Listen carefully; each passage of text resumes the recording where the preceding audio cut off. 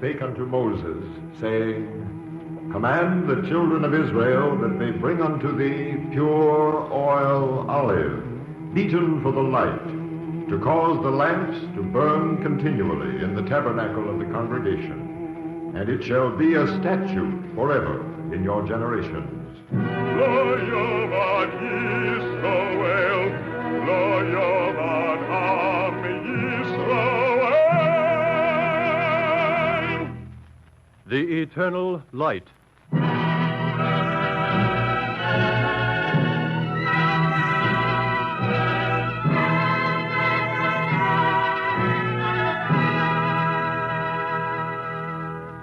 The National Broadcasting Company and its affiliated independent stations present Chapter 15 of The Eternal Light. This public service program is prepared under the auspices of the Jewish Theological Seminary of America. Today's story, written by Morton Wishengrad, features Edwin Jerome as Solomon Schechter and Sarah Burton as Matilda, his wife. Following the dramatic portion of the program, you will hear a talk by Dr. Jacob Cohen.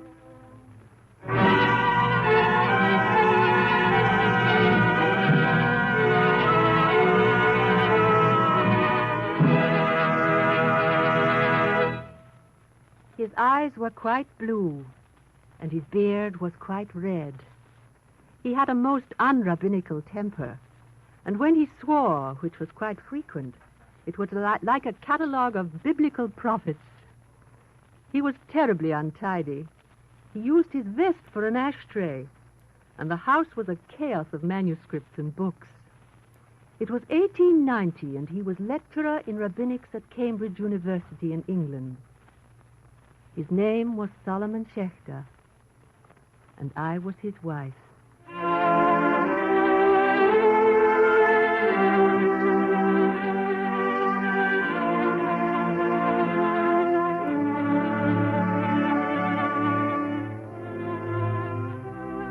There was something about Schechter irresistible to men of learning.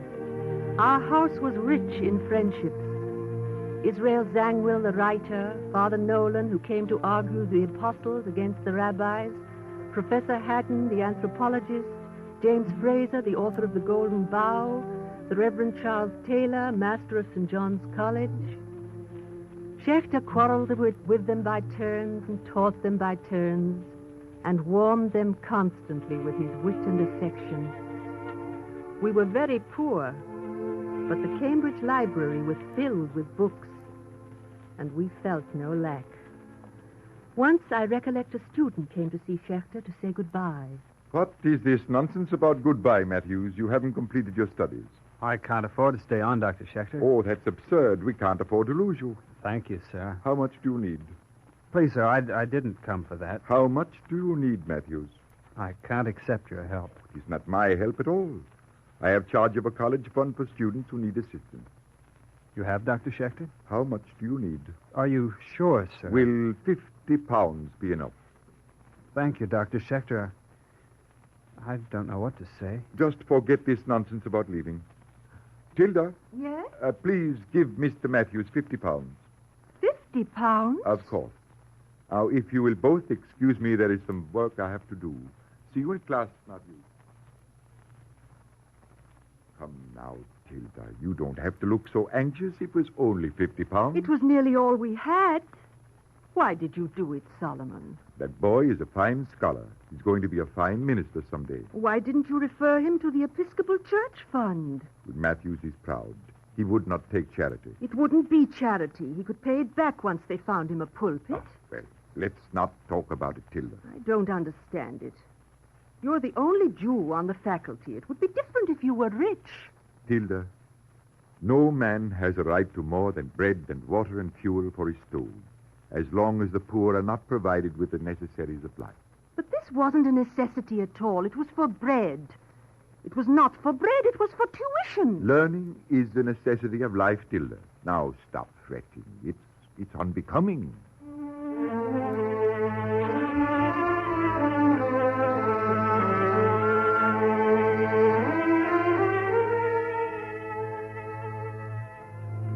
Schechter needed a new greatcoat. That winter and the next, he had to wear his old one. When I complained, he bristled. Tilda, I'm a scholar. You cannot be everything if you want to be anything. I knew he was right, but he did need a new coat. Schechter wasn't a saint. He detested what he called mental squinting. He loved Matthews, who was a Christian, because Matthews was an honest scholar. Once a would-be scholar bored him for 2 whole days until he couldn't stand it any longer. Sir, the vocal organs were not meant to cover up ignorance. But Dr. Schechter, Maimonides says that... Excuse me, sir. You know as much about Maimonides as a monkey in a cage knows about evolution. Now, must you stay? But I wanted you to discuss this passage in Nietzsche. You will do very well. It does not require deep thinking to misunderstand Nietzsche. Your hat, sir. Why, I'm afraid, Dr. Schechter, you don't appreciate my scholarship. On the contrary, my dear sir. You have the encyclopedic ignorance of the highly uneducated. The door, sir. I have an important paper to write. Please, excuse me and try. Try not to fall down the stairs.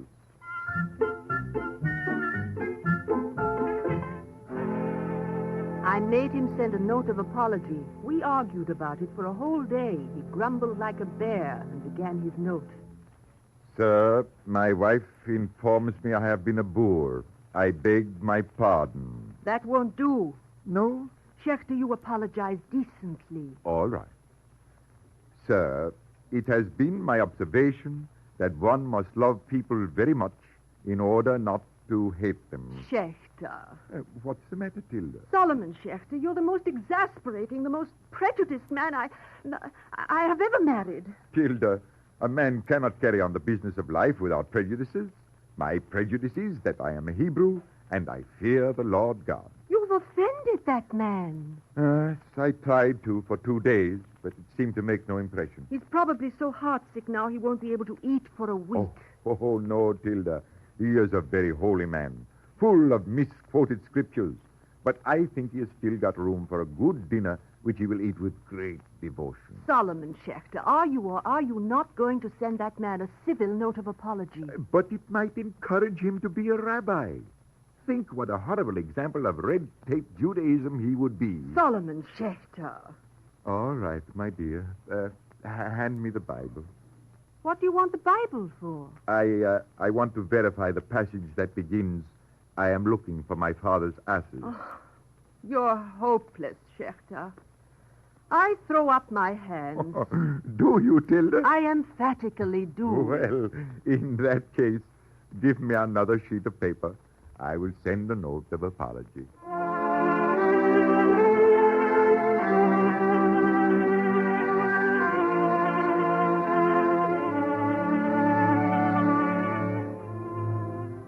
That was very characteristic of Solomon Schechter. The only grievances he ever nursed were those against himself. And while Cambridge and London knew and admired him as the foremost Talmudical authority in the West, I knew him and loved him as a very shy, human man who was intoxicated with God. From all over the world, scholars sent precious manuscripts to Cambridge, ancient manuscripts in Hebrew, in Aramaic, in Coptic. And Schechter studied them under his glass and wrote his opinions. Once, I recall, he uttered his credo to Dr. Taylor and to Father Nolan. Every discovery of an ancient document giving evidence of a bygone world, if undertaken in the right spirit, that is for the honor of God and the truth, is an act of resurrection in miniature.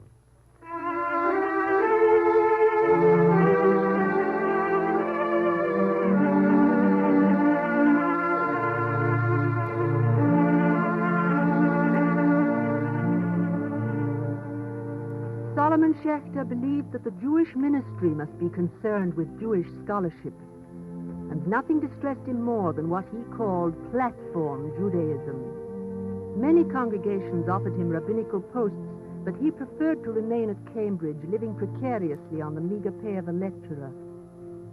He published his studies of the Talmud, and to a small group throughout the world, he was a famous man.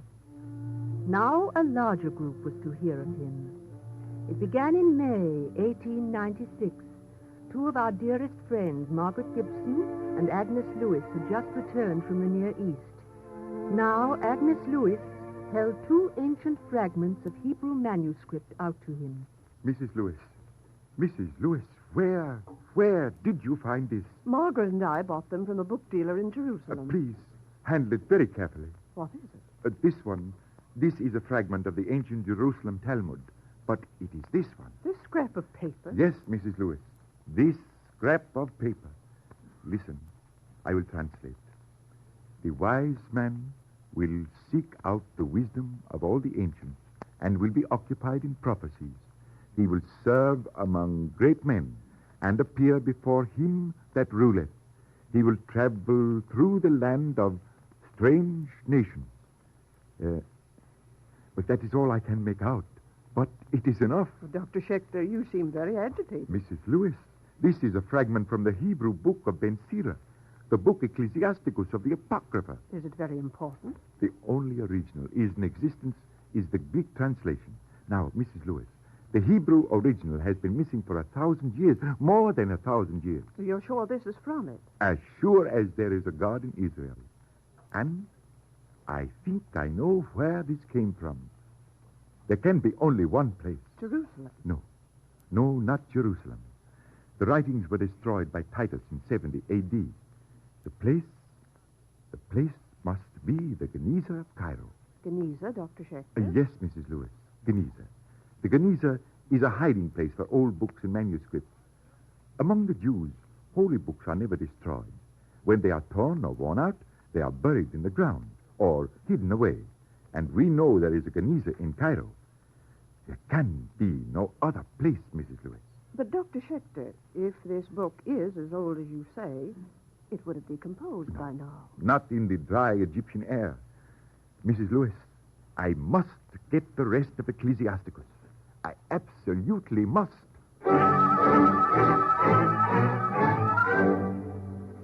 Schechter didn't sleep that night. He was agitated, abstracted. And he immediately reported Mrs. Lewis's discovery to the Reverend Dr. Taylor, master of St. John's College. I must go to Cairo, Dr. Taylor. How do you know you'll find anything, Dr. Schechter? I don't know. But if my assumption is correct, there is a treasure of hidden manuscripts in Cairo. Well, I'm sure the university will grant you a leave. I have no funds, sir. Yes, you do, Schechter. You have all the funds I have. I knew you would say that, Dr. Taylor. That is why I came to you. I'll talk to Professor McAllister and Professor Sidgwick. They'll supply what I don't have. Thank you, sir. But I implore you. Yes? We must keep this absolutely secret. Every unscrupulous book dealer and collector in the Orient will be following me. For them, this represents more wealth than the pyramids of the pharaohs. We must find the manuscripts and preserve them for science.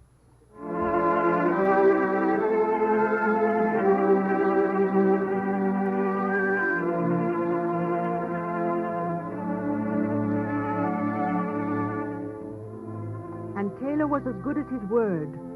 For many years it had been known that somewhere in Egypt there was a careful campaign of pilfering from some secret storehouse.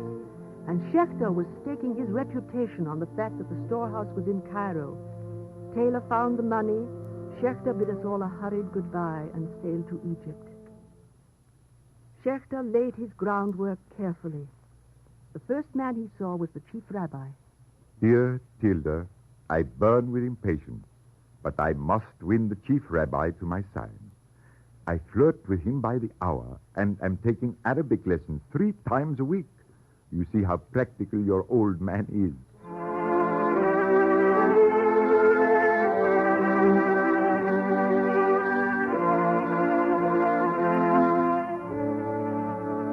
His letters came every day, reporting slow progress. The rabbi is very kind to me. He took me to the Cairo Synagogue, where I suspect the Geniza is located. I am afraid I nearly disgraced you. My foot caught against the cobblestone, and I uttered an Anglo-Saxon monosyllable which begins with D and ends with N. Did you say something, Dr. Schechter? No, nothing at all, Rabbi, nothing at all. I thought I heard you say something in English. Just a little word, Rabbi. You must explain its meaning then, Dr. Schechter. Well, Rabbi, we have a word in the English language, a little word of one syllable, which is full of theological meaning and is used as a sort of charm against things that annoy us. Oh, is that all? I thought for a moment you were swearing. Merely theologically, my dear Rabbi. I see. Well, Dr. Schechter, this is the Cairo Synagogue. I know every room here. I'm afraid you've come for nothing. Do you mind if I make my own inspection? Not at all, Dr. Schechter. I've asked the beadle to assist you. I hope you find what you're looking for, but, Dr. Schechter, I strongly doubt that it's here.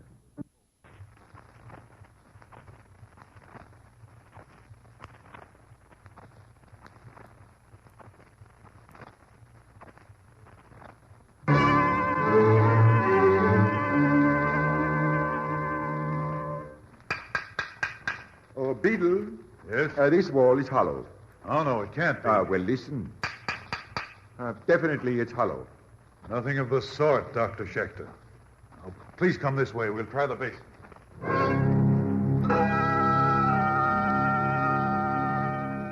Oh, yes, you. I believe I don't know your name, sir. That's all right. I have some advice to give you. Well, that's very kind of you. What advice, sir? Return to England. I have no intention of returning. That's very unfortunate. The climate of Egypt can be rather unwholesome for foreigners. Oh, I see. I've taken the liberty to book passage for you. A few of my friends have gotten up a purse to give you. Your friends are extremely generous. Merely public-spirited. Thank you again, sir, but if you don't mind, I rather like Cairo. Well, that's a question. Dr. Schechter likes Cairo. The question is, though, does Cairo like Dr. Schechter?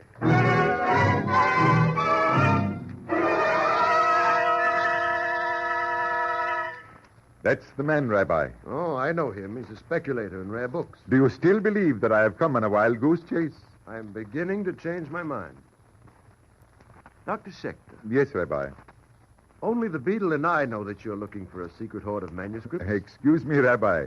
Only you, the beadle, and the book dealer. That's my point. I didn't tell the book dealer.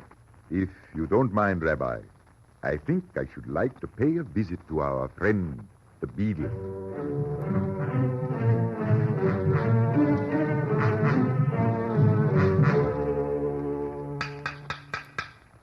That doesn't sound hollow to you, does it, Beadle? No, Dr. Schechter, it doesn't. Listen again, Beadle. That doesn't sound hollow. I can't say it does. Get me a pickaxe. I am going to find out. Now, don't be stubborn, Dr. Schechter. Well, that is what the book dealers think, is it not? Yes, that's what they think. That's what I think. Why don't you help me save the synagogue from desecration? I don't want to break the wall. How do you get in? The way you'll get into Gehenna. I'm sorry you will not help me, Beadle, but that doesn't matter. I'll manage myself somehow.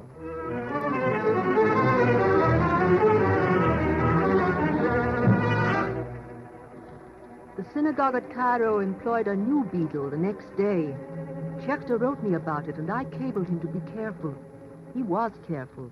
Here, kitty. Come. It's a nice bowl of milk. Oh, not so fast. It may give you indigestion. Oh, Rabbi, quick. And make it quick. Rabbi, your cat has been poisoned.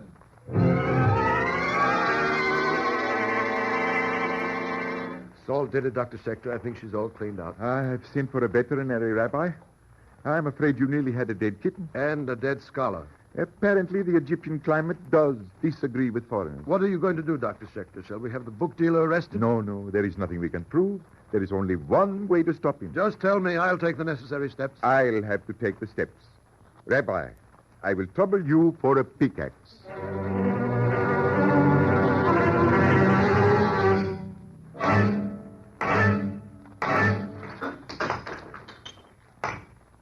Look, Rabbi. Look. It's a room. More than a room, Rabbi. Careful of the masonry. See? A hole in the ceiling and the ladder. That's how they got in. Can you see through the dust, Dr. Schechter? I don't have to see, Rabbi. No?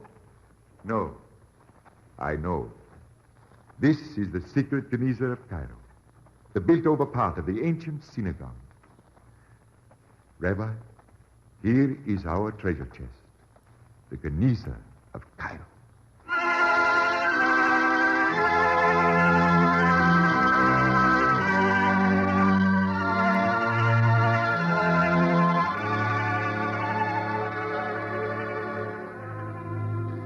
I could barely decipher his writing now, for the penmanship was worse than usual. It was feverish. And I knew that Solomon Schechter had made a great discovery. Mrs. Taylor and Mrs. Lewis had a cable from him, and our hearts and hopes were with Schechter in the airless, windowless Geniza of Cairo. Schechter! Where are you, Schechter? In the name of God, man, you can't remain here day and night. It's stifling. Look at this thermometer, Schechter. 110 degrees. Only 110 degrees, Rabbi. But 100,000 precious manuscripts, Rabbi. 100,000 lost manuscripts of an ancient Hebrew civilization.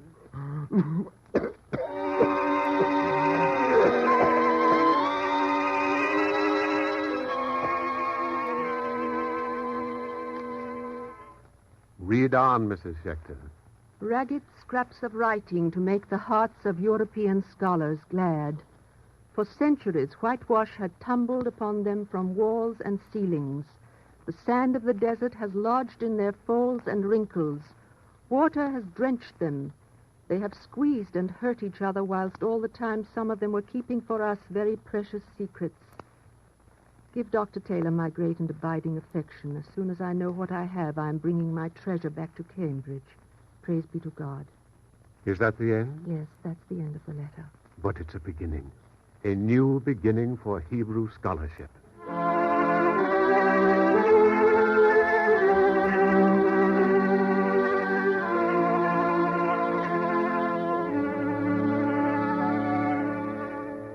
Solomon Schechter returned with his manuscripts.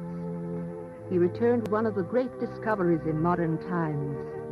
But he returned an old man. His eyes were filmed. His beard was fringed with white. Days and nights in an airless room under the blazing Egyptian sun had taken their toll. His lungs were thick with the dust and residue of centuries. He had burrowed like a mole, breathing it in hour after hour, day after day. And he knew that he had shortened a useful life by many years. But Solomon Schechter did not grieve. He was supremely happy. Tilda, Yes. will you ask Dr. Taylor if he can stop by? I think I am well enough to see him. All right. I'll send Dr. Taylor a note. You are happy, Tilda, are you not? I rejoice to have you back. Tilda, whatever is in your mind, understand one thing. Yes? There is a rabbinical injunction. Every age must make its own contribution to the temple of truth. All right. If it does not make its contribution, Tilda, it must consider itself false to truth and to learning. Tilda. Yes.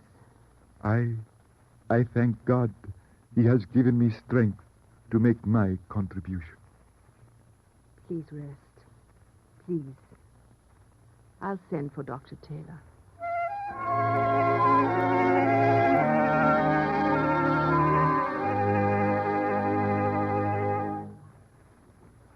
I know there is no need to thank you again.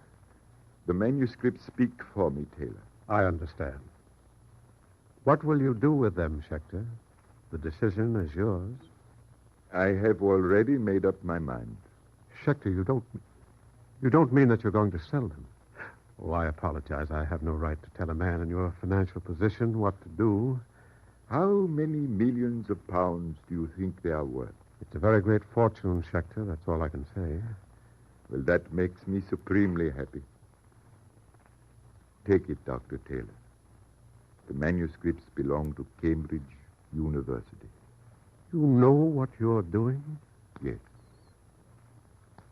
Dr. Taylor, I was born in Romania. When I was a little boy and came from Schechter, my body was covered with blood and with bruises. You see, I was a Jew. Then I went to Austria. I found the higher anti-Semitism that does not bruise the flesh, but lacerates the soul. In England, I found happiness, a place to work. If you don't mind, Dr. Taylor, I want these manuscripts for Cambridge University and for England.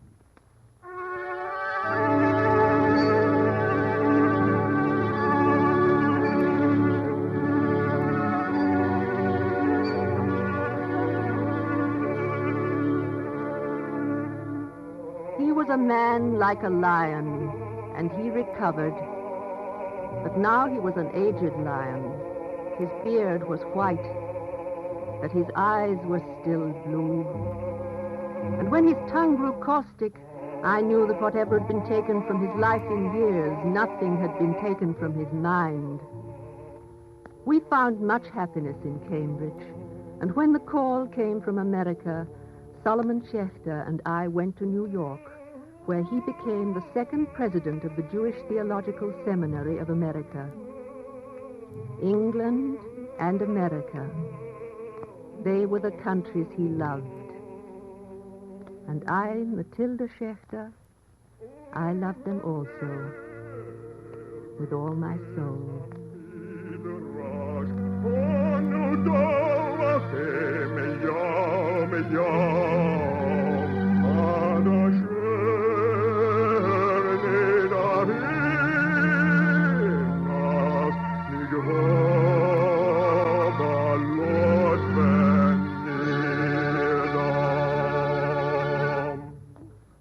Copies of the script you have just heard, together with a talk which follows immediately, may be obtained free of cost by writing to the Eternal Light, 3080 Broadway, New York 27, New York.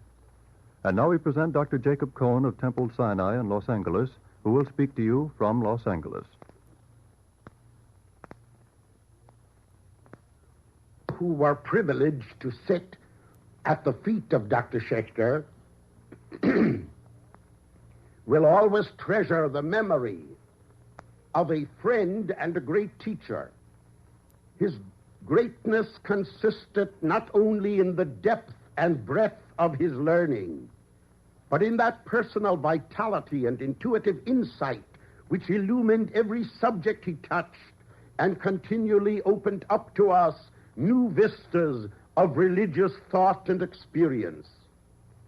Though his scholarship embraced every field of Jewish learning, he was himself most deeply interested and wrote most felicitously and warmly of the personalities which that tradition produced and on which it fed.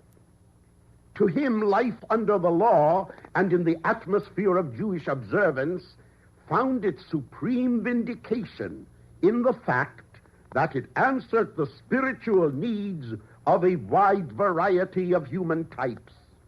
He gloried in the fact that prophets and sages, mystics and rationalists, sophisticated scholars and simple pietists found nourishment therein for their souls and fertilized it continually with the rich deposits of their own personal lives. But he drew not only on Jewish sources. St. Francis, whom he compared with Judah the Pious, Abraham Lincoln in the mood of Gettysburg and the Second Inaugural, the holy man of India, culled from Kipling's novel Kim, which he hailed as a contribution to the understanding of the East by the West. All of these were, to our delight, interwoven with one another in his exposition of the inner life of the Jewish characters with whom he was dealing. He found the universality of the religious experience not in some common denominator of dogma or practice that ran through all the historic faiths, but rather in a kinship of great souls. Religion to him was a great force in the culture of the world because it created a communion of great spirits in all faiths and lands. Thank you, Dr. Jacob Cohen. The Eternal Light was prepared by the Jewish Theological Seminary of America and came to you from New York City. This is the National Broadcasting Company.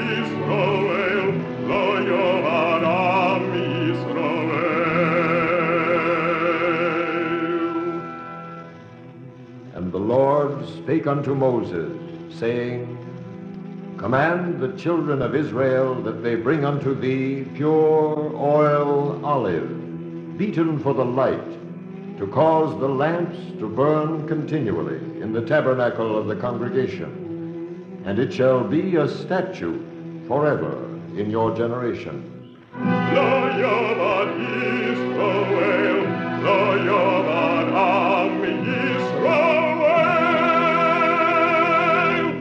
The Eternal Light.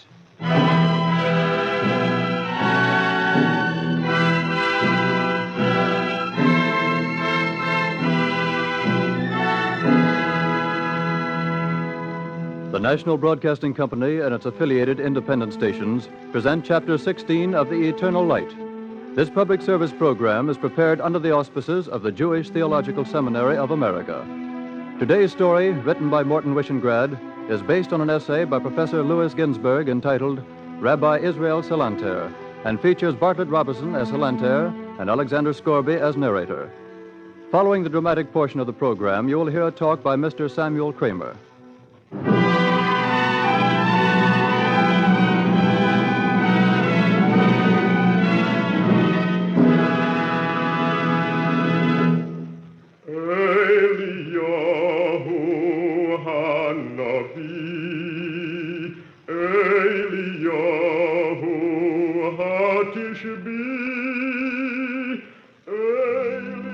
What are the three capital sins for the people of Israel? They are only three: idolatry, unchastity, and murder. And it is written in the Talmud, there comes a time when it is considered a virtue to trespass a law of the Torah. There is even a time when a man may transgress all except the three capital injunctions, if thereby he saves a life for the world.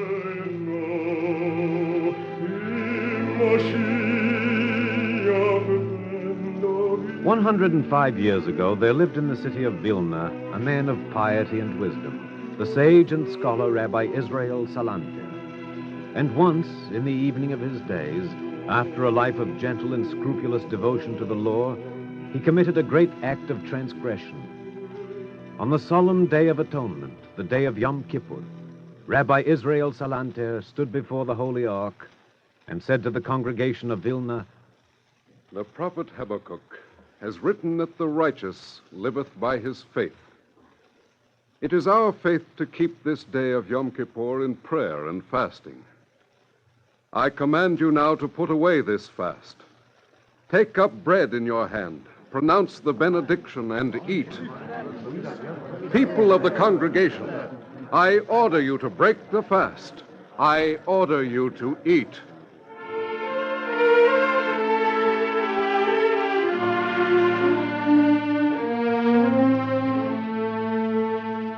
They heard him, and they were incredulous. And he commanded them again, and they raised their voices against him. And then the look of the prophets came upon the face of Rabbi Israel, and his voice was a thundering from the Holy Ark. And the men and women of Vilna wept and refused to commit the transgression of the fast. And then Rabbi Israel Salanter wept also. And he called to one by his side, Bring me bread and salt and a glass of wine. I myself will be the first to eat and to make a blessing for bread on the day of Yom Kippur.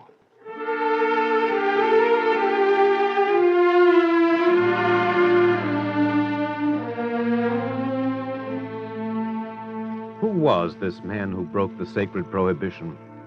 He was a scholar of scholars and a man of gentleness. He measured his day with acts of righteousness, even as the seconds measure the minutes and the minutes measure the hours. I recall once when, in a time of great urgency, Rabbi Israel encountered a man who was lamed in the foot, and the wife of Rabbi Israel, who was equally urgent, was greatly provoked. Oh, now we're late, Rabbi Israel. I'm sorry, Leah, but the man was lame. I couldn't hurry. And why couldn't you? Leah, you saw yourself. The man was lame. Well, you're not lame. Now we're late. We're too late. Oh, see what you've done? I cannot help it, Leah. He barely walks. Would it be right for me to hurry? No, there is such a thing as carrying tact too far. Tact, Leah? That's what I said. Yes, Leah. Tact. Consideration, if you will. But something more. It is written in the law that a man is forbidden to display unusual ability in the presence of the handicapped. It is a good law, Leah. If God wills, I will never violate it.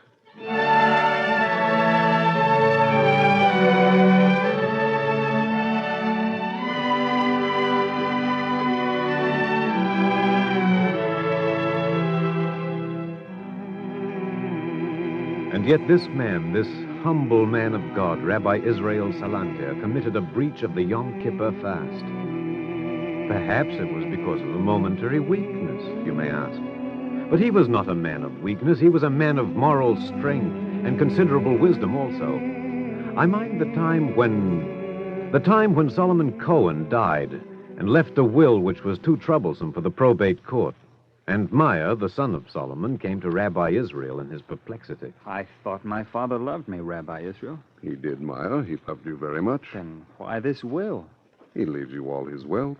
Surely you have no complaint. Haven't I? Listen. My son shall not receive his inheritance until he becomes foolish. Oh, it's no laughing matter, Rabbi Israel. What does he mean? My son shall not receive his inheritance until he becomes foolish. Meyer, tell me, Meyer, are you married? How can a man marry without money? Oh, I see. Then there is someone. Naturally there's someone. Naomi, the grain dealer's youngest daughter.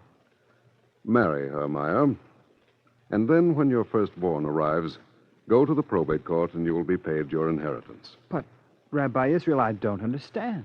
Meyer, your father was a very wise man. Bless his memory. But Wait. Marry Naomi and have your firstborn. Don't you see, Meyer? When a man becomes a father, he romps on the floor with his child. He utters unseemly noises with his tongue. He bores his friends utterly with his simple stories. Now have your child, Meyer. You will become properly human and properly foolish. You will justify your inheritance. Meyer, that is the meaning of your father's will.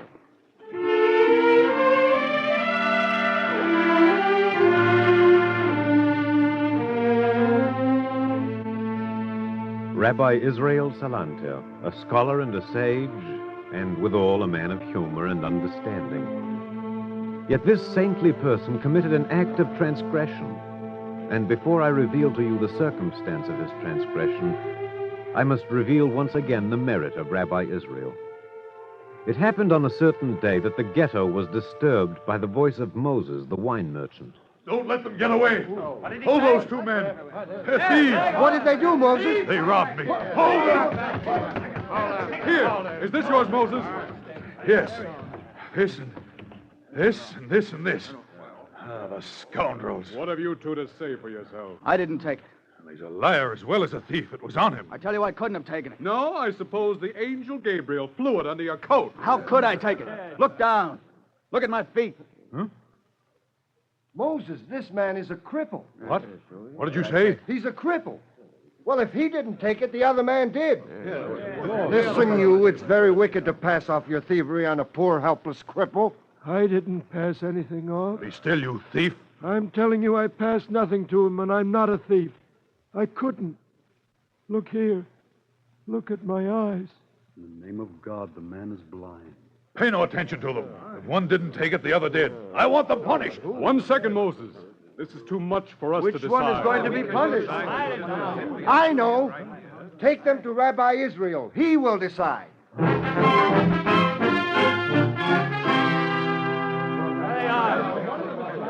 Hush. Quiet, everyone. Silence, please. How was it done, Rabbi Israel? I believe I know. Didn't I tell you Rabbi Israel would know? Tell us. Yes, wait. Blind man, stand up. Yes, Rabbi Israel. A thief must be punished. But I swear I haven't seen the light of day for 12 years. Nevertheless, a thief must be punished. Do you admit that? All right. I admit it. But I'm not the thief. He took it. How could I, Rabbi Israel? I haven't walked for 15 years. I admit a thief must be punished, but if you punish me, you punish an innocent man. Attend me. Clearly, only one man here is the thief, since one pair of eyes guided one pair of legs. So who is to be punished? Moses, the Talmud has decided. Place the crippled man on the blind man's back. What are you going to do? That's it. Good. Now observe, all of you. What do we behold? A cripple on a blind man's back. Yes, Moses. One pair of sound eyes, one pair of sound legs. People, this is the single thief. For the purposes of crime, they were one. For the purposes of judgment, let them also be one. Then judge them, Rabbi Israel. Oh, no, that is not proper. Take them to the court. No, you judge them yourself. My son, Rabbi Ishmael said, "Judge not alone, for none may judge alone save the Holy One. Neither say to thy colleague, accept my opinion, for he is free to choose, but thou art not. Take them to the court and be quick, for the day is Friday, and dusk is at hand. We must hurry to the synagogue to welcome the Sabbath."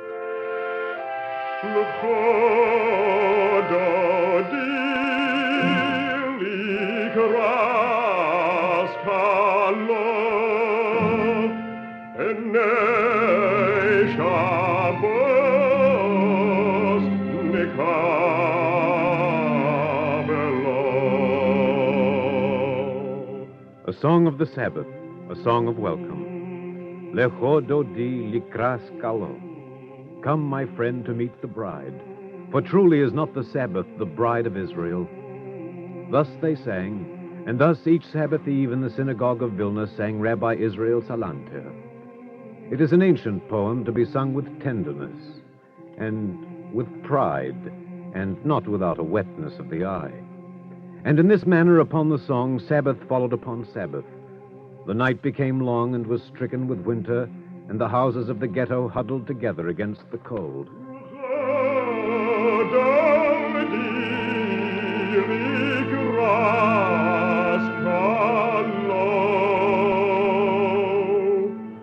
The seasons changed, and life in Vilna was uneventful and therefore the more to be cherished. And the people cherished their rabbi, for he was a man of God and good and without blemish. And then, a month before the days of penitence, with neither pause nor warning, an affliction descended from the east. Some said it came from China, some said India. It did not matter. It was the cholera, and from it came death and the transgression of Israel Salanter. But first came death. He didn't complain, Rabbi Israel. First the pain in the legs, then cramping. He didn't complain. We buried him quickly, as you said, Rabbi Israel. Rouse yourself, Rebecca. Why? Rebecca, listen to me. Why? Rebecca. Yes. All right. I'll listen. Your brother is sick. Your husband is sick. There's no one but you to care for them. My baby is dead. Rebecca, rouse yourself. May he rest in peace. Amen. Rebecca, you must tend to your husband and to your brother. All right, Rabbi Israel, I'll tend to them. They are taken bad, but you must tend them without fear. I've already buried my child. How can I have fear? Very well. Hot stones wrapped in towels for the feet, Rebecca. All right. And they are to bring ice from the ice house. The doctor says administer it by mouth. It may stop the vomiting. Yes, of course. And feed them, Rebecca. Feed them frequently. With what? I have nothing in the house. No one has anything now. Not a kopeck, not a spoon of barley. Then wait here. I'm going to see Moses, the wine merchant. He will help.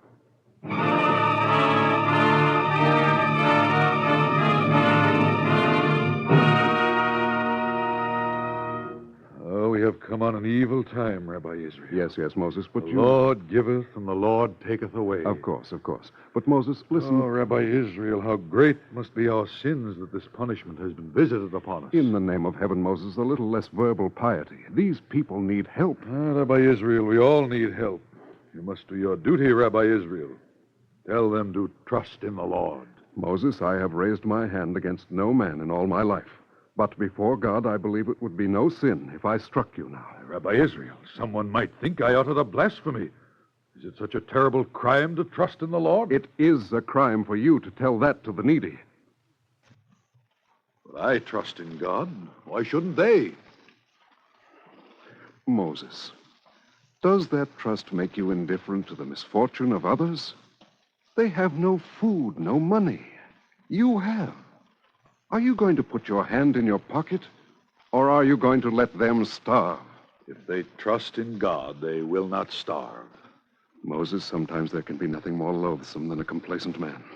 Do you think you can perform your religious duties only in the seclusion of the house of worship? Do you think it is enough to repeat a prayer, to observe the dietary laws, to make a false show of piety? Do you think a man of religion must only contemplate and never serve? Moses, put your hand in your pocket. We need food. We need medicines. And by all that's holy, never, Moses, never tell a needy man to trust in God before you yourself have helped him.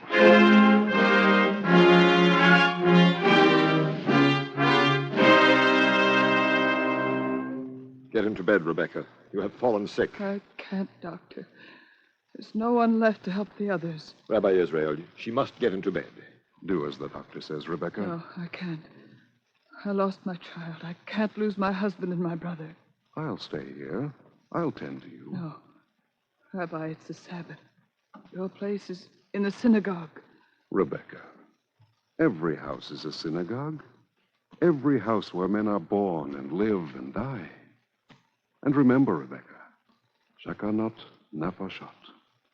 In a time of danger for human life, observance of the law may be set aside without sin. Is there a better place for me to pray than here?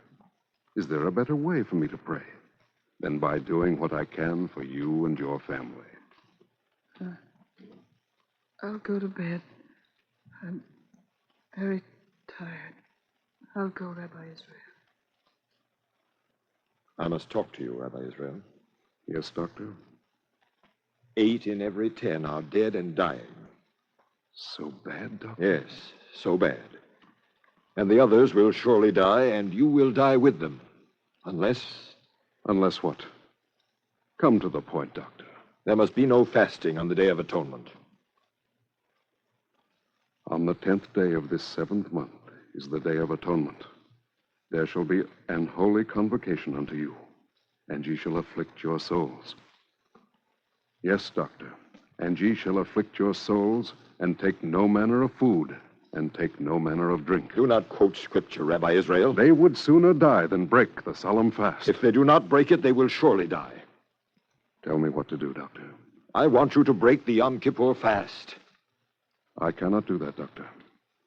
The righteous liveth by his faith. If it is God's will, I shall die.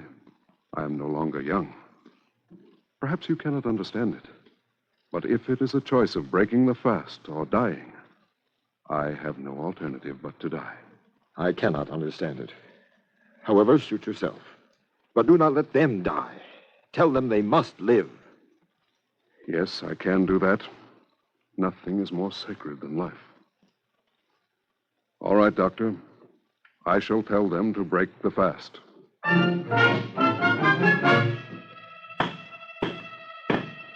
To notice, Rabbi Israel, there will be no fasting to... No fast on Yom Kippur. Tear it down. Wait, let's talk to him. Rabbi Israel, will you break the solemn fast? No. Then neither do we. You must persuade them, Rabbi Israel. I have done more, Doctor. I have commanded them. They won't listen. It is Yom Kippur, Rabbi Israel. If they fast today, not even a miracle can save them. Very well, Doctor. I know what I must do.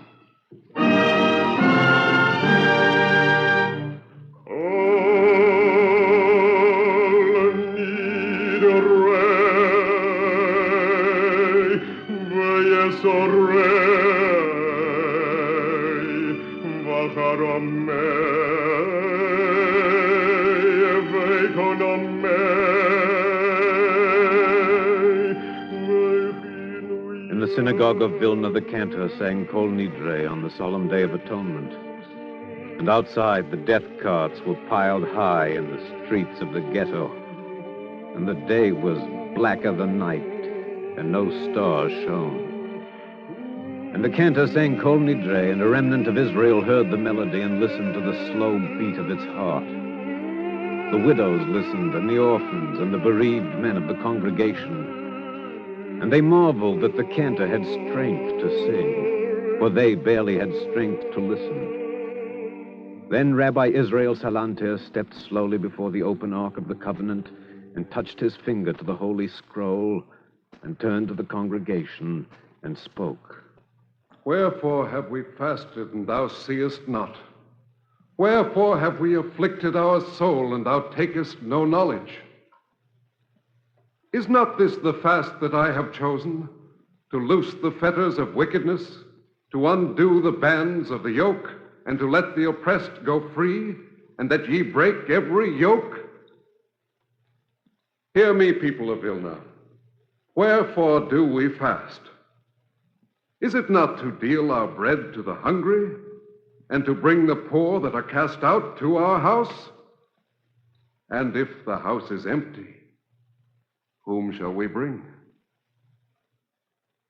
I, Rabbi Israel Salanter, charge you to break this fast. People of Vilna, in the name of God, I command you to break bread, to pronounce the benediction, and to eat.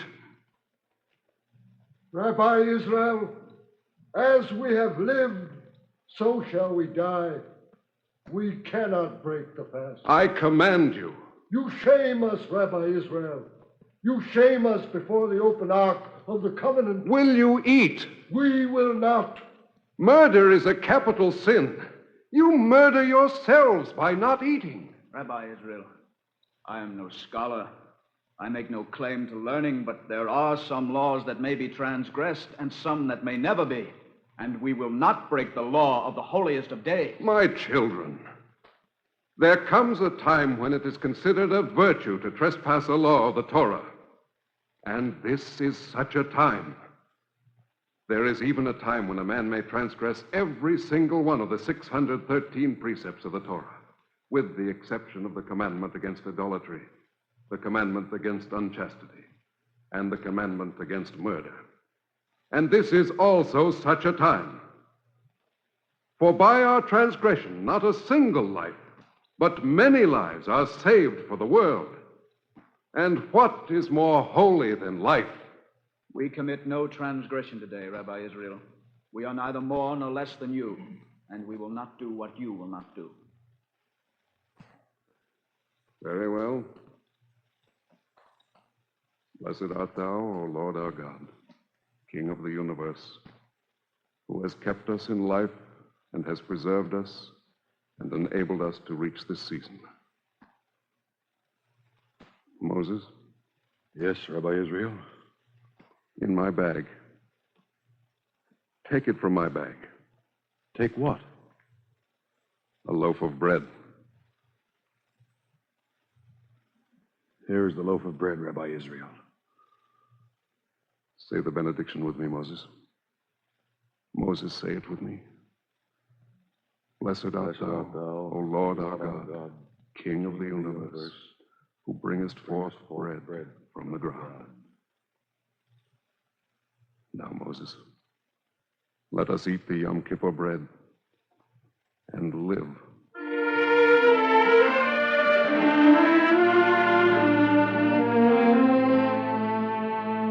And the Rabbi Israel Salanter stood before the ark of the Lord on the solemn day of atonement and ate bread. And the congregation of Vilna wept. Then Rabbi Israel closed the ark, and they returned to their houses. And they ate, and they lived. And when the city was cleansed and the dead were buried, Rabbi Israel spoke to the congregation. O Lord, what is man that thou shouldst magnify him, and thou shouldst set thy heart upon him, and that thou shouldst remember him every morning, and try him every moment? O thou watcher of men, why hast thou set me as a mark for thee, so that I am a burden to myself? I ask you Job's question, people of Israel, and I know the answer. Every man is the Lord's mark. Every life is one mortal atom of the Lord. Let us live each day as though it were the last of days. Let us do justly. Let us honor all men, for all men are the handiwork of God. Now let us in the synagogue for the day is Friday, and the night is gathering. Let us rejoice and sing a welcome to the Sabbath.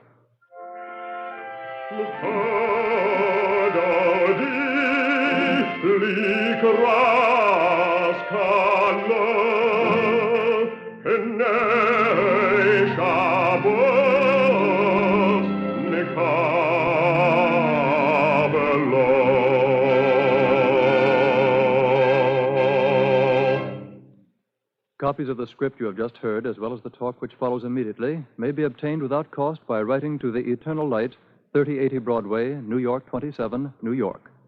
And now we present a brief talk by Mr. Samuel Kramer, prominent lay leader in Orthodox Jewry. Mr. Kramer. Rabbi Israel Salanter, whom we have just heard described, was one of the great saints, as well as one of the foremost Jewish scholars of the 19th century. He combined in himself rare devotion to the law with an equally rare love of his fellow men. Thus, in a sense, he exemplified the virtues which Talmudic tradition ascribes to the great Hillel of rabbinic days. Rabbi Israel Salanter was one of the few men in modern times who stressed the fact that the basic problem of civilization was that of producing better men. He set himself to bring about the ennoblement of the men among whom he lived. Rabbi Salanter tried to raise their level of conduct by example as well as by precept. His setting aside the fast of the Day of Atonement during the cholera epidemic is perhaps the most dramatic incident of his life, but it was only one of the supreme examples of the attitude he took toward Judaism and life at all times. He loved God, as the biblical phrase has it, with all his heart and with all his soul and with all his might. And loving God so passionately, he had an equal love for God's creatures. In his love for men, Rabbi Salanter was eager not simply to make their lives more comfortable, but also to make them more meaningful, more significant, and more creative. He believed that he could achieve this end by the founding of the Musar movement, which still exists. It is a movement which aims to stress the ethical ideals in Judaism, side by side with the Jewish ritual, a movement which held that religion is a single unit, including duties to God and duties to fellow men, and that the two groups of duties are inseparable from one another. As with other great ideas and ideals, the Musar movement had an influence far beyond its own group. The piety which Rabbi Israel Salanter evoked from his disciples inevitably made them exemplars for the action of others. And so it probably happens that many of us today are living better and finer lives because unconsciously and indirectly, but very effectively, our lives have been influenced by the ideas and ideals emanating from the great Jewish teacher of Lithuania, Rabbi Israel Salanter. Thank you, Mr. Kramer. The Eternal Light is written by Morton Wishengrad. Featured today were Bartlett Robison as Rabbi Israel Salanter, Alexander Scorby as the narrator, and Cantor Robert H. Siegel of the Beacon Street Temple in Brookline, Massachusetts, as the soloist. The music was composed by Henry Brandt, and the orchestra was conducted by Milton Katims. The entire production was under the direction of Ira Avery. This is a public service program of the National Broadcasting Company and its affiliated independent stations, and is prepared by the Jewish Theological Seminary of America. For free copies of the script, write to the Eternal Light, 3080 Broadway, New York 27, New York. This is the National Broadcasting Company.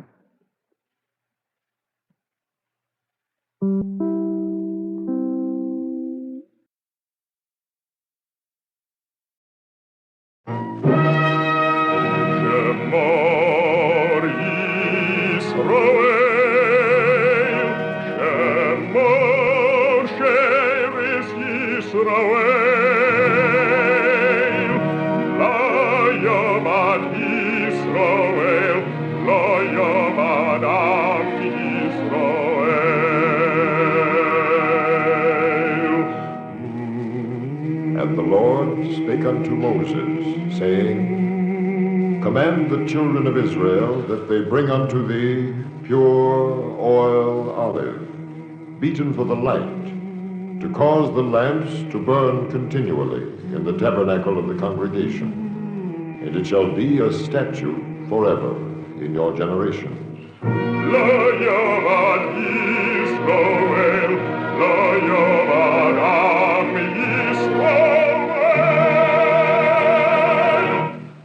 The Eternal Light.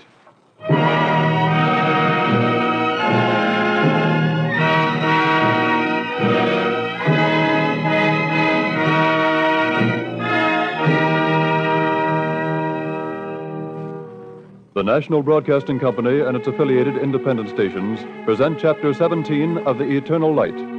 This public service program is prepared under the auspices of the Jewish Theological Seminary of America. Today's story, written by Morton Wishengrad, features Barry Kroger as narrator and Carl Swenson as Waldemar Haffkine. Following the dramatic portion of the program, you will hear a talk by Dr. Mortimer J. Cohen.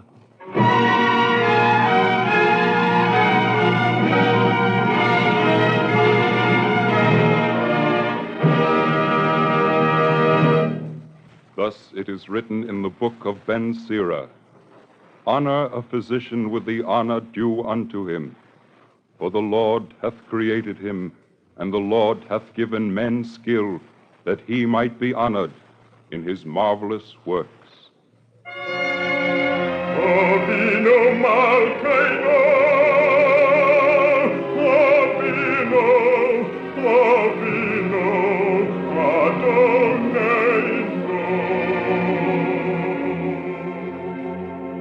What is more sacred than human life?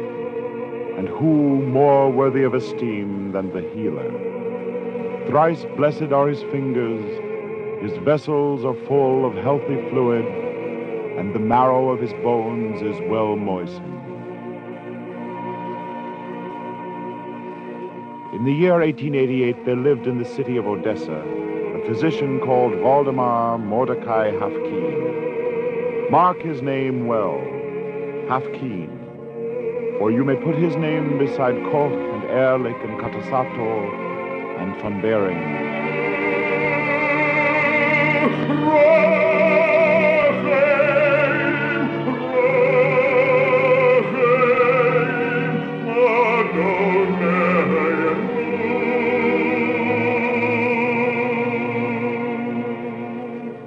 In the spring of 1888, the rector of the medical faculty of the celebrated University of Odessa summoned to his office Dr. Waldemar Haffkine, and after permitting him to cool his heels for only an hour and a quarter, condescended to see him. Haffkine, I'll come right to the point. If you please, Excellency. Professor Metchnikov wants you for his staff. Here? Exactly, here. I've known Metchnikov to be wrong, but he thinks you have a future. Perhaps you have. We're willing to take a chance. A chance on what, sir? A chance on Assistant Professor Haffkine. That's the offer, Haffkine, Assistant Professor of Bacteriology. I'd be very glad to accept, sir. Fine. That's what I like, Haffkine. No hemming and hawing, no false modesty. Congratulations, Professor. Thank you, sir. I'm very happy. Good. Now, just one thing, Haffkine, a necessary formality. Yes? Try to arrange your baptism for this week. We want you to begin teaching at once. Did you say baptism, sir? I believe that's what I said, and I believe you heard me. Baptism. I beg your pardon, sir. I hadn't noticed it was nearly dusk. May I? What are you talking about, Haffkine? May you what? It's time for afternoon prayers. Ashrei Yoshvei Beisecho. Haffkine, what is this? Afternoon prayers, Your Excellency. Happy are they who dwell in thy house. Forever shall they praise thee, Selah. Happy the people whose destiny is such. I gather that's your answer. I suppose it is, sir. Nice to see you, my dear Haffkine. Yes, of course, sir. Thank you very much.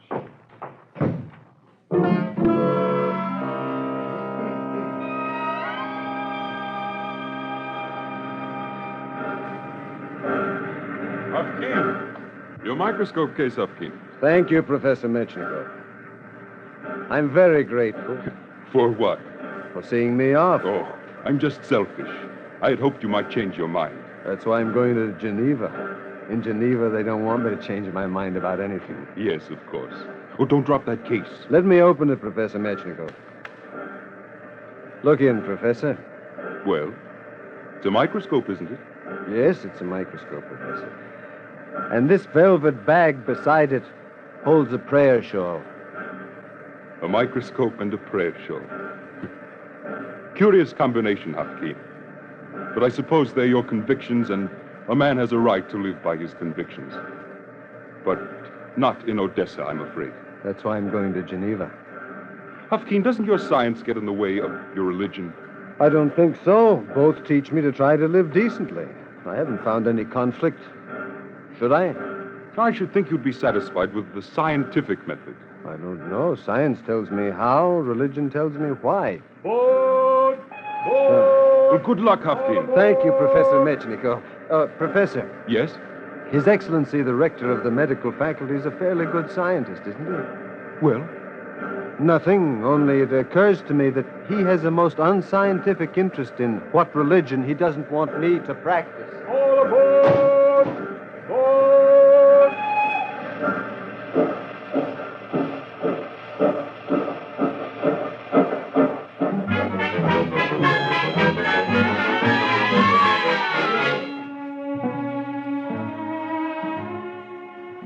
In the spring of 1888, a microscope and a prayer shawl journeyed from the city of Odessa to Geneva, and the life of Waldemar Haffkine recommenced in the West upon a symbol. For 1 year, he labored in the laboratories of Geneva, and in the year 1890, a man called Louis Pasteur summoned him to Paris. We're glad to have you, Haffkine. Professor Mechnikov has recommended you very highly. Don't you like food, Haffkine? The bread is fine, monsieur. I'm sorry, Mechnikov told me you observe the Jewish dietary laws. Jean, get Dr. Haffkine some hard-boiled eggs. Oui, monsieur. Thank you, monsieur. Haffkine, it has been my rule never to discuss a man's religion, but don't you, as a scientist, find these dietary restrictions, these injunctions against mixing milk and meat, well, don't you find them slightly incompatible with your profession? Monsieur Pasteur, you're a bacteriologist, aren't you? I try to be. Why? Under Hebrew dietary law, the blood is removed from the vascular system of all animals slaughtered for food. Would you call that bad bacteriology? No, I dare say I would not. It's quite true that after death, the blood is invaded by microbial germs. That's our dietary law, monsieur. For 3,000 years, we have sterilized in boiling water all utensils contaminated by unclean objects. We have rejected animal carcasses tainted with infection. We have purified our meat with crystal salt. I found it very curious that these rituals are now confirmed and blessed by the modern microscope. Perhaps so, Dr. Haffkine, but so many rituals. You wonder that I observe them all, don't you? I'm afraid I do. And I find myself wondering what life would be like without its ceremonials. No man can breathe pure oxygen. Mechnikov warned me I was acquiring an excellent microscope and... And a prayer shawl. Yes.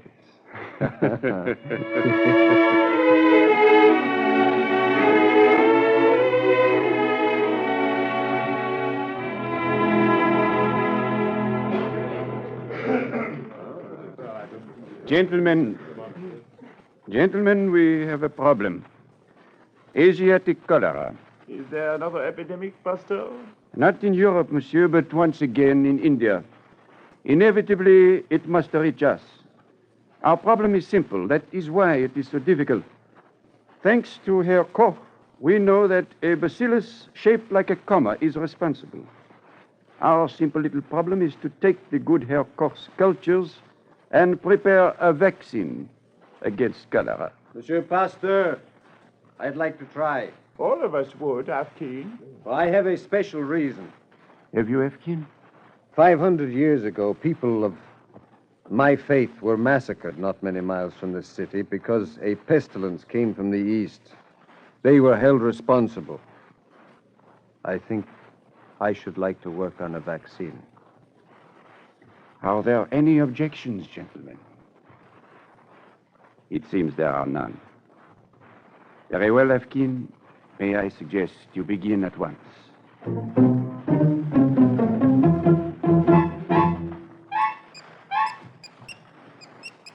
Are these enough mice, Professor Haffkine? They'll do, Pierre. Are they labeled? Better than that. I've named them. This is Suzanne.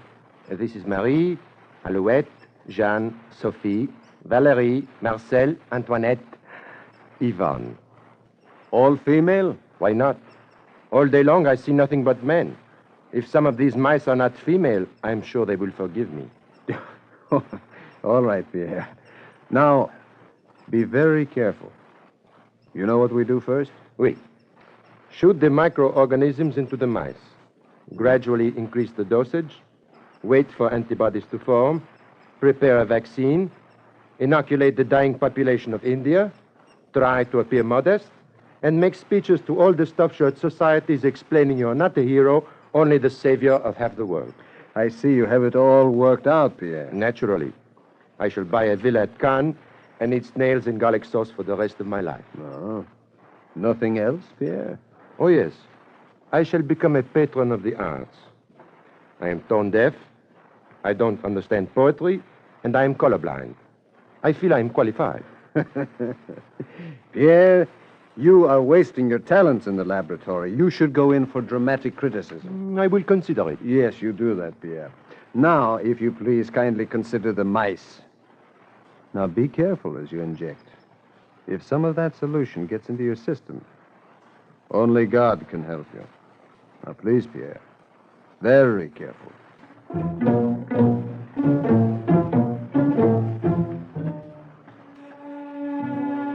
In the year 1890, Waldemar Haffkine, working in the Paris laboratory of Louis Pasteur, began the long vigil of science against death.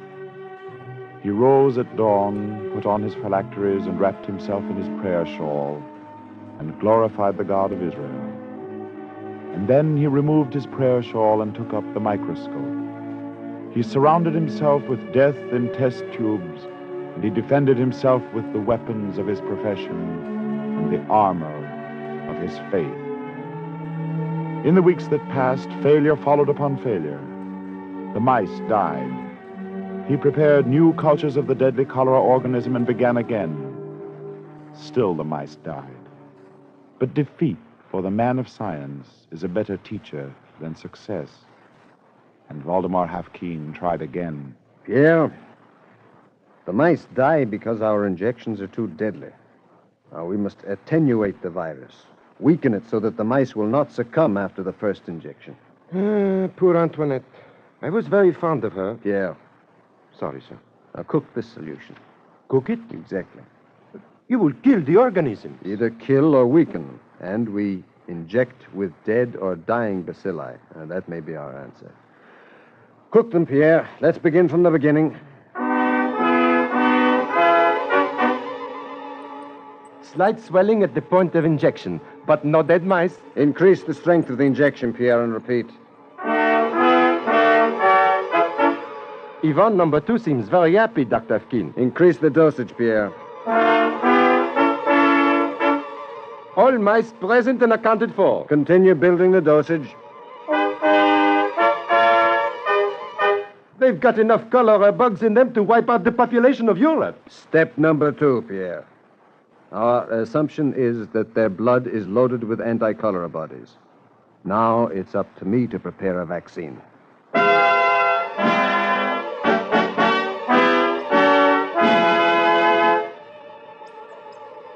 These mice were inoculated with vaccine? Yes, Pasteur. And these? No vaccine. They're our control. I see. And you are ready for your test? I hope so. I've grown 2 cultures of cholera bugs on the peritoneum of guinea pigs. It's the deadliest culture I've made. Now I'm going to shoot the stuff into both groups of mice. Good, Haffkine. the vaccinated group survives... No, I'm not going to hope. I just wait. Just wait and see. Pierre? All right, Pierre.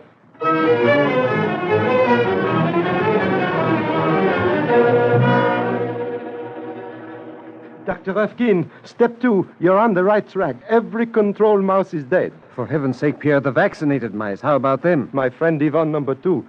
Look. Huh? No, don't joke, Pierre. There are 19 others. Only 3 are dead.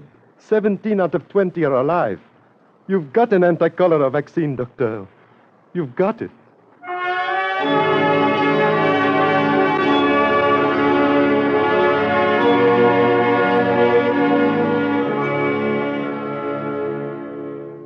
But nothing is sure in life or in science, and Waldemar Haffkine tried again.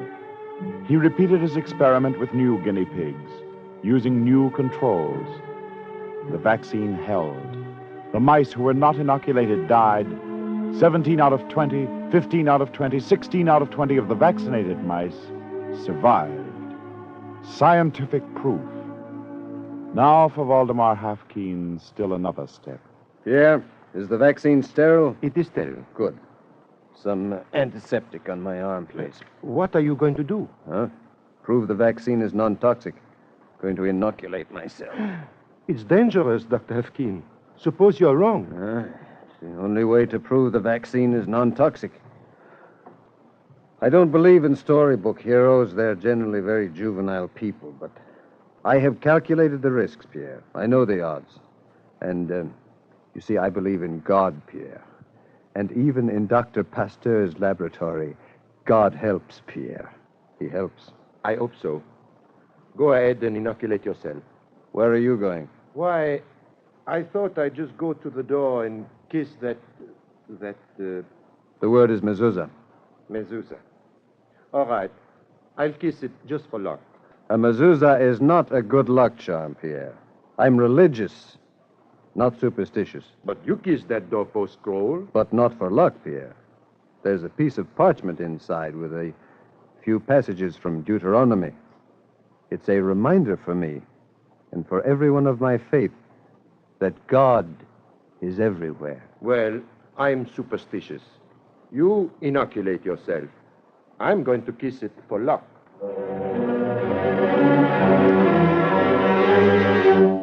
Cramps? None at all. Pain in the leg? No pain. Put this thermometer under your tongue. All the way. I tell you, I have no temperature. Shut up. I'm a scientist. Feel my head, Pasteur? With my lips, no doubt. Haffkine, stop talking. You'll break the down thing. All right. I said stop talking.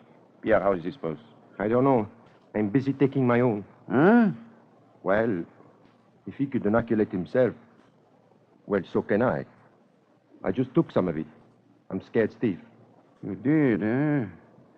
My dear Pierre, the pathology of Asiatic cholera after death in the stage of collapse often is characterized by post-mortem elevation of temperature, early and marked rigor mortis, sometimes preceded by muscular twitching. The skin is dusky. And shrunken, blood dark and concentrated. Serous membranes may be coated with fibrins, small intestines may show... What's your temperature, Dr. Haffkine? Stop worrying, Pierre. My temperature is normal. Congratulations, Haffkine. I think you have got it. The vaccine is now potent, non-toxic, and laboratory tested. That's just it. It works against a guinea pig infected with cholera. But will it be effective against the cholera bug in a human being? That's the only test. Would you like to make that test?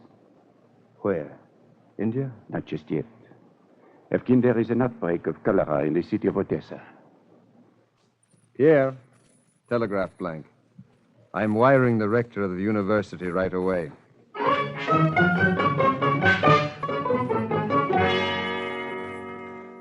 Here is your answer, Haffkine. Wait until I dry my hands. Thank you, Pasteur.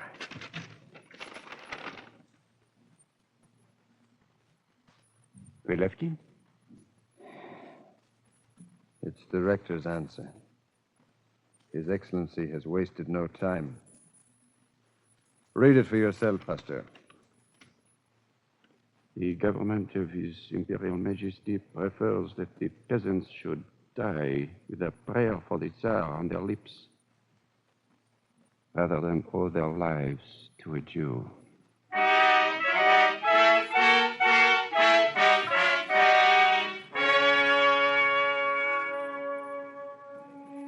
In the year 1893, when the monsoons retreated from the provinces of India, Asiatic cholera struck with dread force.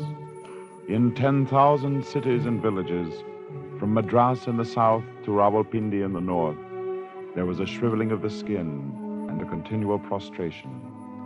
And a quiet man with a microscope and a prayer shawl, carrying gallons of an untried vaccine, disembarked at the port of Bombay, and Waldemar Mordecai Haffkine began his work. One at a time, please. Easy there, easy. Hold them back. Back! One at a time. Dr. Haffkine, I think you can begin with the first one. Thank you, sir. All right, clerk. Name, Abba, sex, male, age 26. Caste, Meng, birthplace, Karanja. Clerk, you've explained that this is voluntary. I want it understood that these inoculations will be given without any compulsion. I speak English, doctor. I understand. Good. Now, please hold out your arm. Steady. It won't hurt very much. Steady.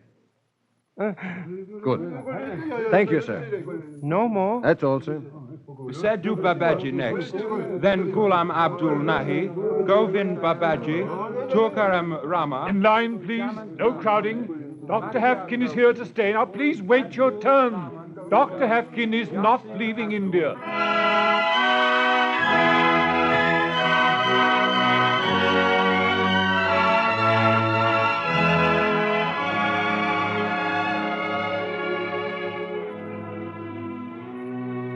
For 14 years, Dr. Waldemar Mordecai Haffkine did not leave India.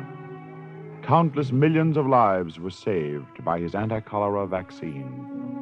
And when the bubonic plague spread its black death in Mysore, in Hyderabad, in Hindustan, and in the Punjab, Haffkine discovered a serum against a second pestilence. Cholera and bubonic plague, scourges of mankind, most ancient of the death riders, humble before the weapon of a man with a microscope and a prayer shawl.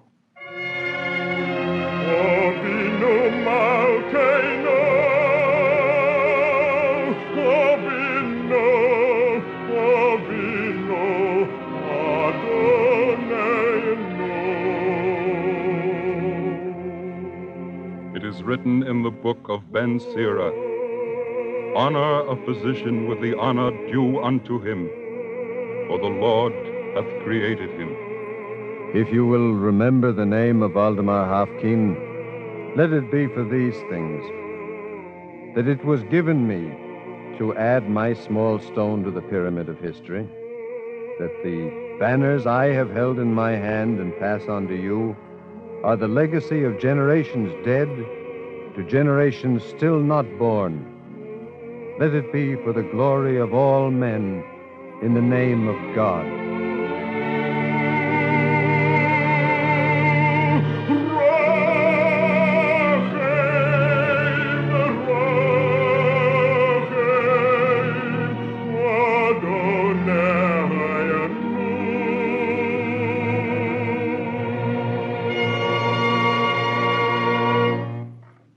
Copies of the script you have just heard, including the talk which follows immediately, may be obtained free of cost by writing to the Eternal Light, 3080 Broadway, New York 27, New York. And now we present a brief talk by Dr. Mortimer J. Cohen, Rabbi of the Temple Beth Sholom of Philadelphia, who speaks to us from Philadelphia.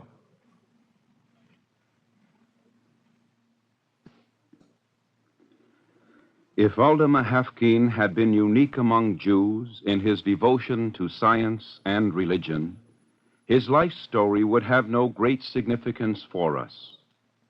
It is precisely because he was not unique, but was typical of great Jewish scientists throughout the ages, that his life is symbolic of what Judaism teaches about science and religion. In the Holy Scriptures of Israel, God set forth the intimate companionship of religion and science at the very dawn of creation when he proclaimed, "Let us make man in our image, and let them have dominion over all the earth." For Judaism, there can be no conflict between religion and science. Religion's highest purpose is to inspire men to fashion a decent way of life for themselves upon the earth. Science is the knowledge that men have acquired about the physical world outside them and the spiritual world within them. And God gave men reason and intelligence with which to utilize these materials of these worlds towards the building of that decent life. Thus Waldemar Haffkine fulfilled the noblest tradition of the Jew in the symbols of the prayer shawl and the microscope. A prayer shawl and a microscope, these provide the dual means for the making of the decent human life. "Doesn't your science get in the way of your religion?" he was asked. "I don't think so," he modestly answered. "Both teach me to live decently."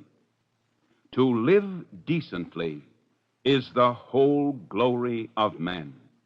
Science and religion are God's tools to help men realize the decent life. Knowledge can be acquired by all men, and religion should set the goal for all men to achieve. All men of all races, religions, and nationalities should be given the opportunity to acquire knowledge and to use it for the enhancement of human living. Indeed, the spiritual justification of democracy itself as a way of life rests upon the faith that it makes possible the discovery of other Haffkines yet undiscovered, whose goodness and genius witness to the glory of God and the decent brotherhood of man.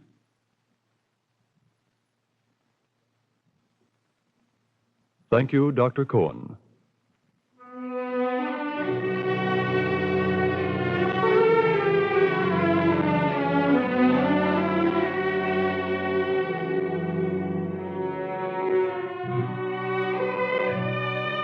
The Eternal Light is written by Morton Wishengrad. The music is composed by Henry Brandt and conducted by Milton Katums. The vocalist was Cantor Robert H. Siegel, and the speaker was Dr. Mortimer J. Cohen. Featured today were Carl Swenson as Waldemar Haffkine and Barry Kroger as narrator. The entire production was under the direction of Ira Avery.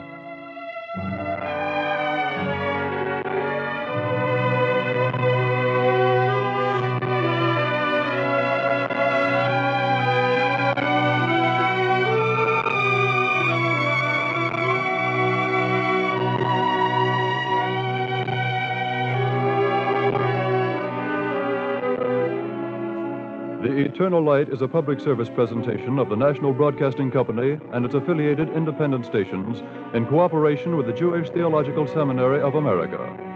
For free copies of the script, write to The Eternal Light, 3080 Broadway, New York, 27, New York.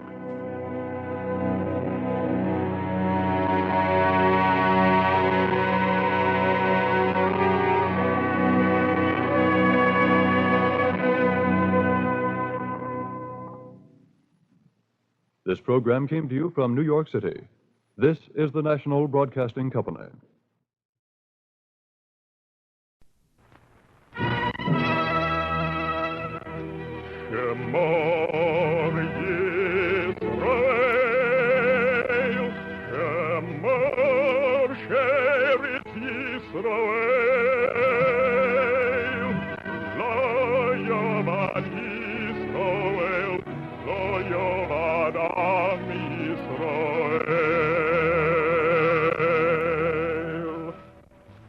A man will be buried tomorrow on Lincoln's birthday.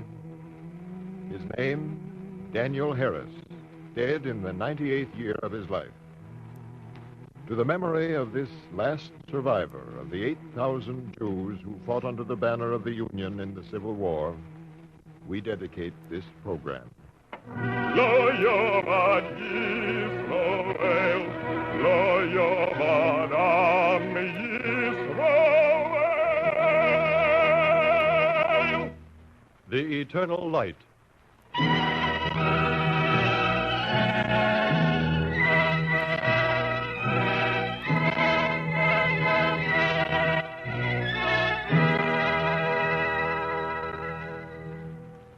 The National Broadcasting Company and its affiliated independent stations bring you Chapter 19 of The Eternal Light. This public service program is presented under the auspices of the Jewish Theological Seminary of America. Our story today, entitled Mr. Lincoln and the Rabbi, is written by Morton Wishengrad and features Roger de Cohen as Benjamin Szold. Following the dramatic portion of the program, you will hear a talk by Dr. Bernard J. Bamberger.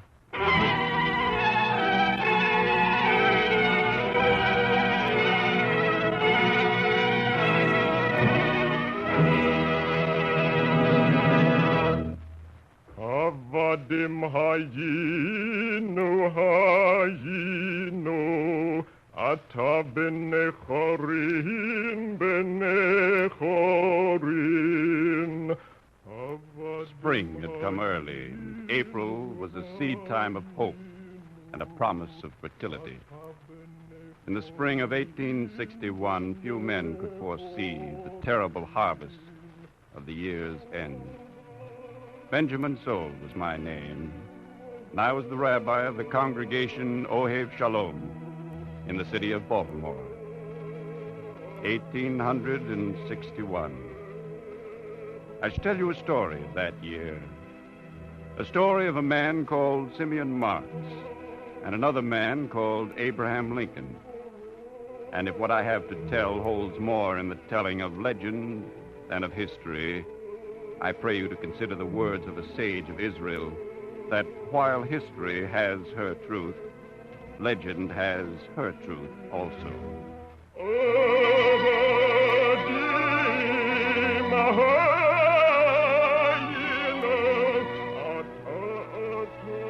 There was peace in the little study of my house on Utah Street. The Sabbath sermon was nearly finished, and I was content.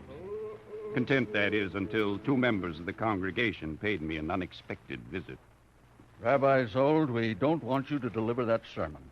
That's curious, Simeon. How do you know what's in it? We can guess. Jacob's right. Rabbi Szold, we don't like slavery any more than you do. But we're Southerners, and we won't see the South attack. Tear it up, Rabbi Szold. Stop preaching against the law of Maryland. It's no crime to own a slave in this state, and you know it. Yes, I know. What is called law we've made into an assassin. We're not asking you to defend slavery, but we are asking you not to condemn it. Your sermons have split the congregation down the middle. It's got to end, Rabbi Szold. And if it doesn't, well, you yourself will have no choice but to leave.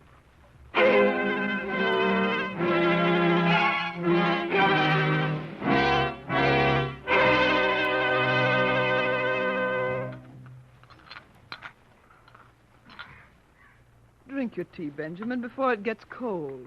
That's all right, Sophie. I just want to think. There are other congregations. There's a place waiting for you in New England. Sophie, I'm a rabbi. If I have a function, it's to mediate between men, to settle differences. I don't want my sermons to be a bleeding sore. Your tea is getting cold. Oh, now stop worrying. Besides, Mr. Ephraim's going to be here soon to talk about that pulpit in Boston. I know. What are you going to tell Mr. Ephraim? I don't know, Sophie. I just don't know.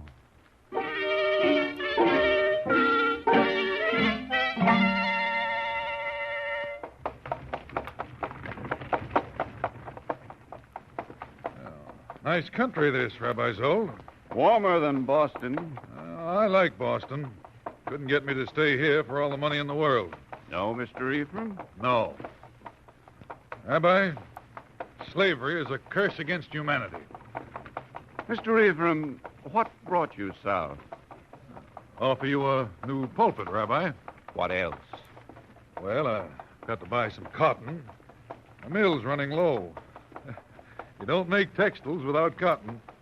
Slave cotton, Mr. Ephraim. We can't help ourselves, Rabbi Szold. That's a mighty unfriendly thing to say. Oh. Mr. Ephraim. Thanks for driving me to the station, Rabbi. Try to understand me, sir. I hate slavery, but I don't blame the South for it. I live in the South. I see men like other men, no better, no worse. The North can rail as much as it chooses, but the North bears equal responsibility with the South. Southern slave cotton makes Yankee mills turn. I suppose that little speech means you've turned us down. Yes, Mr. Ephraim. Well, suit yourself, Rabbi. Tell me, if the war comes, where will you stand? With the North or with the South? That's a hard question, Mr. Ephraim. I'll give you a hard answer. Hard for me, at any rate. I'll stand with the North. My head spins. Isn't anybody clear about anything? There was a French philosopher named Pascal, Mr. Ephraim. He said once that truth is two opposites. That's about the only thing that is clear. I'm going to stick to my congregation, Mr. Ephraim. That's all I can do. Shalom Aleichem, Malachei HaShores, Malachei Elyon. The sermon Simeon asked me not to deliver was in my hand. The service was over. The congregation was tense, for I had announced a sermon and a discussion to follow. Sophie sat in the first pew watching my face. Simeon watched also. And there was a plea in his eyes, a plea which I had to disregard.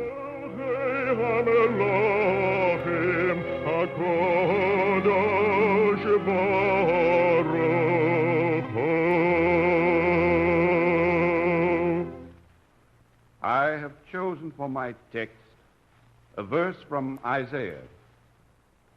I, the Lord, have called thee in righteousness, to open the blind eyes, to bring out the prisoners from the dungeon, and them that sit in darkness out of the prison house.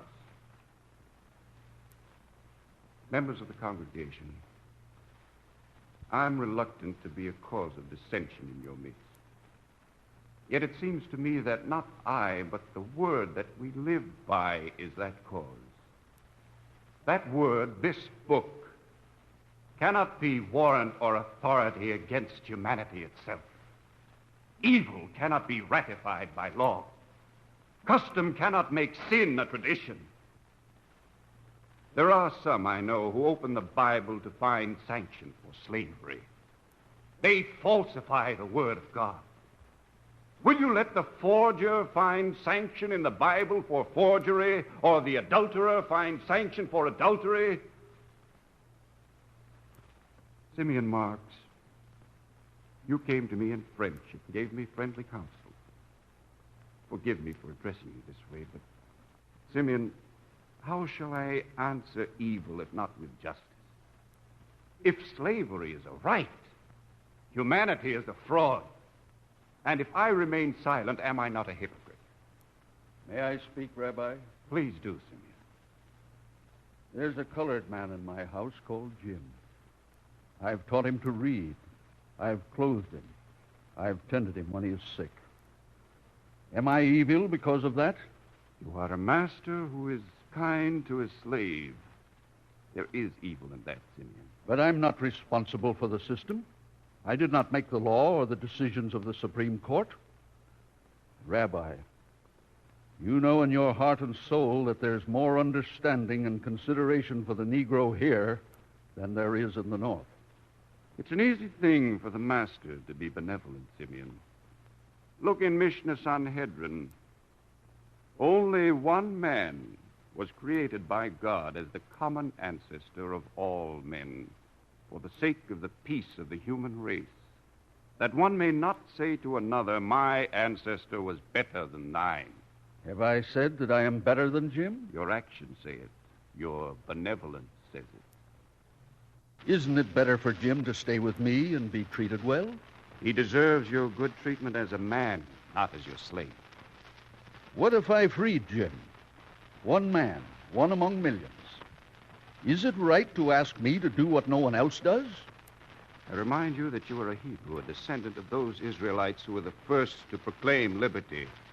I remind you, Simeon, and I remind this congregation what Israel has always represented. I recall to you that it was the ancient sect of the Essenes which first declared slavery to be a crime. I'm not wrong when I remind you of these things. What is it you want from me, a platitude? Cantor, I think it's time for Yigdal. Yigdal Elohim Chai V'yishtabach Nimtzo b'yeinai Sel Metziuso. He sang the words of the concluding Sabbath hymn. Words of love and kindness and mercy for men created in the image of God.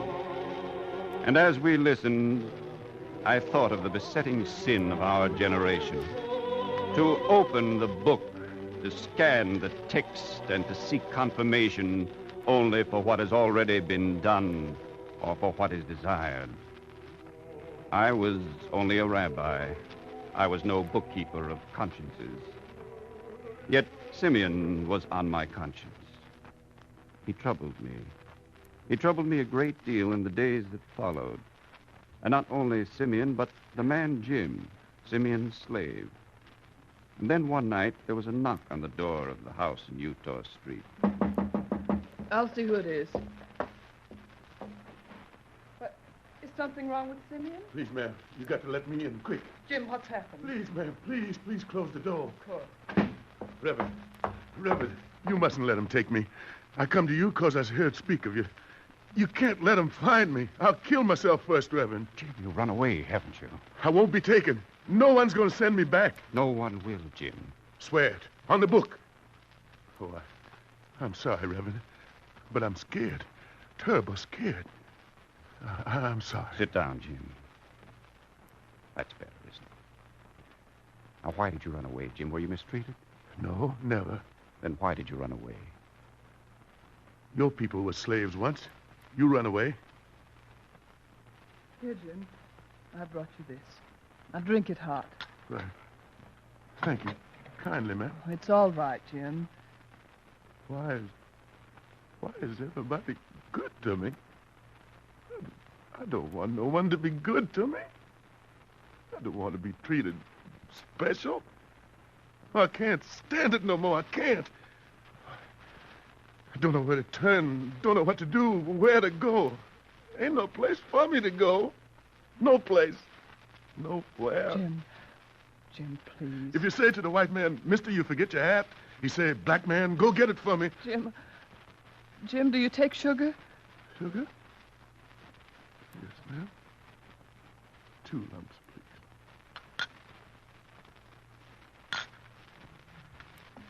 I think it's time to... Excuse me, it's time to feed the baby. You can stay here, Jim. You won't give me up, Reverend? I don't want to keep saying it, but don't give me up. Trust me, Jim. Well, how can I? You got to give me up. That's the law. Oh, it's no use. No use at all, I guess. Jim, please trust me. We'll find you a blanket. Try not to worry. Remember, whatever I do, whoever comes to this house, remember you'll be safe here.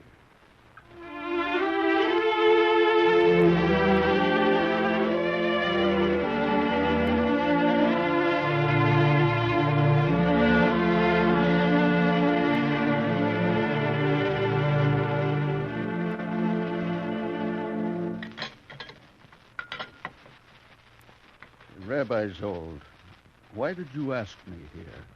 I'm afraid you haven't eaten very much, Simeon. He's hardly touched a thing, not even the potato pudding. Well, I'm upset. Forgive me for spoiling your dinner. Oh, it's all right, Simeon. I'll clear away the things. Stay a while, Sophie. There's always time for a Sabbath song of grace. isn't there, Simeon? I suppose so. Good. Sur Michelot. And a little less vibrato this time, Sophie. Sur Michelot chalenu barachu emunai savanu vehosarnu hidvara. Excuse me. Jim. I brought some more tea. Oh, Jim, thank God you're safe. I'm safe, Master. I'm so glad to see you, Jim. I've missed you terribly. I've missed you, Master. Why did you run away from me, Jim? Didn't run away from you. No, Jim? No, sir. I run away from being a slave. Will you come back, Jim? I stopped being a slave. Come back, Jim. Come back as a free man. You're free, Jim. Free? You mean that, Mr. Simeon? I've never lied to you, Jim. No, sir. You never lied to nobody. Oh, I'll be mighty glad to work for you, sir. Mighty proud. Sur Michelot chalenu barachu emunai savanu vehosarnu. They stood there in our house while Sophie and I looked on. And it was as though 100 Sabbath candles were shining. Yet even in our radiance, I remembered the words of the French philosopher, truth is two opposites. For guns had fired on Fort Sumter, and the congregation Ohev Shalom, like the American states, was sundered by the war. Some of the congregation went north to put on the blue uniform. Some went south and wore Confederate gray. And Simeon Marks came to me in the synagogue to say goodbye. I am leaving tonight, Rabbi Szold. You're past the age of fighting. Why do this, Simeon? I'm a Southerner, Rabbi. But you can't fight. You've just freed Jim. It's irrational. I'm not fighting for slavery. I'm fighting for the right of the South to work out its own solution. It's inconsistent with everything you've done. Maybe. The world would be pretty dull if people were always consistent. You're unfit for fighting. I know you're not well anymore. Simeon, please reconsider. I can still do things for the South. There's one way I can serve. What way, Simeon? Goodbye, Rabbi. Simeon, what way? Tell me. Goodbye, Rabbi. You won't tell me? I can't. But it's a way to help the South. That's all I can say. God bless you, Rabbi. Look after Jim for me.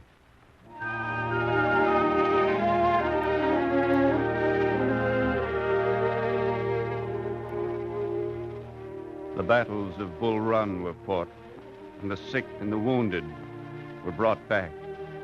We tended them, men in soil blue, men in bloody gray.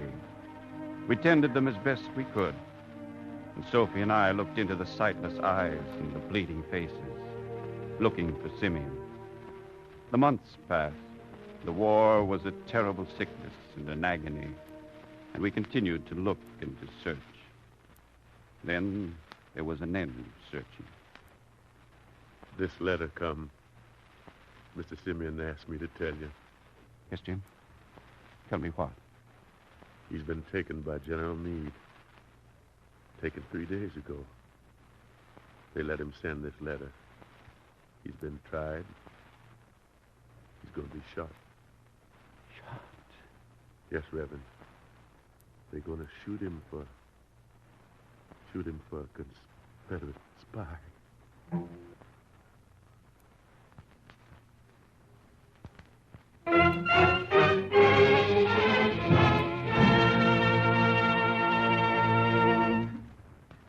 Mr. Lincoln can see no one, Rabbi. The cabinet is meeting. A man's life hangs in the balance, Mr. Hay. I must see the president. I'm sorry, Rabbi. My orders are strict. Then, please, give Mr. Lincoln a message for me. All right, I guess I can do that. You'll find paper and pen on the desk. No, give him this Bible. Let me mark this passage. Yes.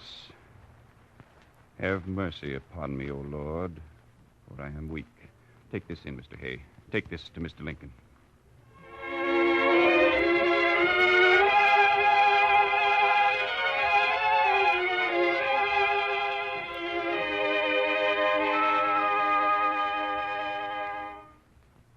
Strange you should send me a Bible, sir. Not strange, Mr. Lincoln. I counted on it. I believe you were brought up on it, sir. So was I. Mr. Lincoln, if thy friend asks thine assistance, and thine enemy asks thine assistance, it is thy duty to aid thine enemy, because this is an act of self-conquest. The Bible, Rabbi? No, Mr. Lincoln, the Talmud. But perhaps you remember from the book of Proverbs. If thine enemy be hungry, give him bread to eat. And if he be thirsty, give him water to drink. I remember, Rabbi. I try not to forget. Then pardon Simeon Marx. No, Rabbi. I cannot. I cannot help him.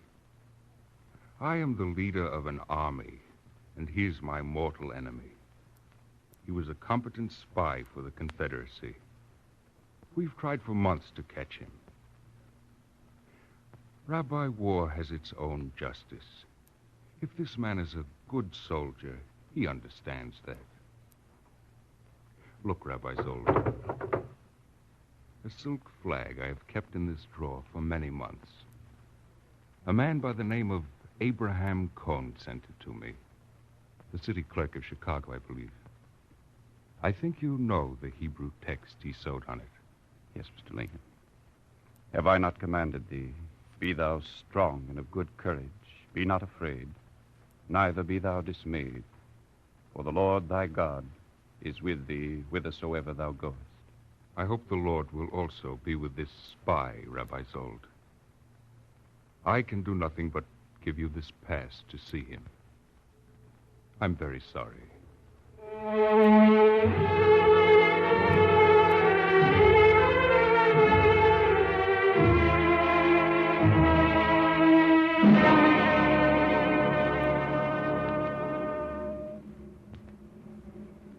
Don't grieve, Rabbi Szold.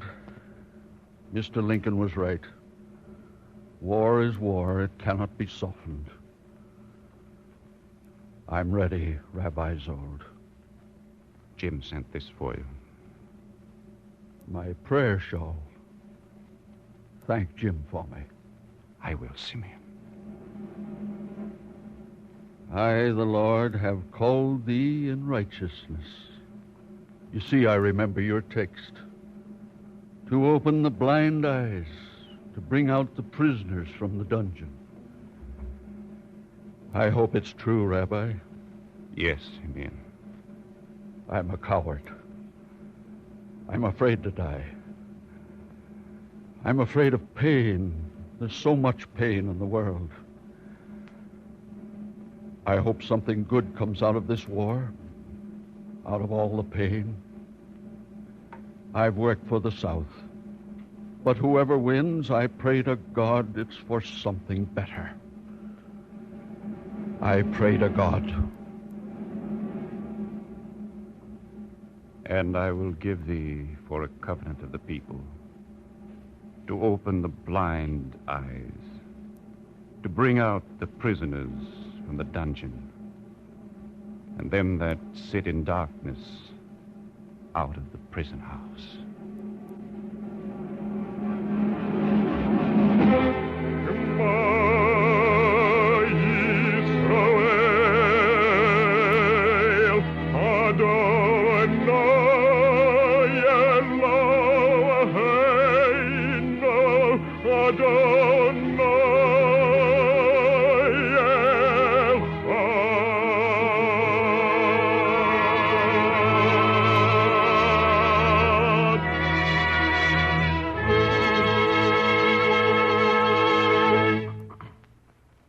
Copies of the script you have just heard, as well as the talk which follows immediately, may be obtained free of cost by writing to the Eternal Light, 3080 Broadway, New York 27, New York. And now we present a brief talk by Dr. Bernard J. Bamberger, Rabbi of the West End Synagogue, New York City. Dr. Bamberger. The slavery question was settled after untold suffering and bloodshed. But though we have settled the question of slavery, we have not settled the question of freedom, as the present war tragically testifies. We no longer buy and sell human beings, but mankind has not yet achieved the full measure of liberty. Even in this land of liberty, much remains to be accomplished, and the problem of race especially still baffles and bedevils us. It is surprising how similar are our present difficulties to those which troubled Benjamin Szold and Simeon Marx. The differences and antagonisms between North and South have not yet disappeared. The Negro is still the victim of discrimination both in North and in South. Now as then, the discriminatory measures against the Negro are more official and unconcealed in the South, while in the North they are no less real and galling. Now as then the Negro desires, and today he more clearly and vocally demands, not kindness, not special favors, but the same basic human rights as everyone else. Today, as 80 years ago, injustice to a single racial minority is a threat to the stability and the safety of the entire nation. Wherever the rights and liberties of any group are threatened, no man's rights and no man's liberties are safe. The problem of the Negro is not the only problem of race relations that disturbs the internal tranquility of our country, though it is the biggest one, affecting 10% of our citizens, and perhaps the most aggravated. The teachings of religion and the security of the nation alike demand that we face and solve this question of minorities. The color of a man's skin and the texture of his hair, the country he or his grandfather came from, and the church he chooses to attend must not have a bearing on his right to life, liberty, and the pursuit of happiness. As a human being and as an American, he cannot be denied decent facilities for living, the education for which he is qualified, and the job for which he is fitted. It is gratifying to record that the voice of religion is being heard more and more plainly on this subject. Recently, one of the great agencies of the Christian Church has issued a magnificent manifesto on race relations. A people which has sent its fighting men thousands of miles to vindicate liberty and justice must have the ability and the will to establish a fuller measure of justice and freedom within its own borders. We must be prepared to act and to live in accordance with the sacred words spoken in the very first chapter of our Bible. God created man, man without qualification.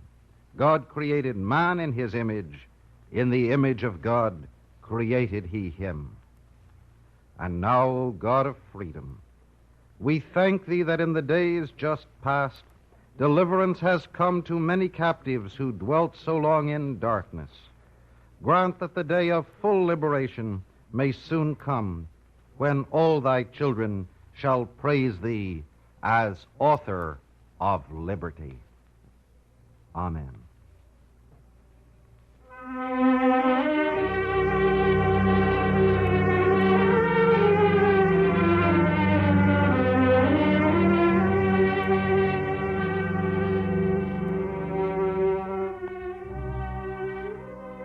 The script was written by Morton Wishengrad and featured Roger de Koven as Rabbi Benjamin Szold and Rod Hendrickson as Simeon.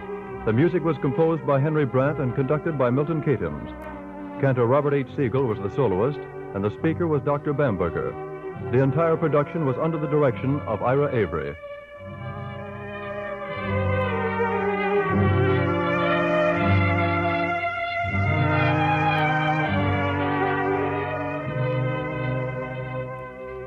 The Eternal Light is a public service presentation of the National Broadcasting Company and its affiliated independent stations.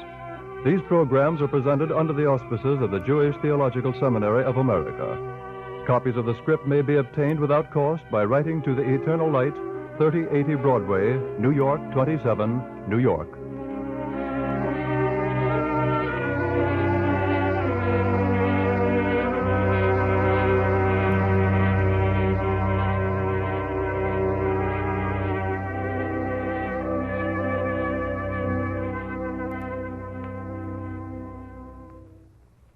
This is the National Broadcasting Company.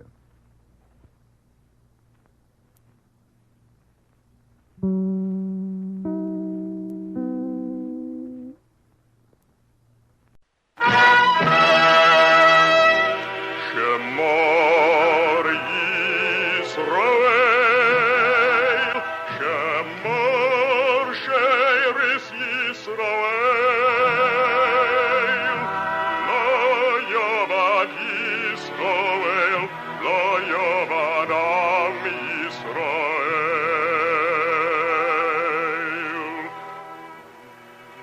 the Lord spake unto Moses, saying, Command the children of Israel that they bring unto thee pure oil olive, beaten for the light, to cause the lamps to burn continually in the tabernacle of the congregation.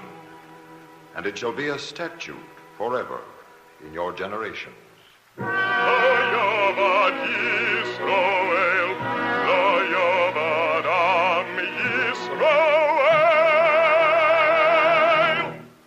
The Eternal Light.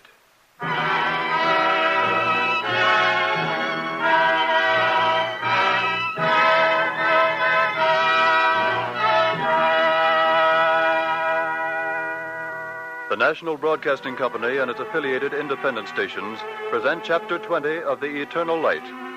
This public service program is prepared under the auspices of the Jewish Theological Seminary of America.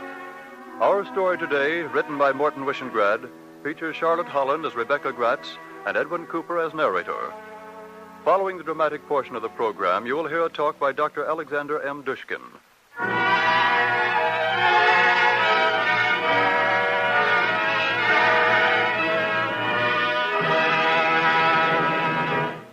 I, Rebecca Gratz, of the city of Philadelphia, being in sound health of body and mind, and advanced in years, declare this to be my last will and testament.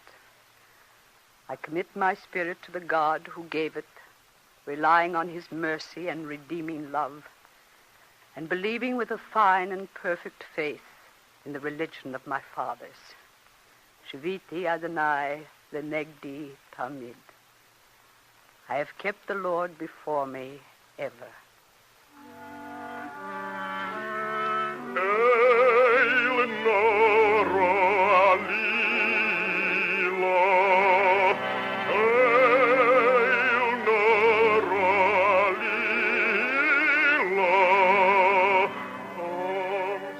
And Rebecca Gratz died in a good old age and full of years, and was gathered to her people. My name is Washington Irving. I knew Rebecca.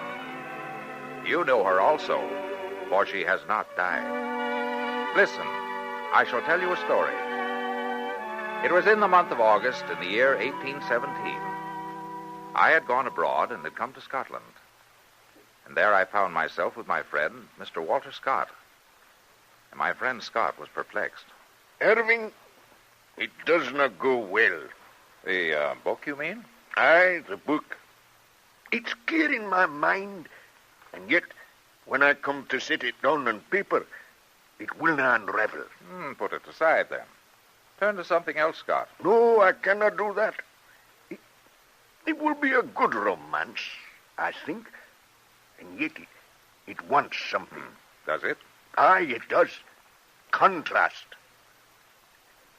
Irving, what could be a greater contrast to a story of the Crusades than the introduction of a character of the Hebrew faith?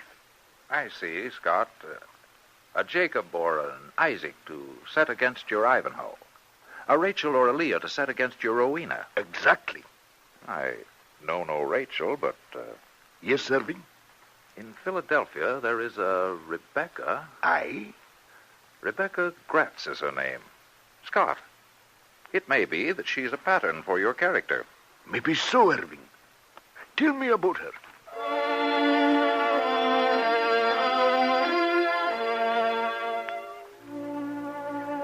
We sat together in the castle of Abbotsford, Walter Scott and I told him what I knew of the story of Rebecca Gratz. It was a fitful story, pieced together from fragments I knew, but he listened intently. And when I had finished, he lit his pipe again and was silent. I left Scotland. In the following months, I learned with pleasure that Scott was to receive a baronetcy from His Majesty, and I'd almost entirely forgotten the incident at Abbotsford, when 2 years later, a package came for me. I took the liberty of unwrapping it, sir. Oh, thank you, Henry. Begging your pardon, Mr. Irving, but that's a queer name for a book, Ivanhoe. Is it, Henry? That it is, sir. Oh, I near forgot. This note came with it. Oh, yes. Oh, bad news, sir? Oh, no, Henry, not at all. A note from Sir Walter. My dear Irving, how do you like your Rebecca? Does the Rebecca I have pictured here compare well with the pattern you gave me? What do you make of that, Henry? Sounds like a message in code, Mr. Irving. No, this is clear enough. Thank you, Henry. I'll ring if I need you. Very good, sir.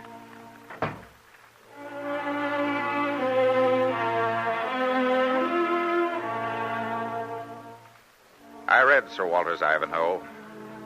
Yes. And I placed the pattern of a Rebecca of York over the pattern of a Rebecca Gratz of Philadelphia. A curious exercise. It made me think and remember. Remember the time a great happiness and a greater sorrow entered her life.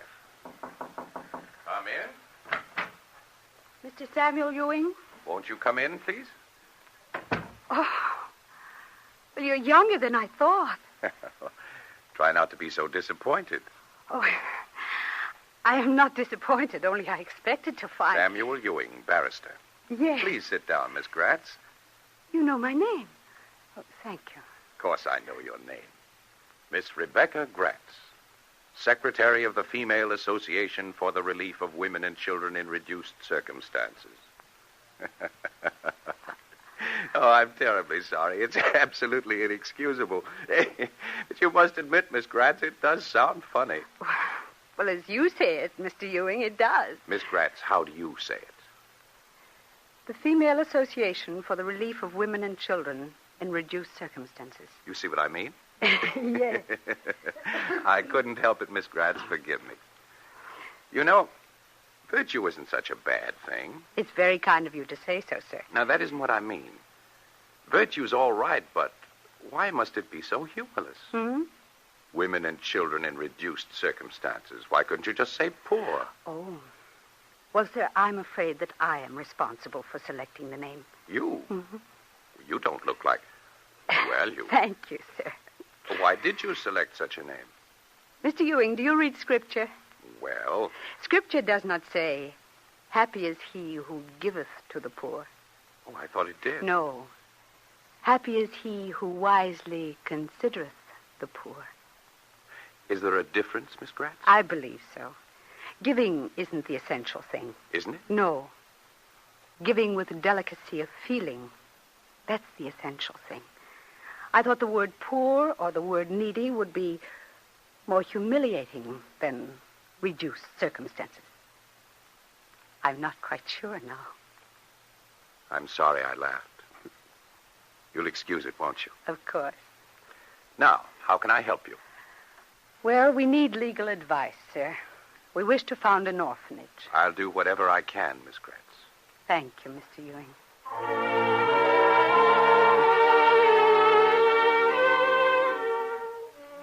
Rebecca Gratz and Samuel Ewing. In this meeting for them, a beginning of happiness and sorrow. They met frequently thereafter. They did not seek the meetings out, and yet somehow they were drawn together. Once Rebecca Gratz visited the church where Samuel Ewing's father was pastor. And once on a summer day, he found her standing idly outside the congregation mikveh Israel. I've missed you, Rebecca. Have you, Samuel? I hope you're not taking your legal matters to anyone else. You seem very anxious to hold a client who pays you nothing. I am, Rebecca.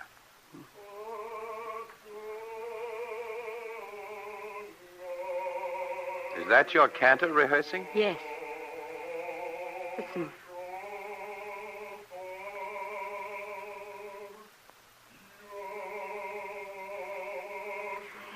It's an ancient Sephardic hymn. Sephardic? Yes. This is a Sephardic congregation founded by people driven from Spain in 1492. My grandfather was driven from England. I suppose America meant a good deal to Grandfather and to your father. More than you know, Samuel. Let me show you how much. Look closely at this wall. What do you see? Just a wall? Well, look again. Look sharply. You see here on the top, that crack here? Oh, yes. Yes, I do see something. What is it? Once it was a door. A secret passage ran from the altar through this wall. Door? Mm-hmm. You see, they didn't know what to expect in America. They knew only what they had found in Spain. Oh, yes. So they built a secret passage against a time of persecution. And then, when they had lived here only a few years, they walled the door in, just as you see. Poor devils. Oh, no, you mustn't pity them, Samuel. They were very proud and stiff-necked. Sometimes I think they preferred persecution to pity. I'm glad they found their rights and their liberties here. They didn't want that either. Eh? Neither rights nor liberties. No. No. Only right and liberty. I see what you mean. Rebecca, you should have been a lawyer. No, Samuel. No, you are perverse. Why do you say no? Well, Yes? if I had been a lawyer, perhaps I would never have met you.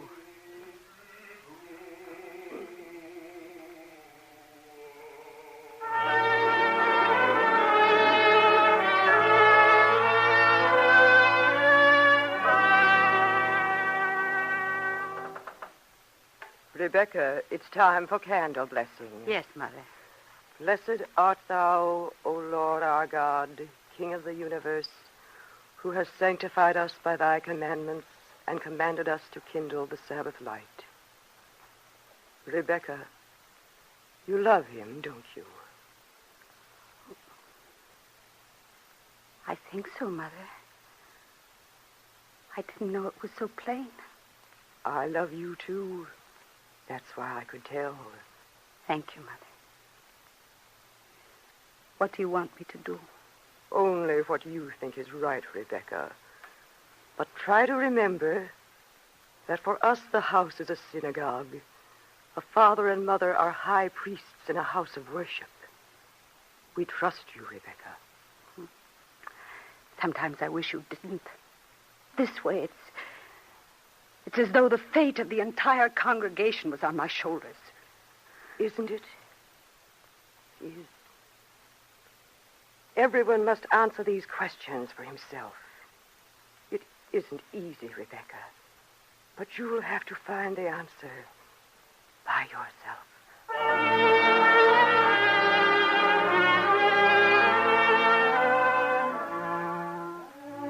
And even while Rebecca was pondering the answer to the question, Miriam Gratz, her mother, died on a Friday without the notice of an hour's illness. She was an excellent woman and perhaps as much prepared to meet death unwarned as any human being could be. Yet for the living, it was a grievous loss. My father asked me to give you all his sympathy. It's good to feel surrounded by friends. Everything is to be endured save loneliness. Your dress, Rebecca, it's torn. Not torn, Samuel. Cut. A cut to the width of 4 inches in the garments of the mourners. Oh, I'm sorry. I didn't know. Don't be sorry. Do you know what the rabbi said to me as he was about to cut the garment? He said, "Stand up, Rebecca. Stand up to meet your affliction." Rebecca, I can't bear it any longer. No, you mustn't speak, please. But all I'm trying to tell you... Don't you think I know, Samuel? I think a woman always knows when a man loves her. Even my mother knew. Did she, Rebecca? What did she say? She said I had to decide for myself. Have you? Yes, Samuel. I've decided. I've decided that I love you with all my heart.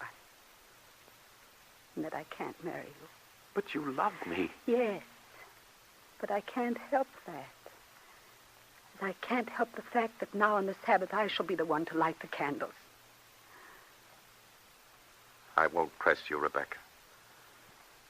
I won't press you, but I can't accept your answer. Shouldn't have spoken now. But, Rebecca, I'm going to speak again.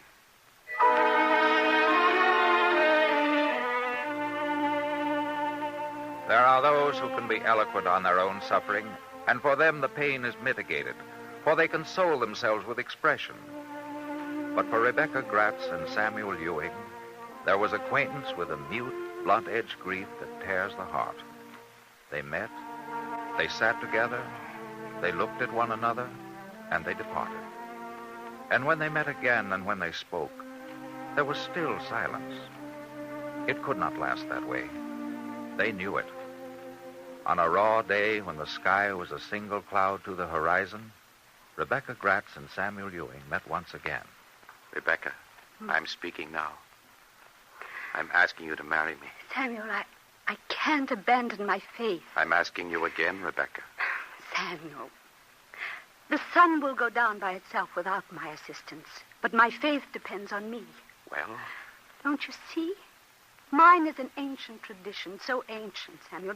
Don't you think it's worth preserving? It separates us. Not as human beings. I hate things that separate people. Do you hate your own religion? It separates you from me. I don't want to argue, Rebecca. We're alike. Oh, Sam. Where in the world are two things alike? Are there two blades of grass? Are there two grains of sand exactly alike? And yet, is the world worse off for these differences? Rebecca, stop being a philosopher. I want to marry you. I can't. I knew it would be like this. I hoped for weeks and months. But I knew. It's like the thing you told me when your mother died and they cut your garment for the time of mourning. You remember that? Yes, Rebecca, I remembered. Rise and stand to meet affliction. Go forth to meet it. Samuel. I thought of everything, spoke to my father, racked my head for a solution. If you won't enter my faith, I could... Enter mine. Samuel, you're as steeped in your father's tradition as I am in mine. You'd never be happy, no. A Jew may not proselytize. To seek converts is forbidden. I remember a phrase I heard from the rabbi. The righteous of all nations shall have part in the rewards of the future world. You should marry a rabbi, Rebecca. Oh, no, don't be bitter. I can stand anything but not your bitterness. I've made you cry. I'm sorry. When your eyes are wet this way, it's like the shining of your Sabbath candles. All right, Rebecca. All right.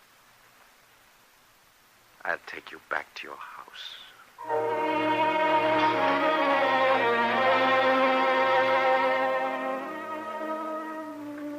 And Samuel Ewing returned Rebecca Gratz to the house she had never left. There is no wound so deep in the living flesh that it cannot heal. The years passed, and Samuel Ewing remained her friend. Then, in the year 1810, he came to see her. Congratulations, Samuel. You know? Yes, Elizabeth told me. I'm glad you're marrying my friend. I've told her about you. You shouldn't have done that. It was no more than right. I'm very fond of Elizabeth. I hope I'll be a good husband. You will be. You'll come to the wedding. I've always wanted Rebecca Gratz to be at my wedding. Yes, I'll come, Samuel. Of course I'll come.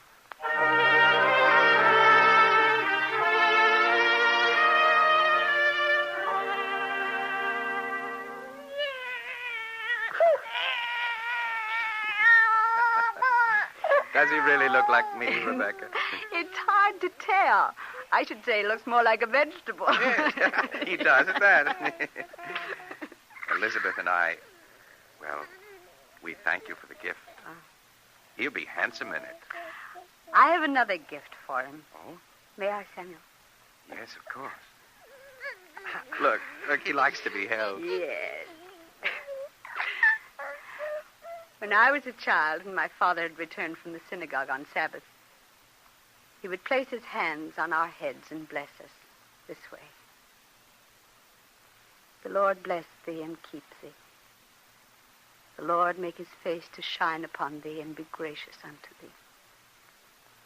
The Lord lift up his countenance upon thee and give thee peace. Thank you, Rebecca. Rebecca, why don't you marry?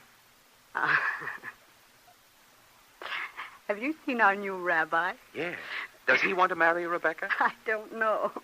You'll forgive my saying so, but Rabbi Leeser isn't a very handsome man. You know, I'm a very tactless woman. Once I wondered aloud how so much wisdom could be entrusted to such an ugly body. Oh, that was tactless. Yes. What did your rabbi say? He smiled. Then he asked, Rebecca, he said, what kind of vessel does your father keep his wine in? A common earthen vessel, I answered. He smiled again. Why doesn't he keep the wine in a container of precious metal? Why, it would get sour. That's what I told him. I suppose he has an answer. An answer from the Talmud. Wisdom is safest with ugliness, for beauty is a provocation to vanity, and vanity is the enemy of wisdom. Well, will you marry him? No, Samuel. I'm an old spinster, set in my ways, fond of my own privacy. I'll just stay as I am and hope for the best. That isn't good enough, Rebecca. Thank you. But there's the orphanage and the nursery, and I'm thinking of organizing a Sunday school. It isn't much, Samuel, but it will keep me.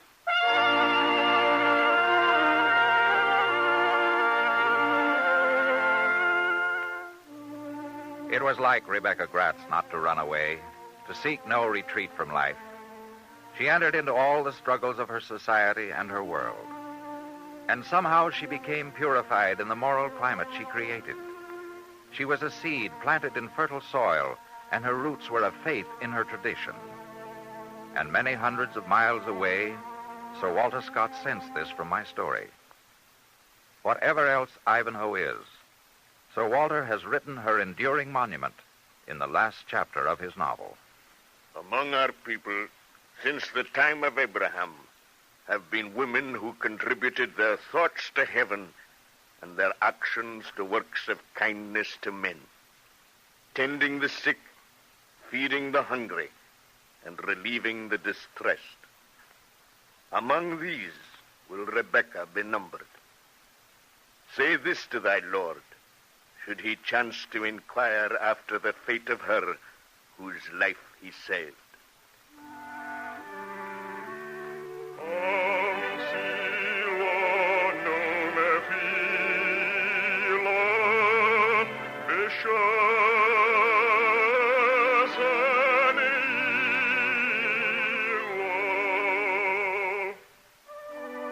Rebecca of York and Rebecca of Philadelphia.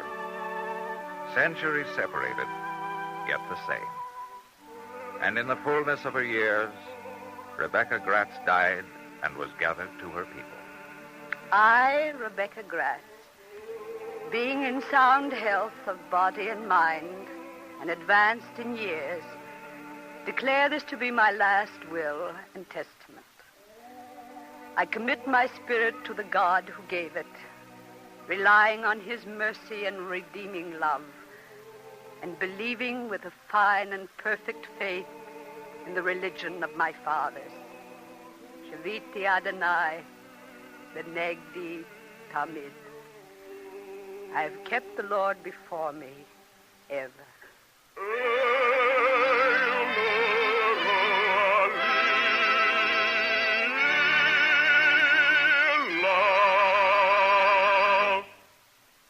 Copies of the script you have just heard, including the talk which follows immediately, may be obtained free of cost by writing to The Eternal Light, 3080 Broadway, New York, 27, New York. And now we present Dr. Alexander M. Dushkin, Executive Director of the Jewish Education Committee of New York. Dr. Dushkin. As we Jews of America become increasingly conscious of ourselves as a community with historic roots in this land, we begin to focus our attention upon the heroic figures who have made American Jewish history. In our Hall of Fame, no small place will be assigned to the noble role played by Jewish women, such as Rebecca Gratz, Emma Lazarus, Rebecca Cohen, and the greatest of them, Henrietta Szold. Rebecca Gratz lived in the formative period of American history, from 1781 to 1869. Hers was a family of builders who shared in the making of America. Her voluminous, gracefully written letters cannot comment intimately on American history in the making. Her personal influence and charm are best indicated by the place accorded her in English literature, for it was in a broad love of humanity, her deep understanding tolerance, her proud and courageous Jewish piety, that Walter Scott found the traits for immortalizing his Rebecca of Ivanhoe. But Rebecca Gratz will be remembered most for what she herself achieved as a pioneer in American Jewish education. As organizer of the Hebrew Sunday School Society in 1838, and as a superintendent for over 25 years, she was probably the first American-born Jew to devote herself professionally to the work of teaching Jewish children. Hitherto, all the teachers of American Jewry had come from Europe, and in their teachings they followed the classic Hebraic tradition as expressed in the Orthodox ritual either of the Spanish-Portuguese Jews or of the German Jews. Rebecca Gratz came under the influence of the American Protestant Sunday School Union, in those days a benevolent organization for the education of the poor. She changed the conduct of Jewish education by teaching the Bible in English rather than in Hebrew, and by teaching on Sundays, the only day that poor children were then free from work and could, as she put it, learn religion and good manners. But while originally a benevolent school for the poor, the Sunday school soon became the normal religious school for American children, especially when the rapid growth of the public school system made supplementary religious education necessary. Today, in our generation, the Sunday school is considered as an inadequate educational instrument. It offers no real solution to the problem of providing religious cultural training to American children. Both Christian and Jewish educators are dissatisfied with it and are struggling to supplement it, or else to find more satisfactory types of religious schooling, which shall teach the historic religions adequately and yet not undo what the common public school system and the separation of state and church have achieved in the shaping of the national character of America. But while the solution which Rebecca Gratz and her generation offered no longer satisfies us, we are nevertheless guided by the same basic quest, which is to give our children a complete and integrated education as Americans and as Jews. Thank you, Dr. Dushkin.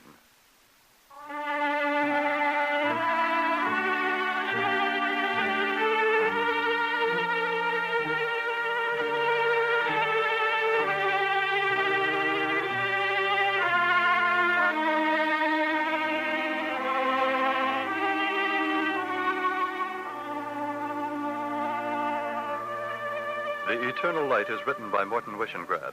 The original music is composed by Henry Brandt and conducted by Milton Katims. The soloist is Cantor Robert H. Siegel of the Beacon Street Temple, Brookline, Massachusetts. Featured today were Charlotte Holland as Rebecca Gratz and Edwin Cooper as the narrator. The entire production was under the direction of Ira Avery.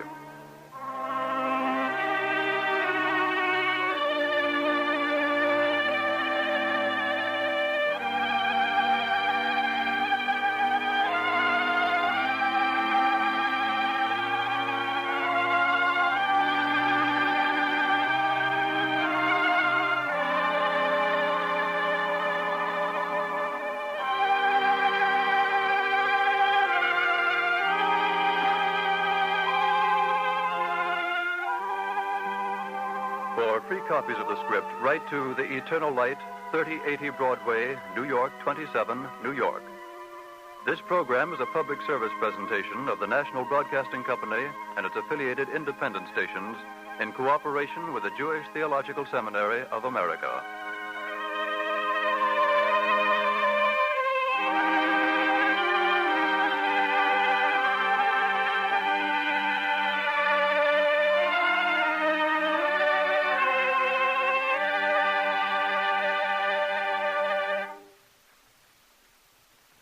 This program came to you from our Radio City studios in New York. This is the National Broadcasting Company. Presenting a story of a modern Esther, starring Miss Margaret Webster.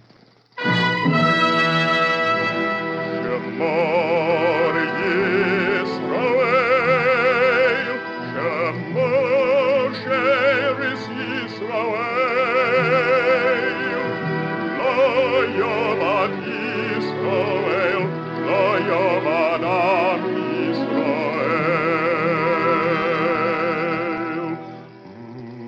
And the Lord spake unto Moses, saying, Command the children of Israel that they bring unto thee pure oil olive, beaten for the light, to cause the lamps to burn continually in the tabernacle of the congregation.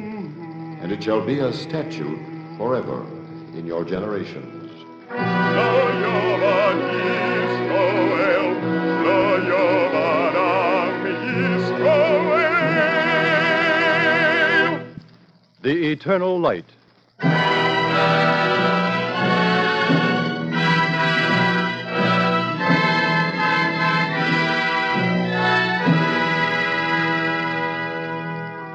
The National Broadcasting Company and its affiliated independent stations bring you another chapter of The Eternal Light.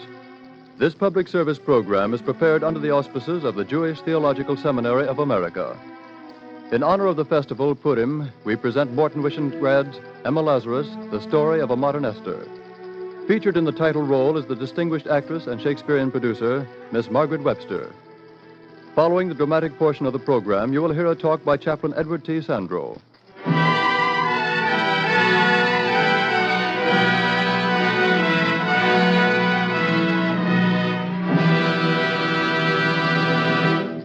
Chag Purim, Chag Godol Hu Layehudim, Masechos Rashanim, Zmiros V'Rikudim. This is the 13th day of the month of Adar in the year 5705 of the calendar of Israel. Therefore do not marvel that he sings a Purim song. For the day of the feast of Esther is at hand, the day of an ancient festival. Chag Purim, Ze'el Ze Sholchim Monos. There are those who say Queen Esther never lived. So some scholars say. They say Mordecai never lived and Haman never was. Yet for half the calendar of Israel, Jews have filled their three-cornered cakes with poppy seed and made merry on this day. For Esther was triumphant and Haman defeated. Tell them, if you will, that Haman is only an allegory and Esther a poem. How can you tell them? To them, Haman will be real and present when Hitler is only rust and the moth and the silence. But if you insist and say Esther is only a poem, then listen to the story of a modern Esther. Her name was Emma Lazarus. She was a poem also. The grass of nearly 60 Aprils has waved green on her grave, but her words are as a wind that blows and does not vanish. Avanarisha, rush, rush, rush. Avanarisha, rush, rush, rush. Avanarisha, rush, rush, rush. Varashanim. The dark mist hides the face of the dim land. No trace of rock or river's place in the thick air is drawn.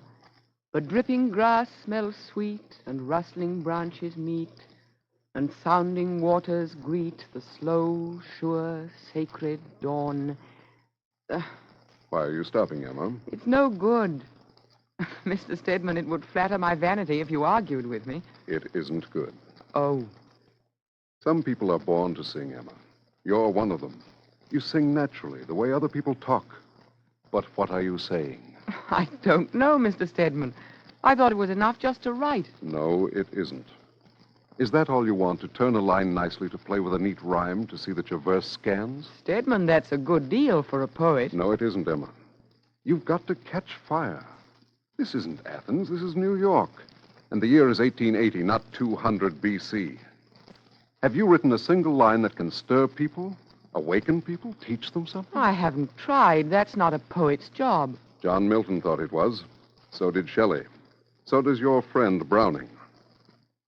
Emma, you've forgotten something. Have I? Yes.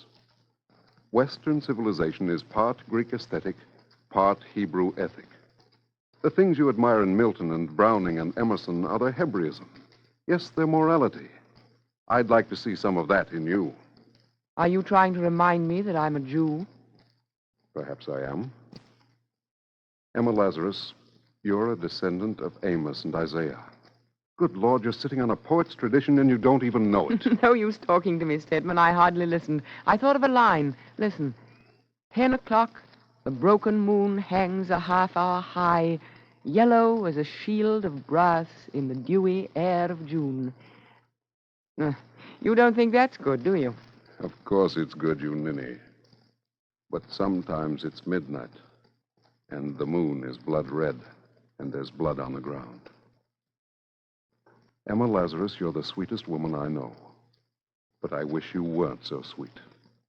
I almost wish that something would come along, some terrible event, something to teach you to be a little less pensive, a little less refined, and a little more angry and passionate. Maybe it will break your heart, but it will make you a poet.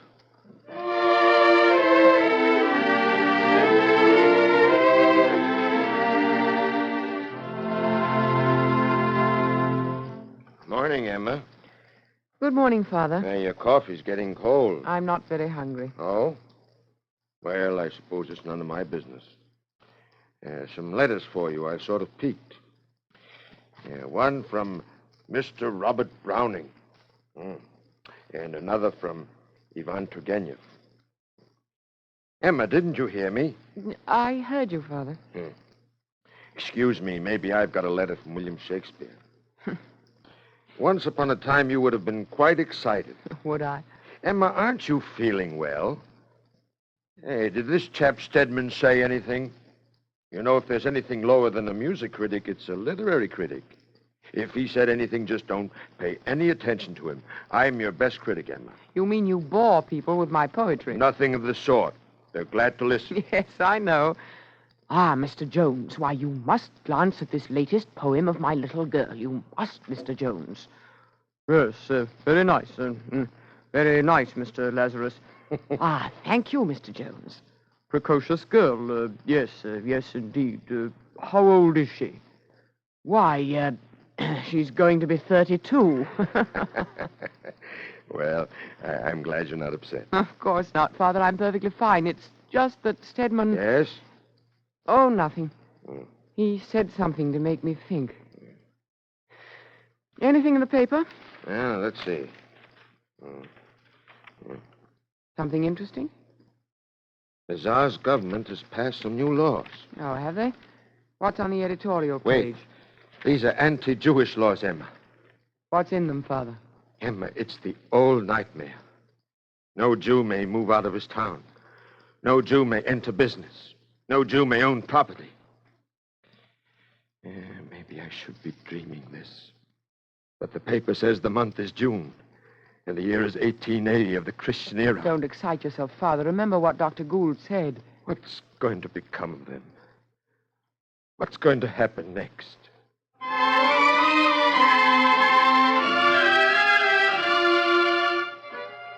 Pilgrims begin in Russia. Get your paper. Pilgrims begin in Berdichev. Paper, lady.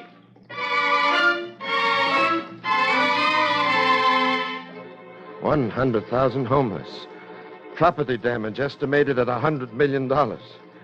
Emma, these aren't statistics. This is happening to people like you and me.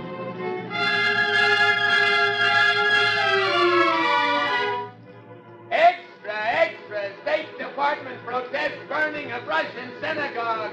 Extra.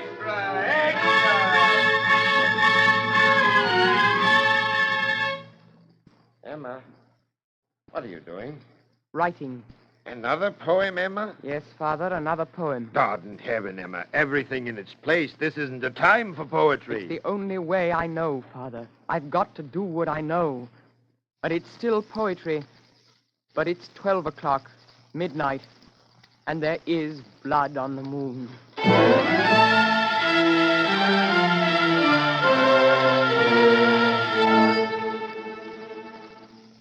Stedman, all they wanted was to love the laws that Moses brought. All they asked was to sing the songs of David, to think the thoughts that Gabriel taught Spinoza. They didn't ask for much. To dig the common earth, to drink the universal air. Stedman, was it asking too much of the Tsar? No, Emma. Stedman, people have done these things to other people. Our kind, our kin. I'm ashamed for myself, ashamed to see such wrong. Read your poem, Emma. How can I read a poem? Read what you've written, please. What's the good? Who reads when the fire burns? They read by the light of their burning synagogues. Emma, what a light to read by. Yes, Stedman. What a light to read by. Thou shalt say to the bigot, my brother, and to the creature of darkness, my friend, and thy heart shall spend itself in fountains of love upon the ignorant, the coarse, and the abject. Then in the obscurity thou shalt hear a rush of wings, thine eyes shall be bitten with pungent smoke, and close against thy quivering lips shall be pressed the live coal wherewith the seraphim branded the prophets. Oh, you wanted your prophets, Stedman. Now I know what you meant. Oh, God of Israel, I know.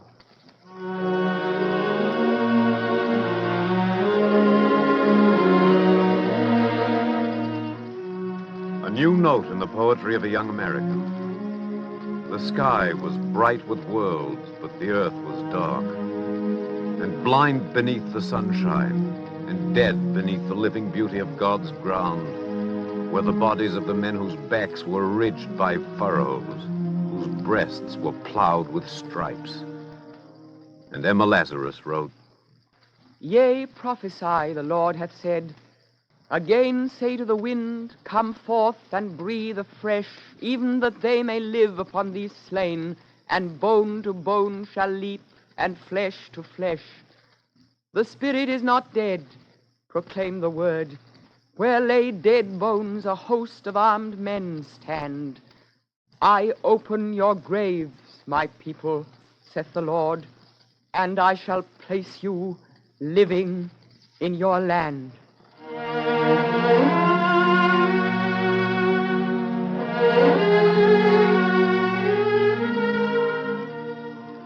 Between the years 1880 and 1881, from out of the burning, pillaged hamlets and cities of Europe, there came a vast oceanic movement, the flux and reflux of immeasurable tides.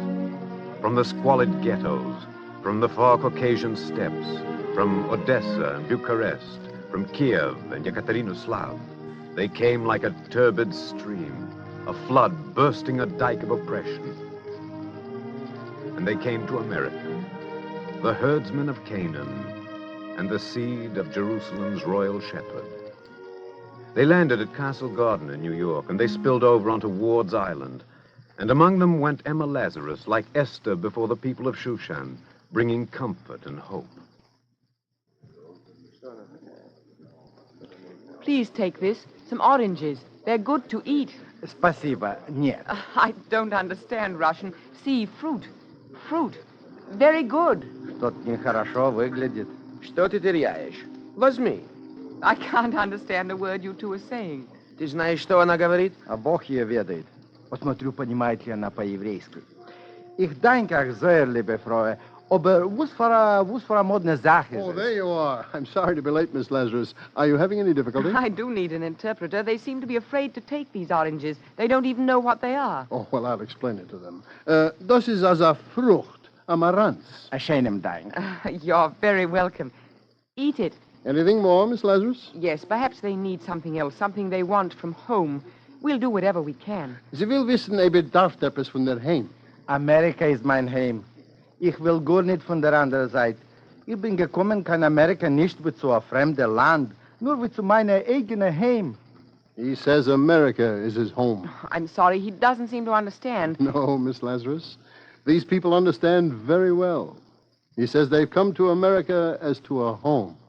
They didn't have a home on the other side. I think I know what he means. That's good, then. You see, it wasn't oppression they minded so much. No? No. It was the oppression of men and women by men and women. That's what hurt. Because we're all men and women.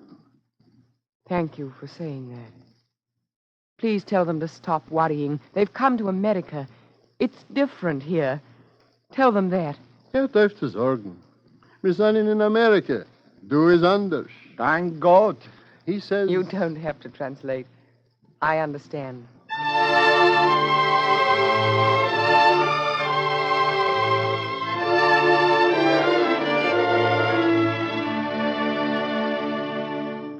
Where do you keep yourself, Emma?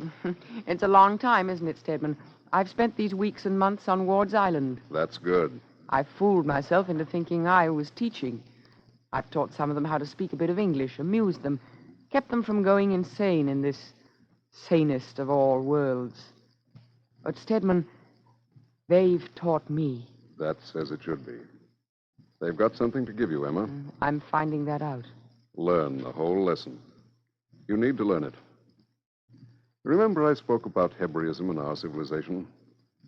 I don't know Hebrew, but I do know one word. What word? Mishpat. One word, Emma. One word of your faith. Mishpat. It means a good deal. It means that the covenant with God emerges out of social justice. You ought to remember that because you're a Jew. I ought to remember it because I'm a Christian. Now, let's hear that new poem of yours. How do you know there is a poem? Emma, a poet's a poet. Fish whatever it is out of your bag. You might not want to hear it. I saw them celebrating the Jewish New Year at Castle Garden. It made me think. You're wasting time. Read it, Emma. Thanks, Stedman. I want to. High above flood and fire ye held the scroll. Out of the depths ye published still the word. No bodily pang had power to swerve your soul. Ye, in a cynic age of crumbling faiths, lived to bear witness to the living Lord, or died 1,000 deaths. Kindle now the silver candle's 7 rays, offer the first fruits of the clustered bowers, the garnered spoil of bees. With prayer and praise rejoice, but once more tried, once more we prove how strength of supreme suffering is ours, for truth and law and love. Emma, that's better. You've got something to believe in now. For a poet, that's always good.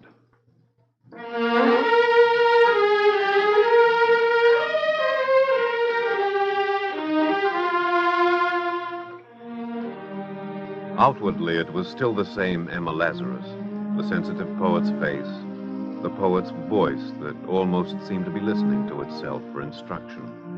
But inwardly, there was ferment, a nameless aspiration and a dream. She groped for some argument of hope, a faith which whispers prayer. Slowly, almost painfully, she made her way in her epistles to the Hebrews. He who would faithfully serve the larger interests of humanity must learn in due order to become the valiant protector of his own hearth, his own kin, his own people, his own kind. She believed what she wrote. She turned now to the study of Hebrew. She read the Bible in its original tongue. And in her reading, on every page, she found the word that her friend Stedman had spoken, the Hebrew word mishpat. Yes, the most revolutionary modern theory of social justice and humanitarianism has its root in the Mosaic Code. Here in the Scriptures is the advance guard of political and religious freedom and of ethical philosophy. Things for a poet to know and to believe in.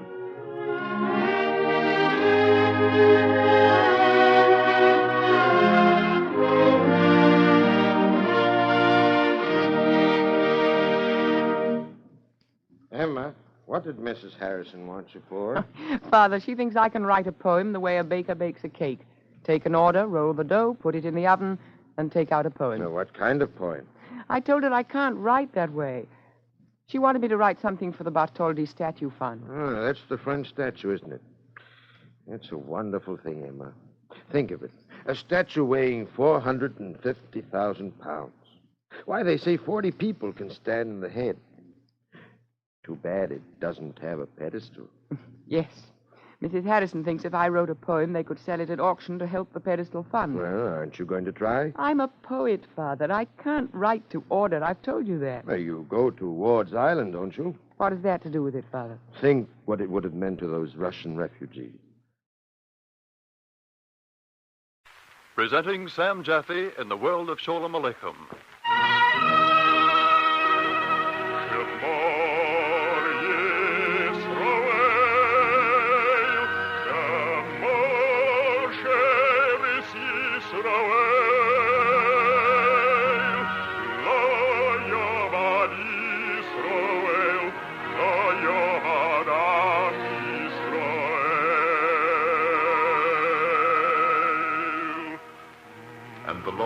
Spake unto Moses, saying, Command the children of Israel that they bring unto thee pure oil olive, beaten for the light, to cause the lamps to burn continually in the tabernacle of the congregation.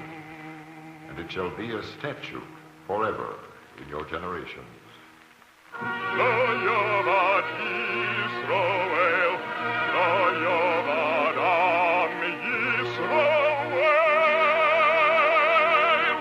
The Eternal Light.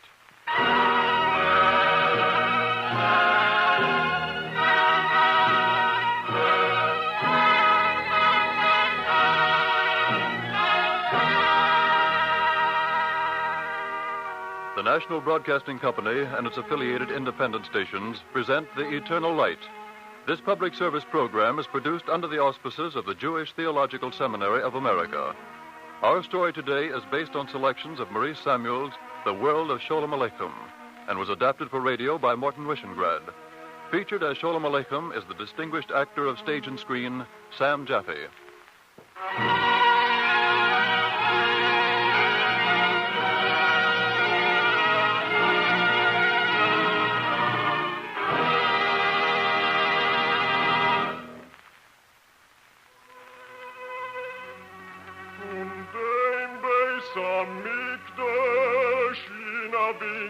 Schechter sitzt die Alemona Bastion allein. This is the story of a world that is no more. It is the pilgrimage among the cities and inhabitants of a world which only yesterday harbored the grandfathers and grandmothers of millions of Americans. One man was a mirror of that world. His name was Sholom Rabinovich, and he wrote under the pen name of Sholom Aleichem.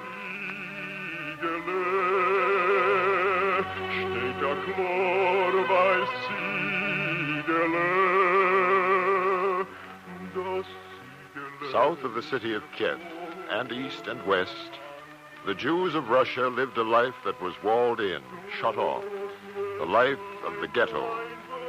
For them, there were many restrictions and many humiliations. But by an oversight which Germany has since corrected, the right to remain alive was not challenged. These were the places of the childhood and the manhood of Sholom Aleichem. This writer, whom critics have compared with Dickens and Balzac and Mark Twain, sang with the humorous, exuberant lyricism of the life of the poor. For Sholom Aleichem, poverty was a great calling, an art, and a career. And he called the labyrinth of slums and marketplaces by many names. But most of all, he called it Kozrilivke. This, therefore, is a pilgrimage to the world of Kozrilivke, the world of Sholom Aleichem.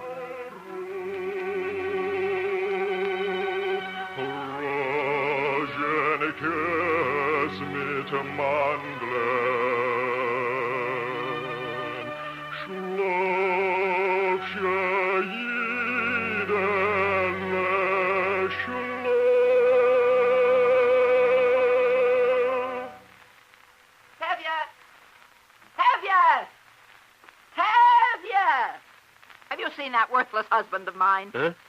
No, I haven't. He's probably on his way home through the forest. Well, why isn't he here? I'm sure I don't know. After all, you're his wife. Why bother me? You created him, didn't you? Mr. Sholom Aleichem, the writer. A fine writer.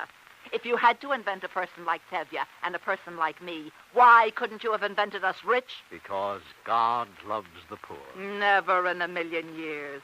No? No. If God loved the poor, he wouldn't make them poor. You ought to be ashamed of yourself, Mr. Sholom Aleichem. 7 children you give us, and every one a girl. And Tevye nothing but a drayman, a wagon driver, earning 1 ruble a day. 9 people living on 1 ruble a day. You ought to hide your face. Don't take on so, Mrs. Tevye.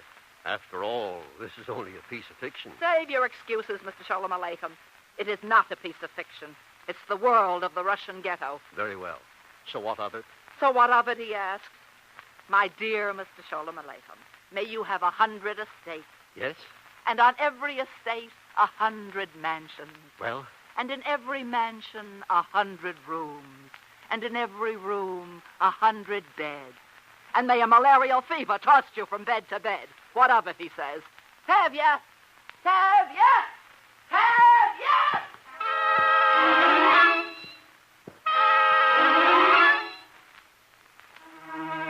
Isn't this the most preposterous thing you ever heard? Here I am, Sholom Aleichem, a writer. I create characters for my stories. And do you think they're pleased? They quarrel with me. They insult me to my face. If I write a line that doesn't suit them, they walk off the page and sulk. Or they complain to the rabbi. Tell me, did Samuel Pickwick give Mr. Dickens so much heartache? Did Tom Sawyer plague Mark Twain the way Tevye and his wife plague me? Some people are never satisfied. Yet I'll tell you a secret. I'm fond of Tevye.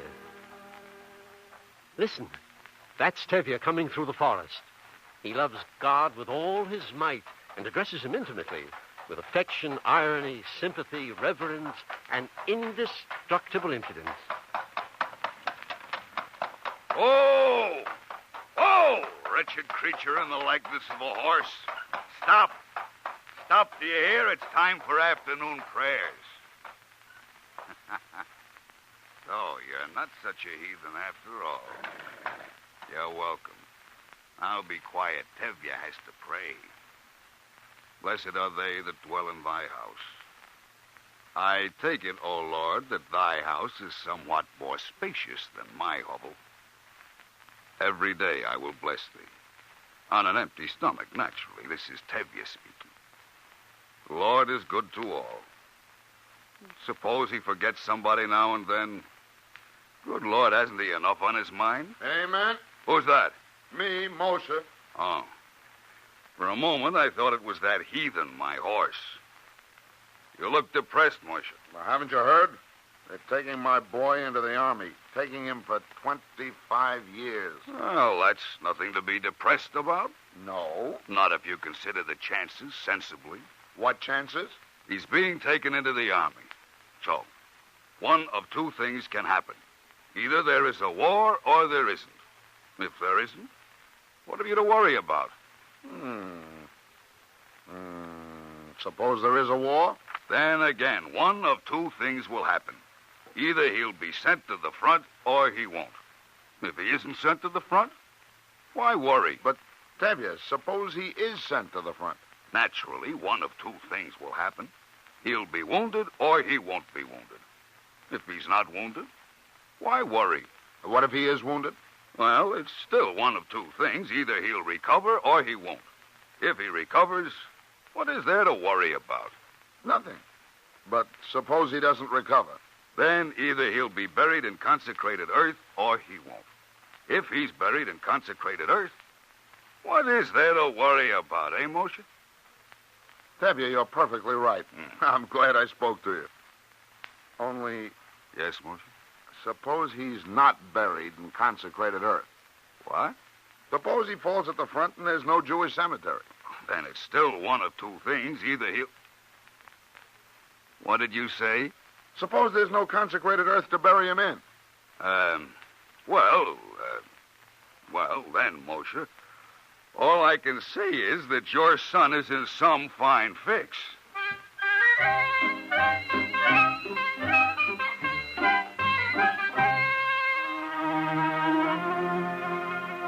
Jewish earth. A humorous fixation? Not at all. The glory of Kozrilitsky, its peculiar treasure and heritage, was the old cemetery. This piece of earth was drenched with tradition and more. For amid the dilapidated hovels, here was a clear space of green grass and flowers and shadowing trees, A man came here to forget his status in this foolish world and to ponder the realities of eternity. Besides, the cemetery, which we Jews call the eternal house, was the one piece of land which a Jew at that time might own. Excuse me, Mr. Sholom Aleichem. Don't you like what I'm saying, Tevye? Why must we talk of dismal things? Oh, so that's your complaint. Sure. Let's talk of cheerful things. Now... Yes, Tevye? Tell me, Mr. Sholom Aleichem, what's the latest about the cholera in Odessa? All right, Tevye. I'm a little busy now. Wait a minute. I want to tell you a story. You tell me a story? Why not, Mr. Sholom Aleichem? Is there a law against it? Well, that's impossible, Tevye. You don't even... Shh. Put it down on paper. Go ahead. They lived to 120 years, riding through the forest. And around us, wolves. Hundreds, thousands of wolves. That's terrible. Tevye, what did you do? I lashed the horse. We sped toward the river. Yes? The wolves drew nearer. Nearer. We reached the river. We flew over the ice. Faster, faster. The wolves grew closer, and then... Yes, Tevye? What shall I say? In the middle of the river, the ice cracked wide open. The sled went down. Myself, my wife, the 7 girls. In an instant, the wolves were on top of us. Now, what do you think God did for us? What? Why, thanks be to him who reigns in heaven, the whole story's an invention from beginning to end.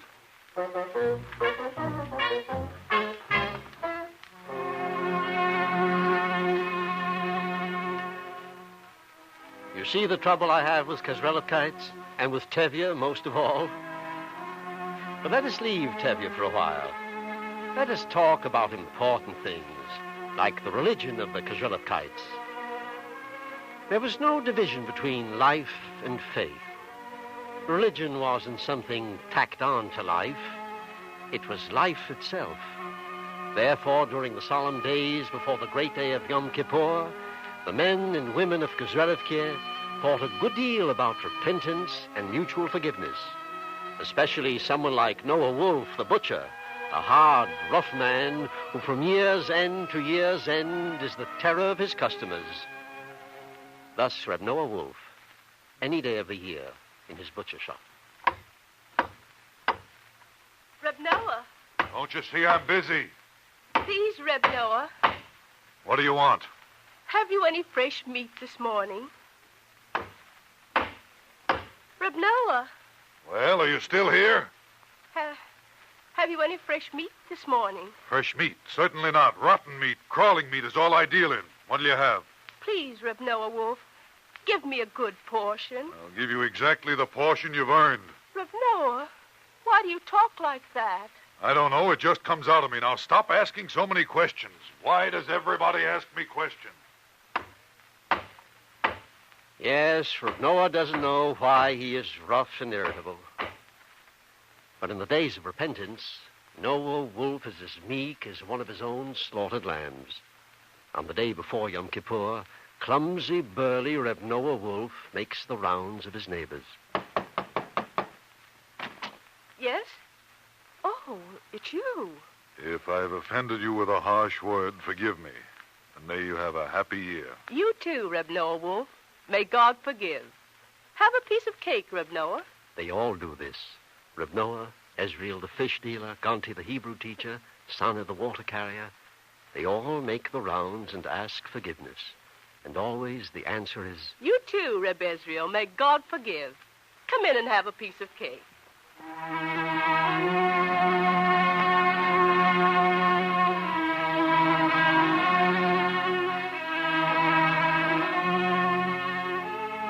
Twice a year, it is not unforgivable to take a little strong drink in Kazrelikiye.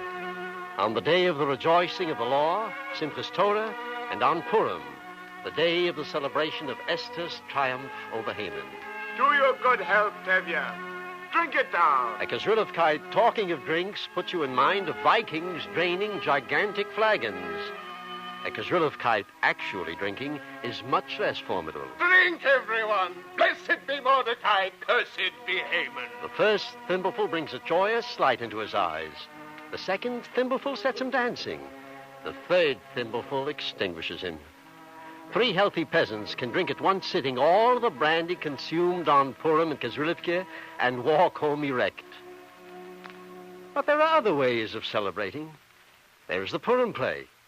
Which brings us to Naphtali with the legs. Sit down, please, sit down. I, Naphtali, as always, will play Memucan. You, Beryl, will play Queen Esther. You, Chaim, will play Mordecai. You, Solomon, Ahasuerus. But I, Naphtali, with the legs, I play the King's Chamberlain, Memucan. You play Memucan every year. Give someone else a chance. That's right, Naphtali. How about me? You? That's right, me. Don't make me laugh. Look at your legs. Short. Look at mine. Nice and long. The longest legs in Kozlivka. I play Memucan. What have the legs to do with it? Who carries the message of Ahasuerus to Queen Vashti? Memucan. Who brings back the stupefying answer? Memucan. With whom does Ahasuerus take counsel? Memucan. Who is the ambassador to Mordecai? Memucan. You see, it's Memucan here, Memucan there, Memucan everywhere. And Memucan with short legs is a calamity in a Purim play. I, Naphtali with the legs, I play Memucan.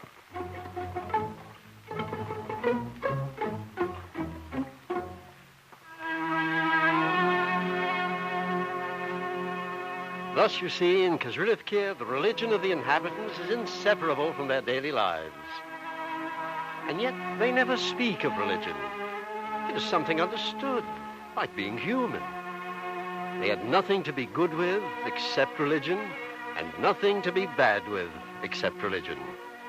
And among their prayers was one which went, O Lord, let me worship thee not only with my good inclination, but also with my evil inclination.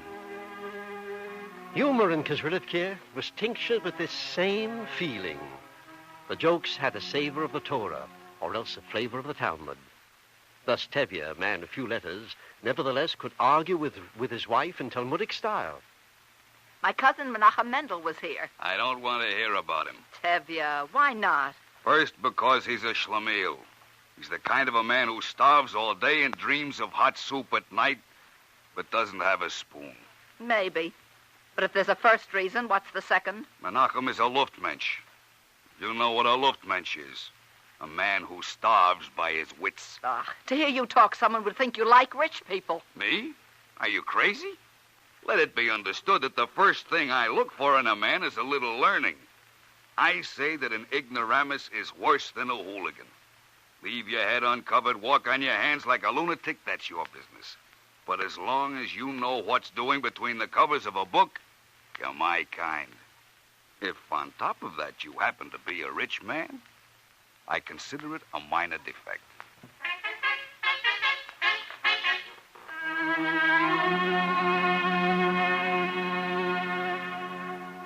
Do you see what Tevye is?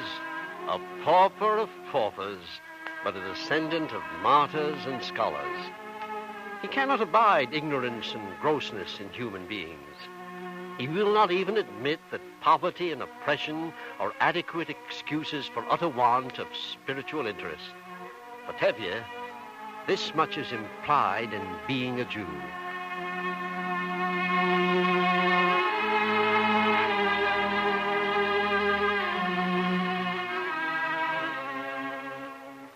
There was another symbol of Kozlivka, Reb Yosefel. Reb Yosefel the rabbi. To say that he was a scholar and a saint is but to give him his formal due. He was the conscience of Kozlivka, its purer self and its suffering heart. He did not believe in the sin of others. He saw only childishness and error. No man, in his view, was wicked by choice. It was all misunderstanding. So when Reb Samson, the father of Meyer and Schneier, died and left no inheritance other than a seat beside the eastern wall of the synagogue, a seat beside Reb Yosefel himself, Meyer and Schneier quarreled for the inheritance. This was understandable, since Meyer and Schneier were twins. The seat belongs to me. I was born before you. Prove it. Who can prove that you're Meyer and I'm Schneier? Suppose they mixed us up when we were infants? My dear Schneier, may you live to be 120 years, but the seat belongs to me. We'll see about that. Don't try any funny business, Schneier. I'll remind you of the same, Meyer. Is that so? Well, we'll see what we shall see. Remember, I'm warning you.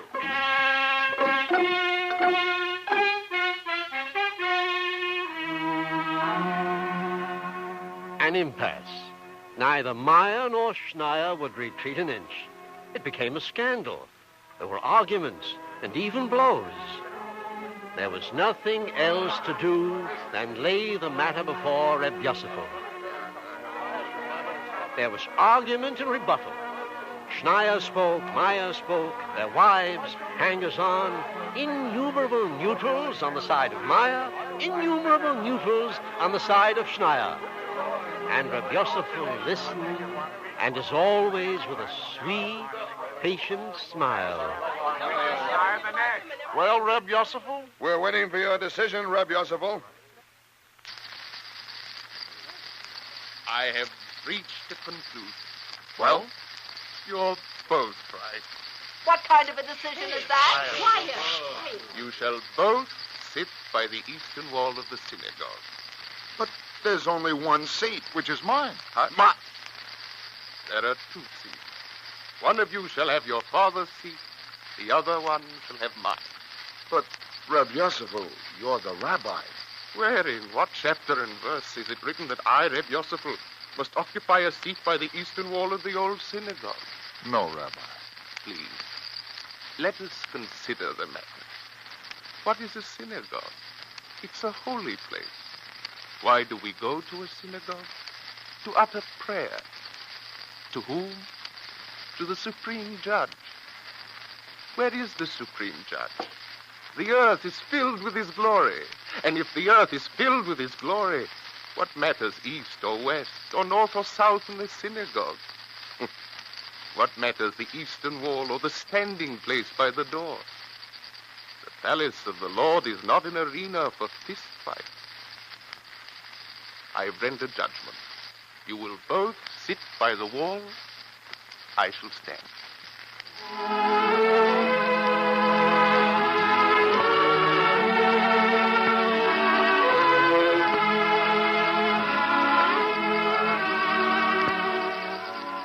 When the Sabbath came round, there was a strange spectacle. Both Meyer and Schneier were stationed at the door among the poor and the humble. They could not be persuaded to take their seats by the eastern wall, seeing which Reb Yosefel resumed his place by the ark, and Meyer and Schneier stood on their feet until the services were over. So it was the following Sabbath, and the Sabbath after that, as long as Meyer and Schneier lived, and the seat remained forever vacant beside the eastern wall of the old synagogue of Kozrulivki.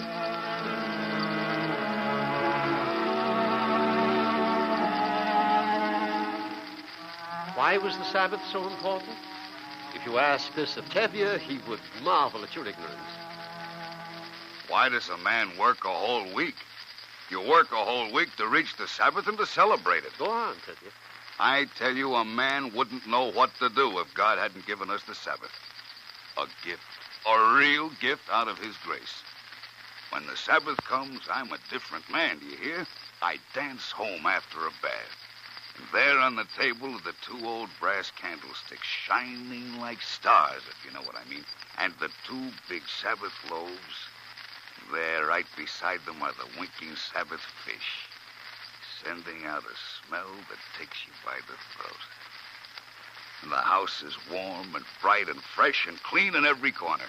Then what do you do, Tevye? What a question. I sit down like a king and open the good book and go twice over the week's portion. Then I'm off to the synagogue. And what a homecoming after that. The benediction by candlelight. The drop of good kiddish wine that sings right through me, if you know what I mean. And then the fish and the golden soup and the yellow carrots and honey. Ah, that night I sleep like a lord. And in the morning to the synagogue again. And after the Sabbath meal, a nap. Then back to the good book, as fresh as a giant. And off you go, chapter after chapter, eh? Psalm after psalm, at the gallop, like the mileposts on the road, if you know what I mean. Yismechu b'malchuscha shomrei Shabbos v'koreyoneh. To the world of Kezrilivke, the Sabbath was something very dear. A faint foretaste of the sweetness of paradise. In the afternoon, the children are quiet. Father sleeps the sacred sleep of the Sabbath afternoon. The marketplace is deserted. No peasants, no traders, no horses, no goats, no bleating, no braying. Shh. Quiet. You must be at peace. You must have Sabbath within you. Body and spirit must know the tranquility and holiness of the day ordained at Sinai. The Sabbath siesta is not a long affair. Good. Who wants to sleep away the loveliest of days? Half an hour passes, an hour at most. Then you hear issuing from the dilapidated houses and hanging over the crooked alleys sweet, haunting melodies in a minor key.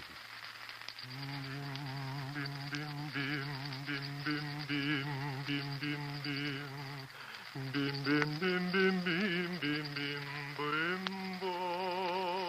vague chant, half phrases, words and half words, repeated over and over again.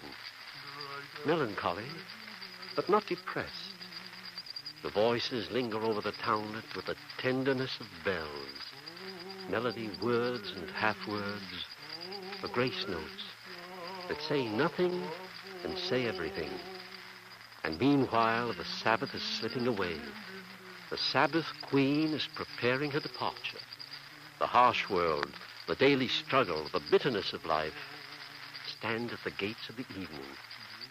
Get everything you can out of this heavenly interlude.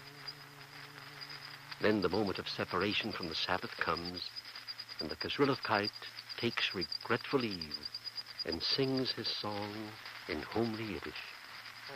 Amavdil bein kodesh lechol chatoseinu yimchol zareinu v'chaspeinu. Where are the Sabbaths and festivals of old Kezrilivke? The ancient setting no longer exists. The worlds of Sholom Aleichem and Tevye are gone. The place where they lived has been harrowed by the fire of two great wars and a revolution. Now in America it is different. And all the surviving Kezrilivkites, the traditionalists and modernists alike, remember now and again with a nostalgic pang the far-off magic of those sacred hours, those transfigured interludes of the Sabbaths and festivals for which even progress and freedom have found no substitutes.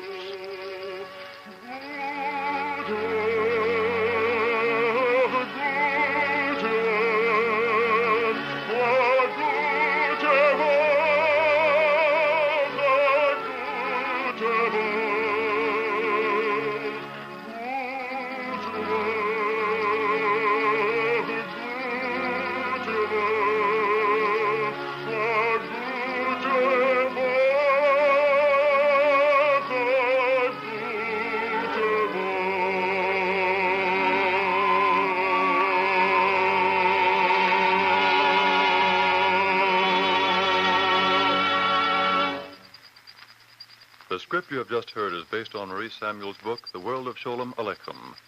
We wish to acknowledge the courtesy of the author and Alfred A. Knopf, publisher, for permission to use this material.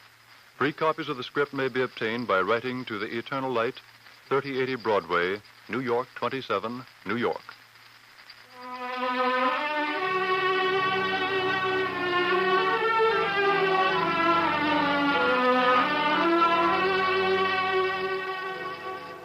The Eternal Light is written by Morton Wishengrad. The music is composed by Henry Brandt and conducted by Milton Catons. The soloist is cantor Robert H. Siegel of the Beacon Street Temple in Brookline, Massachusetts. Featured today were Sam Jaffe as Sholom Aleichem and Jackson Beck as Tevye. The entire production was under the direction of Ira Avery.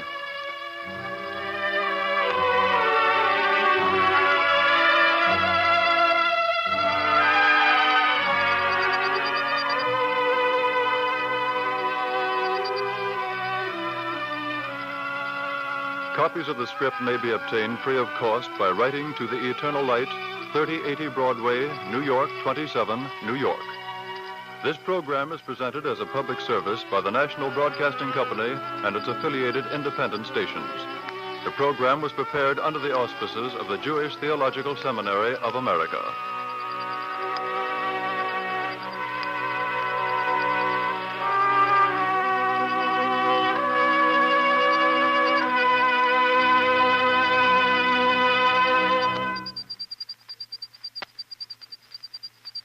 This program came to you from our Radio City studios in New York. This is the National Broadcasting Company.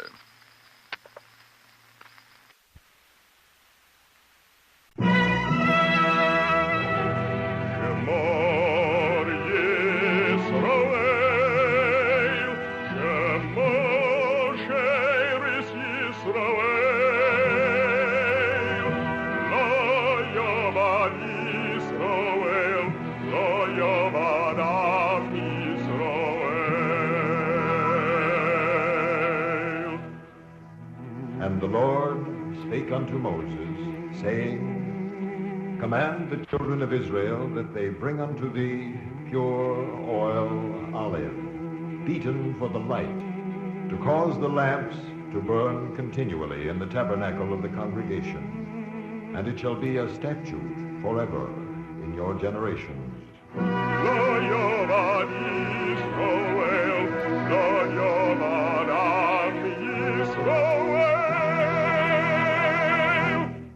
The Eternal Light.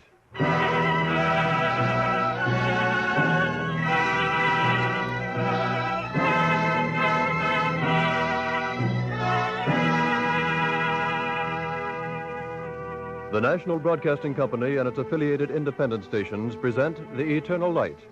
This public service program comes to you under the auspices of the Jewish Theological Seminary of America. Today's story, written by Morton Wishengrad, features Bernard Lenroe as Cyrus Adler. Following the dramatic portion of the program, you'll hear a talk by Dr. Abraham A. Newman.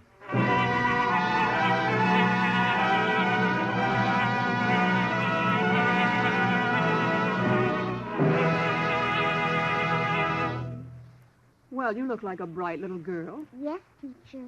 You're not afraid, are you? Oh, no, ma'am. My daddy says I like grade school. Well, your daddy's absolutely right. What is your name? Sarah Adler, ma'am. But Daddy calls me Sally. Oh, fine, Sally. Now, what is your father's occupation? President. What? President. You don't understand, Sally. What is your father's work? President. Well, president of what? Oh, lots of things, teacher. Colleges and a publication society, an encyclopedia or something. But just president, ma'am. You seem to know a good many big words for such a little girl. Oh, Daddy uses little words, too. But I like the big words better. I can say theological and archaeology. Why, Sally, I think you can. I'd like to meet your daddy. You will, teacher. Daddy's always going to school.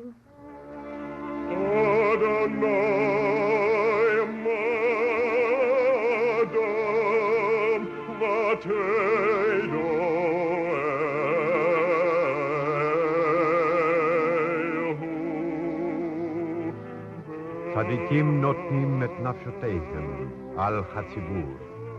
These are the righteous who sacrifice their peace of soul for the sake of the community.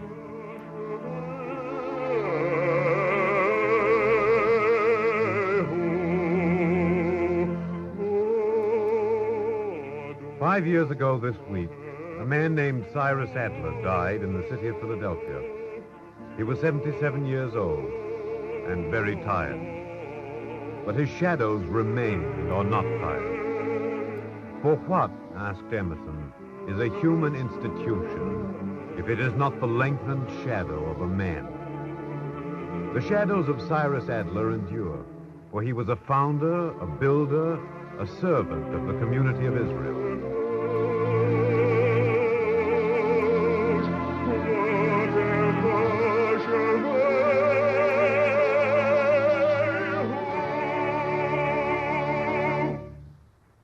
In the year 1892, the secretary of the Smithsonian Institution put a question to Dr. Cyrus Adler. Dr. Adler, are you satisfied with teaching at Johns Hopkins? I think so, Professor Langley. What is it that you teach again? Semitics, Hebrew, Arabic, and a little of everything else. Coptic, Ethiopic, Aramaic, Syriac.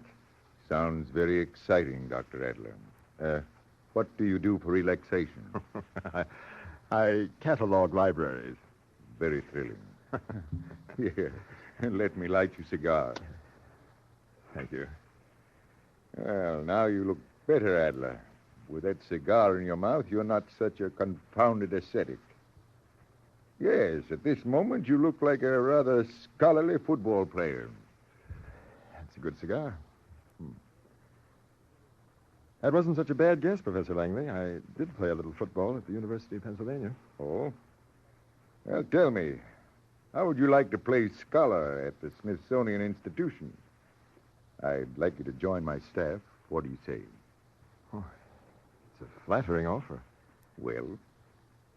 Will I have time for my own research? All the time you want. How about it, Adler? I'll say all right on one condition. Name it. I can't work on Saturday. You can observe every Sabbath in the book for all I care. Hebrew, Christian, and Muslim. Then I'll take the job, Professor Langley. Glad to have you. Oh, tell me, where were you born? A little place in Arkansas called Van Buren. Never heard of it. Adler, people here may ask you some questions about your religion. I hope you won't be offended. Why should I be, Langley? The time to worry is when people don't ask questions.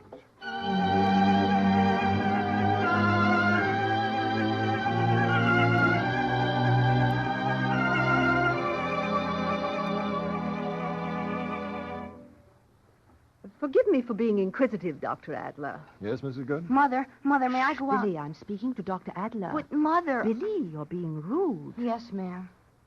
Well, what is it, Billy? May I go out and play with the boys? Billy, you haven't forgotten it's Sunday. We don't play with the boys on Sunday. Yes, ma'am. Excuse me, Dr. Adler. I was going to ask how you reconcile Americanism with Judaism. There's nothing to reconcile, Mrs. Good. Isn't there, Dr. Adler?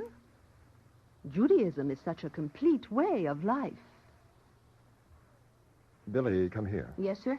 Would you like to play outside? Yes, sir. But you're not going to because it's Sunday. Yes, sir. Mrs. Good, don't you think that's a way of life? Yes, of course, Dr. Adler. My husband tells me the exposition you arranged was a great success. Oh, Mrs. Good, let's not change the subject. You're perfectly right. Dr. Adler, what I was trying to ask is whether you are loyal to America or to Judaism. I hope I'm not being impertinent. Not at all, Mrs. Good. Billy, may I ask you another question? Yes, sir. Whom do you love more, Billy, your father or your mother? Well, sir, I love them both. That's good, Billy. That wasn't a very reasonable question I asked, was it, son? No, sir. Dr. Adler, you make me feel ashamed of myself. I wish you'd go out and talk to people. We need to hear someone like you. No. My job is studying. That's all I ever want to do. Mrs. Good, nothing's ever going to keep me from being a scholar.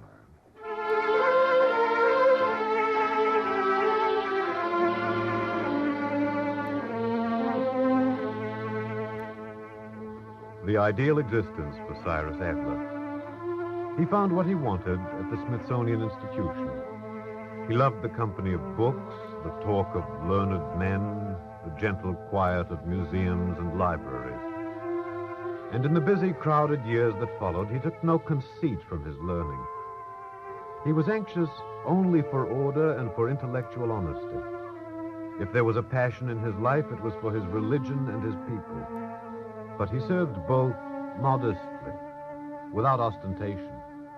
He detested display of any kind, and his piety, which went deep, was deeper because he kept it to himself.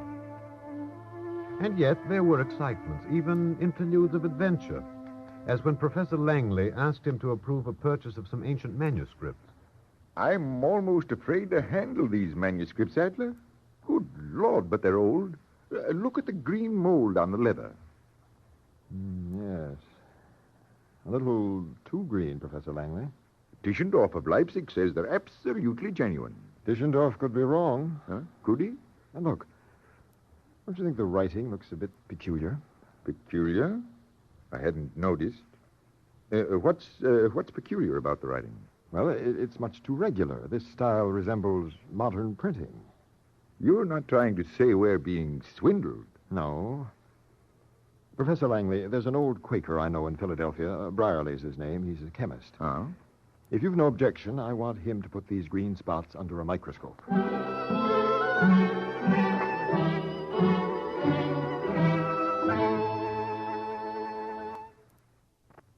Dr. Adler, I tell thee it's ungodly to be so suspicious of men. Perhaps you're right, Mr. Brierly, but what do your tests show? Dr. Adler, what does any test show? Friend, the world is doomed. I fear that nobody but thee and me will be saved, and sometimes, friend, I have my doubts about thee. Yes, of course, Mr. Brierly, but the green mold on the manuscripts. Mold? This isn't mold. I see. What is it, then? Nicely dropped on, nicely green, nicely ancient in appearance, and nicely fraudulent. Yes, Dr. Adler, the world is steeped in iniquity. Iniquity and fraud, Dr. Adler. Fraud and iniquity. Excuse me, Mr. Brierly. If it wasn't mold that produced these green spots, what did? Iniquity, friend. Lust for gain, human deceit and avarice. Yes, but... H2SO3, Dr. Adler. Nothing but sulfurous acid. H2SO3. What a pity. I could have done a better job myself.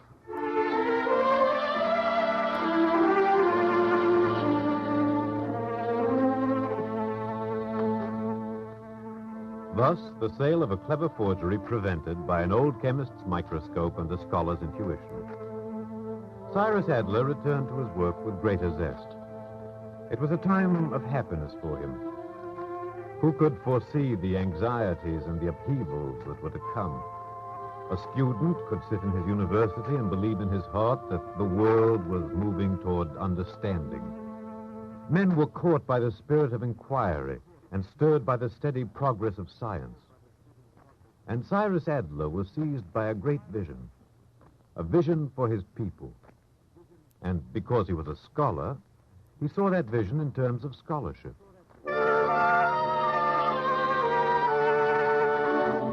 I've got a plan to revive Hebrew education in America. I want you to call a meeting of the board of Gratz College. What good are plans? Who's going to carry it through? I'll carry it through. Call a meeting of the board. I can't see institutions half dead. They've either got to be live or die. Well, but you were too busy to take over the Jewish Publication Society. A man shouldn't be too busy to do the things he loves. I've got a reorganization scheme all worked out.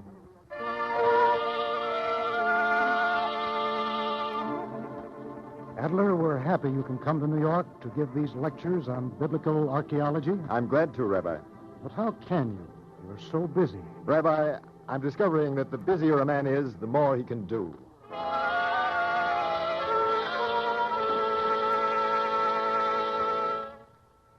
Look, Adler, I respect you.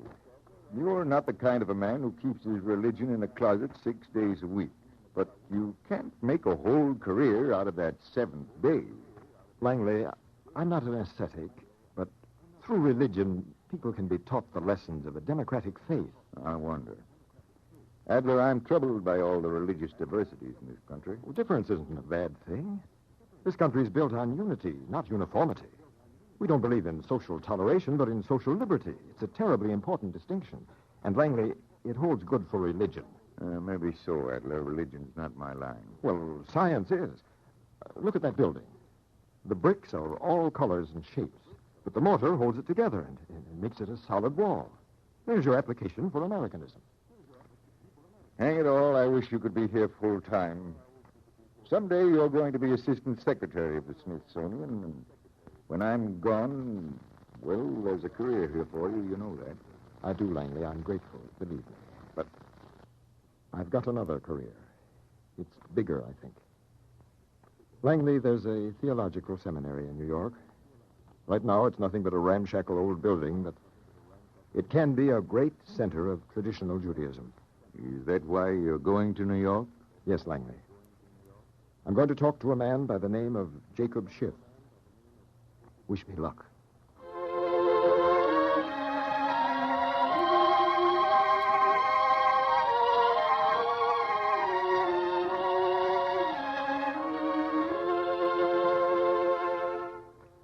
Adler, why come to me? Tell me a better person to see Mr. Schiff. I'll go to him. Look here, aren't you doing enough?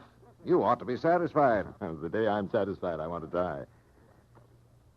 Mr. Schiff, that seminary has to be built. If you say yes, I'll go to England and persuade Solomon Schechter to come here. With Schechter, we can make New York a center of Jewish theology. Adler, this isn't an ordinary contribution you're asking. Mr. Schiff, you will find a verse in Isaiah. Whom shall I send, and who shall go for us? Well? There's an answer, Mr. Schiff. Hineni, shlacheni. Here am I, send me. Mr. Schiff, I'm a scholar. I don't want to come here and beg. It's humiliating. But it's more humiliating to see traditional Judaism declining in America. Nothing else matters. You've got to see that.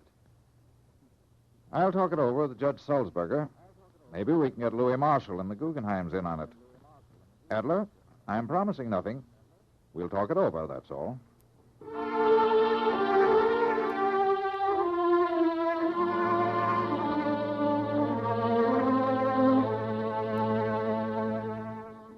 Adler, you win. We've agreed to put up $500,000. But... Yes, Mr. Schiff? On one condition. Yes? You're right about Solomon Schechter. We'll get him. But Schechter's not an executive. We want you to take over the job of administration. You can get someone else, Mr. Schiff. We want no one else. What did you say to me the other day? Hineni, shlacheni.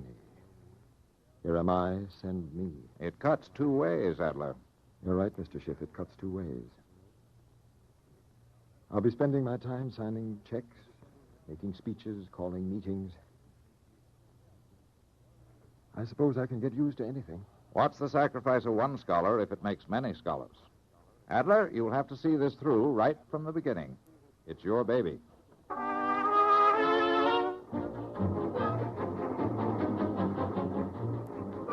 Adler, the architects say your plan is fine. That's good, Mr. Schiff. Now, I want the library to be changed to this floor. All the university is, Mr. Schiff, is a collection of books with students who know how to use them. Sure. Now you'd better run or you'll miss that 6:07 for Washington.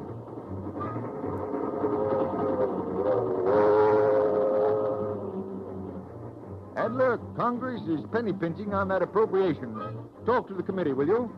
You've got away with those congressmen. I'll prepare the papers on the train. Sorry to rush off, Langley, but I'm late.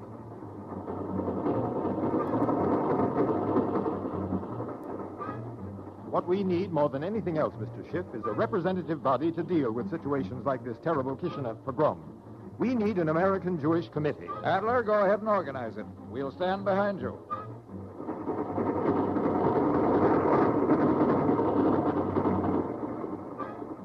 Dr. Adler, the entire fortune of Moses A. Dropsy has been left to found a college of Hebrew and cognate learning. We've agreed that you must be president of the college. All right, Judge Sulzberger, I won't sidestep a responsibility, only God give me strength.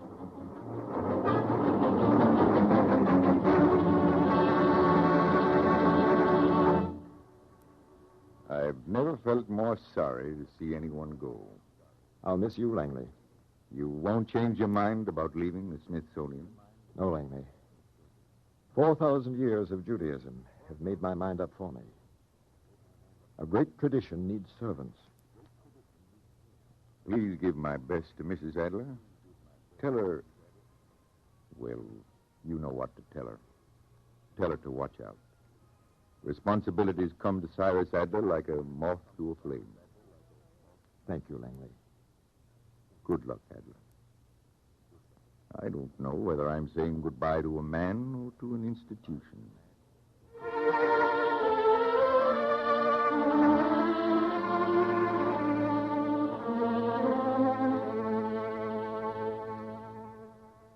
Uncle Langley was right. Cyrus Adler built many things, and whatever he built was built soundly and with all his might. He was a man, but he became an institution in the world of Judaism. The years passed, and the things he did were charged with godliness and the comradeship of men. And always he clung stubbornly to his faith, and always he builded on his faith. In the month of December in the year 1939, the 77th year of his life, a great spokesman of his people lay dying. But it was also the hour of the world's agony. And a summons was sent out by the President of the United States to a representative of American Protestantism, a representative of American Catholicism, and to Cyrus Adler to demonstrate that the religion of America was the eternal enemy of every government conceived in tyranny. Help me on with my clothes, please. Cyrus, you can't go to Washington. My dear, people don't refuse a summons from the President of the United States. You're in no condition to go. The doctor says... He said... I'll fool him. I'm a pretty stubborn man, my dear. You should know that. I'll go to Washington and come back. Let me go with you. No. I'll do it alone. Then let a nurse go with you, please. No. I'll go under my own power. I'll come back the same way. Here are your shoes. Don't worry. We ought to be very proud. Wear this suit. You always looked well in it. I want the spokesman for American Judaism to look handsome when he sits in the president's office.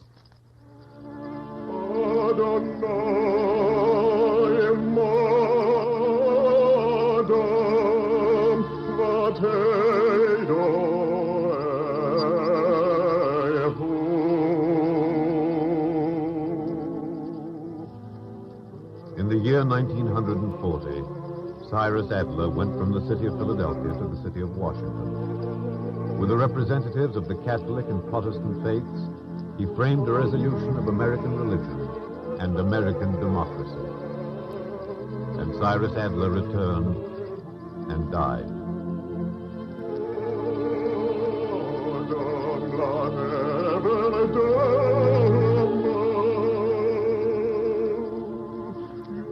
He was not a man, but an institution, and the shadows he cast are enduring.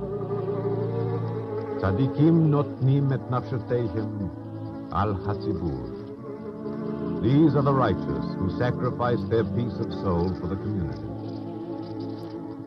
This is the valedictory of Cyrus Adler, the words by which his students knew him. Our banners must be held aloft. We cannot muster armies. We cannot build navies. We cannot compete with the air fleets of the world. But to the world we shall say, dying and bleeding we shall say, the Lord is the portion of mine inheritance and of my cup. He maintaineth my lot. Yea, I have a goodly heritage.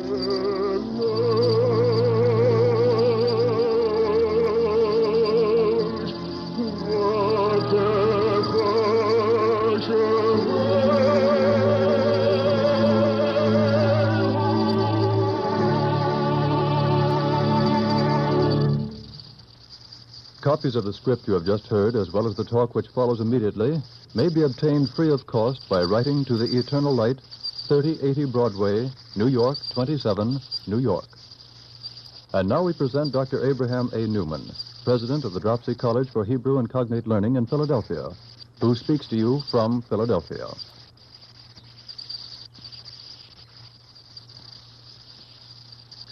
Ladies and gentlemen, this is the second time that Dr. Adler is being memorialized over the radio. On his 75th birthday, a national broadcast was arranged in his honor, a very rare tribute indeed. And now, 5 years after his death, the memory of the man has been brought to you again through this dramatic sketch. I am unable to say how much of the breath of his being you have been able to absorb through this dramatization. President Roosevelt summed up the man in these glowing words: scholar, patriot, humanitarian, and religious leader who held fast to the ancient verities, an earnest worker in the cause of peace, and advocate of goodwill among men. President Roosevelt knew him well. He reposed great confidence in his statesmanship, which was always wise and kindly. On December 23rd, 1939, as you have heard, he summoned Dr. Adler to the White House to formulate with him and the representatives of the Protestant and Catholic churches a program for the coming of the day when peace would be reestablished in the world. This was a high call to duty, and he responded to it with all the fervor and strength he could summon in the last twilight hours of his life. It is a noble deed to bring the forces of religion together, he wrote to the president. This was indeed his valedictory. Soon thereafter, he received the highest summons from God on high. It is not given to tongue or pen to portray in such brief span the quality of Dr. Adler's life and work. His was a rich life, filled not only with ceaseless activity, but graced with composure of mind and soul. He was a proud American. He was a devout Jew. He was at home in many worlds. He lived in the world of books, in the realm of science, and in the hearts of little children. It is a rare man indeed, whose name was a household word in the ghettos of Europe, where students pore over the ancient lore of the Talmud, and whose birthplace in Van Buren, Arkansas, bears a marker set up by the local chapter of the Daughters of the American Revolution. Cyrus Adler will live long and tenderly in the hearts of all who knew and loved him, Jews and Christians alike. His place in history, too, is firm and secure.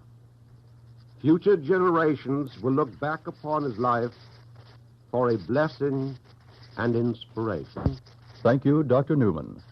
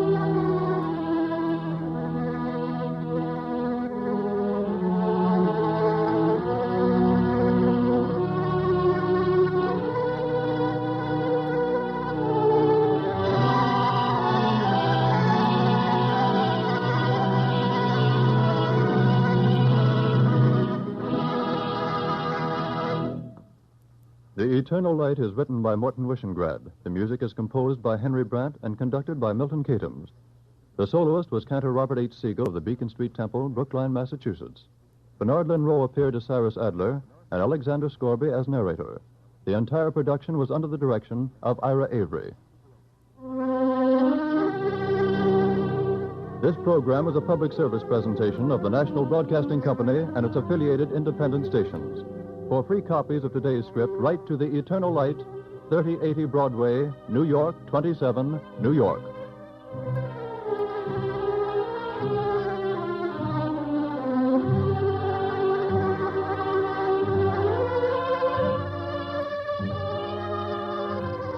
This program came to you from New York City.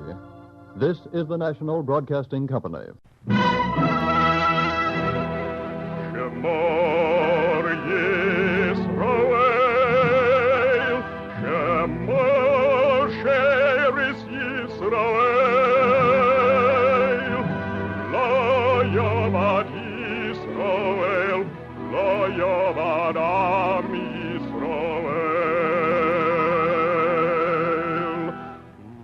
And the Lord spake unto Moses, saying, Command the children of Israel that they bring unto thee pure oil olive, beaten for the light, to cause the lamps to burn continually in the tabernacle of the congregation.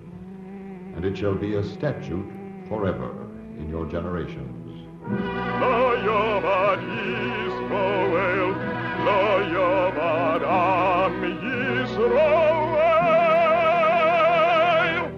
The Eternal Light.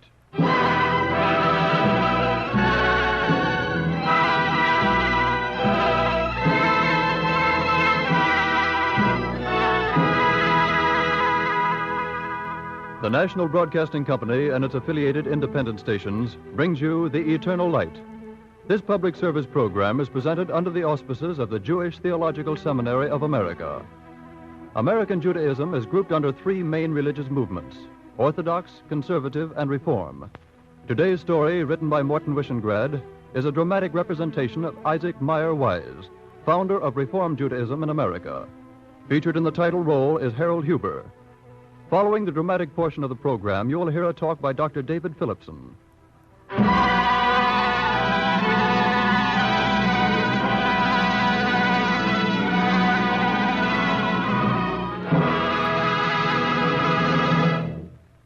The year is 1899. Sir Moses Ezekiel, the internationally celebrated sculptor, has come to a Cincinnati suburb to carve a likeness of the stormy petrel of American Judaism. It is spring, and a bird is singing. But for Isaac Meyer Wise, it is winter, the 80th year of his turbulent life. This shouldn't take much longer, Rabbi Wise. You're not tired, are you? Now, don't be so all-fired solicitous, young man. I'm not used to it. So I gathered. A bit more to the left, please. Hold it, please. Young man, you're a nuisance. Am I? Would you mind wearing your spectacles? I certainly would. Besides, I lost them. Oh, no. They're in the same place, Rabbi Wise.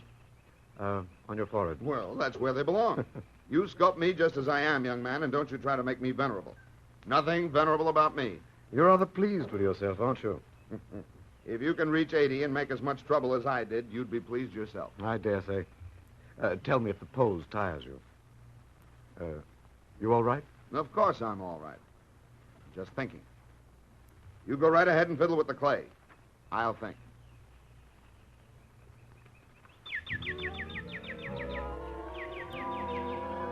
Being old, it's like a state of suspended convalescence. Just sitting. The satisfaction with small things. A little bird singing, the sun on your cheek, the feel of your own pulse. It's good. Just sitting and being pleased with the smell of April, not worrying about December. That is good. And thinking, a little town in Bohemia, such a long time ago, 1845. 1845 in the Bohemian town of Radnitz. And the burgomaster saying, Sit down, Rabbi. I'll stand, Herr Burgomaster. As you prefer. Your name is Isaac Meyer Wise, isn't it? Yes, Herr Burgermaster. I understand that last week you married 3 couples.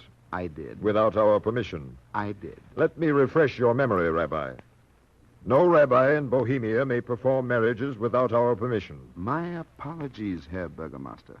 Sir, I object to your tone. That makes us equal, Your Excellency. I object to your law. Nevertheless, you will obey the law. Some laws are a crime. Your Excellency, their execution is a felony. Careful, Rabbi. I didn't make the law, but I carry it out. Impress that little fact on your mind. The Jewish population is going to remain stationary, do you hear? No one marries until there is a vacancy.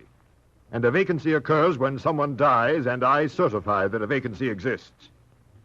Is that all, Herr Burgermaster? Yes, that's all for now. We've got our eye on you, Rabbi, for a lot of things, my friend. No more marriage services, my friend. That's a warning.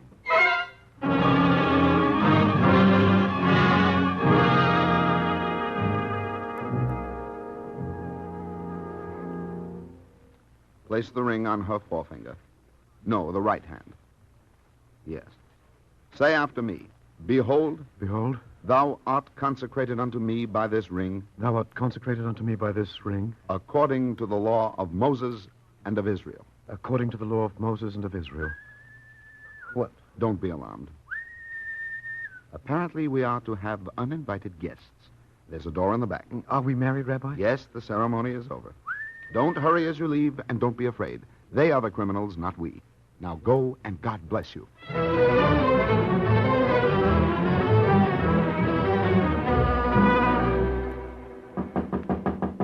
Come in, Herr Burgermaster. Where are they? Rabbi, I said, where are they?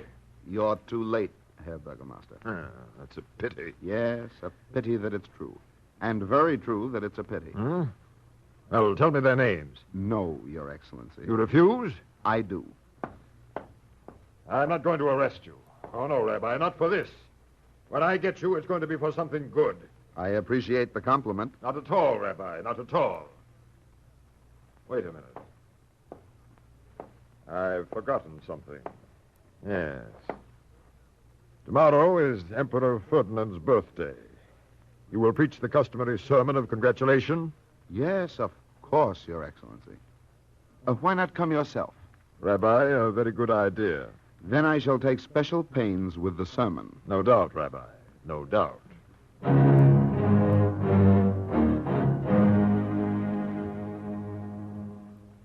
My text is Jeremiah chapter 34, verse 17.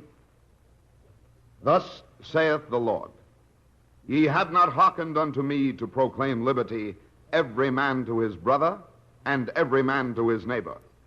Behold, I proclaim for you a liberty, saith the Lord, unto the sword, unto the pestilence, and unto the famine.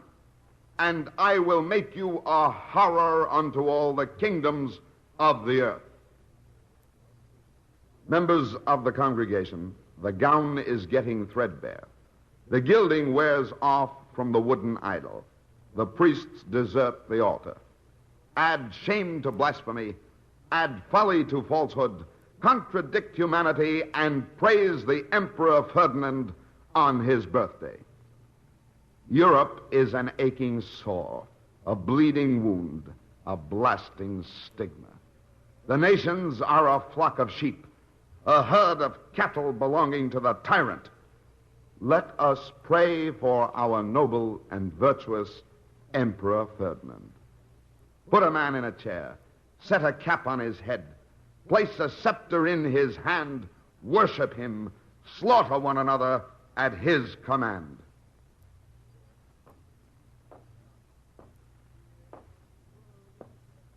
Eloquent sermon, Rabbi. Glad you like it, Your Excellency. I'm not quite finished. No, I think that will do, don't you? Perhaps you're right. Let's not keep the governor waiting. The governor? Yes, of course, Rabbi. He's most anxious to speak with you. I see, Herr Burgermaster. By all means, we mustn't keep the governor waiting. Just what I think. All right, Rabbi. Shall we go?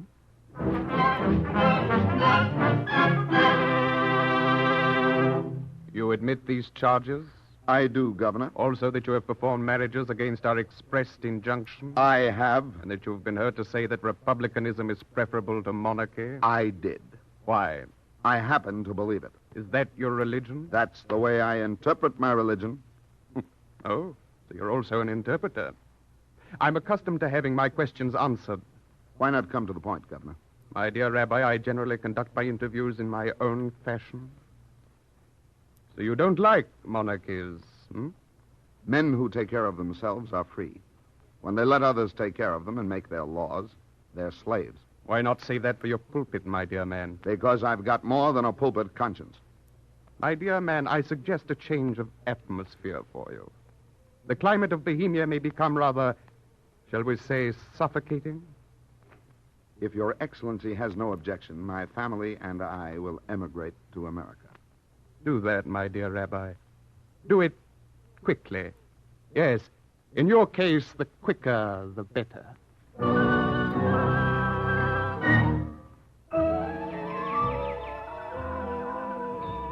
The timeless pattern.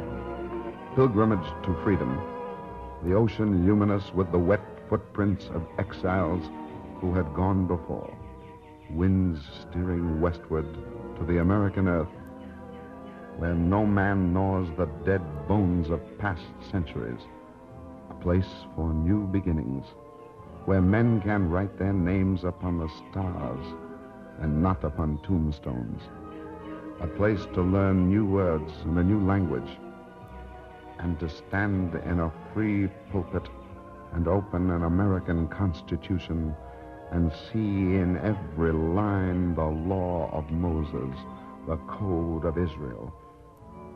So many years ago, my first American pulpit, the call to the Albany congregation. We don't know anything about it. Rabbi Wise, before we decide to engage you, we'd like you to make something clear. I want you to make a lot of things clear. I'll come to it, Schmidt. If you don't, I will. Don't you trust me, Schmidt? Go ahead, go ahead. Don't talk so much. Now, as I was saying, Rabbi Wise, we want you to clear up something. What is it? Well, we hear that you believe in some kind of reform. That's what we heard. I do. Is that so? What kind of reform, Rabbi? I'll try to state it simply. Only that portion of Judaism which will and must become the common good of all men is religion to me. Is that so? Go on, we're listening. Do you want a speech? Oh, no. Just tell us what you believe. All right, Mr. Schmidt. I believe that Judaism does not insist on dogmas. Yes. Well, what makes a religious Jew? His deeds, not his creed. Schmidt, what do you think? I'm still listening. That's not only my doctrine, Mr. Schmidt. You'll find it in the Talmud. I am still listening. There's a section in the Talmud where God is imagined to exclaim, I would rather they had forgotten me and had observed my law. Schmidt, what can we lose? He quotes Talmud. That's right. Well, Rabbi Wise, you've got a congregation.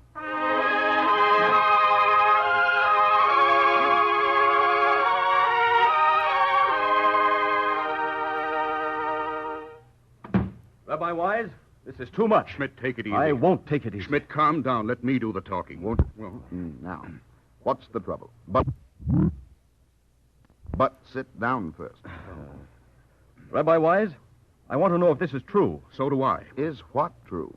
My wife tells me that you are preparing my daughter, a girl, for confirmation. Yes, I am, Mr. Schmidt. She's a bright girl, and she's going to be confirmed on Pentecost. In our synagogue? Yes. Do you see anything wrong? Anything wrong? Why, it's not done. It's never been done. Bar mitzvahs are for boys, not for girls. It's absolutely unheard of. Is it? Absolutely. Rabbi Wise, you're not going to disgrace this synagogue with these crazy innovations. Tell me, when Moses brought the women of Israel to Mount Sinai, were you disgraced? But you can't justify this thing. I think America justifies it. Women are not second-class citizens. Go back and read your Bible. Uchmas, Noshim, Bunsor, Beso. It is the wisdom of the woman that builds the home. Schmidt, what do you say? Well, I don't know. I believe in a living Judaism. Legalism isn't religion. Mysticism isn't religion. No? No. Religion, Judaism, For me, it's the fear of the Lord and the love of man. I've tried to introduce reform in other places. I've been mocked and scorned and reviled. But I have faith in America. Someday the mockers and the scorners and revilers will admit they're wrong. They will accept the confirmation of girls. It's a small thing, perhaps, but they'll come to it. Well, all right. It can't hurt. Good. Let us enter the palace of the Lord and not waste our time scratching our names on the bricks outside, eh? Schmidt, what do you think? I don't know. Life used to be peaceful before he came. Rabbi Wise, you ought to go out and found a college of rabbis. Would it surprise you, Mr. Schmidt, if I say that I've been thinking of nothing else? Rabbi Wise, nothing you say surprises me.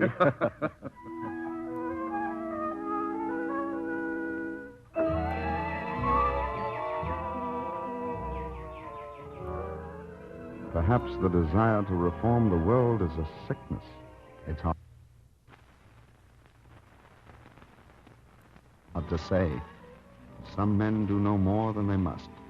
They smoke their cigars leisurely, read their books, enjoy excellent digestions, quarrel with no one, sleep well. They are the pets of fortune. Yet every century must settle old accounts.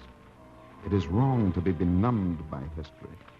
Traditions can be accepted, but they must also be made. It was a hard lesson to learn, a harder lesson to teach. Then the time came to teach it elsewhere.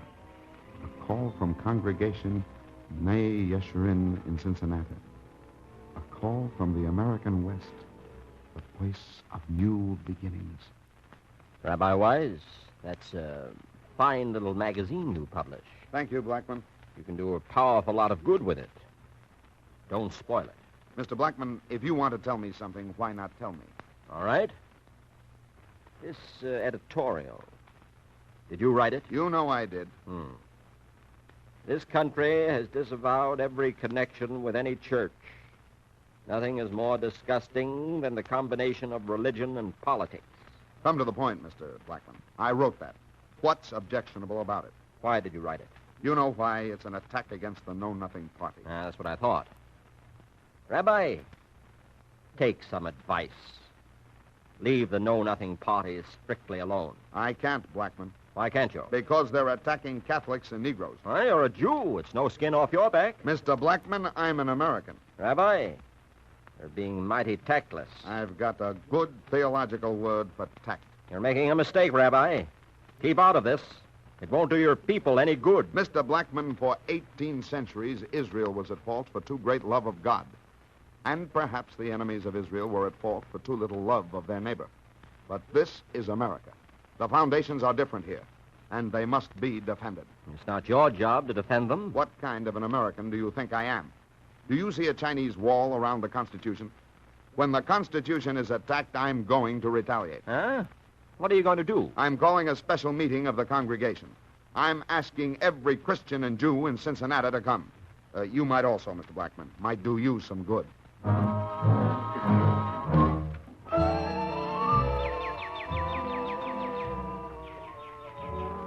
The old sickness, bigotry and sectarianism. And in America. It hurts so much in other places. In America, so much more. For this is the beacon light of nations. And yet every generation must fight its own evil and build against it. And every man must build in his own way.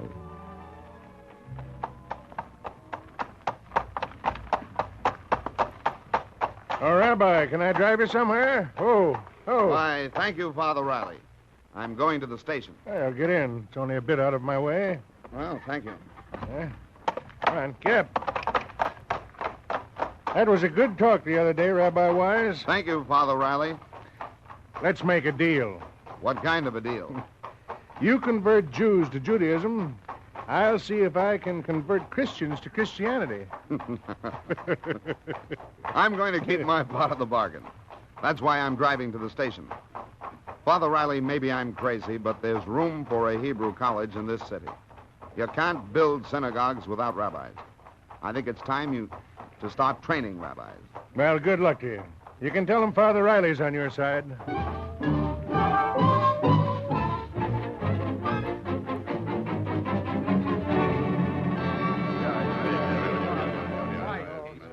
If you gentlemen have no objection, I'll turn the meeting over to Rabbi Wise. Floor is yours, Rabbi. You gentlemen look rather pained. Well, we're wondering how much you expect from us. Do you think I like doing this? From what we've heard, you do it mighty well, whether you like it or not.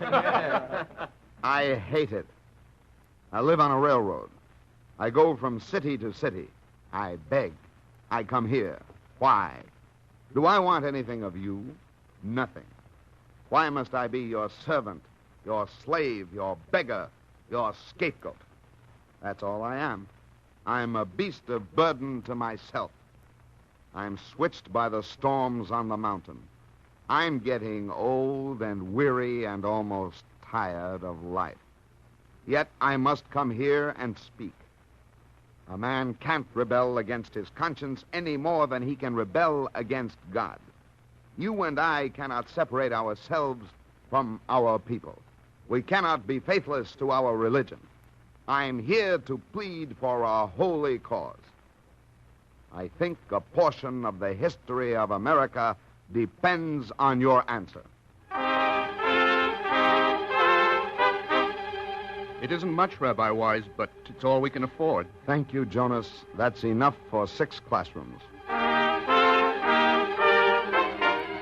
Will you accept this, Rabbi Wise? With all my heart.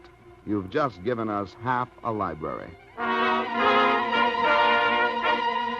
I'd like to enroll as a rabbinical student. Glad to have you. I'm glad to come. Nervous, Rabbi? What for? The first commencement of the Hebrew Union College? I've never been happier in my life.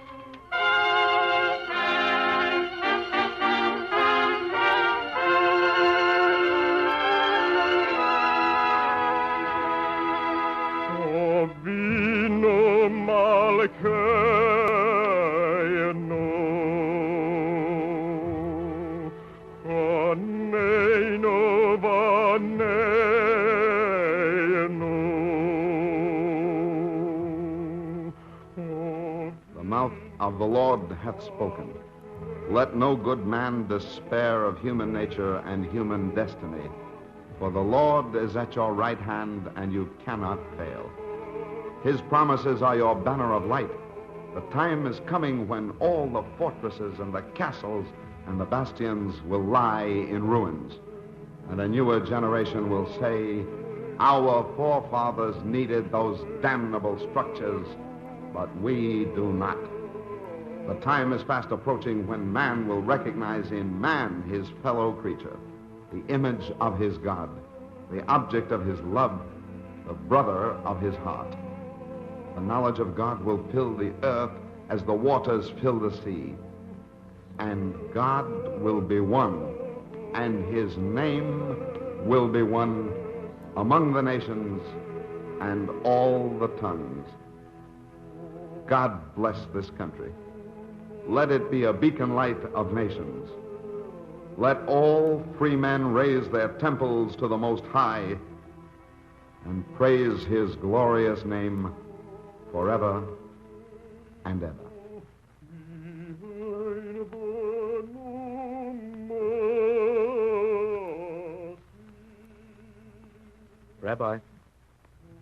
Rabbi, you can rest now. What's that?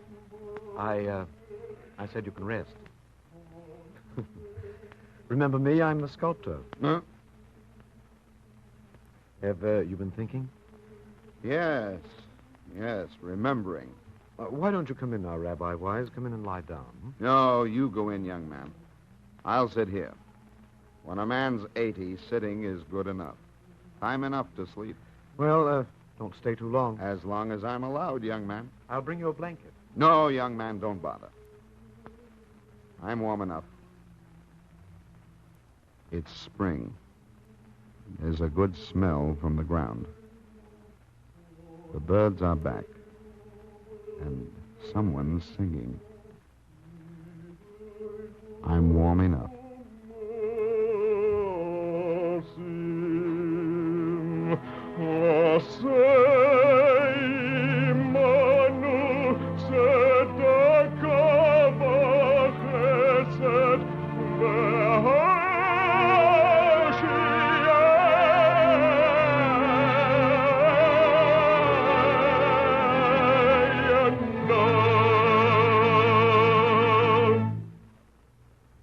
Copies of the script you have just heard, as well as the talk which follows immediately, may be obtained free of cost by writing to the Eternal Light, 3080 Broadway, New York 27, New York. And now we present a brief talk by Dr. David Phillipson, Dean of the Reform Rabbinate, who speaks to you from Cincinnati.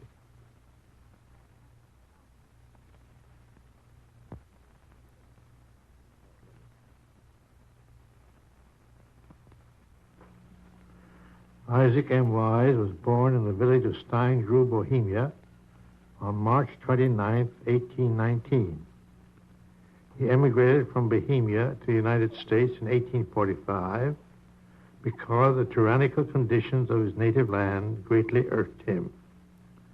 "I had the American fever," he wrote later, in his famous autobiography entitled Reminiscences, which I translated from the German. Shortly after arriving in this country, he began what was to be the most significant career for union among Jews.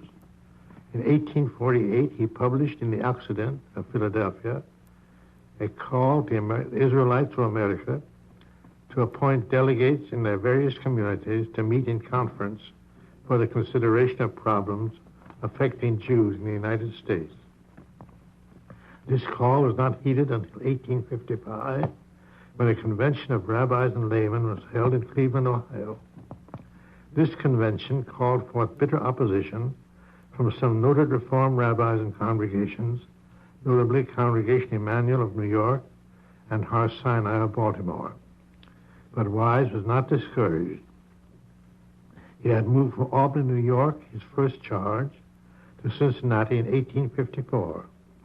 Here he founded his journal, The Israelite, later The American Israelite, in whose pages, week in and week out, he kept on advocating his plea for union among the Jews in the country.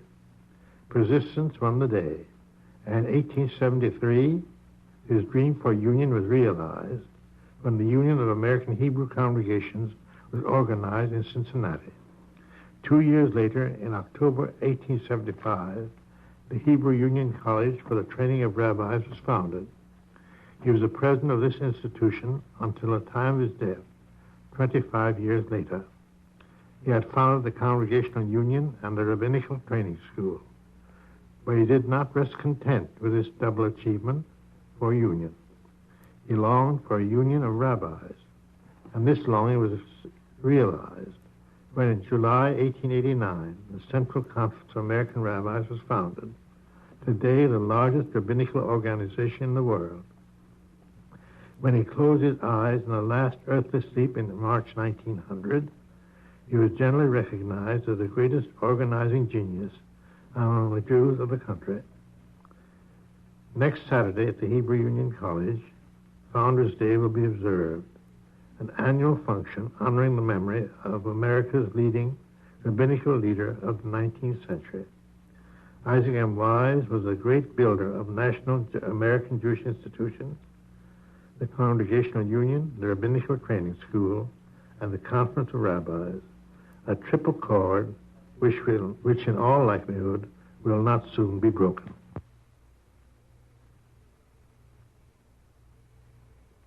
Thank you, Dr. Phillipson.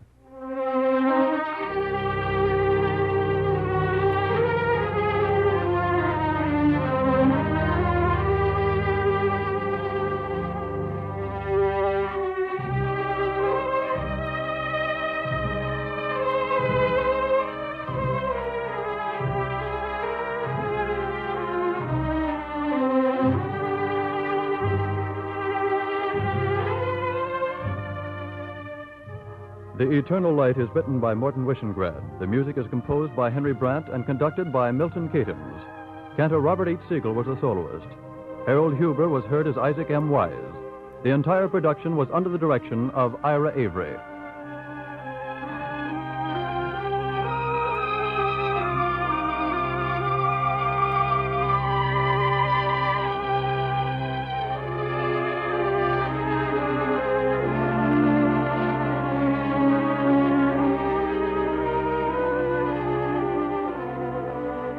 This program is a public service presentation of the National Broadcasting Company and its affiliated independent stations in cooperation with the Jewish Theological Seminary of America. For free copies of the script, write to The Eternal Light, 3080 Broadway, New York, 27, New York.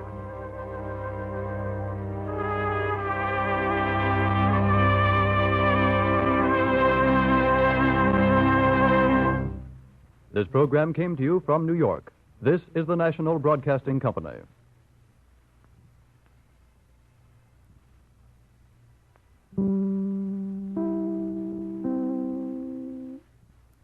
BBC will interrupt all of its programs to bring you the latest news.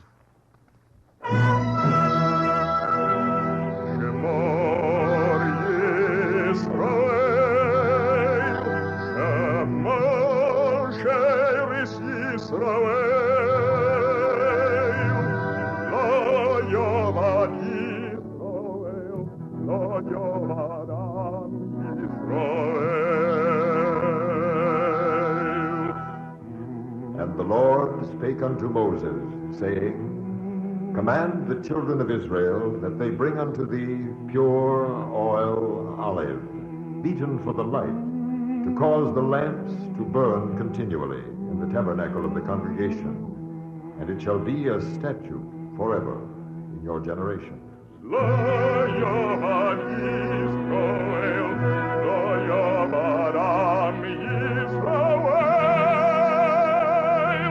The Eternal Light.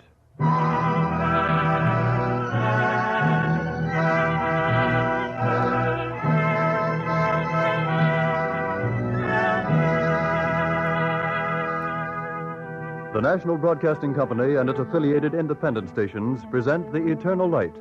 This public service program comes to you under the auspices of the Jewish Theological Seminary of America. Our drama today, written by Morton Wishengrad, marks the approaching festival of Passover with a story of a second Exodus. Roger de Cohen is featured as Baruch Halevi and Bernard Lenroe as the narrator.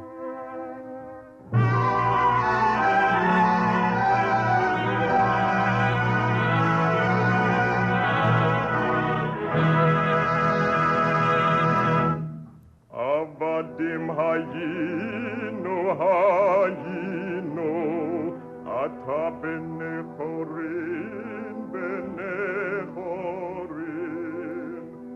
It was the song they sang when the Passover came round. Slaves were we in Egypt, they sang, and the words were only words, and the melody was only a melody. For we lived in Portugal, and the year was a welcome year, for it was 1497. Portugal in the year 1497, the Portugal of King Manuel and Queen Isabella. And yes, the Portugal of my father, Baruch Halevi, the son of Abraham.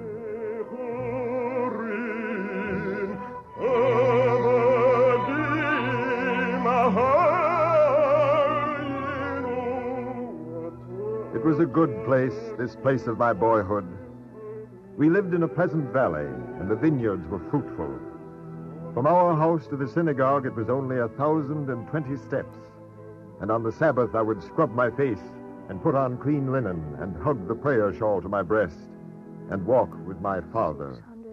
Careful you don't drop the shawl, Benjamin. 672, 73, 74. Benjamin. Yes, Papa, I'm holding it tight. 77, 78, 79. My father would laugh, and I would count 1,020 well-remembered steps as we walked together through the narrow little street, which was also clean and scrubbed for the Sabbath, and where the sun smelled of grapes and the shadows were cool. And always we would meet the baker, who was a disputatious man, and who would say to my father, Baruch, look to your son. Good Sabbath. Good Sabbath. The boy is a mumbler. Benjamin, the baker says you're a mumbler. Yes, Papa. 710. It's a desecration of the Sabbath. Leave him alone, Baker. He's only a boy. 14. It amuses him to count the steps. Besides, it does you no harm. He should be memorizing the Talmud. All in its proper place, Reb Baker. And what is more proper than the Talmud on the Sabbath day? A smile, perhaps. Oh, no. Oh, no. Hillel says, he who does not increase his knowledge decreases it. And he who does not study deserves to die. Benjamin is studying numbers. Eh, Benjamin? 32, 33. You see, Rebecca. Come on, man, smile. And why should I smile? Tell me, why should I smile, huh, Baruch? Because the sun is shining and the Sabbath is meant for joy. And, Rebecca, it's good to be alive. Avadim hayinu hayinu ata benechorin benechorin. Yes, it was good to be alive and to be a Jew and to live in Portugal. And good to have a father like my father, to play chess with him, to listen to him speak, and watch his nose wrinkle when he smiled. And once when I was playing with a stone and throwing it in the air, the way a boy throws a stone in the air, I threw it too far. It fell and killed the baker's chicken. I did not mean to do it, and my father knew that. Come here, Benjamin. I'm sorry, Papa. It slipped. The baker wouldn't have known it was me except the other boys told him. Wouldn't you have confessed yourself, Benjamin? Well, Tell the truth, son. no, I wouldn't have. That's wrong, Papa, isn't it? Very wrong. You destroyed another man's property. It was only a chicken, the one that wouldn't lay eggs. Even a chicken that gives no eggs, it's another man's property. Are you angry with me, Papa? No, I'm not angry. But I want you to do something for me. Of course, Papa. Find other friends. I don't like you to play with boys who tattle. I don't like informers, Benjamin. In this world, justice is always the most important thing. But there's also something else. What else, Papa? Mercy. Remember that, son. In this world, people ask for justice, but sometimes they also ask for mercy. Yes, that's always wise to remember.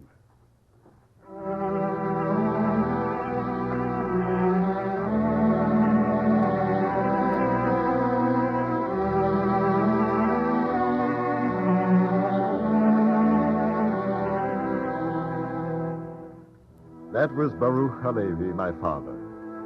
Everything that was good in this world, he taught me. To read, to play chess, to press grapes and make wine, to be modest, and best of all, to be silent.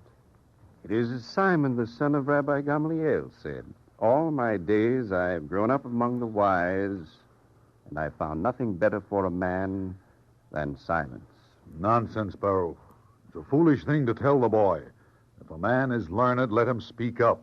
How else will others profit by his words? Rebecca, is learning so important? Not learning, but doing is the chief thing. Remember, it is also said, whoso multiplies words occasions sin. A man with a stutter must have written that. Rebecca, perversity is your Torah. I say day, you say night. I say milk, you say meat. I say smile, you What's say... there to smile about? Truly, what is there to smile about? We're alive. But we live in a ghetto. There's no ghetto for a man's mind. If the mind is free, the body is free. Oh, piffle. I am a baker. And because I'm a Jewish baker, I have to pay a special tax. What difference? You're not starving? But pretty soon I will be. A Jew in Portugal has to pay a tax to walk on a road. Imagine, for 1,300 years, Jews have lived in Portugal. And now along comes a king who tells us we have to pay a tax to see our own country. You're quite right about that, Rebecca. Oh, so I am right about something. About this, yes. Portugal is our country. We Jews came here before there was a Christian church. Yes, now they say... Do you know what the Queen says? We defile the purity of the national bloodstream. What? Yes, I'm not making it up, Baruch, so help me. That's preposterous. What purity, what bloodstream? Is Portugal pure? What is the Portuguese bloodstream? Don't ask me. It's Phoenician, Iberian, and Celt, Carthaginian, Greek, Visigothic, Roman, Vandal, Moorish. What's she talking about? Portugal is half the world, a mixture of races. And religions, Baruch. Christian, Mohammedan, Jewish. I haven't forgotten. Defile the purity. What impossible nonsense. That's why I don't smile, Baruch. The times are not for smiling. You may be right, Rebecca. Whenever I hear this talk of racial purification, I know it's time to worry. Not only for ourselves, but for the sanity of the whole world. Baruch, there's danger. Yes, Rebecca. Real danger.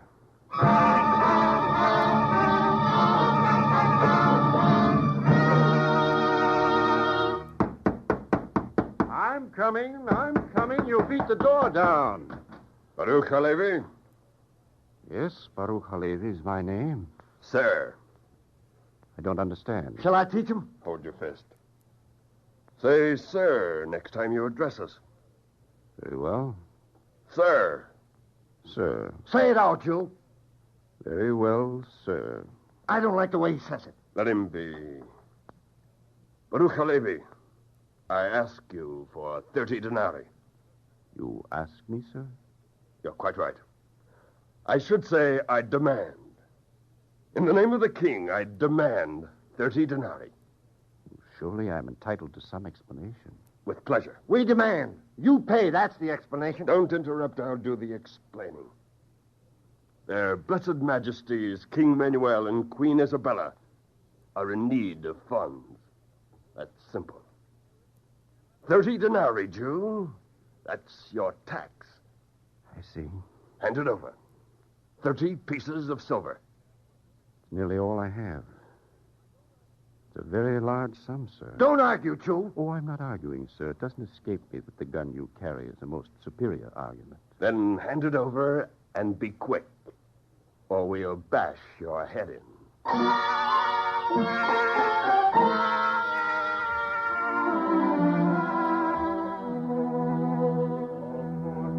From Pharaoh of Egypt to Manuel of Portugal, a straight line. Yes, the more history changes, the more it stays the same. Nothing changes. Persecution is a pattern, fixed, sour, immutable. Yes, Baruch Halevi, Baruch my father, Baruch, the son of Abraham, the good man and the generous man, stood in the synagogue like a rock and spoke to the dwellers of the ghetto.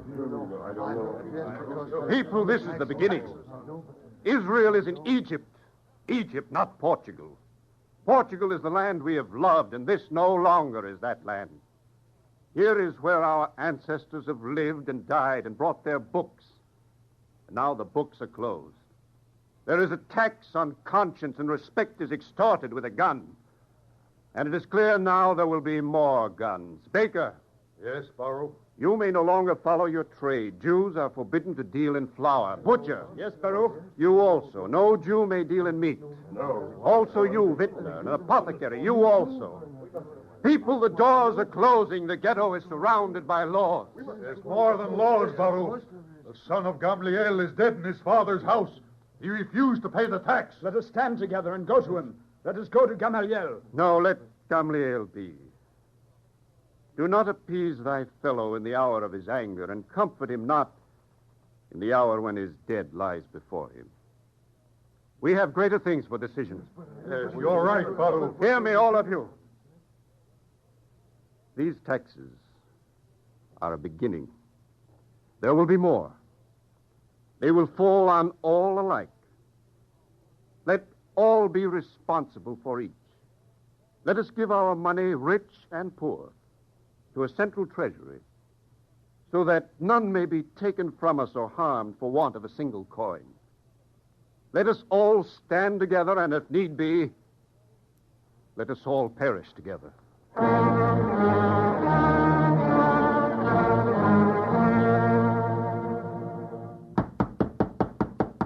Yes, my friends, I'm coming. I expected you, my friends.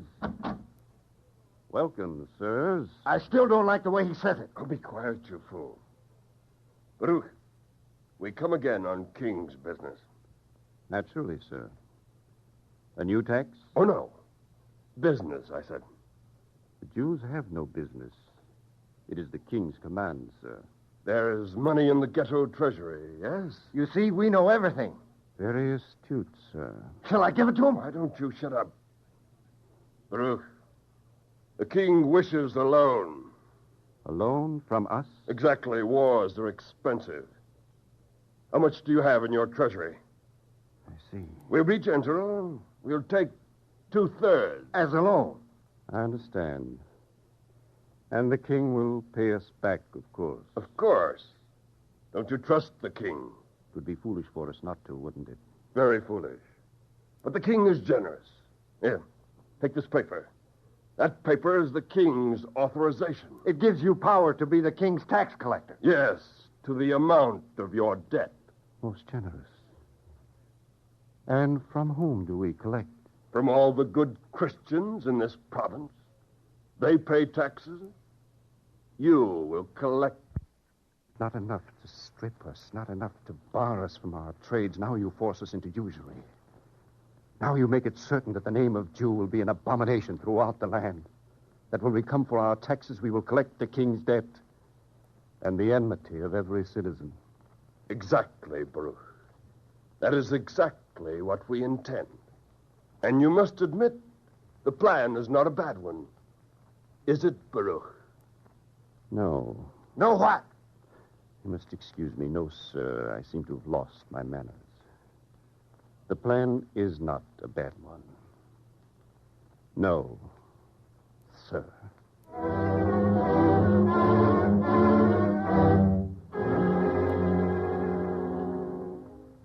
No, not a bad plan. For it was a plan that worked. The Jews became the tax collectors of Portugal, and there was hatred of the Jew. And it was not a difficult thing to fan this hatred. And where there is hatred, there is rumor. Rumor that is the bite of a fox, and the sting of a scorpion, and the hiss of a venomous serpent. And all this was for the Jew. And for the Jew, there were two roads now. Baruch, I can't stand it any longer. There's only death for us, or... Or what, Ezra? I can't say it, Baruch. Or what, Ezra? It's not for myself. Believe me, it's not for myself. I have 3 little children. They must not die. Ezra, or what, or what? You know what the alternative is. I do not know that there is an alternative for a Jew. Conversion. So? I swear to you it will be the conversion of the lip. In our hearts we will remain loyal. Don't you hear me? What do you want me to say? Say that what I'm doing is not terribly wrong. But it is wrong, terribly wrong. You'll be both an apostate and a liar. You'll wrong 2 religions instead of one. I can't help it, I tell you. I have 3 little ones, do you hear? The youngest is 6 weeks old. Why should she suffer? I won't let it happen. She mustn't die. And if we don't allow ourselves to be converted, we'll all be dead. All be dead, Baruch. Dead. Stop trembling, Ezra. Do whatever you think is right. Baruch, will you be my friend? Someone will have to be your friend, Ezra. Yes. I'll be your friend. And may God have mercy on you.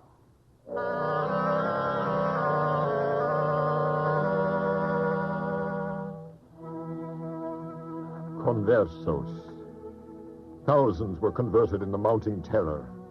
You could touch the fear over the ghettos. You could feel it and smell it, sharp and acid, like a secretion from the skin. And it did not help. For while some were converted in good faith, many more secretly retained the faith of their fathers. And this became a poison and a scandal and an infection. And to meet the poison and the scandal and the infection, there was a remedy. They burned him. Yes, Rebecca. They burned Ezra. Oh, poor Ezra. Burned at the stake. And what was his crime? He changed his linen on the Jewish Sabbath and put on his cleanest suit. Judaizing, they called it. How many conversos have been killed? I don't know, Rebecca. They sought to find life by escaping their faith. All that they found was the pit.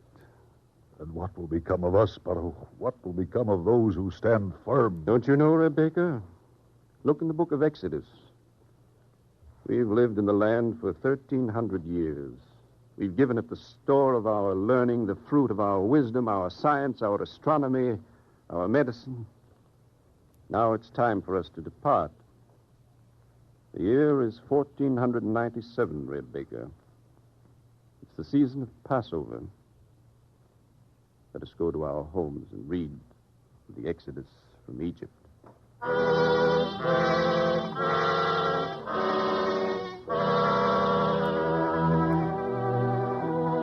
Vehishe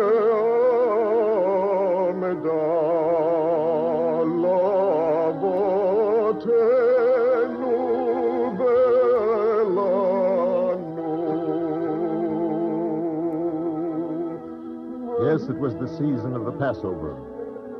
And the song he sang was, Hi Sha'amda Lavotenu. And Baruch Halevi, my father, sat at the table which was covered with a white cloth, and before him was the dish filled with marah, and in his mouth there was the bitterness of the thing. And we covered the matzahs and raised the wine glass, and he read to us from the book. V'hi she'amda lavotenu v'lanu, shelo echad bilvad amad aleinu lachalotenu, elo shebechol dor vador omdim aleinu lachalotenu, v'hakadosh baruch hu matzilenu miyadam. This is the promise which has stood by our forefathers and stands by us. For neither once, nor twice, nor 3 times was our destruction planned. In every generation they rise against us, and in every generation God delivers us from their hands.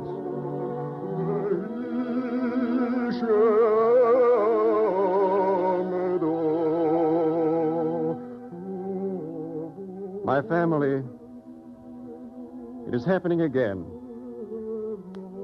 Once it was their turn, now it is ours. Soon there will come a proclamation from the king. It will be soon. It is a thing that does not fail.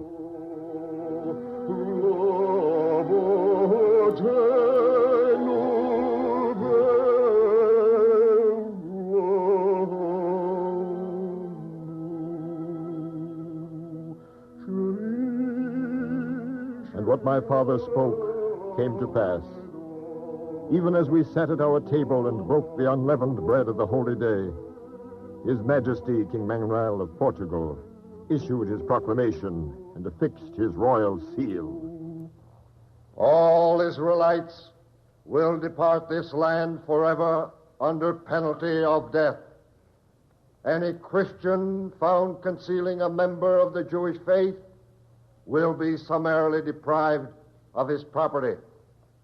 None who leaves may be permitted to take coins of any description, neither gold nor silver, nor precious stones. This is our royal command.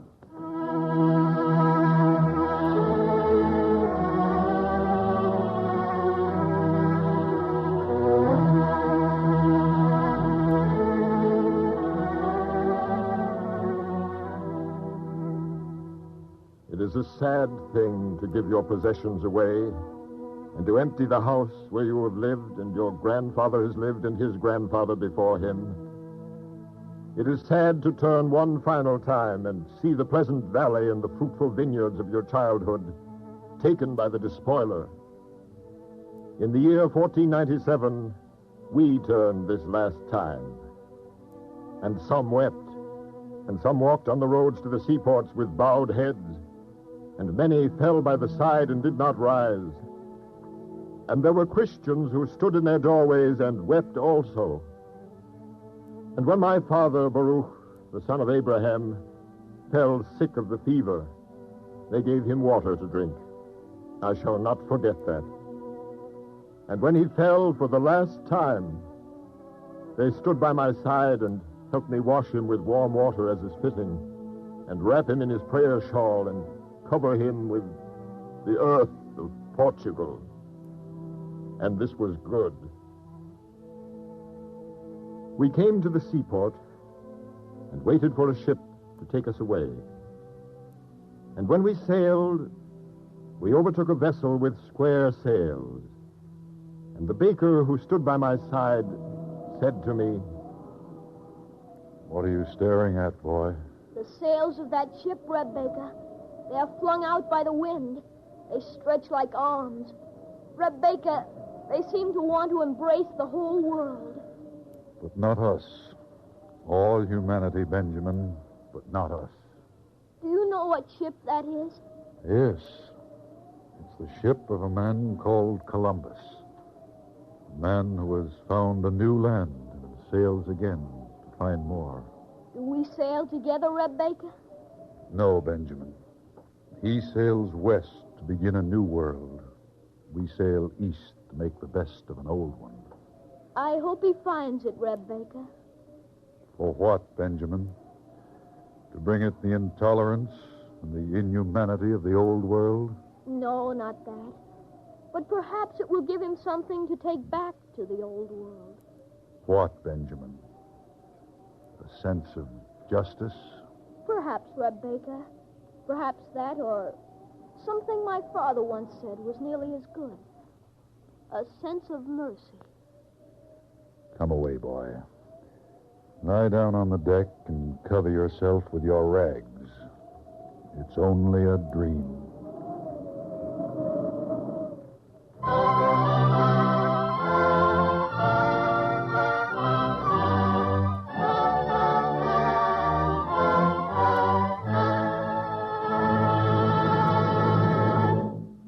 Copies of the script you have just heard may be obtained free of cost by writing to the Eternal Light, 3080 Broadway, New York, 27, New York. And now we present Cantor Robert H. Siegel singing two traditional Passover melodies.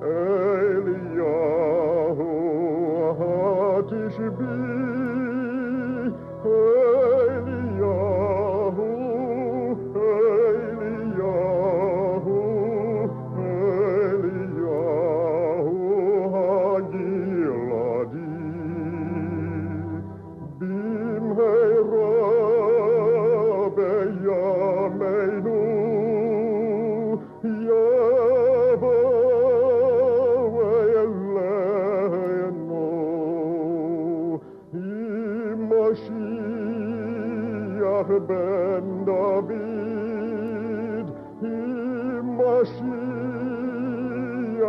ben David, Eliyahu Hanavi, Eliyahu Hatishbi,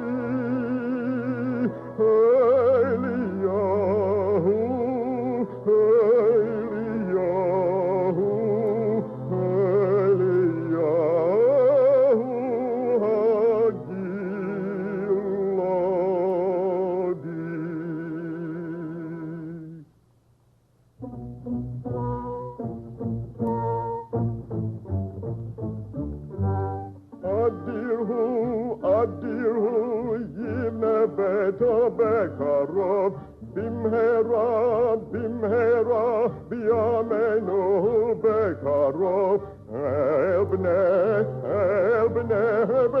Betcha Bekarov, Elbne Betcha Bekarov.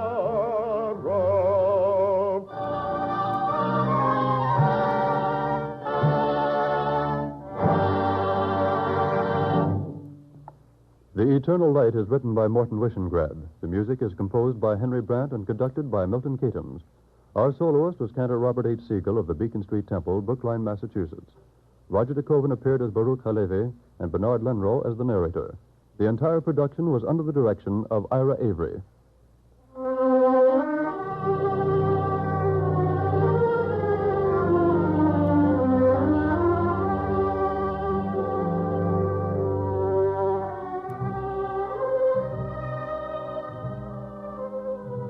We wish to thank the NBC University of the Air for permission to repeat today's script, which was based on a story first heard on the historical series Lands of the Free. This program has been brought to you as a public service of the National Broadcasting Company and its affiliated independent stations in cooperation with the Jewish Theological Seminary of America. For free copies of the script, write to The Eternal Light, 3080 Broadway, New York, 27, New York.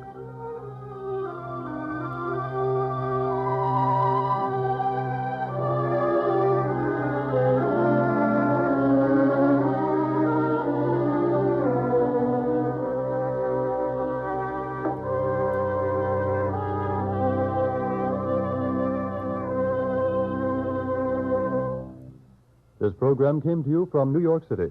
This is the National Broadcasting Company.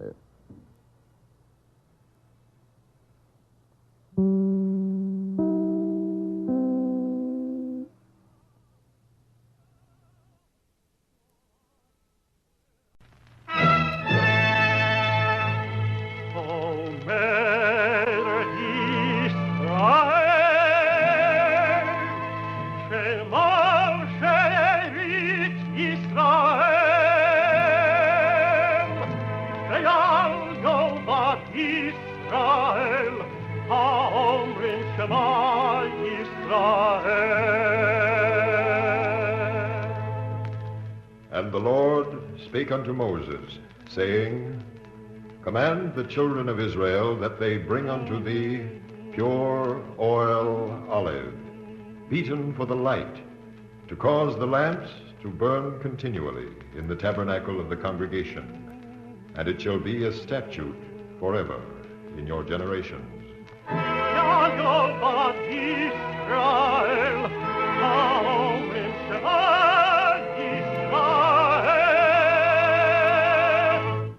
The Eternal Light.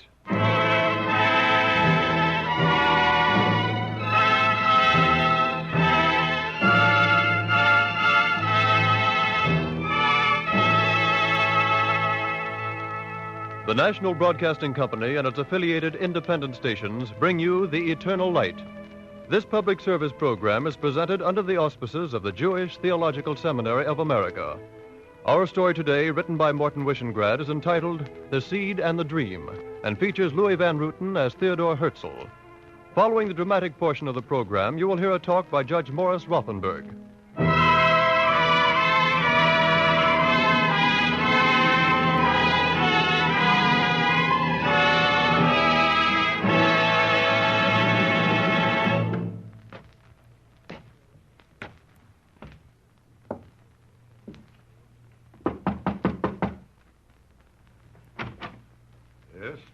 What do you want?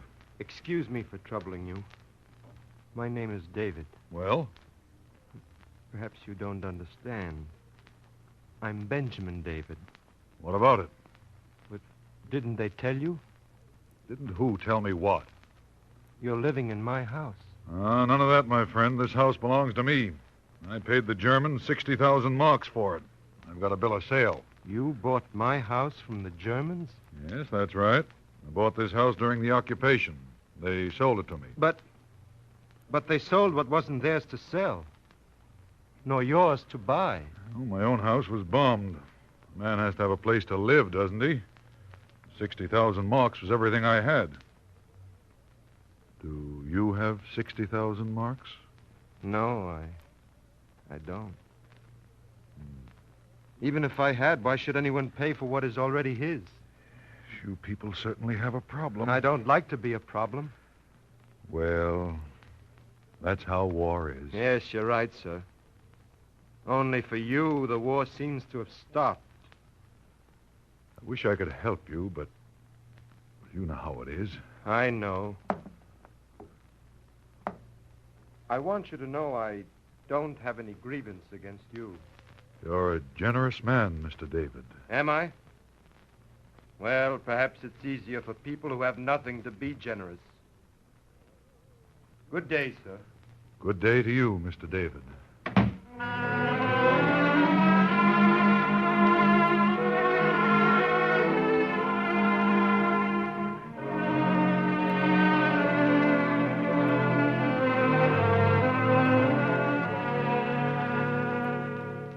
Benjamin David. Yes? Which road do you travel? Any road, no road. What difference does it make? I shall travel with you. Thank you. Who are you, please? My name is Theodore Herzl. You mustn't mock me, sir. I can stand a good deal, but not to be mocked. Still, my name is Theodore Herzl. Theodore Herzl is dead. Then don't draw away. Only the living harm you. Dead or living, what's the difference? What's the use? Stop pitying yourself. Self-pity is a misfortune worse than persecution. What else have I left? A memory, Benjamin David. 2,000 years of fire. If you are iron, you will immerse yourself in that fire and come out steel. Very well, Theodore Herzl. I own a memory. Yes, and something else beside. A hope. And between memory and hope stands the deed. Yes? Tell me, Theodore Herzl. What is the deed?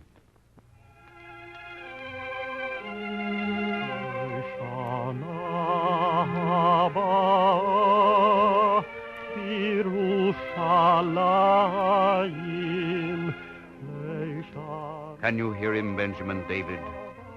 He sings the promise of Zion, the prophecy of Ezekiel, the daily pledge of the prayer book. It is a dream which sprouts like green grass between cement stones. From under the twisted girders of broken cities it emerges. It rises on the four winds. Yes, even between the aisles of the graves of Germany and Poland, the dream breathes. Behold, I will open your graves, saith the Lord, and I will bring you into the land of Israel. They will tell you it is a myth. Do not believe them, for if you will it, it is no myth. Take it in your hand like a seed and entrust it to the soil. Let the dream become the seed of projects, and if today it is not bread, it will be tomorrow's bread. Benjamin David, my living brother, I see a land of the seed and the dream. Sunlight and open cities, workers in the field, where Israel no longer is a sorrow, but instead a song.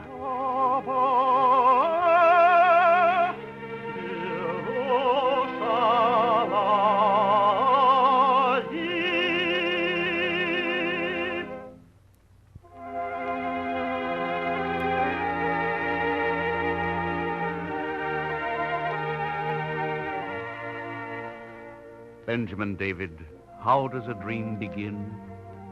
In sleep. On a day in the year 1895, I, Theodore Herzl, Paris correspondent for the Neue Freie Press of Vienna, author, playwright, man of the world, was fast asleep. And on a day in January, I stood on the parade grounds of the École Militaire, beheld 4 soldiers conduct a man called Dreyfus before his commanding general. Captain Alfred Dreyfus, you will hand your sword to the officer of the day. Prisoner's sword, sir. Alfred Dreyfus, you are unworthy to bear arms. In the name of the French Republic, I degrade you from your rank. I, Alfred Dreyfus, solemnly swear that you are degrading an innocent man. Officer of the day, let the sentence be carried out. Break his sword, tear away his insignia. Yes, sir. Tear it away, but I am no traitor. In your hearts, you know I am no traitor. You've sentenced me because I am a Jew. Death to all the Jews!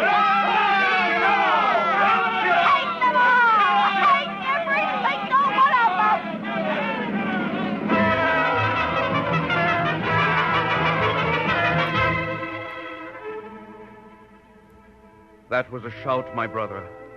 A shout to awaken the sleepers. This was happening in the most civilized country in Europe.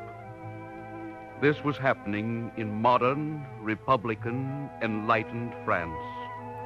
And Austria was not modern. And Germany was not republican. And Poland was not enlightened. Pain, Benjamin David, is a process of education. The tear falls, and it is a peculiar juice. For where it falls, the soul arises. I could sleep no more, my brother. The night was long, and I was full of tossings to and fro. My flesh was clothed with worms, and I was consumed in the fire I did not create. I addressed a letter to the greatest Jewish philanthropist in Europe, and Baron Moritz de Hirsch answered. I went to speak to him. I've admired your work, Mr. Herzl. Thank you, Monsieur le Baron. It is not an idle compliment, Herzl. You have a deft touch. What I admire about your plays are their lightness and sophistication. Monsieur le Baron, I didn't come to discuss my plays. So? What did you come for? To propose a solution of the Jewish problem in Europe. Very admirable. Is there a solution? Yes. A publicly recognized, legally secured homeland in Palestine. My dear man, you're on the wrong track. The poor among our people need to be provided with work, with food and clothing. That's the solution. Monsieur le Baron, to be plundered as a Jew and to be protected as a Jew are equally shameful and humiliating. Possibly. I do not argue with you. But you spin words. I spend millions on philanthropy. Do you think you help with charity? I think so, my dear Herzl. You breed beggars, Monsieur le Baron. You bind the lazy poor to the lazy rich. My dear sir, don't you think you're being rather presumptuous? No. Your philanthropy is presumptuous. It is a condemnation to apathy, to submission. Possibly. But your scheme is too simple and too fantastic. Thank you, Monsieur le Baron. That's what any dream is. Simple and fantastic. Good day, sir. Good day, my friend.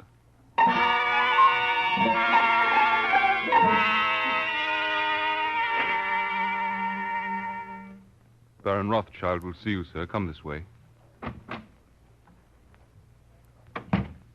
Won't you sit down, Mr. Herzl? Thank you, sir. I have studied your letter very carefully. Will you join with me? I will not. Why not, sir? Because I do not like your plan. Why not, sir? Mr. Herzl, you cannot build without a firm foundation. Baron Rothschild, I placed this book on your table. What holds the book up? The table, naturally. That's just what I mean. That's also what I mean. Little things like an apple or this book need a firm foundation to rest on, or else they fall.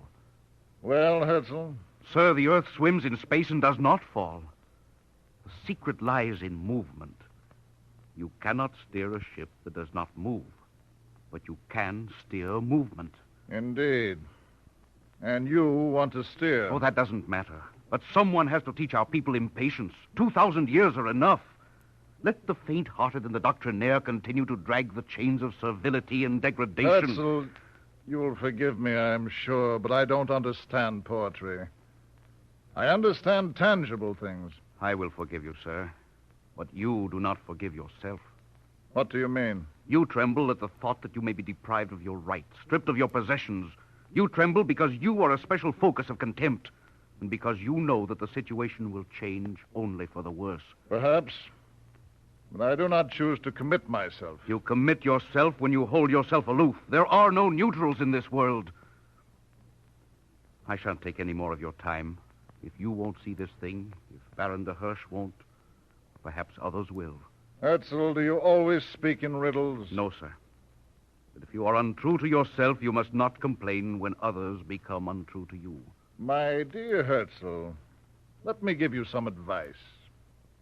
Be careful you do not become a fanatic. No, Baron. A fanatic is a man who redoubles his efforts as he loses sight of his objective. I can never lose sight of my objective. It is the prophecy of Ezekiel, the 31st chapter of Jeremiah, the hot coal branded on the lip of Isaiah. I will never lose sight of that.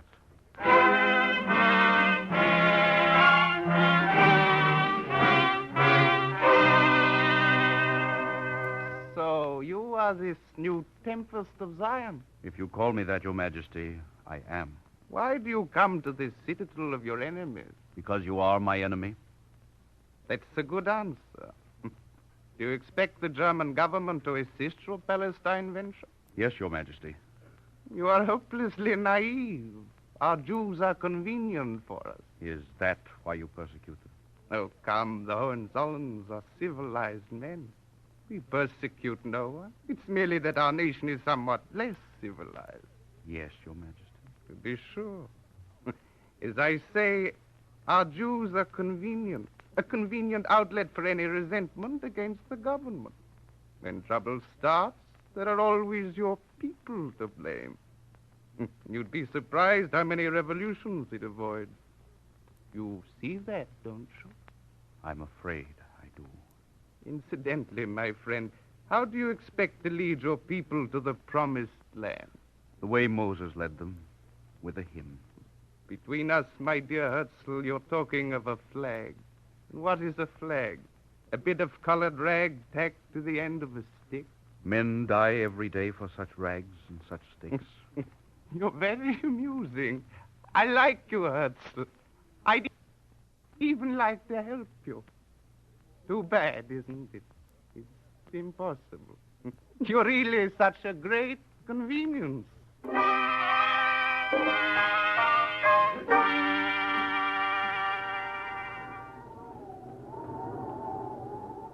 Benjamin David, where are you? Here. Theodore Herzl. Listen to the wind. It blows cold. You haven't understood what I'm saying. This is a road to be traveled. Walk further. Walk to the end, Benjamin David. The road winds over the borders and beyond the seas to Zion. A man can't walk a road by himself. I am with you, Benjamin David. But you are dead. In Poland, in France, in Romania, even in Germany, there are some that are not dead. They might just as well be dead. Homeless like me. What's the good of it all? To endure, to suffer, to see yourself liberated. And for what? For further misery. Stop pitying yourself. Get up and march. I'm too weary. You can't march. At least stand. Stand on your feet. All right. I'm standing. But the wind is still cold. Face it. Stand into the wind and open your prayer book. What for? Benjamin David, I remind you who you are. Open your prayer book and read. On your feet and read the words. O Lord, sound the great horn for our freedom. Lift up the ensign to gather our exiles. And to Jerusalem, thy city, return in mercy.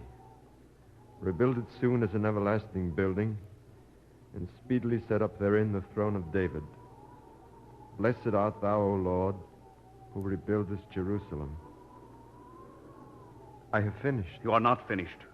You cannot be abject in prayer. The word is not to be denied. The word, Benjamin David, is Torah Chaim, the living word and the living law that is no longer imprisoned in a book. Yes. You are right, Theodore Herzl. I shall walk further. Let us go on.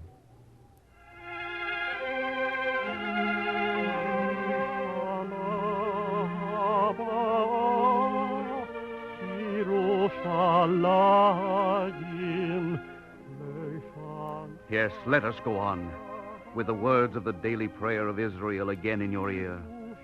Let us traverse the bridge from the memory to the hope, from the dream to the seed and the fruit of the seed, and travel as straightforward men. Benjamin David, your progress will be laborious and full of affliction, but prove your courage and your steadfastness, for you cannot repudiate your bond. I took the first step, Benjamin David, in the year 1897. I met with Max Nordau to begin the deed that stands between the memory and the hope.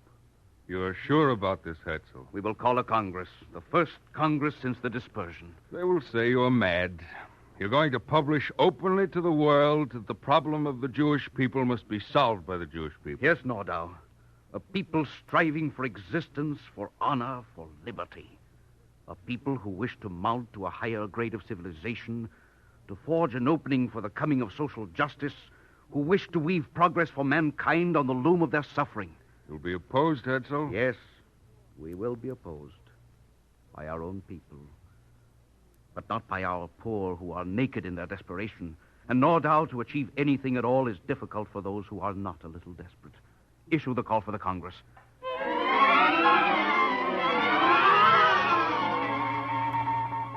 A full delegation from the United States. Good. They can help train us for freedom. The Tsarist government refuses passports for the Russian delegation. Tell them to come anyhow. Romania, Austria, Hungary, and Bulgaria have accepted. It's shaping up, Nordau. It will be a Congress. Here's more. Holland, Belgium, the Scandinavian countries, and Palestine. We have written to the city of Munich, Herzl. Permission to hold the Congress there should come in 2 days.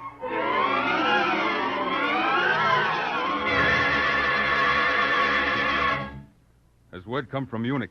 Yes. The city of Munich has offered us a hall and has given us welcome. Good. Nordau, we'll leave tonight and make the necessary preparations. I think you had better not, Herzl. Better not, did you say? Yes.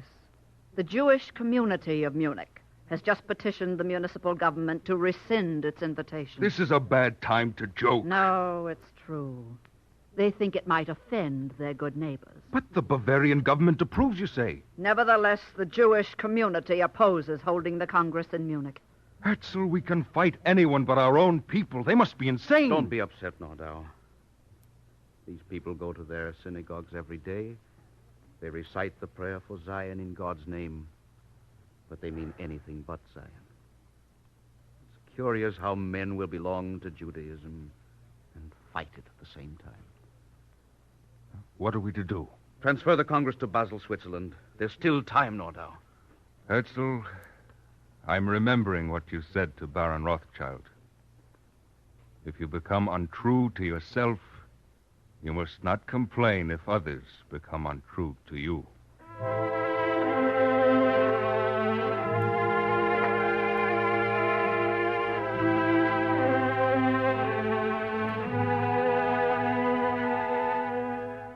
Benjamin David, the greatest happiness is to be what a man is, to hide behind no mask, to learn how to honor a man without arrogance, to respect the meaning of past generations, and to live with dignity. Where are the assimilated Jews of Munich, Benjamin David? Be careful as you walk the road, for you tread on their unmarked graves. The trail is steeped in blood. How many disasters are needed to prove it? Why do you stop, Theodor Herzl? I have taken you as far as I can go. It is as far as I went during my life. From here, you must go yourself. I understand. Do you understand, Benjamin David? You must, you know. For you are a symbol, and we live and we die for symbols, and the bit of rag that we tie to a stick. Yes, I understand. That's good. Remember that before you may come to the land of Zion, you must first come to Judaism. I shall remember. Good. Now you are standing, and before a people can march, it must learn to stand. Theodor Herzl, a wind is blowing. It is your legend. No, it is the voice of Ezekiel and the sentence of Jeremiah. Rachel weeping for her children, and the Lord answering, "Thy children shall return to their own border, for there is hope for thy future." Say to the world, Benjamin David, say it for me and for yourself. Let there be prayers in our synagogues, but in the churches also, because all have suffered from an ancient oppression. Let the idea radiate until it reaches the last wretched remnants of our people. Let them awaken from their dull brooding. Let a new content come into their lives. Let the word be repeated. Israel will live again on his own soil and die peacefully in his own homeland, and the world will be enriched by his liberation. He will become a great people, and the world will become greater for his greatness. And that which he seeks, and that which he shall find, will stream out mightily and beneficently upon all mankind.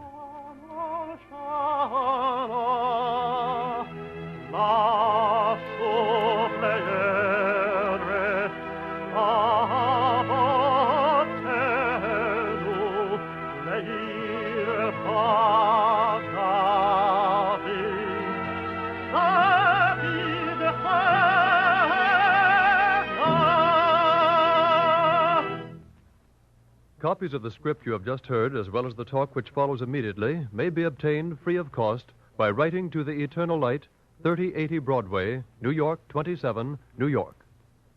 And now we present a brief message by Judge Morris Rothenberg, President of the Jewish National Fund and former President of the Zionist Organization of America. Judge Rothenberg. Theodor Herzl, the central figure of the dramatic episode to which you have just listened, is one of the immortals of Jewish history, leader and emancipator of his people, whose guiding thought is as valid today as it was when he first uttered it half a century ago. From the literary salons of Vienna and Paris, this aristocratic man of letters and courageous figure strode forth to champion the cause of his people, not merely to speculate upon the Jewish problem of homelessness or to proclaim national solidarity, but publicly to declare before the peoples and sovereigns of the world that the Jews were a national entity with a claim to a homeland and a corporate creative life of their own.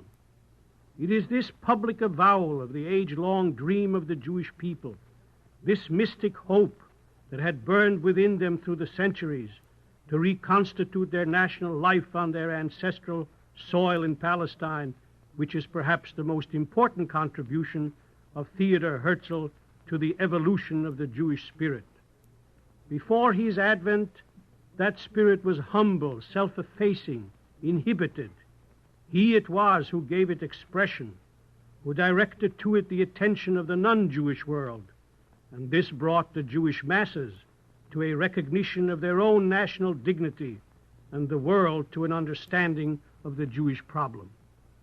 The movement for Jewish colonization in Palestine had indeed started on a small scale several decades before Herzl's appearance, but it was left for the genius of Theodor Herzl to see the problem in its totality, to formulate the vision and to fashion the instruments of statecraft and popular action, which would ultimately translate that vision into actuality. The charter for a Jewish Palestine, which Herzl asked, proved to be unattainable during his lifetime, and so the great burden which he so eagerly assumed broke his heart. Herzl died in 1904 at the age of 44. Less than a decade and a half after his death, his great dream partially came true. The Balfour Declaration, and subsequently the League of Nations mandate, to which 52 nations became signatories, created the political and legal foundations for the Jewish national home, which he so ardently sought and labored for. Today, the world is on the threshold of a new era that may bring universal peace and freedom to all peoples. The Jewish people, too, look to those who will reshape the world for that decision which will translate the dream of Herzl into final reality, thus righting an ancient wrong and fulfilling the word of prophecy. Thank you, Judge Rothenberg.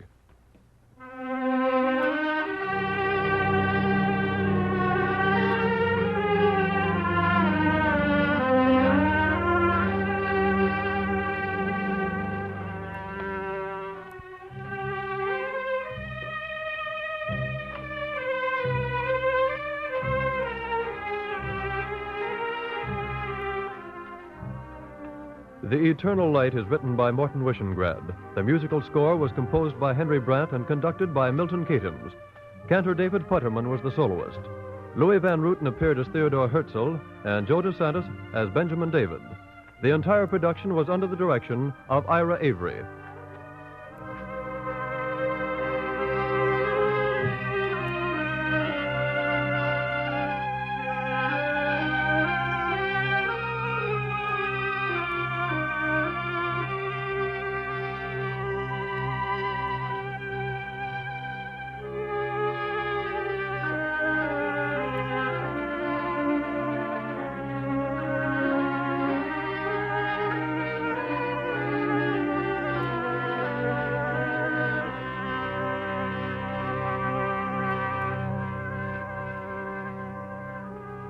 This program came to you as a public service of the National Broadcasting Company and its affiliated independent stations.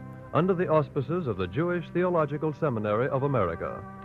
Free copies of the script may be obtained free of cost by writing to the Eternal Light, 3080 Broadway, New York 27, New York.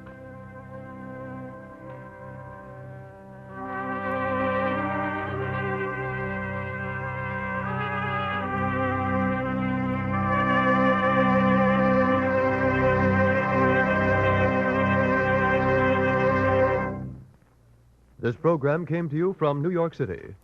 This is the National Broadcasting Company.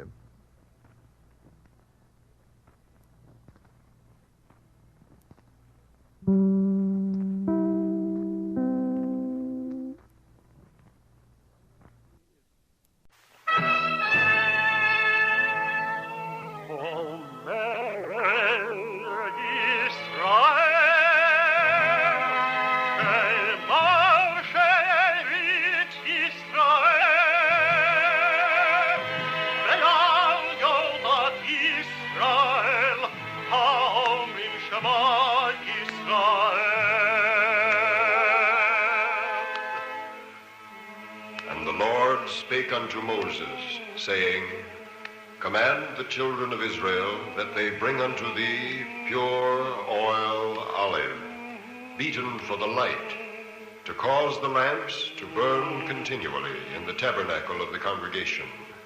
And it shall be a statute forever in your generations.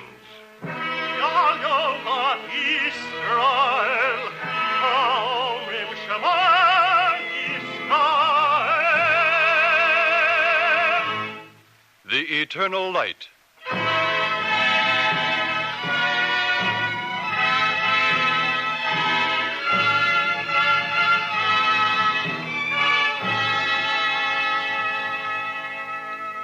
The National Broadcasting Company and its affiliated independent stations present The Eternal Light. This public service program comes to you under the auspices of the Jewish Theological Seminary of America. Our story today, written by Morton Wishengrad, features Isabel Merson as Henrietta Szold. Following the dramatic portion of the program, you will hear a talk by Mrs. Moses P. Epstein.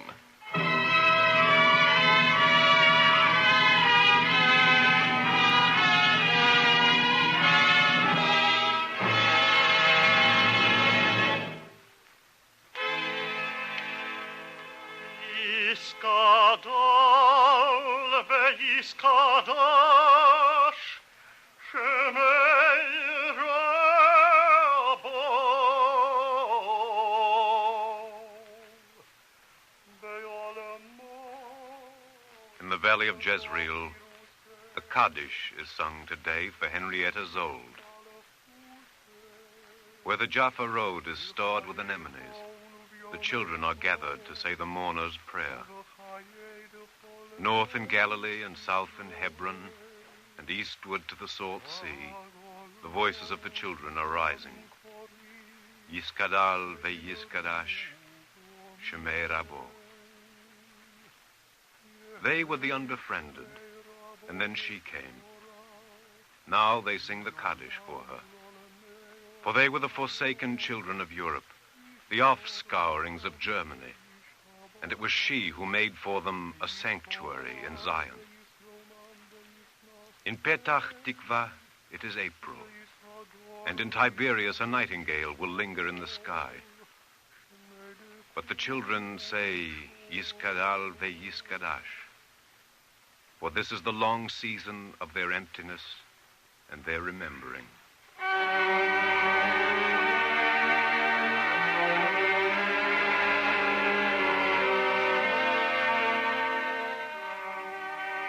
Can 5 words create a legend? Perhaps you will not think so. In the year 1912, Mr. Nathan Strauss could not foresee the legend. Nevertheless, he stared with amusement at the tip of his cigar and uttered the 5 words. Miss Henrietta Szold of Hadassah. Well, Mr. Strauss? I know you, Henrietta, but what's Hadassah? We met on Purim. Esther's name in Hebrew is Hadassah, so we called our women's organization Hadassah. It is very simple. Oh, I see. Now that your organization has a name, what do you do with it? Jeremiah 8:22. Henrietta, are you going to make me get up and hunt through my Bible, or are you going to tell me? Oh, I'll tell you. Well? Is there no balm in Gilead? Is there no physician there? Why, then, is not the health of the daughter of my people recovered? All right, Henrietta. You've given me the text like a good rabbi's daughter. Now deliver the sermon. There isn't any sermon, Mr. Strauss. My mother and I visited the Jewish settlements of Palestine. We saw a land that was barren and treeless and fantastically beautiful. But we saw Jewish mothers dying in childbirth. We saw infants spindly with rickets. And we saw children whose eyes were granular with disease. And you want to do something about it? Yes. Visiting nurses first. Then a nurses' training school. Then hospitals. How much money have you raised? $283. Now, I shouldn't laugh, should I? You're quite right. It sounds ridiculous. But we're just a handful of women, and we gave what we could. Why don't you ask me for help, Henrietta? I can only explain a need. If you see it and feel an obligation to help, we'll be grateful. God bless you, Henrietta. You ask for help proudly. That's the way it should always be done. I'm glad to help, with you and Hadassah. Someday there may be balm in Gilead.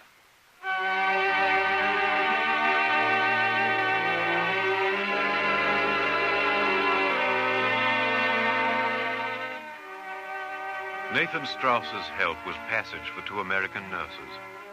During the years of the First World War, other nurses followed, and then a small contingent of American doctors. The work was slow and painful and heartbreaking, but it did not falter.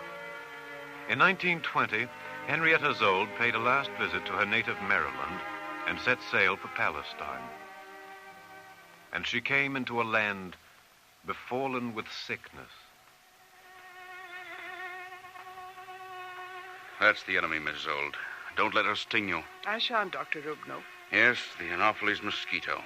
That's the enemy. One dead mosquito, and there are billions alive. Medical services are crippled, the whole staff working on malaria. I'm almost ready to quit, Miss Szold. You need some rest, Dr. Rubno. I need more assistance. That's what I need. Oh, I'm sorry. I didn't mean to bark at you. Thank God you've come, Miss Szold. You've got plenty to do.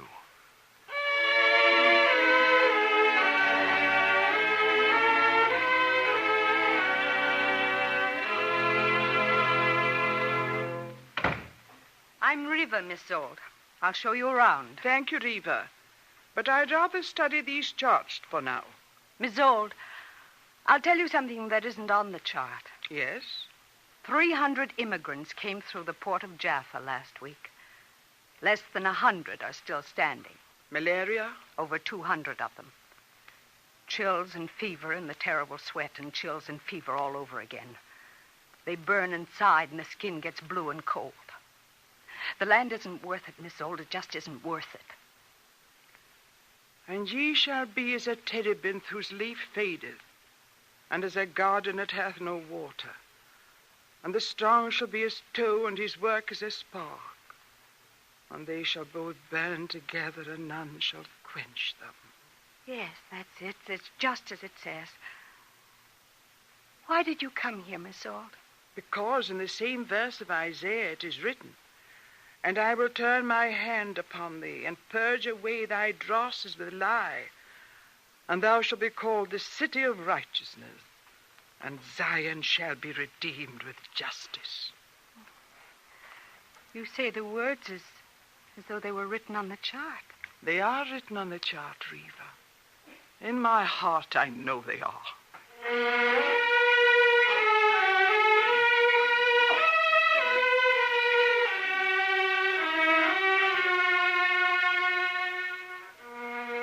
There is no birth without pain, and this was a land in the making. For 13 years, Henrietta Szold traveled from Hebron to Galilee, and as she grew older, she seemed to work more, and more was given her to do. A time came when the Jewish settlements were no longer scourged by malaria, and children no longer sickened and died in their mother's arms. 13 ripe years for Henrietta Szold, and a land regenerated by the sweat of the new builders who came to Zion from the many nations. She smiled with satisfaction and made her decision. She sent for her new assistant. What have I done now, Miss Szold? Nothing at all, Doctor. Won't you sit down? If it's about that epidemic in the Safed hospital, it just wasn't our fault. Some things can't be helped. Won't you sit down, Doctor? Aren't you going to scold me? Should I? Of course. That epidemic was sheer negligence on our part. I never scold anyone, Doctor. No, of course not. You just look at us and ask questions, and we scold ourselves. Oh, please be a good fellow and sit down. I have something to tell you. All right. Well? I've packed my things. I'm leaving. I want you to be in charge. Miss Szold, I'm afraid I don't understand. It's simple enough. I'm going home. America? Maryland. But I thought you were happy here. I'm 72 years old, Doctor. 72 years old and homesick. I think I can understand that. I wonder, Doctor. You've never seen the woods in Maryland in the autumn. But I don't know what I'm going to tell the staff. Well, then tell them Miss Szold is tired of being an executive. Tell them I'm going back to America. I'm going to luxuriate in being old and decrepit, and I'm going to let my sisters cuddle me. And I'm going to kiss every blessed tree in Maryland.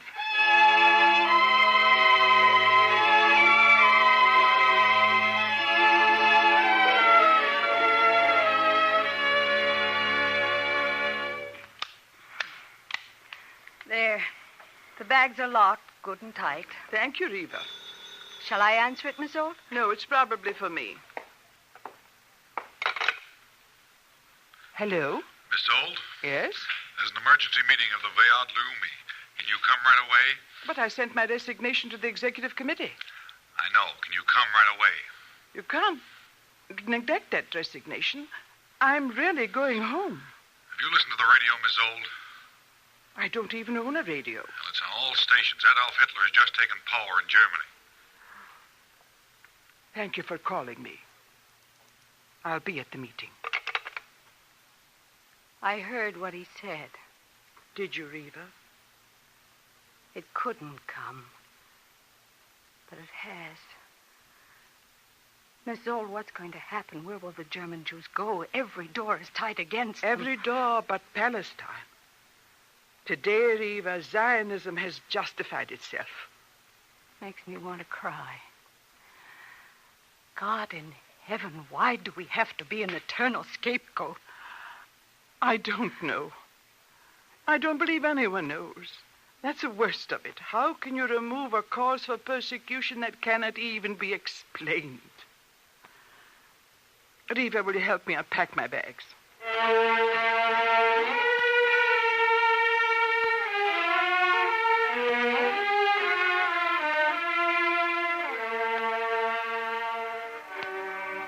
Henrietta Szold unpacked her bags.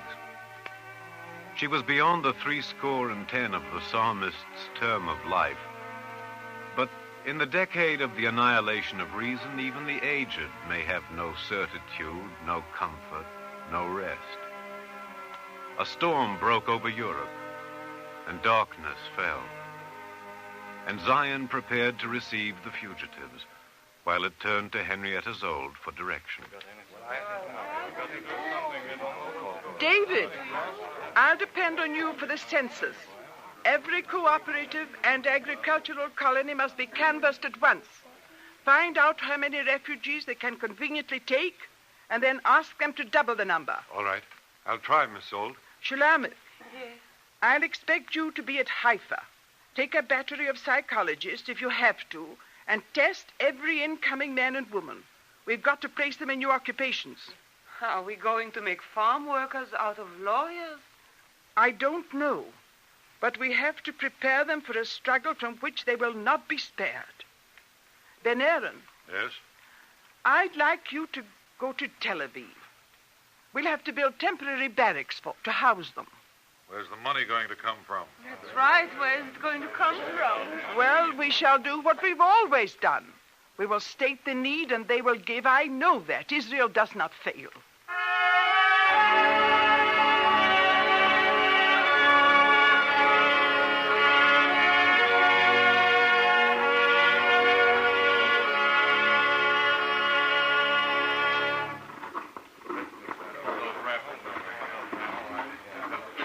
Barracks won't be much, Miss Szold, but good enough to keep out the rain. Thank you, Ben Aaron. I've worked up a schedule for the refugee children.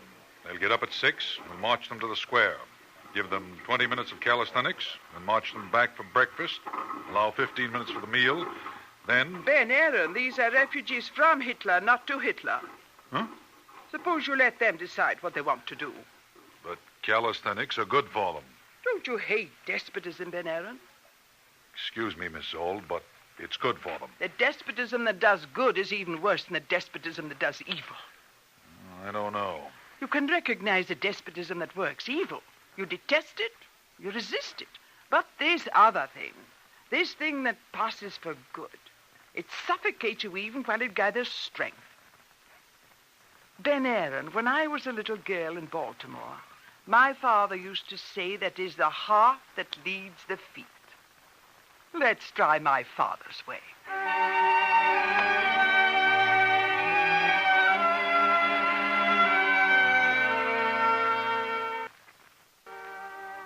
To follow where the heart leads. This was enough for Henrietta Szold. Now, inevitably, her heart led to the children of Germany, whom Adolf Hitler had appointed for destruction. In 1934, Henrietta Szold cabled to American Hadassah, and the plan emerged for the Youth Aliyah, the migration of the children out of Germany into Palestine. The detachments of the children, the pitiful brigades, began to come. But there were more who could not come. In her 75th year, almost in the hour when Adolf Hitler stood in Nuremberg and proclaimed the law of the pariah, Henrietta Szold stepped unobtrusively into Berlin. Draw the other blind Minna. Did anyone see you come here, Frau Szold? No, Herr Seligson. I don't think so. You were running, yes? Your cheeks are pink, Frau Szold. At 75, one does not run. No, I didn't run, Frau Seligson. She is right. Your cheeks are pink. I suspect I'm a fool. But out there, I felt like the heroine of a novel. So? Oh, please forgive me. You got my note. You know why I'm here. Yes, we know. We have spoken to the entire congregation. Good. And you will let me make arrangements to take your children away? We all agree. 750 children, Frau Szold. We have decided that you should take them. I wish it was in our power to take their fathers and mothers. We know you can't. I lived on a farm when I was a girl, Frau Szold. There were bad times, but no matter how bad, my father never let us eat the seed potatoes. You cannot eat the seed. It must always be saved for the new planting.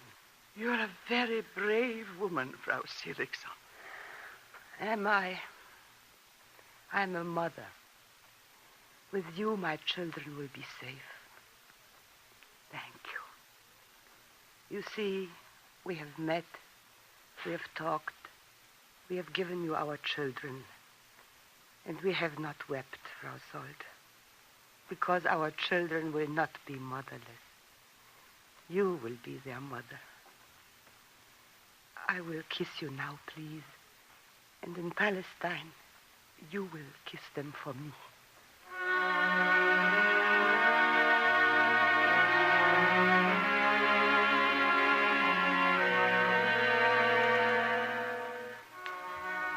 She returned to Palestine, and 750 children followed. The youth migrations continued, and the new tide began from Poland, and then from Czechoslovakia, the Netherlands, France, Denmark, Romania. A heart-breaking, agonizing byproduct of war. The hair was whiter on her head now. The voice was more gentle. She was 80 years old, but she did not flinch. The children came. 10,000 children. Children who made no sound and did not smile. What is your name? Clara. How old are you, please? Clara. Is that all you can say?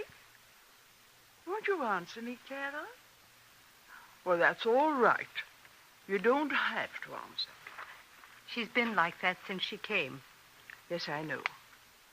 Clara, I have something for you. Please take it. The doll is for you. It's yours to play with. Mine? Yes, to keep. There. That's a good girl. Now come with me, Clara, and we'll play together.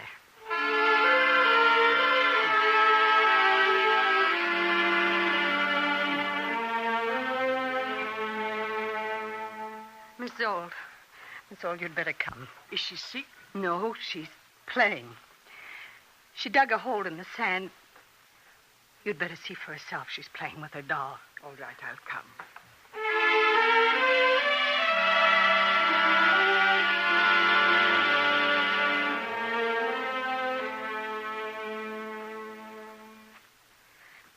Rest in peace, Dolly.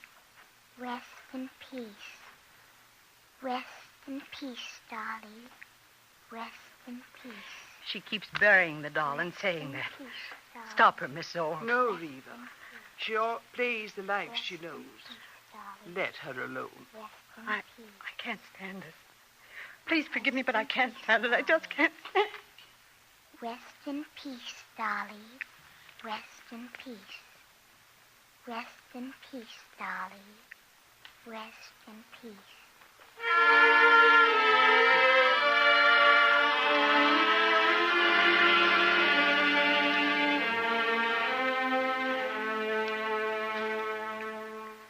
Miss Szold.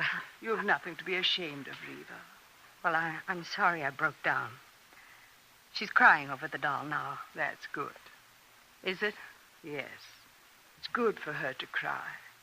The tears will cleanse her the way salt cleanses meat. Tears can heal Reva.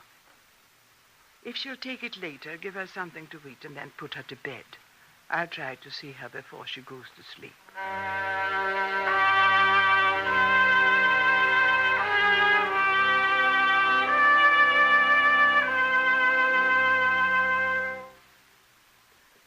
Will you do something for me, Clara?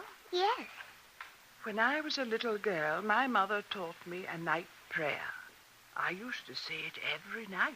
I used to say it, too. Then say it with me, Clara. Say it with me now. All right.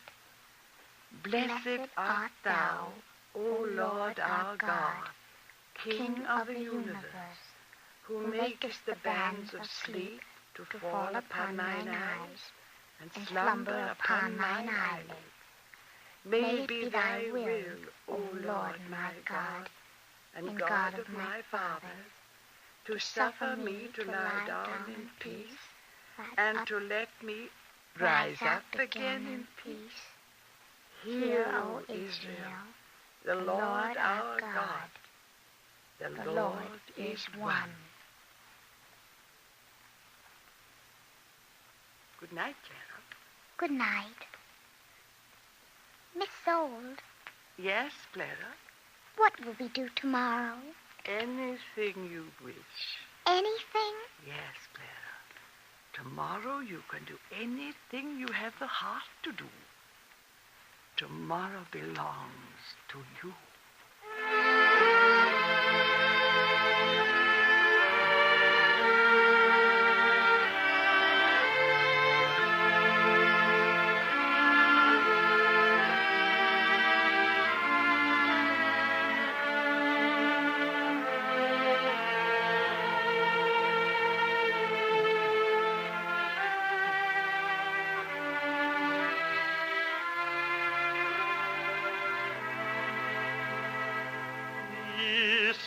גדול ואיש קדוש שמי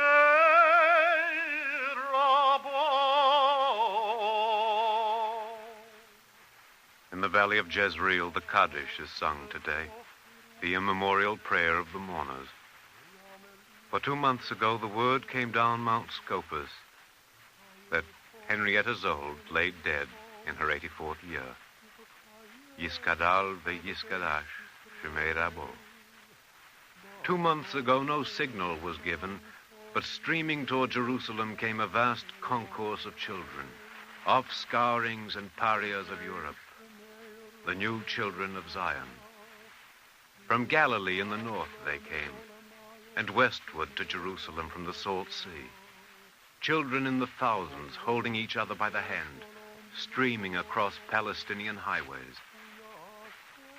They will sing the Kaddish for a long season, for the end of mourning is not at hand. Yet it will come.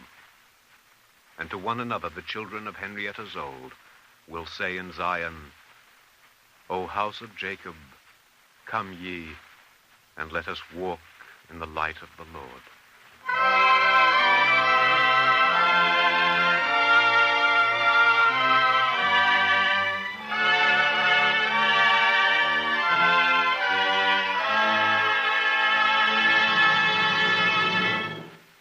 Copies of the script you have just heard, as well as the talk which follows immediately, may be obtained free of cost by writing to the Eternal Light, 3080 Broadway, New York, 27, New York. And now we present a brief talk by Mrs. Moses P. Epstein, National President of Hadassah. Mrs. Epstein. The healing of the daughter of my people. This is the motto which Henrietta Szold found in the book of Jeremiah 33 years ago, and gave to Hadassah as a symbol and a goal. In this phrase can be found the cue to the amalgam which was her life. It speaks for us still of the clarity of her mind, the greatness of her heart, the richness of her faith in Judaism. Visionary, fighter, organizer, she was above all else a healer of the daughter of her people. Henrietta Szold believed passionately in the resurgence of the Jewish people in Palestine, their ancient home. And when the Balfour Declaration was issued after the last war, when the masses began to return to Eretz Yisrael, she knew that to make that homecoming good, the country must be reborn as a healthy and democratic land. We know now how well she built. We see now when our people, decimated by homelessness and suffering, reduced by starvation and murder, lift their faces once again to the land of their fathers, that the warmth of her faith has been sown as a seed on the hills and in the valleys which nourished that faith centuries ago. In every colony and on every street in Palestine today walk young men and women, growing boys and girls who were like saplings broken in the storm, who might have been blighted and thrown on the dust heap of the world but for her. In every corner of Eretz Yisrael there stands some sign of the work of this American woman. A great medical center outside of Jerusalem, near to that Mount of Olives where she lies at rest. Welfare stations, playgrounds, kitchens, schools, homes and colonies for refugee children, forests planted in her name, institutions grounded on her principles. These are the palpable results of her faith. Henrietta Szold taught Hadassah that the good builder lays foundations which will not tremble under the feet of generations yet to come. She showed us how Palestine must be ready for the job it is doing today, for the gathering in, the healing, the teaching, the social and economic fusion of those multiple currents which are the Jewish people. If Palestine has taken in more Jewish exiles than any other land, if Palestine has succeeded almost miraculously in healing the wounds of the remnant of Jewish youth, if Palestine is ready to become a member of the family of nations, then we owe much of this in no small measure to that frail, that dauntless, that human and humorous, that wise and passionately dedicated daughter in Israel, Henrietta Szold. Thank you, Mrs. Epstein.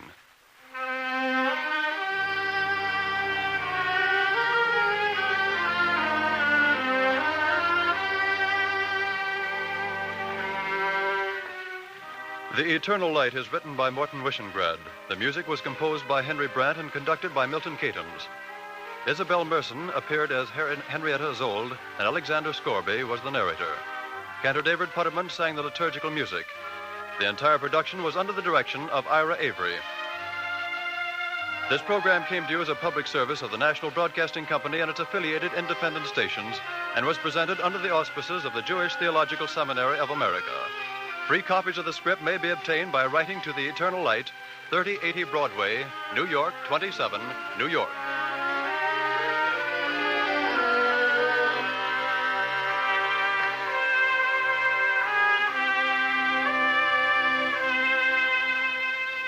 This is the National Broadcasting Company.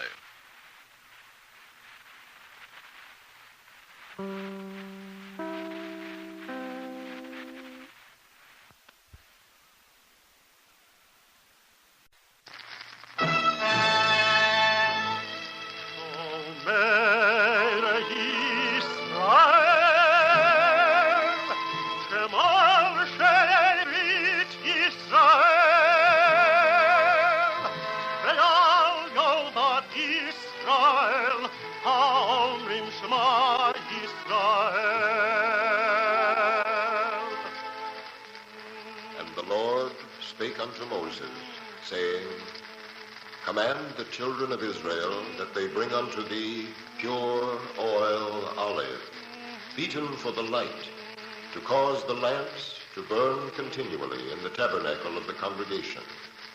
And it shall be a statute forever in your generations.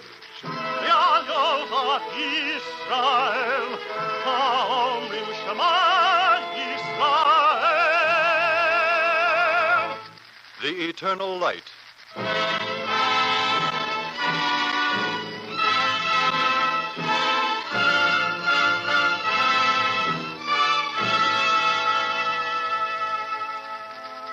The National Broadcasting Company and its affiliated independent stations bring you The Eternal Light.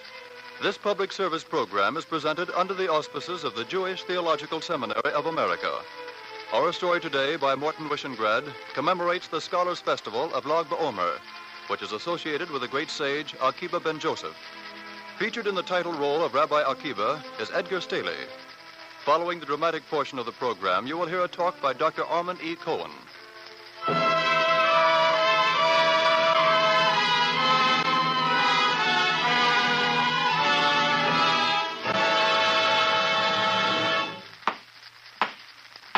Let the prisoner rise. The prisoner will rise and face the court. I, Tinius Rufus, governor of Judea, by the power vested in me by Hadrian, Caesar of the Roman Empire, do pronounce sentence on you, Rabbi Akiba ben Joseph, elder of the Sanhedrin of Israel. Prisoner, are you ready to hear the sentence? I am. It is my sentence, Akiba ben Joseph, that you be flayed and that you be scourged until you are dead. Does he know any reason why the sentence of this court should not be executed? I do not question the sentence of the court. Have you anything you wish to say, Akiba? Some final word? Thank you, Tinius Rufus. Yes. I have a final word I wish to say. You may proceed. An old man with the sound of eternity in his ears, speaking a final word. It is strange. On my lips there is praise of God. In your hands there is a sword. My lips and your hands. Why do you slay me? It is a question, not an entreaty. Is it for what I have done? I have done nothing except to study the law of God. Is it for what I have taught? I have taught that the worship of God is an expression of love and justice. Did that offend you, Tinius Rufus? Yet you were offended. We sat at the Academy of Yabne, the elders of Judea, studying, handing down the oral law of Israel. And we were content, despite the presence of the Roman legions in our land. But you were not content. No. I remember when it began. That night we slumbered. We were at peace. Then the horsemen came, and the sleepers were wakened. Master, wake up! Wake up, everyone! The time for sleeping is done. Awaken! What is it, Simeon? Hurry, Master. Summon the elders, the disciples. What's wrong? Judah and I. We come from Caesarea. Wait, I shall come. Hurry, Rabbi Akiba, hurry. Joshua Hargasi, quickly a candle. Rouse the academy. Elders of Israel, evil tidings from Caesarea. We meet now by moonlight.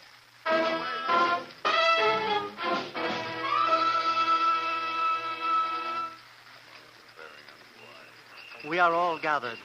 Simeon Bar Yochai, what is the news from Caesarea? Master, instruct us. It is for you to instruct us, Simeon. We are listening. Sages of Israel, yesterday in Caesarea, Tinius Rufus issued a new proclamation. From this day, the covenant of Abraham is denied to our newborn sons. Circumcision is forbidden. Tinius Rufus will be made to see that he wrongs us. Wait, that is not all. Observance of the Sabbath is forbidden, and all the festivals. Masters, instruct us. What shall be done? Rabbi Ishmael, do you wish to speak? Yes, Rabbi Akiba. How long? How much longer? Is this the first affront? Is this the 10th affront? How long do we abide in the land and remain slaves to the Caesars? The commandment is for peace, Ishmael. Your counsel is for war. And why not? No, Ishmael. I am ready to die for the Torah. But do not ask us to kill for the Torah. Joshua, will you transgress the law of the Sabbath? You know I will not. I will keep the Sabbath. They'll kill you for it. If God so wills, I shall be killed. Before God, are you craven? Have you courage only to endure, only to submit, only to yield? Is there no courage to defend? Judaism no longer needs martyrs, it needs soldiers. Ishmael, you are overwrought. It is for us to love peace and to pursue peace. What hope is there for the world when scholars plead for war? We are men of learning, the last stronghold of reason and intellect. Shall we confess our lives a failure? If we vanquish the enemy, we are not a failure. Ishmael, when the dead lie unburied in the open pit, who is the victor and who is the vanquished? It does not matter. If we die, we shall not die alone. Ishmael, you forget so soon. Thou shalt not take vengeance, nor bear any grudge against the children of thy people. Thou shalt love thy neighbor as thyself. I am the Lord, and ye shall keep my statutes. I will not listen, Akiba. Do what you wish. I go to the hills. I join Simeon Bar Kokhba. To make rebellion, Rabbi Ishmael? To make war, Joshua. Akiba, do you come? No. Then you will stay and rot here. No, not that either. I must go to Tinius Rufus. I will explain that we are of peaceful intent. He will understand, and he will alter his attitude toward us and treat us with reason.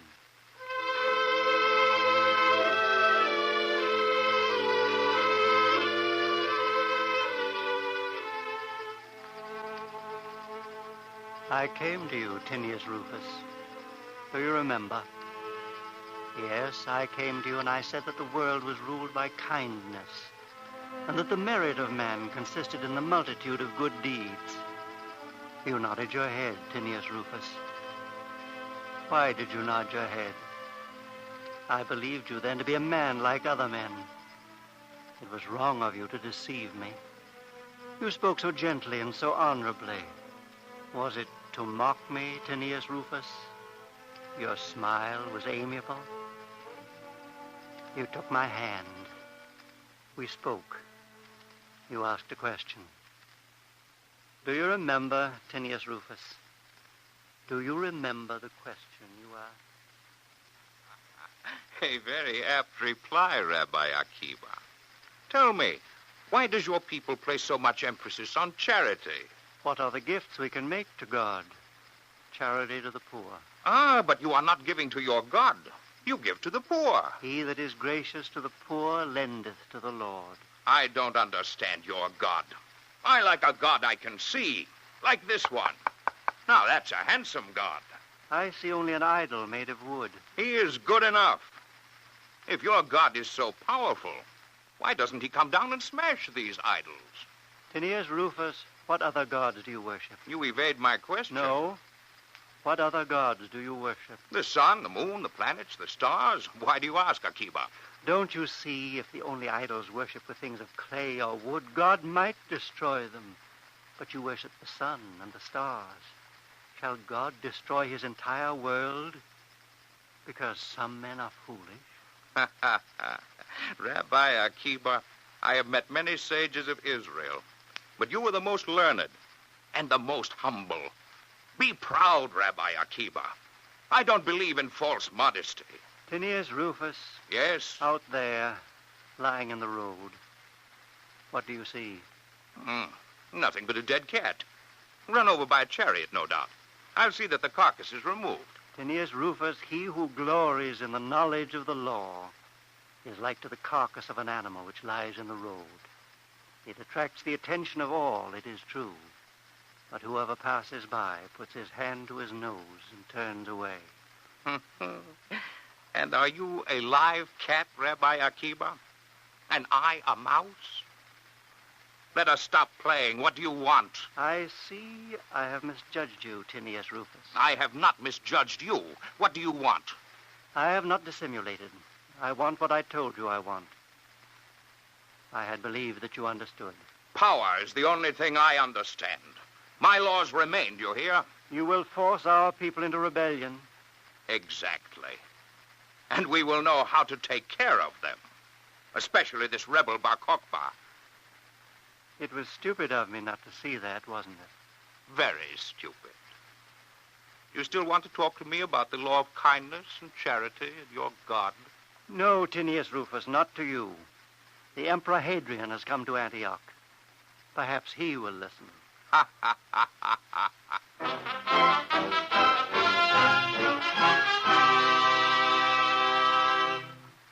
My dear Rabbi Akiba, there is nothing I detest quite so much as a fool. I shall have to admonish Tinius Rufus. Thank you, Caesar. Oh, don't misunderstand my motives. I am not concerned with what you call justice. I want to maintain the Roman Empire.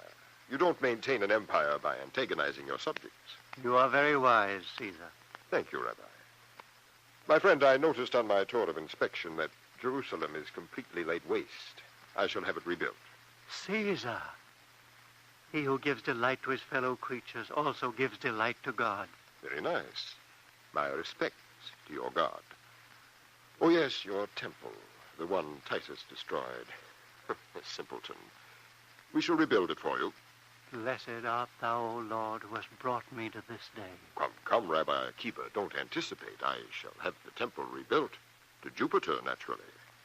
Caesar, you do not know what you are saying. You will get used to it. It's a fine gift. A poisoned gift, Caesar. What a curious people. I promised to rebuild Jerusalem. Isn't that enough? Do not defile our holy sanctuary. Curious. You are more concerned about your theology than your bread. I plead with you, Caesar. If Jupiter is placed on Mount Moriah, blood will be shed. Let's not discuss it, Rabbi. I like the idea. Caesar, I entreat you. Do not desecrate our holiest symbol. Blood will be shed over it. Whose blood, my friend? Isn't that the question?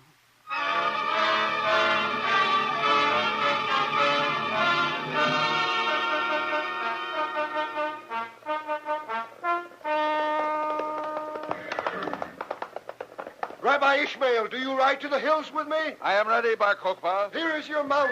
There is no time to lose. Akiba ben Joseph, bless me before I go. You bless me by your going, Rabbi Ishmael. I hope so. It's not easy for me to take up arms. All my life I have studied and preached for peace. Now there is an end of scholarship. No, Ishmael. There is no end. What is a scholar of Israel but a warrior armed with the law of justice? Go, and God go with you, Ishmael. Master, do you have a blessing for me?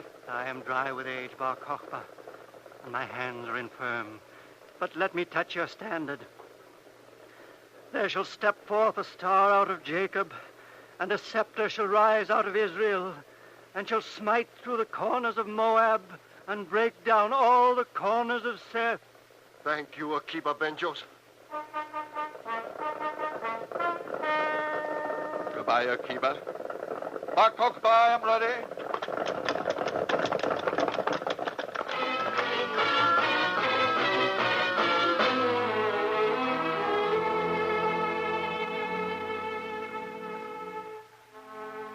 That was your victory, Tinius Rufus. They rode forth to battle, and they did not return. The righteous perisheth, and no man layeth it to heart, and godly men are taken away, none considering that the righteous is taken away from the evil to come. Yes, Tinius Rufus, they died before the evil to come. How many did your legions slaughter in 3 years, O governor of Judea? How many women and how many children? How many thousands did you enslave? How doth the city sit solitary that was full of people? How is she become as a widow? And even this was not enough for you. Summon Rabbi Akiba. Rabbi Akiba ben Joseph.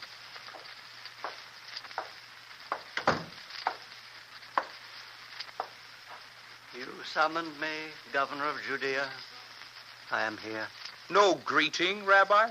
What do you want? I expect a greeting, my friend. Tinius Rufus, what do you want of me? I respect your age, Rabbi. I shall overlook this discourtesy. I ask you once more, what do you want? Not too much discourtesy, Rabbi.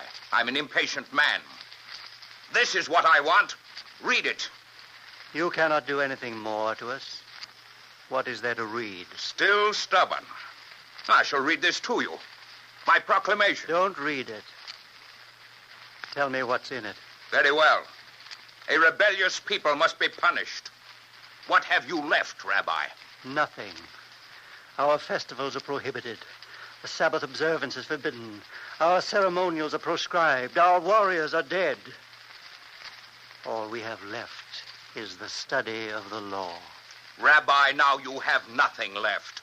I forbid the study of the law of Moses. Your Torah is shut, tight, not to be opened.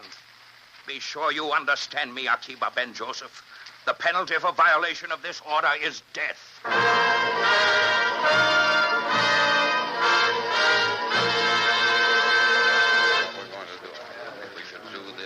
What are you waiting for? We are scholars. Let us study the law. Will you instruct us, Master? Yes, Joshua Hagassi. Will you begin? Master, the penalty for study is death. Scholars of Israel, I ask you to begin. Akiba ben Joseph, we do not fear for ourselves. Do you fear for me? I answer you with a parable. The fox came to the river bank and said to the fishes, "The fishermen are spreading their nets. Come to the dry land and you will be safe."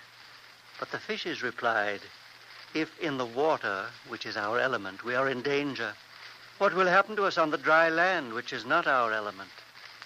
Scholars, if there is no safety for us in the Torah, which is our home, how can we find safety elsewhere? Let us disdain secrecy. It is unworthy of us. Joshua Hagassi, I ask you to begin.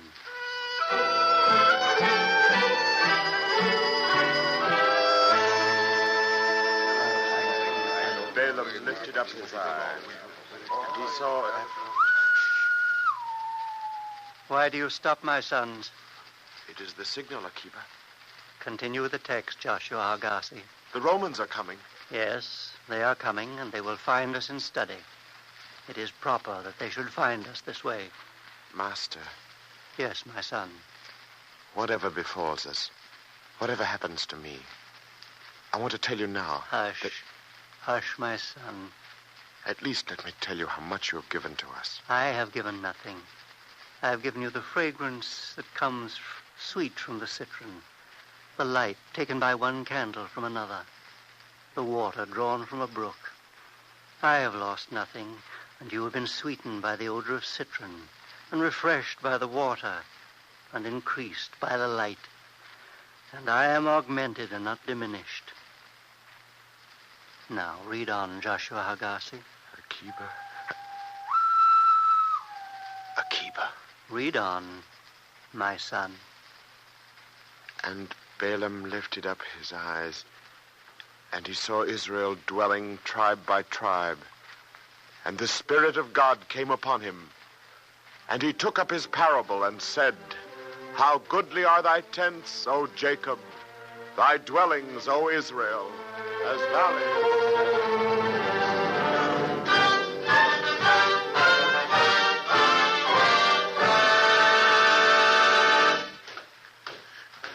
Be composed, my son. Akiba ben Joseph, there's still time for you to flee. It is better to die at once than to flee from study. Instruct us, master. Hear me closely. The world is judged with mercy. The shop is open. The hand writes. Whosoever desires may come and borrow, but the collectors make their appointed rounds, and the payment cannot be evaded. The warrant is there. The judgment is correct, and everything is prepared for the feast.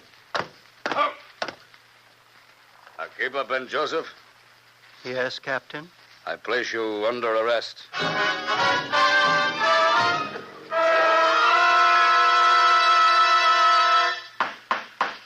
Akiba ben Joseph, are you done? I am done, Tinius Rufus. Once again, Akiba ben Joseph, I pronounce sentence. You will be taken to your dungeon. At dawn tomorrow, you will be led forth and flayed and scourged until you are dead. Let the prisoner be removed.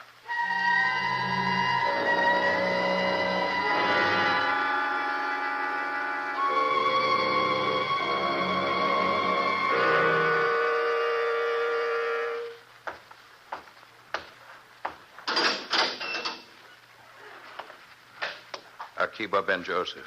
Is it time, Tinius Rufus? Not yet. Then why have you come? I cannot sleep. Strange. I was asleep. Perhaps it is not strange. Old man, if you had been born in Rome, you could have been my father. I would have been proud of such a father. Thank you, my son. You call me that? If you were my age, I should call you brother. Did not he that made me in the womb make you? And did not one fashion us in the womb? Akiba ben Joseph, I come to offer you a pardon. If you recant. Pardon is for criminals, Tinius Rufus. It is I who should pardon you. I pardon you now. Save your life, Akiba ben Joseph. I cannot, my son. You are accursed, Akiba ben Joseph. Your people is accursed. Then let me be of the cursed, not he who curses.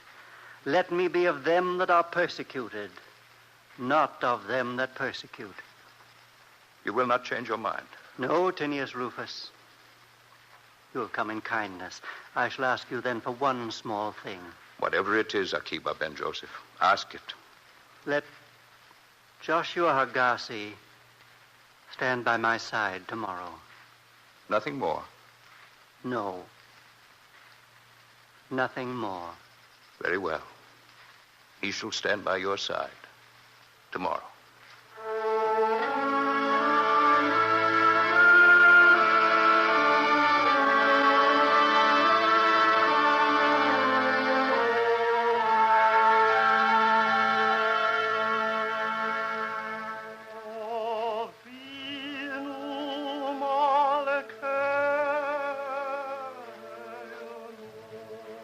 Is it done yet? No. He's so old. Why does it take so long? I don't know. Do you feel a pulse? Yes. Call me when the end comes.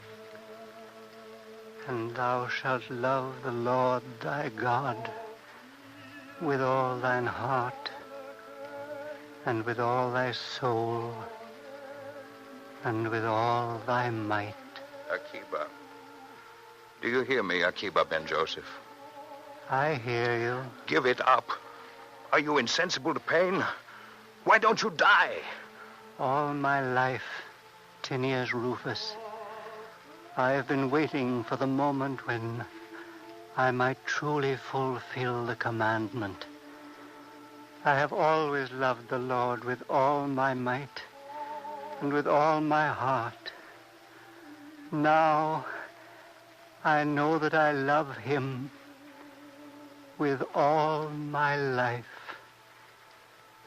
Hear, O Israel, the Lord our God, the Lord is won. Aeneas Rufus. Yes? Come away. No, not yet. I must wait. You have your victory. Can't you see Akiba ben Joseph is dead?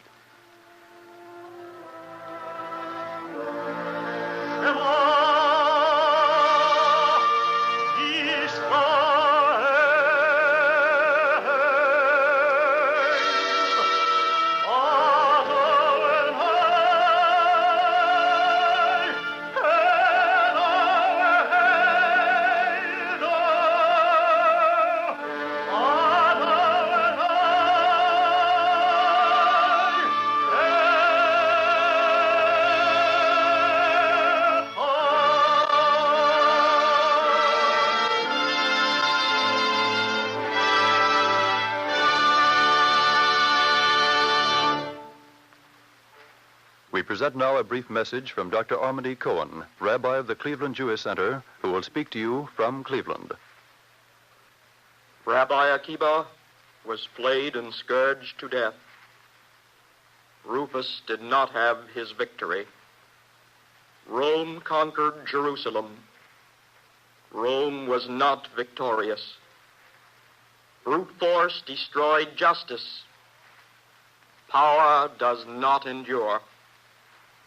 When men die for principles which are the very foundation stones of civilized life, it is they who have triumphed, even in death, for they have left memories to inspire future generations to fight another day.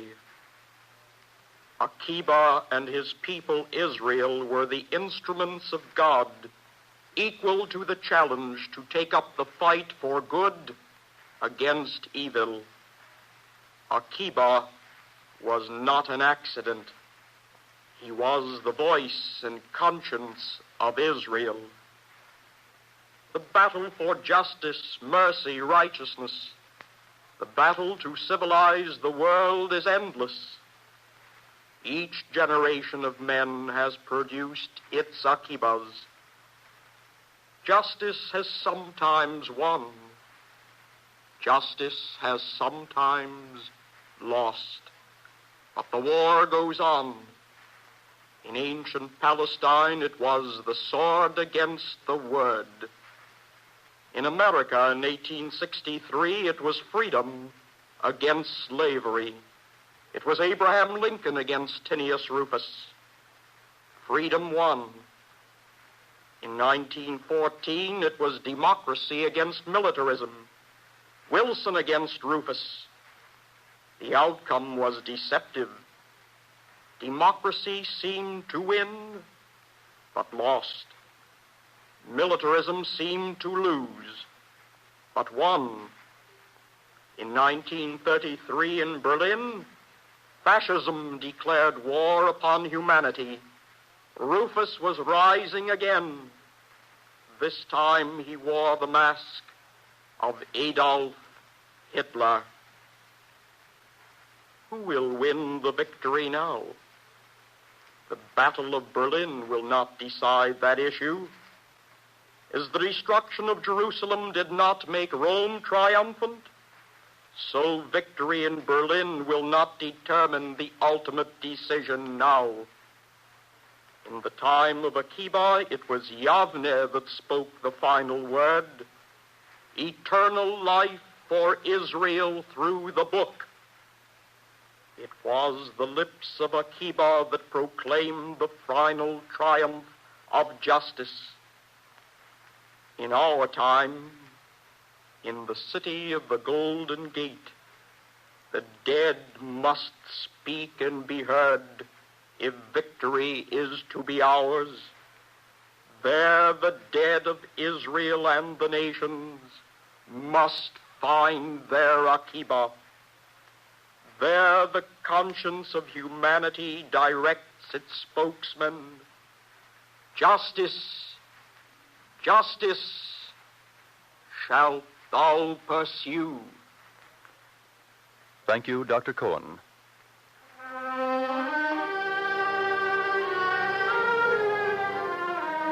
The Eternal Light is written by Morton Wishengrad. The music is composed by Henry Brandt and conducted by Milton Katams. The liturgical music was sung by Cantor David Putterman. Akiba Ben Joseph was played by Edgar Staley, and Kermit Murdoch appeared as Tinius Rufus. The entire production was under the direction of Ira Avery. This program came to you as a public service of the National Broadcasting Company and its affiliated independent stations, and was presented under the auspices of the Jewish Theological Seminary of America. If you would like a free copy of today's script, write to the Eternal Light, 3080 Broadway, New York 27, New York.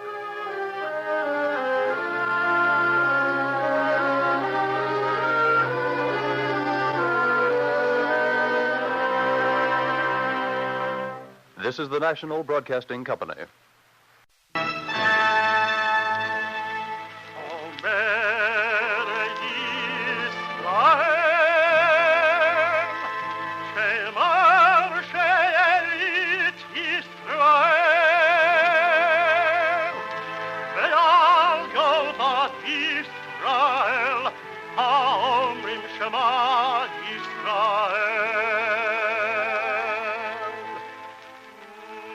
And the Lord spake unto Moses, saying, Command the children of Israel that they bring unto thee pure oil olive, beaten for the light, to cause the lamps to burn continually in the tabernacle of the congregation.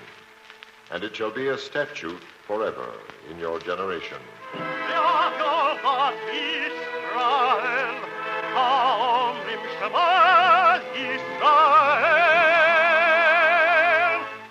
The Eternal Light.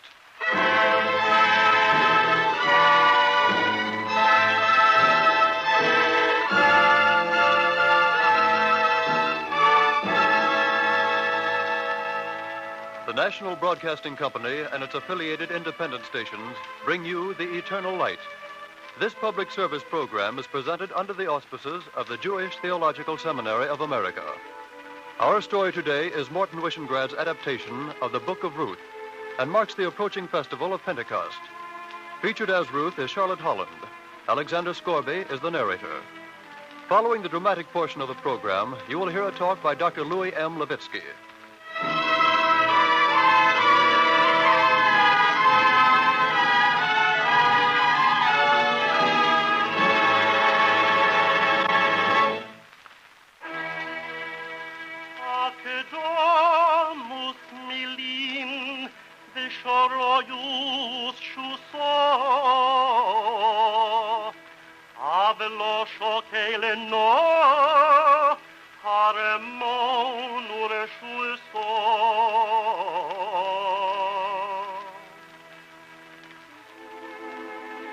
Now it came to pass, in the days when the judges judged, that there was a famine in the land.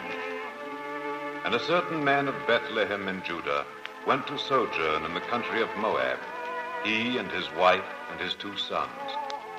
And the name of the man was Elimelech, and the name of his wife Naomi, and the name of his 2 sons Mahlon and Chilion. And they came into the country of Moab, and continued there. And Elimelech died, and Naomi was left and her 2 sons. And they took them wives of the women of Moab. The name of the one was Orpah, and the name of the other was Ruth. And Mahlon and Chilion died, both of them. And the woman was left of her 2 children and of her husband. Then she arose with her daughters-in-law out of the place where she was, to return unto the land of Judah.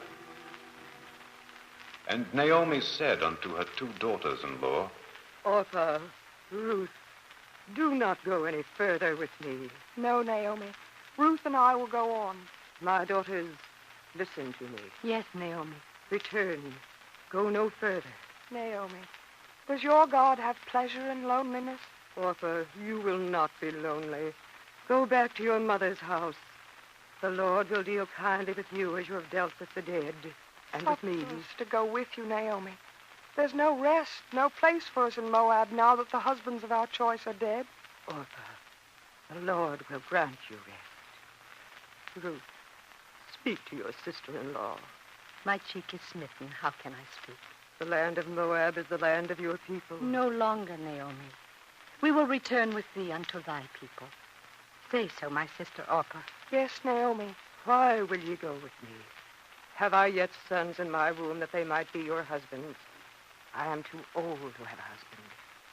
Should I even have a husband tonight and bear sons, would ye tarry for them till they were grown? Naomi, in the abundance of your kindness, can you not find one small place for me? Orpah, my daughter, would you shut yourself off and have no husband? I am grieved for your sake. But turn back, my daughters, for the hand of the Lord is gone forth against me.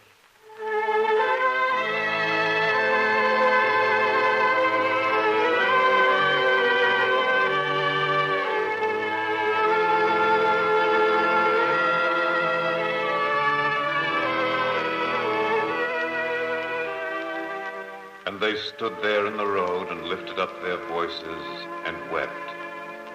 And Orpah kissed her mother-in-law and returned to Moab. But Ruth cleaved unto Naomi and would not go. And Naomi was sorely troubled and spoke unto Ruth. Do not weep, my daughter. I have lost my husband. Shall I now lose my husband's mother? You will find a new husband. Will I find a new husband's mother like Naomi? Ruth, behold, thy sister-in-law is gone back unto her people and unto her God. They are no more my people and no more my God. I must go to Bethlehem in Judah, and you must go back to Moab.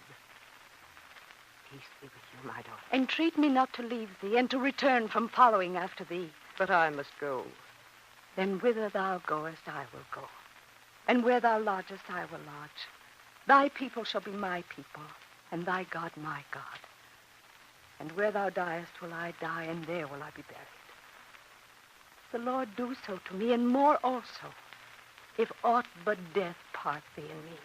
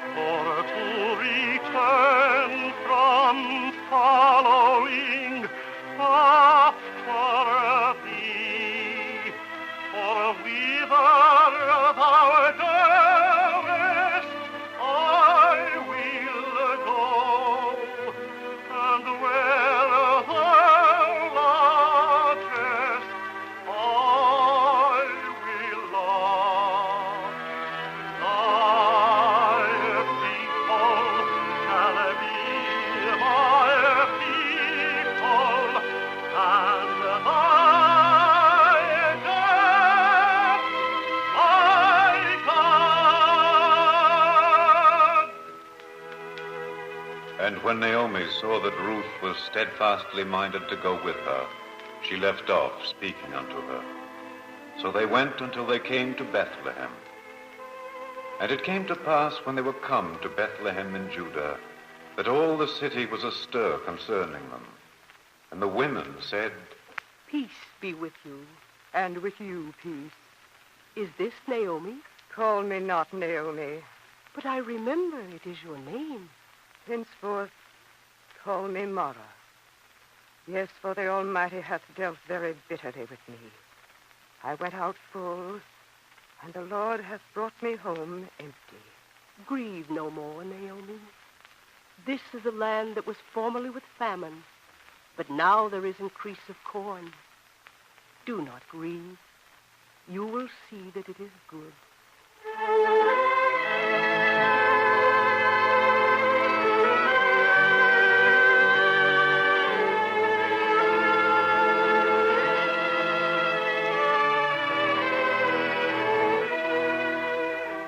So Naomi returned, and Ruth her daughter-in-law, who came out of Moab.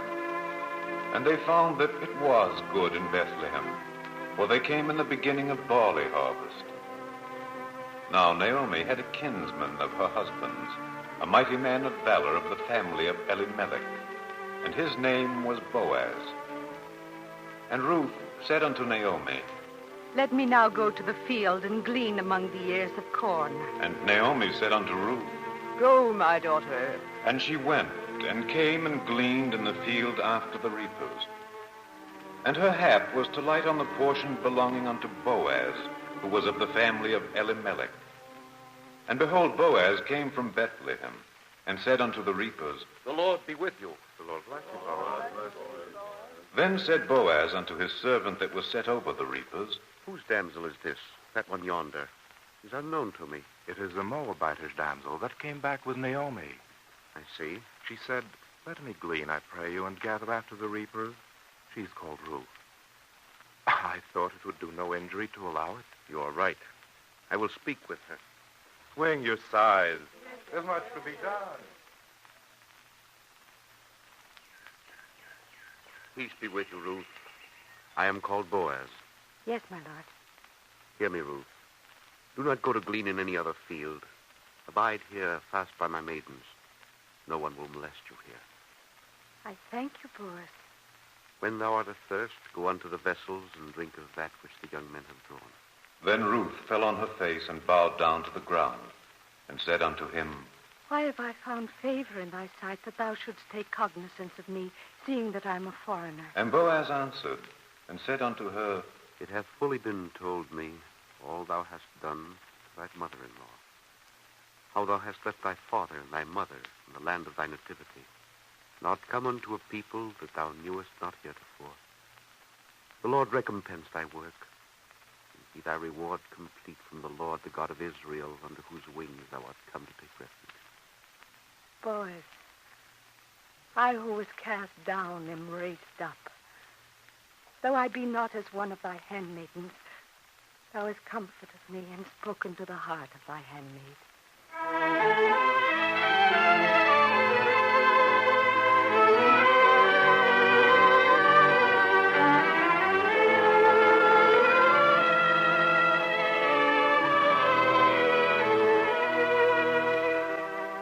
And she found favor in the eyes of Boaz.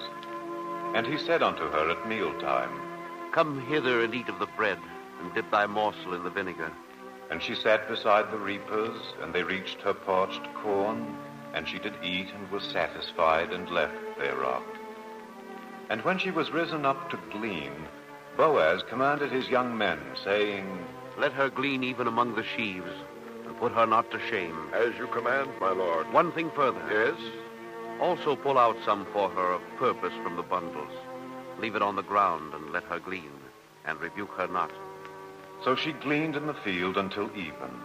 And she beat out that which she had gleaned, and it was about an ephah of barley. And she took it up and went into the city. And Naomi saw, and said to Ruth, Where hast thou gleaned today? Blessed be he that did take knowledge of thee. The man's name with whom I wrought today is Boaz. Blessed be he of the Lord who hath not left off his kindness to the living and to the dead. Then he is known to you? The man is nigh of kin unto us, one of our near kinsmen. Yea. He said unto me, Thou shalt keep fast by my young men until they have ended my harvest. It is good, my daughter, that thou go out with his maidens, and that thou be not met in any other field. So Ruth kept fast by the maidens of Boaz, to glean unto the end of barley harvest and of wheat harvest. And she dwelt with her mother-in-law. And Naomi, her mother-in-law, said unto her, My daughter, shall I not seek rest for thee, that it may be well for thee? My mother, I do not understand.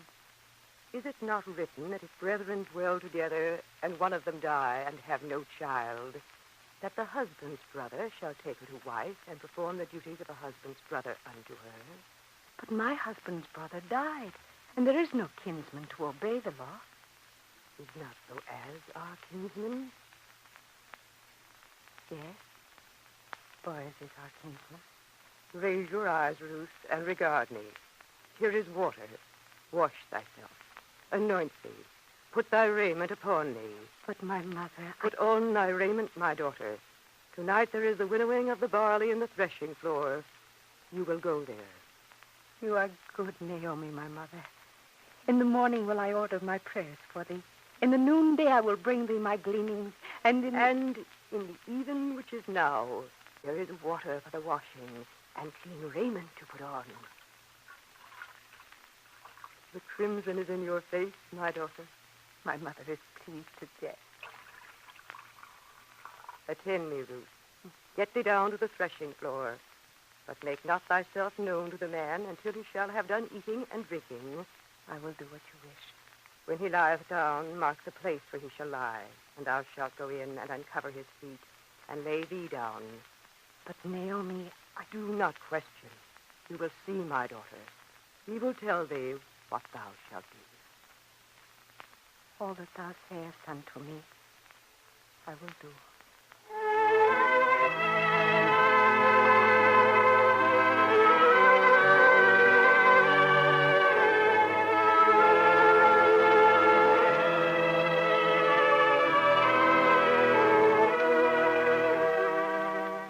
And Ruth went down to the threshing floor and did according to all that Naomi bade her. And when Boaz had eaten and drunk, and his heart was merry, he went to lie down at the end of the heap of corn. And she came softly and uncovered his feet and laid her down. And it came to pass at midnight that the man was startled and turned himself. And behold, a woman lay at his feet. And Boaz said, Who art thou? I am Ruth, thy handmaid. Spread therefore thy skirt over thy handmaid, for thou art a near kinsman. Blessed be thou of the Lord, Ruth, my kinswoman. Thou hast shown more kindness at the end than at the beginning. I have done as Naomi ordered me. Do not fear, for all the men in the gate of my people do know that thou art a virtuous woman. Again, Boaz. I am a near kinsman, yet... Have I offended? No, Ruth. You could not offend. But there is a kinsman nearer than I. Oh. Hurry this night. In the morning I shall speak with him. You must? Is it not the law? If he will perform unto thee the part of a kinsman... Yes, Boaz. Well, then he must do a kinsman's part. But if he be not willing to do the part of a kinsman to thee... Yes, Boaz. Then I will, Ruth. I thank thee, Boaz. Lie down and sleep. We shall see in the morning.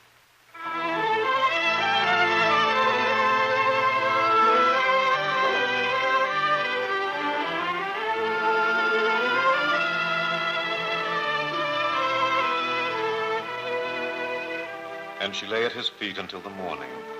And she rose up before one could discern another. For he said, Let it not be known that the woman came to the threshing floor. And he took her up and said to her, Ruth. Yes, my kinsman. Bring the mantle that is upon thee. Yes, Boaz. Hold it, spread it wide. And she held her mantle before him, and he measured 6 measures of barley. And when she came to her mother-in-law, Naomi said, Who art thou, my daughter? Ruth still, my mother, but also the kinswoman of Boaz. He said, Go not empty to thy mother-in-law, and these 6 measures of barley did he give to me. You have done well, my daughter. Oh, no, Naomi, it is not well. There is a nearer kinsman. What if he should... Naomi, sit still, my daughter, until thou know how the matter will fall. But I cannot rest. Neither will Boaz rest until he has finished the thing this day. Be patient, Ruth. You will see.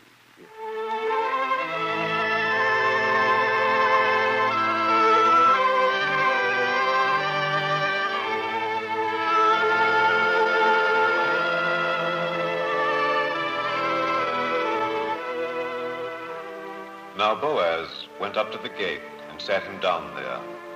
And behold, the near kinsman of whom Boaz spoke came by. And Boaz said to him, Peace be with you. And with you, peace, Boaz. It is a good day. Will you sit here with me? There's a matter for some discussion between us. And the near kinsman turned aside and sat beside Boaz. And Boaz took 10 men of the elders of the city and said, Elders, sit ye down here. And they sat down. And Boaz said unto the near kinsman, Naomi, that is come back out of the country of Moab, selleth a parcel of land which was our brother Elimelech's. I am listening, Boaz. You are his near kinsman. I am. And you know the law. I do. Well? Yes, Boaz? I thought to disclose it unto them. Which is only proper. So I thought. And you were saying, Boaz? Then put it before them that sit here and before the elders of my people. It is a thing to be considered. Now, it is written in the law and confirmed, no doubt, by the judges and these wise elders. Yes, I know the law, my kinsman. But what will you do? Oh, patience, Boaz. As I began to say, it is written in the law and confirmed... If thou wilt redeem it, and have done. But, Boaz, my brother... Kinsman, let thy yea be yea and thy nay be nay. If it will not be redeemed, then tell me that I may know. I understand. If I do not redeem it... Then I will, for I am after thee. Seems there is a great heat over a simple parcel of land. Kinsman, your answer. Very well, Boaz. I will redeem it. Oh. Now, if the elders will permit, there are things for my attendance. Kinsman, wait. Yes, Boaz? Is there more? What day thou buyest the field of the hand of Naomi. Yes, Boaz? Thou must also buy Ruth, the woman of Moab, she that was the wife of the dead, to raise up the name of the dead upon his inheritance. Both must be redeemed. Then I cannot do it. You cannot? No, Boaz, I would mar mine own inheritance. Take thou my right of redemption on thee, for I cannot redeem it. That is your wish, kinsman?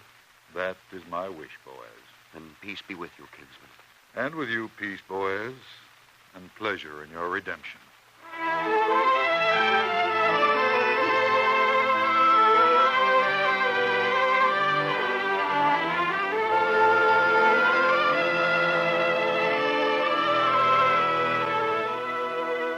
Now, this was the custom in former time in Israel concerning redeeming and concerning exchanging, to confirm all things. A man drew off his shoe and gave it to his neighbor, and this was the attestation in Israel. So the near kinsman said unto Boaz, Buy it for thyself. And so saying, he drew off his shoe. And Boaz said unto the elders and unto all the people, Ye are witnesses this day that I have bought all that was Elimelech's, and all that was Chilion's and Mahlon's of the hand of Naomi. Moreover, Ruth the Moabitess, the wife of Mahlon, have I acquired to be my wife, to raise up the name of the dead upon his inheritance, that the name of the dead be not cut off among his brethren and from the gate of his place. Ye are witnesses this day. We are witnesses. The Lord make the woman that has come into thy house like Rachel and like Leah, which two did build the house of Israel. And do thou worthily in Ephrath, and be famous in Bethlehem. And let thy house be like the house of Perez, whom Tamar bore unto Judah, of the seed which the Lord shall give thee of this woman.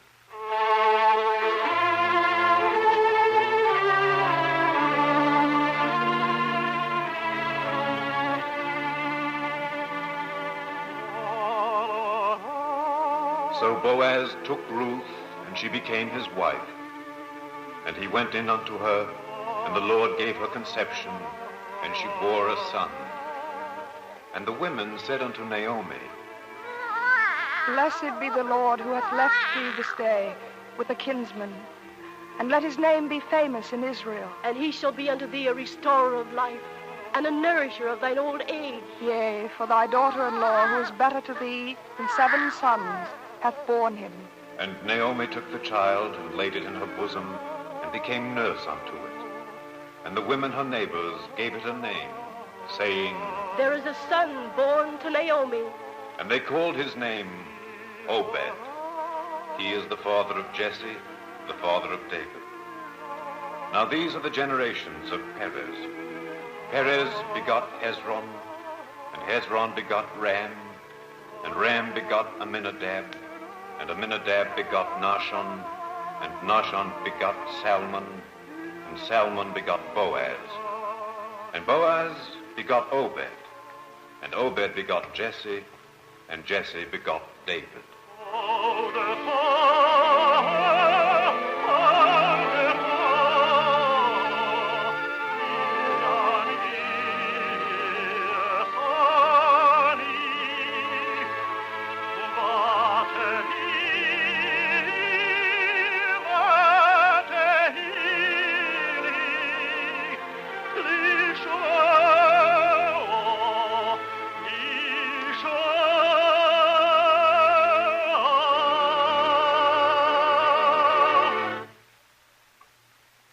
Copies of the script you have just heard may be obtained free of cost by writing to the Eternal Light, 3080 Broadway, New York 27, New York.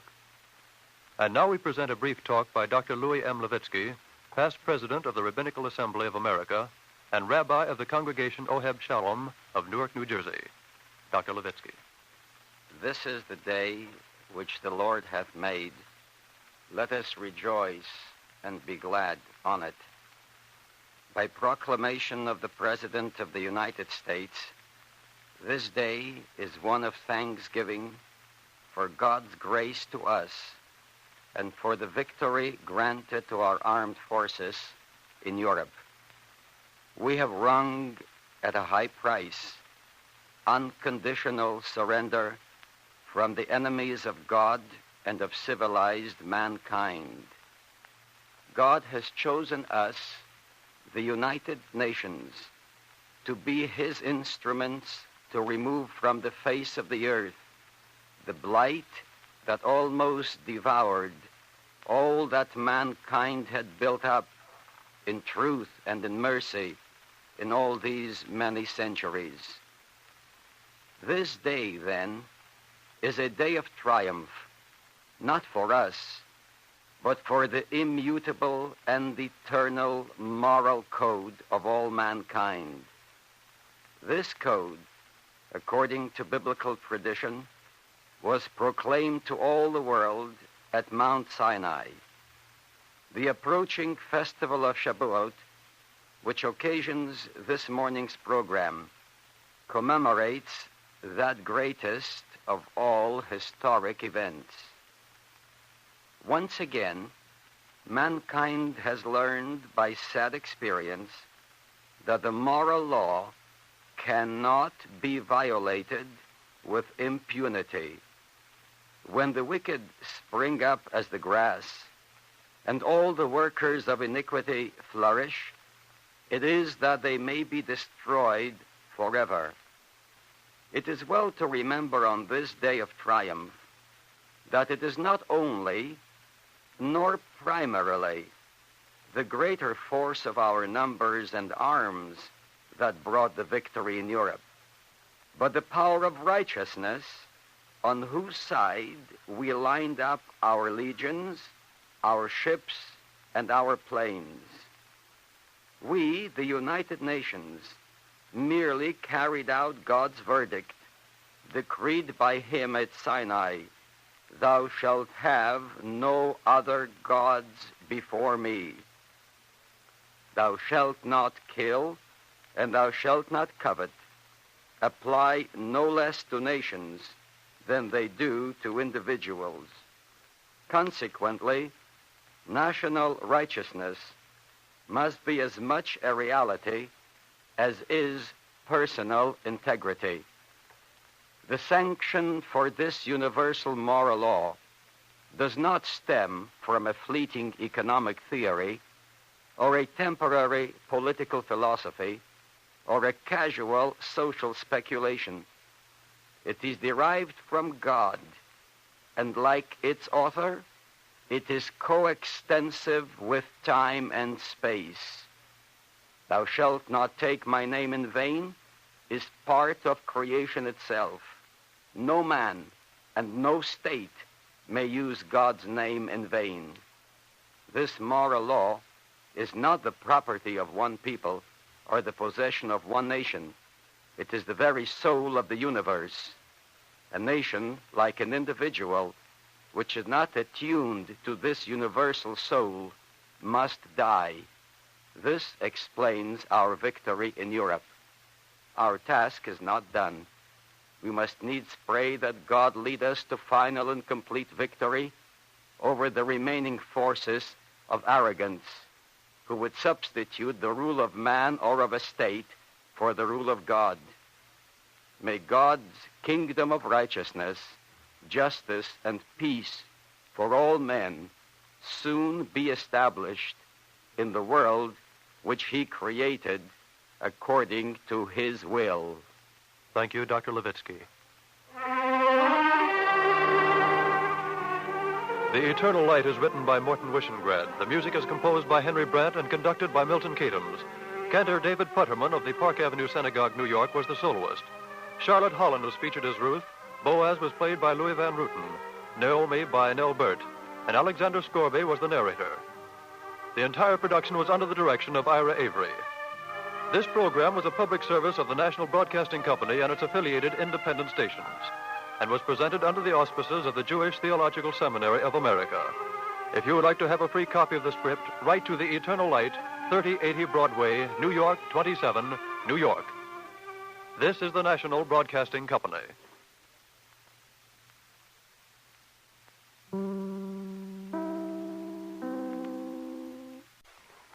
Do you know what it is to be rootless and unfriended? Do you know the ache of it, the pain of it? I know. It is 1,800 years that I am dead, but I know. For my name is Elisha ben Abuya. Never forget my name. Elisha ben Abuya. I was a traitor.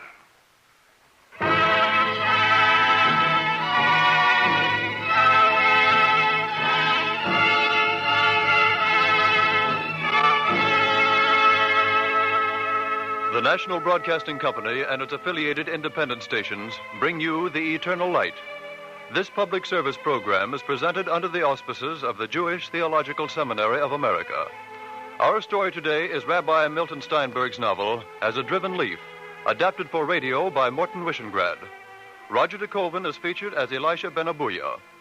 Following the dramatic portion of the program, you will hear a talk by Chaplain S. Joshua Cohen.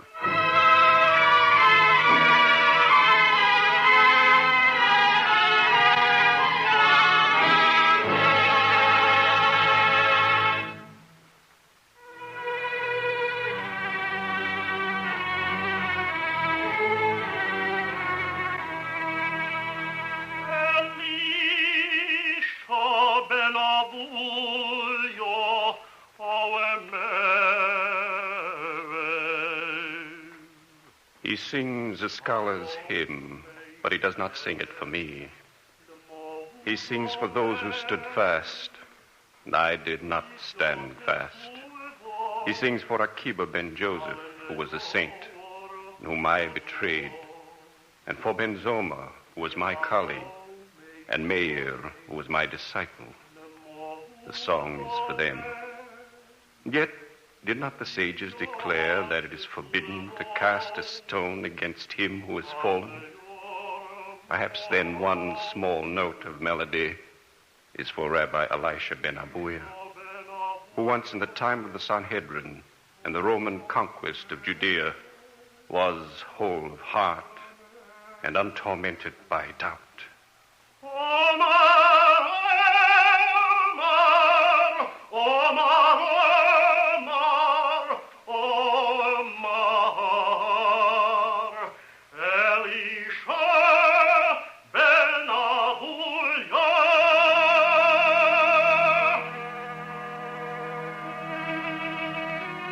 How did I, who was a rabbi and one of the Sanhedrin, turn from faith to betrayal? I cannot say. But there was a time when a sickness came to Judea, and Meir, who was my disciple and dearer to me than a son, asked me to come to his house where two small children lay stricken with the plague. Veruria, I've brought Rabbi Elisha. A happy week to you, Mayor, and to you, Rabbi Elisha. How are the children? The children? Better. Yes, better. Much better. I'll go in and see them. No, they're resting. Let them be. You speak so strangely. Perhaps it's because I have a question for you. Yes, Veruria? A man came to see me many years ago. He left two precious jewels in my safekeeping. Today, before you came, he appeared again. Two precious jewels, Mayor, and I am loath to part with them. Must I give them back to him? They never were your property. You must give them back. Two jewels which I kept for so long. But they were only yours for safekeeping. Tell me. Go and see. I have given them back. Beruria. Yes, Mayor, your sons are dead. He who gave them to us asked for their return.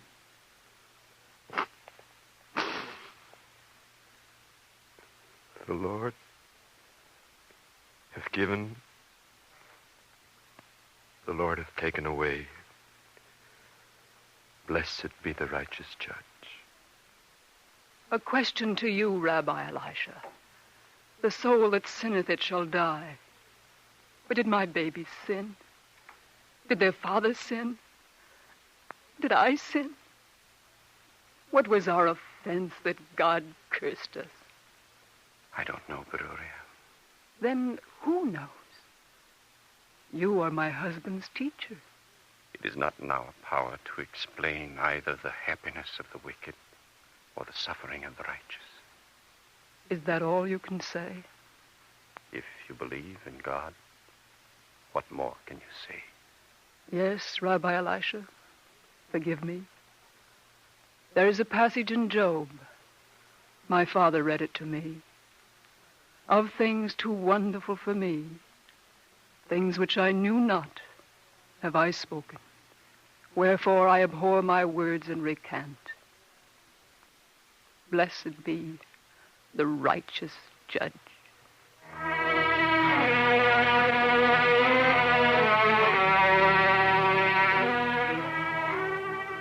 She said it, and Job said it, but I doubted. My head was filled with blasphemous thoughts. Had not the Almighty dealt deviously with them? Had he not tricked them into submissiveness? Now I was no longer wholehearted. I was torn in two. For how can the soul make a truce with mystery when the mind cries out for understanding? I wanted understanding. More than faith, I wanted reason. Yet I was afraid to speak. So I placed the question deviously before Akiba ben Joseph and Simeon ben Zoma. I tricked them. Let me understand you, Elisha. You want to prove your faith through reason, is that it? Yes, Akiba. How, Elisha? I'm not sure, Ben Zoma. Perhaps... Yes? Perhaps through Greek philosophy. Since when do we need the word of the pagan to justify the word of God? Well, then let me put it another way. We ought to know Greek philosophy so that we can defend ourselves against it. Will you join me in study? Elisha, I will do anything to help you. Thank you, Akiba. And you, Ben Zoma? You haven't told us all, have you, Elisha? But it doesn't matter. I'll join you. I'm very grateful to you both. Now, if you will allow me, I shall hurry to Caesarea to buy the books. First, a toast. Elisha, I raise my glass to you, to faith, abundant and clear and strong as this wine, for us and for all Israel. May God go with you to Caesarea.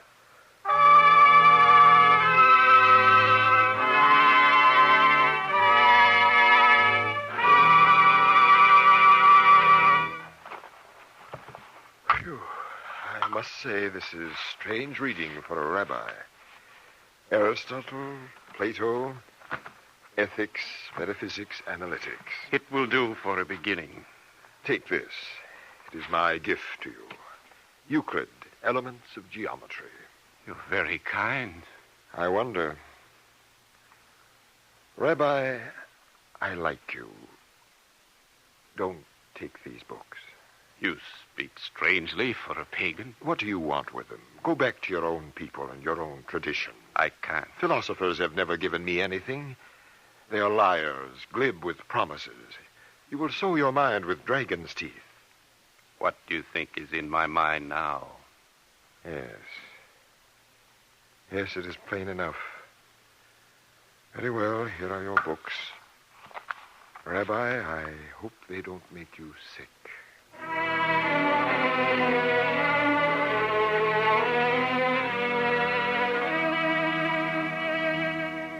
The bookseller was wrong. They did not make me sick. In Euclid, I found what I wanted, a method. Here was logic in motion. I was seeking a theology, a morality, a faith confirmed by logic, but it eluded me. And while Akiba and Ben Zoma did not seek after the things I sought, nevertheless, they bent over the writings, and they were troubled and even changed. And back and forth I rode to Caesarea, searching among the books, speaking to the bookseller. Rabbi, you're doing yourself mortal injury. Stop before it is too late. I cannot. I don't know what you want, Elisha, but whatever it is, the price will be too high. Yes, the price was also high for a man named Job. He stood up and challenged the presence behind all things. Wherefore he said, hidest thou thyself from me? Wilt thou harass a driven leaf? May your God have pity on you, Elisha. Because that is what you are, a driven leaf. And where is it going to end?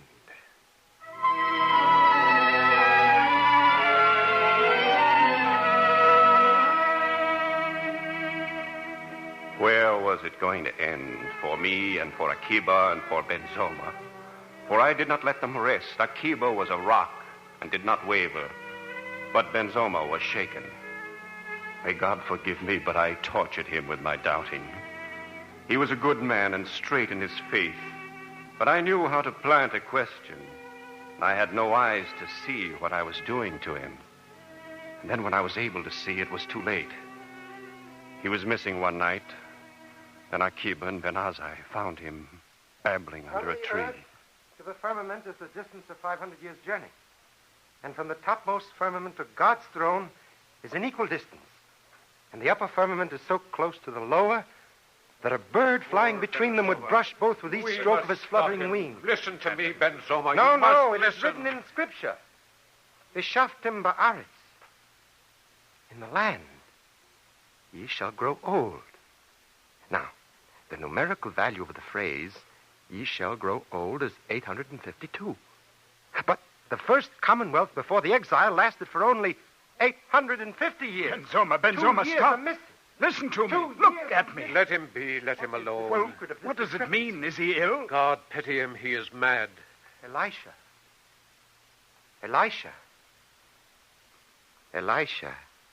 does not believe. Elisha denies everything. Shh. I mustn't say so. Elisha is my friend. Not to anybody. Elisha is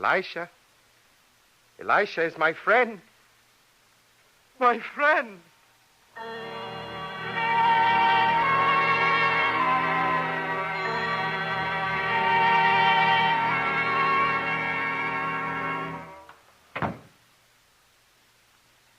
Why are you looking at me like that?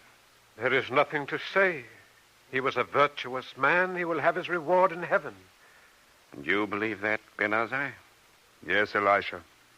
There is a righteous judge, and he will render judgment. It is a lie. Elisha! I say it again, it is a lie. There is no reward, there is no judge, there is no judgment, because there is no God.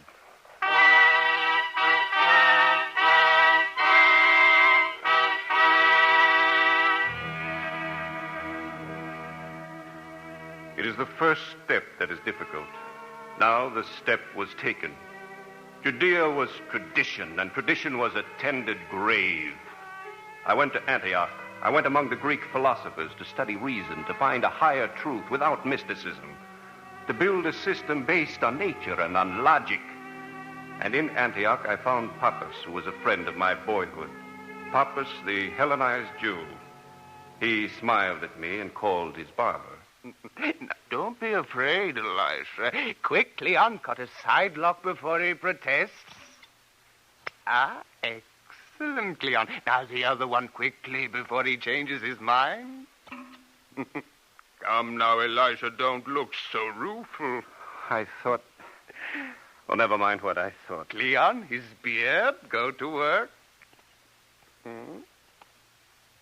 Will he cut it all? Naturally. Then he'll shave your chin. He's cutting more than my beard. He's cutting off the past. Then be grateful.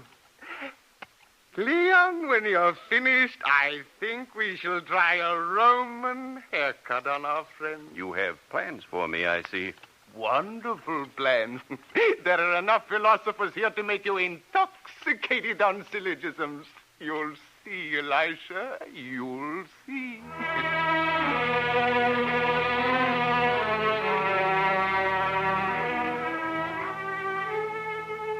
How many men have studied as I studied, beginning clean, without prejudices, without preconceptions, searching for the universal truth in nature, the truth that can be proved. The days were long in passage, but in retrospect, they were like a moment. They mounted into weeks, into months, into years. Then one day, Papas came to me with news. Put down your books, Elisha. What for? The rumor is spreading that the Emperor Hadrian plans to rebuild Jerusalem as a pagan city. How does that concern me? If it's true, there's going to be war. They won't rebel against Rome. No. Oh? They will destroy themselves and bring misery to thousands who never heard of Palestine. You know, Elisha, I don't like the way you say they. You might use we occasionally. Really, Papas, you surprise me. I'm not accustomed to thinking of you as a Jewish patriot. I grant I'm a bad Jew. But, Elisha, at least I know I'm not a Roman. Which side are you on? My work is more important to me than anything else. Which side, Elisha? Palestine or the Roman Empire? You insist on an answer? I do. Very well. My answer is that I hope I may never be compelled to choose. Elisha, a time always comes when a man has to take a stand.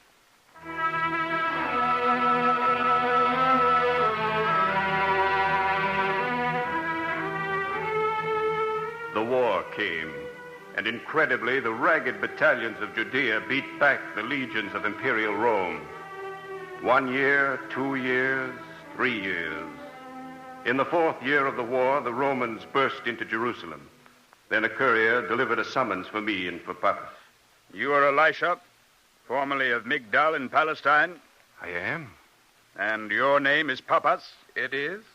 You're ordered to travel with all possible speed to the city of Jerusalem. Whose orders? Marcus Tinius Rufus, governor of Judea. Yes, but suppose we refuse to undertake the trip. Prison. Oh, I see. The highway to Palestine goes south, not east. I merely suggest the information.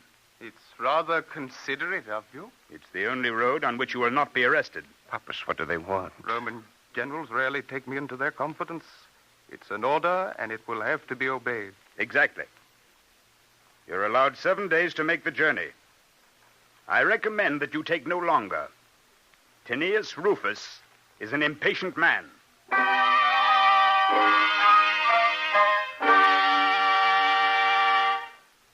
Welcome to Jerusalem, pilgrims. I will come to the point. This province has rebelled 3 times in less than 70 years. I am instructed to adopt such policies as will make another insurrection impossible. You know these people. Now advise us. How shall we cut out the root of the trouble? Tinius Rufus, the logical way would be to cut out the root of their bitterness. Let them rebuild their temple. 1 hill means nothing to the Roman Empire. Elisha, I ask you not to treat me as a child. We are not interested in throwing away our victory. You are asking us to assist you against our own people. Your loyalties are your own affair. Your Excellency. What is it, Polyander? I left orders I was not to be interrupted. You are wanted at once, Excellency. Our scouts have located the last rebel detachment. All right. These men are under arrest. Hold them here for me.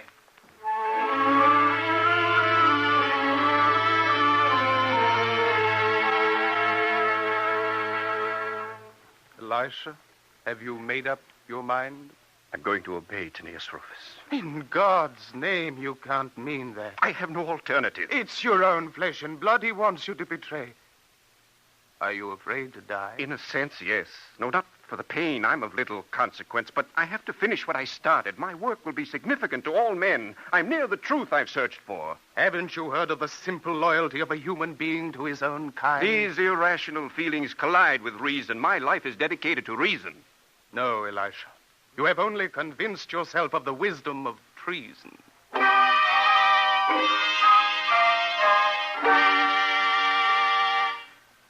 Bring them in, Polyander. That one first. Papas, you know what we want. Your answer. The answer is no. Arrest him for treason. You, Elisha? I agree, but on one condition. We are not bargaining with you. But you are. Very well. State your condition.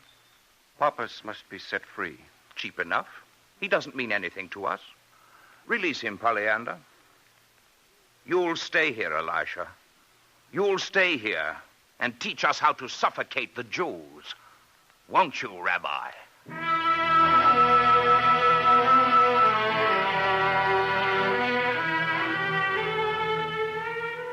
He was thorough and unpitying. He stood over me and probed for the vital organs of Israel. And I betrayed Israel. The Sabbath was forbidden. The rite of circumcision prescribed. The Sanhedrin dispersed. The sages seized and held for execution. The academies closed. The ordination of rabbis prohibited. Shouldn't I have told him? I was Elisha ben Abuya. I worshipped reason, and sentiment was irrational. Oh, yes, about one thing I was irrational. They brought Meir's name to me on a list. I remembered Meir and Beruria, his wife. I failed to identify him, and Meir was spared. But what did it matter? Akiba was murdered. And I, Elisha, the rational man, was released to pursue truth. How many bitter, sterile years did I pursue truth? Yes, I pursued truth. And on a road in Palestine, I found Rabbi Meir. Is it? Merciful God, how you've changed. Rabbi Meir. It's Rabbi Meir now, isn't it? Yes, Master. You call me that after everything? Forgive me, Master. Oh, Elisha. Did you have to serve them so completely? I don't understand that myself now. It is hard to be hated as I'm hated. I don't hate you. It isn't the clenched fist, Meir. It's the averted face. It isn't the flung stone, but the sudden silence, the windows shuttered, the dreadful emptiness of those whom I have wronged.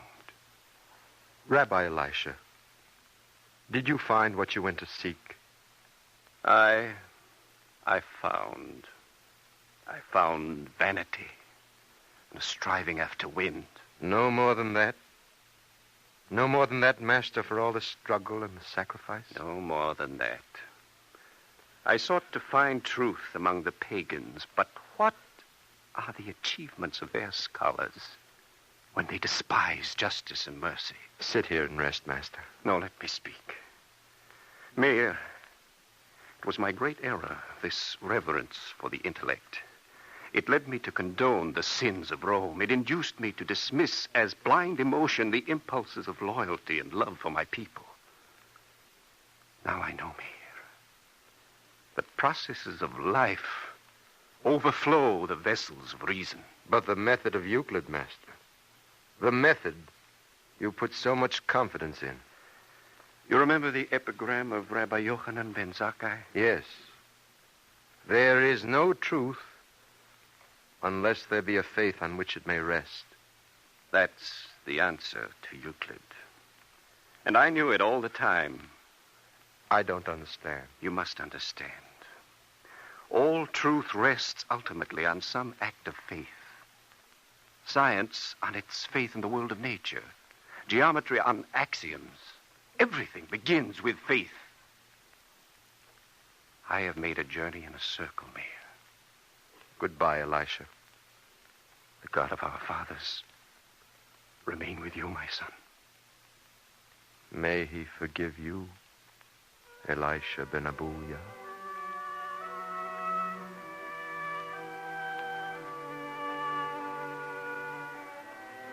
It is 1,800 years, and I am dead. But I remember, and I remember Mayor standing over my grave.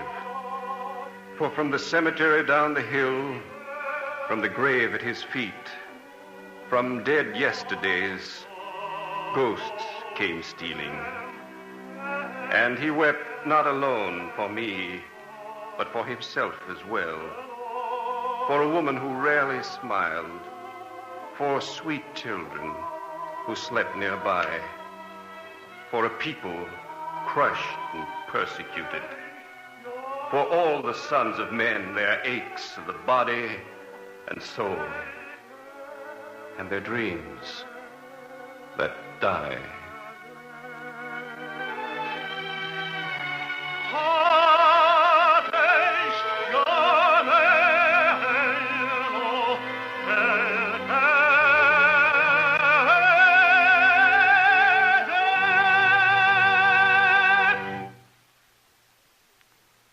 The script you have just heard was adapted for radio from Rabbi Milton Steinberg's novel, As a Driven Leaf, published by Bobbs Merrill Company. Copies of the script may be obtained without cost by writing to the Eternal Light, 3080 Broadway, New York 27, New York.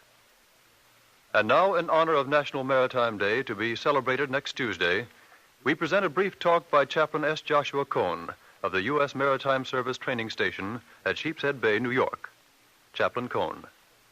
On Tuesday, May 22nd, our country will observe National Maritime Day and pay tribute to the gallant merchant seamen who have played and still do so glorious a part in winning the war. Our merchant sailors have borne the brunt of the first attacks of the enemy. They kept the lifelines open in the darkest days of the war. The tremendous number of sinkings by the German and Japanese submarines did not deter the merchant seamen from sailing on and on. Let us hail these unsung heroes, whose sagas will be told with reverent awe in days to come. They had a job to do, a very dangerous job. They did it and paid the price for our precious liberty. They sailed to the frozen waters of the north. They brought the ships with their cargoes to the fever-ridden tropics. They sailed to Murmansk, to Archangel, to the Aleutians, to India, to the South Pacific, to all ports and all beaches. Their ships were blasted by torpedoes, demolished by aerial bombs. They boarded others. They drifted in lifeboats or rafts. They hungered and were parched with thirst. Still they carried on. They froze and they were burnt. Still they made port. They fought a global war on all the seas. They brought the millions of men and millions of tons of cargoes to the beaches and the ports. Let us salute the brave seamen who still carry on, and let us offer a prayer in memory of the thousands who gave their all and found a permanent abode beneath the waves of the sea. O Lord God, Thou who rulest over calm waters and tempestuous seas, protect the men of the merchant marine who sail the charted waters. Thou who watchest over all men, guide those who go down to the sea in ships and bring them back again safely into snug harbors. Thou who sustainest mankind, grant strength and fair weather to the men who carry precious cargoes of food and clothing in the holds of ships.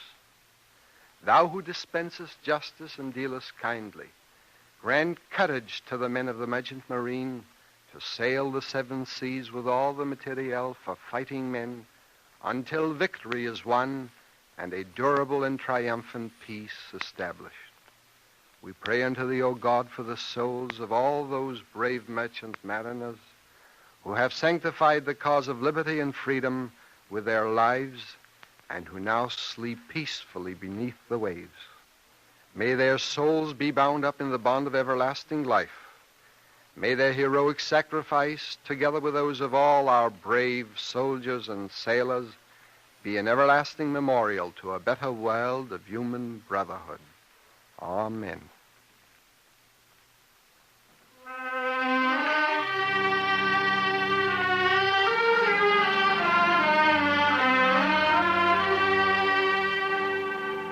The Eternal Light is written by Morton Wishengrad. The music is composed by Henry Brandt and conducted by Milton Catums. The soloist was cantor David Putterman of the Park Avenue Synagogue, New York. Elisha Ben Abuya was played by Roger de Koven. The entire production was under the direction of Ira Avery. This program is a presentation of the National Broadcasting Company and its affiliated independent stations and comes to you under the auspices of the Jewish Theological Seminary of America. If you would like a free copy of today's script, write to the Eternal Light, 3080 Broadway, New York, 27, New York.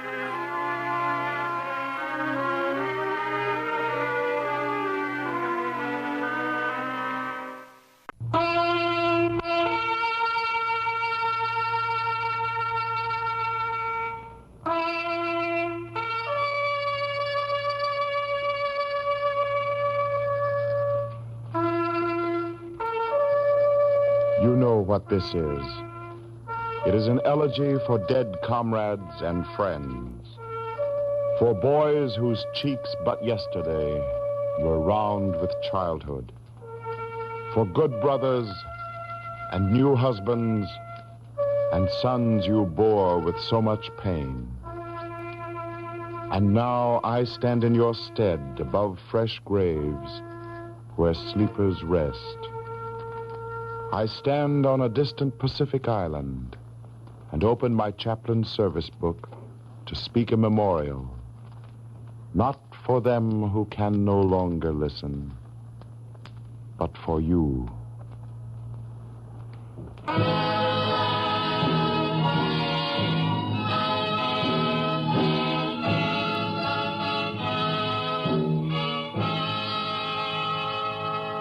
The National Broadcasting Company and its affiliated independent stations present The Eternal Light. This public service program comes to you under the auspices of the Jewish Theological Seminary of America. Our story today, written by Morton Wishengrad, features Kermit Murdoch as Jacob Baum and Owen Jordan as the soldier narrator. Following the dramatic portion of the program, you will hear a talk by Judge Jonah J. Goldstein.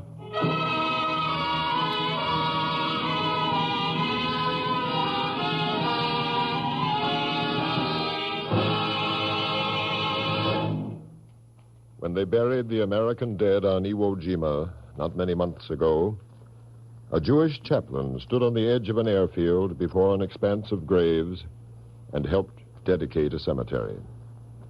The opening and closing narrations of this story are the words he spoke.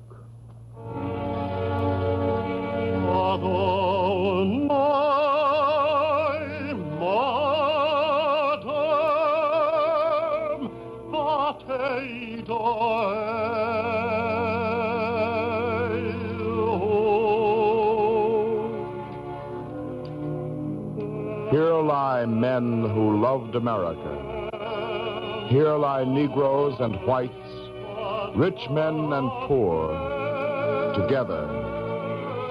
Here are Protestants, Catholics, and Jews, together. Here no man prefers another man because of his color. Here there are no quotas of how many from each group are admitted or allowed. Among these men there is no discrimination, no prejudices, no hatred.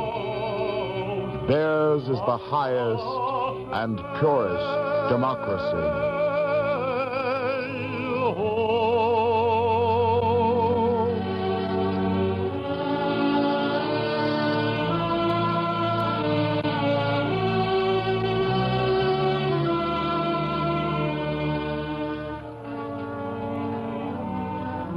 I died on Iwo Jima.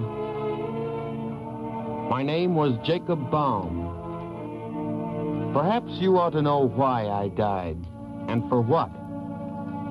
But that's the story of another Jacob Baum. The Jacob Baum who was my great-grandfather, and who came to America from Germany.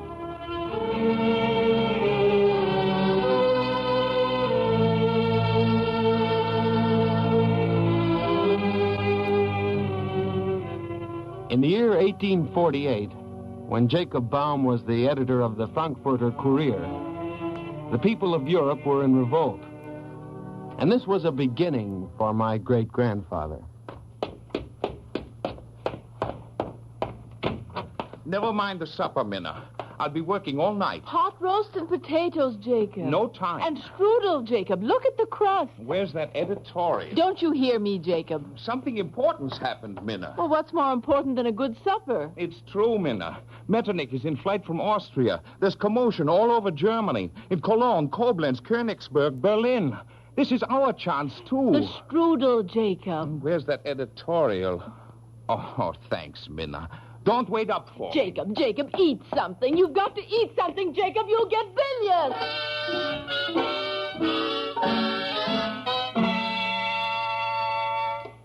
I've decided to run the editorial, Ernst.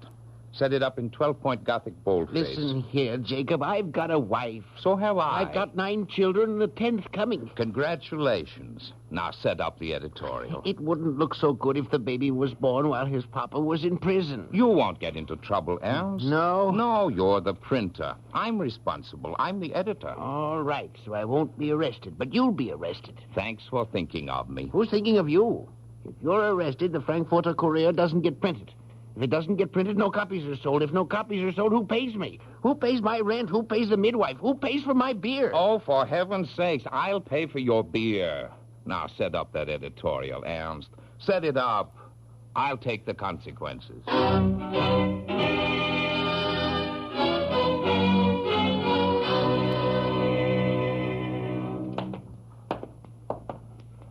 Have a seat, Herr Baum. Thank you, Herr Bürgermeister. I'll come right to the point. Please do. I have ordered every issue of the Frankfurter Courier confiscated. Why? I don't have to tell you why. That's my order.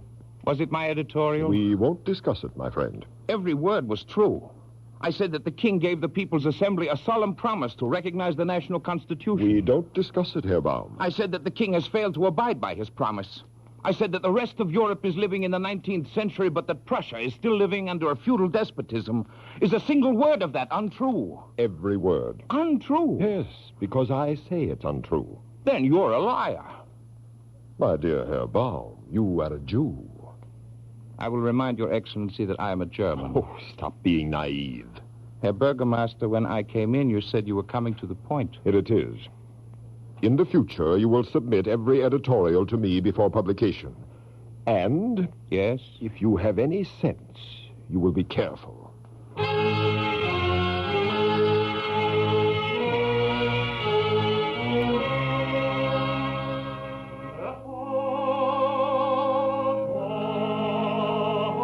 Hurry, Minna. The service has begun. Jacob, I can't keep up with your big steps. Good Sabbath, Jacob and Minna. Oh, good Sabbath, Rabbi. It's my fault we're late. Strange you should be out here, Rabbi. I've been waiting for you. Something wrong?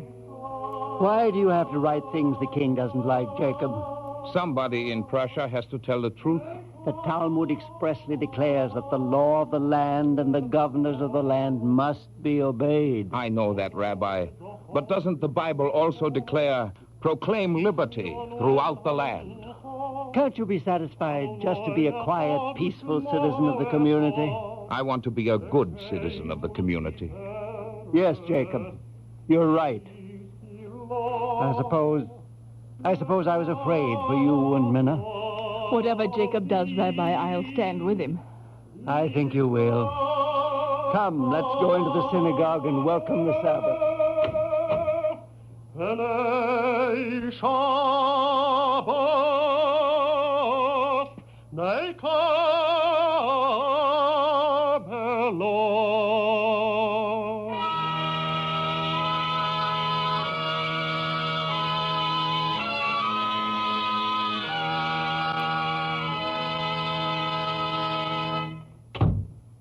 Baum, you're a bigger fool than I thought you were.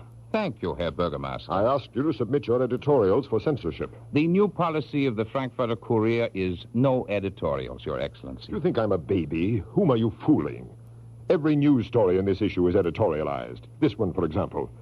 There was another bloody collision in the streets of Berlin last week. Unarmed citizens were brutally fired on by Prussian troops. The people gathered before the palace of King Frederick William bearing the bodies of the dead patriots on litters and shouted, Hohenzollern, take off your hat. And the Hohenzollern removed his hat. You call that a news story? King William took off his hat, didn't he? No impertinence, Herr Baum. I'm warning you. Watch out. Thank you, Herr Bürgermeister. Now, wait a minute. From now on, not only no editorials, but no more news stories. You make it pretty hard to write a newspaper under those conditions. That's the general idea. That leaves public notices, marriages, and obituaries. Precisely. Those are the contents of your paper. All right, if you insist. But it's going to make for dull reading. Precisely. The duller, Herr Baum, the better.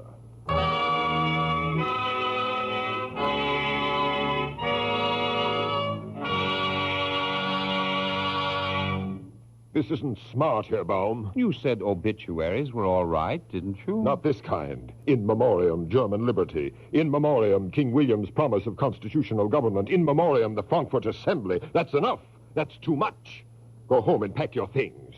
They've been packed for a week. Excellent. Tomorrow at noon, you will unpack them in Frankfurt prison.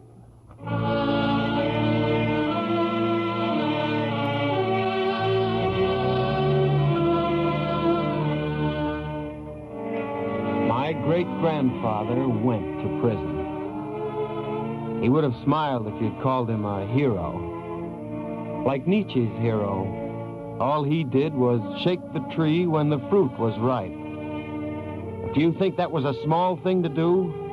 Well, just look at the tree he shook.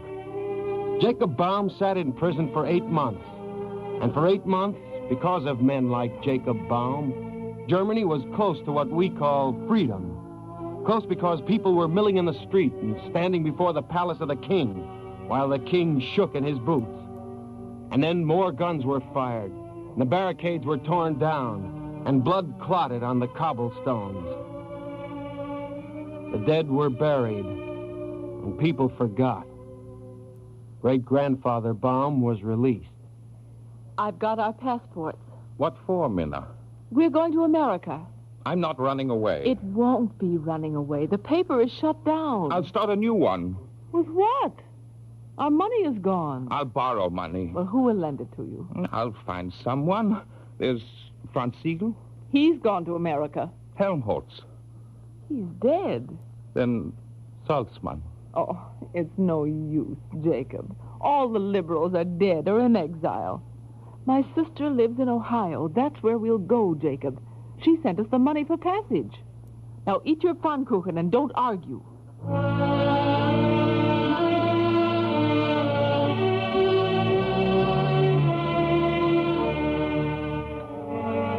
I think there was something about the American earth they loved right away. Something about the people that caught at their hearts. There was no bowing, no scraping, no formality.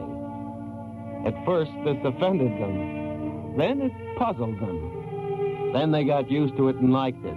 And then they no longer noticed it. And they were Americans. Their sons were born, and the oldest boy learned to spell by playing with the hand type in great-grandfather's print shop. Yes, Jacob Baum was an editor again. The Ohio Free Enquirer. How does it look, Minna? Do you spell Enquirer with an E or an I? What's the difference? The meaning is the same. That's what I like about America. Here, everyone has the right to inquire and to doubt. Wipe the drop from your nose and stop making speeches. Minna? What? You have the instincts of a shrew, but you make good pfannkuchen. Jacob Baum, if you're going to kiss me, kiss me. I've got work to do. You smell of tobacco. And you smell of soap. I'm worried about something, Jacob. Yes? Mrs. Engels tells me they're speaking about your editorials on the slavery question. Mrs. Engels is a nosy body. I'm serious, Jacob. Promise me something. Lady, it's a mean man who won't promise. Don't do it anymore. Promise? Oh, you know what I mean. No more anti-slavery editorials. You see that sign, Minna? The Ohio Free Enquirer. Well, I didn't think you'd stop, but I had to ask. Be careful, Jacob. For my sake and for the children.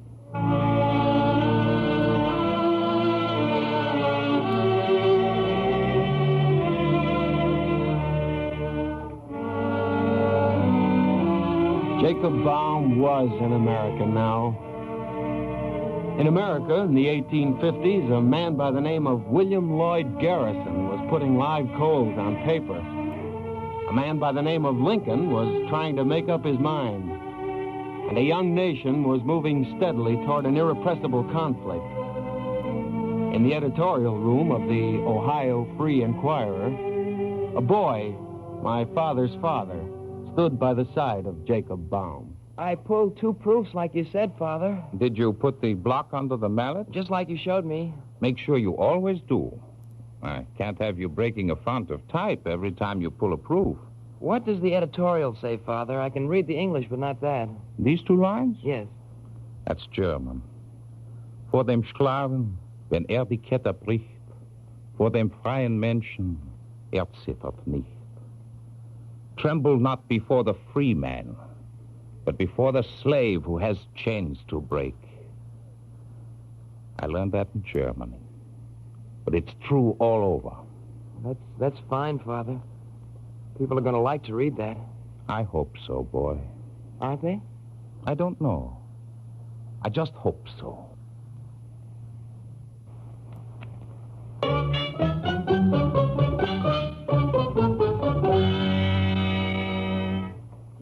Jacob, put your shoes on. There's a gentleman to see you. There aren't any holes in my stockings.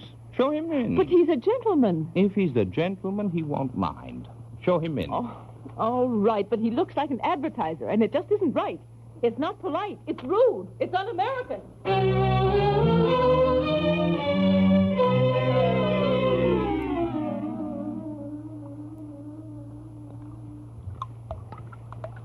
To your good health, Mr. Baum. It's good Passover wine, Mr. Mitchell. Not very strong, but sweet. Your hospitality embarrasses me. I'm sorry to hear that. You see, I've come to discuss a rather unpleasant matter. Yes? Your editorials. A group of citizens find them in rather poor taste. Do you find them in poor taste? I do. Don't you think it rather injudicious for an immigrant to take sides in a controversial matter? Lafayette and von Steuben took sides during the American Revolution. That may be, but why do you present the abolitionist case and not the other side? Mr. Mitchell, a Jewish prophet said, Haemis v'hasholom ehovu. Love truth and peace. You notice the prophet put truth before peace. But I'd be glad to print anything you give me, sir. It's beneath our dignity to engage in newspaper controversy. It's not beneath your dignity to criticize me. I think that's rather unfair. You're trying to stifle free debate. You're trying to start a fire. I've heard that fires give light. They also burn. It seems to me that's the chance you take when you tell the truth. Excuse me, Mr. Baum, I'm very busy. I beg your pardon. I didn't mean to be impolite. Not at all, not at all. Thank you very much for the wine. Good day, sir.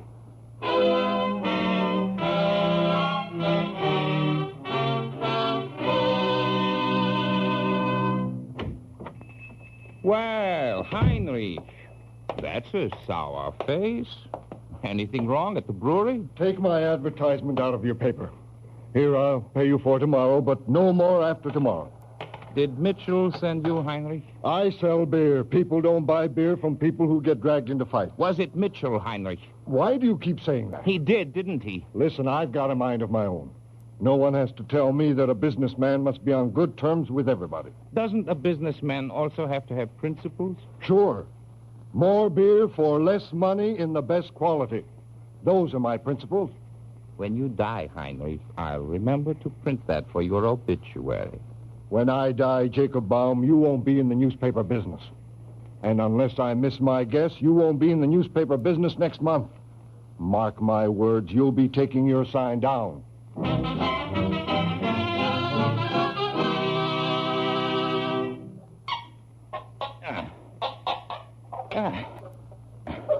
Hold the sign, Minna.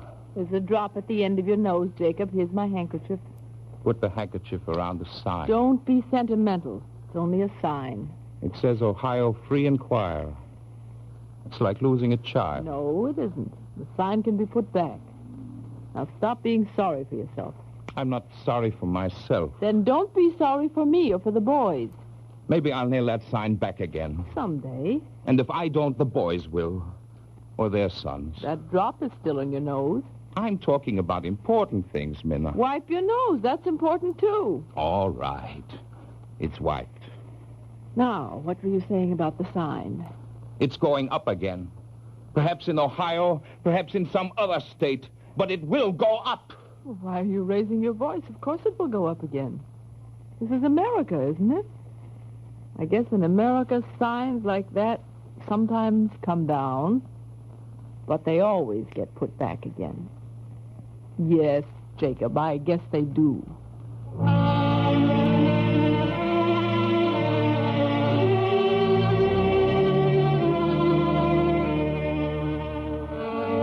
And the sign was nailed back again. Perhaps it wasn't a big sign, but it said Free Inquirer on it. I think that's the whole story. My great-grandfather came to America and put up a sign. And 100 years later, I died on Iwo Jima for the same sign. I don't say it so well. Maybe my great-grandfather said it better. Ha emes v'ha-sholom ehavu. Love, truth, and peace. But first, love truth.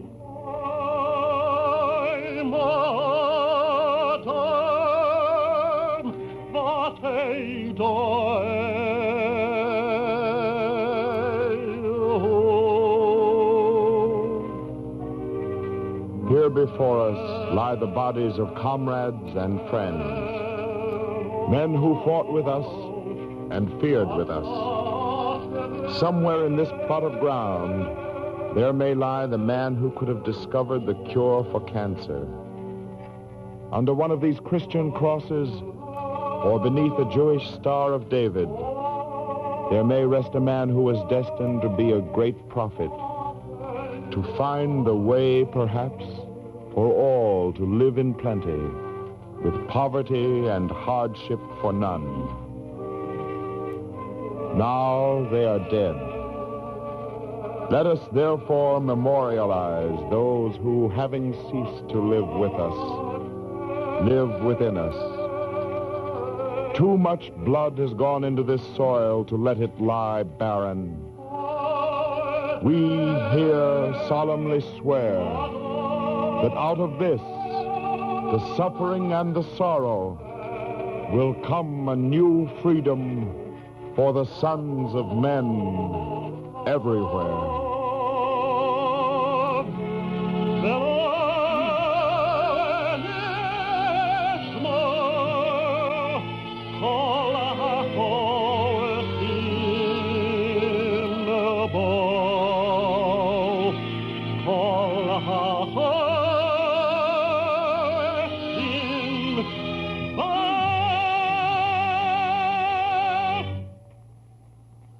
Copies of the script you have just heard may be obtained without cost by writing to the Eternal Light, 3080 Broadway, New York 27, New York.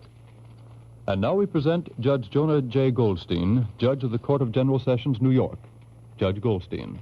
A Memorial Day program is singularly appropriate for a radio period known as the Eternal Light program, because throughout our nation we honor our soldier and sailor dead by dedicating eternal lights in their honor. Memorial Day is not only a holiday, it is a holy day. It has been since May 30th, 1868, when this day was first established for the purpose of paying tribute to the dead who fought for our country. Never was there a Memorial Day which meant as much to us as that of 1945. Many new names have been added to the rolls of honored dead since Pearl Harbor. The war in Europe has taken grim toll of our American youth, as has the Pacific War. The sacrifices of these brave men is a bitter personal loss to their families and to our country. They gave their lives on the consecrated altar of liberty. All of us wish that they had survived to enjoy the fruits of final victory. They died so that we can live. There is nothing that we can do to restore them to the realm of the living. In many instances, their graves are so far removed that we are deprived of the privilege of paying them homage with fresh flowers. Flowers, however, are merely symbols of something far more important. They represent the thought that we give these veterans on this day. Distance is no bar to our thinking of them with deep gratitude. They gave their utmost to preserve and defend our democratic way of life.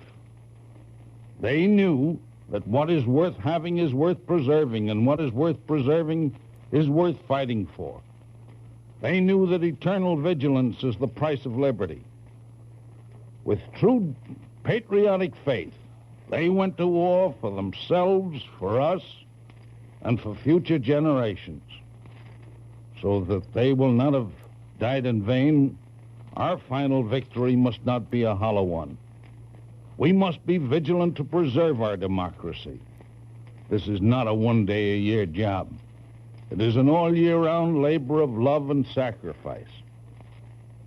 Taps is the bugle call sounded to mark the end of a soldier's day. On Memorial Day, taps will be sounded as funeral honors to mark for our soldiers and sailor dead our remembrance of them. Let that bugle call be for us a clarion call to remind us of our gratitude to them and of a renewal of our faith in our country. Our response to that call must be a supreme effort to do all that is humanly possible to perpetuate the blessings of our democracy. Only in that way can we keep faith with those who kept faith with democracy. With humility and thanksgiving, let us gather added strength by remembering those who gave their lives so that we might build higher on their sacrifice. We who survive must so live that when our call comes, we may truthfully report to them, your sacrifice was not in vain. Because of your sacrifices, the eternal light of democracy burns brighter and stronger. Thank you, Judge Goldstein.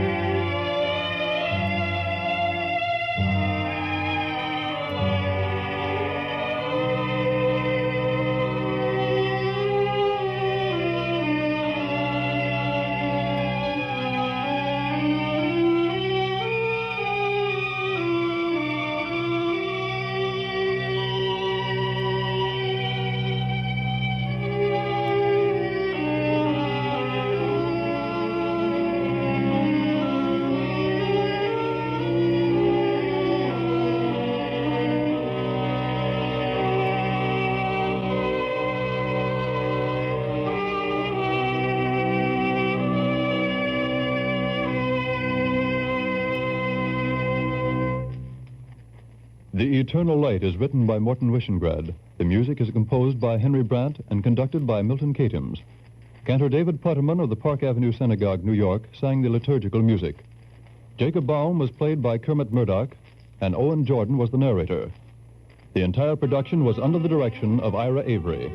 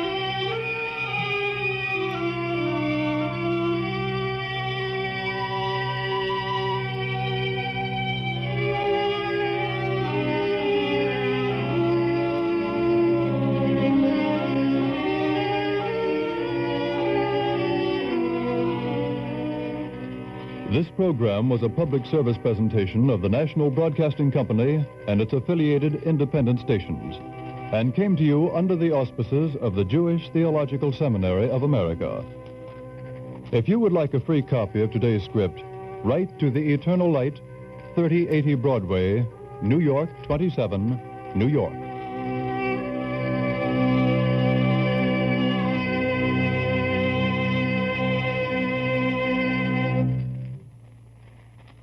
The Eternal Light comes to you from our Radio City studios in New York. This is the National Broadcasting Company.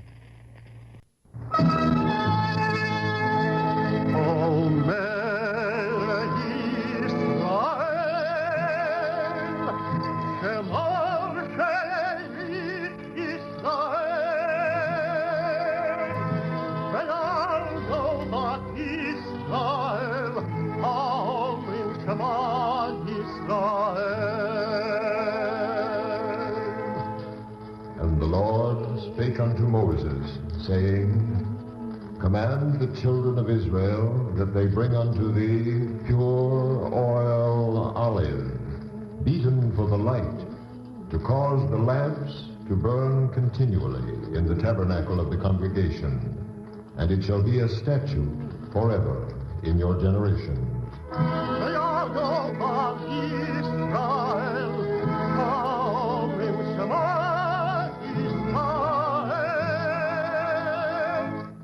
The Eternal Light.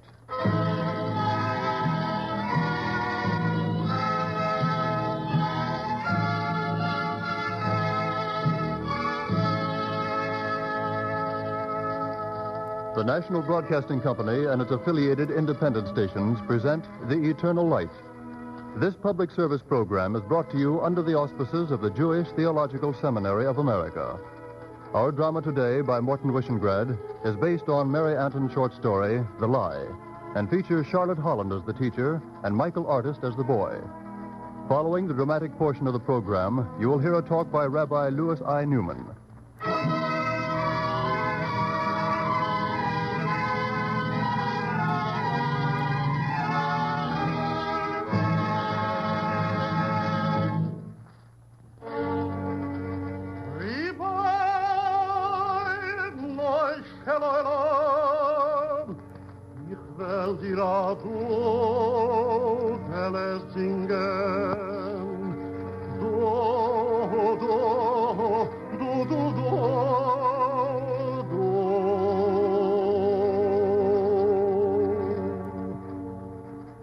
I used to hear that song. Many years ago when I taught the 6th grade on the Lower East Side, I would hear that song coming softly from the tenements. And every time I heard it, I was reminded of David Rudinsky and The Lie. He was a small boy who told a small lie, and I shall always bless him for it. There was never a 6th grade pupil like David Rudinsky, an immigrant boy for whom geography and grammar and simple fractions were astonishing truths which could be spliced to the core of the universe.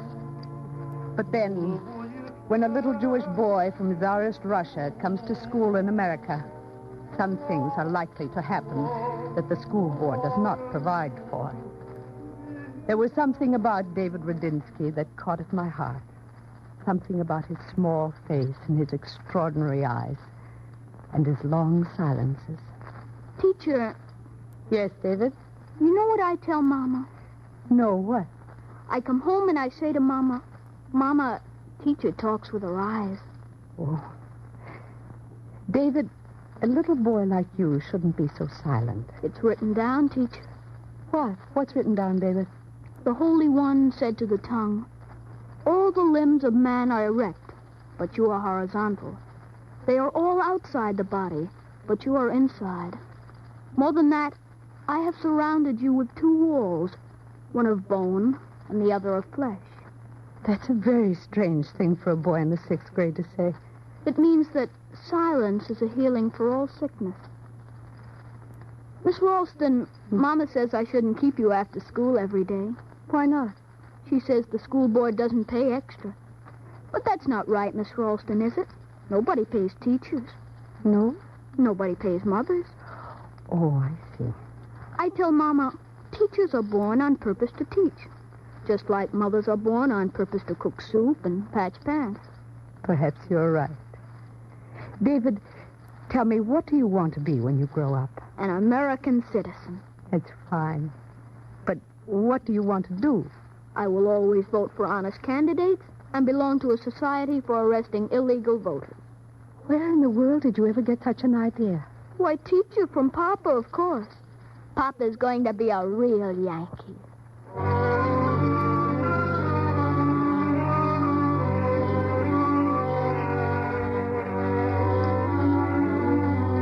Little David Rudinsky thought it a very great matter to be a citizen.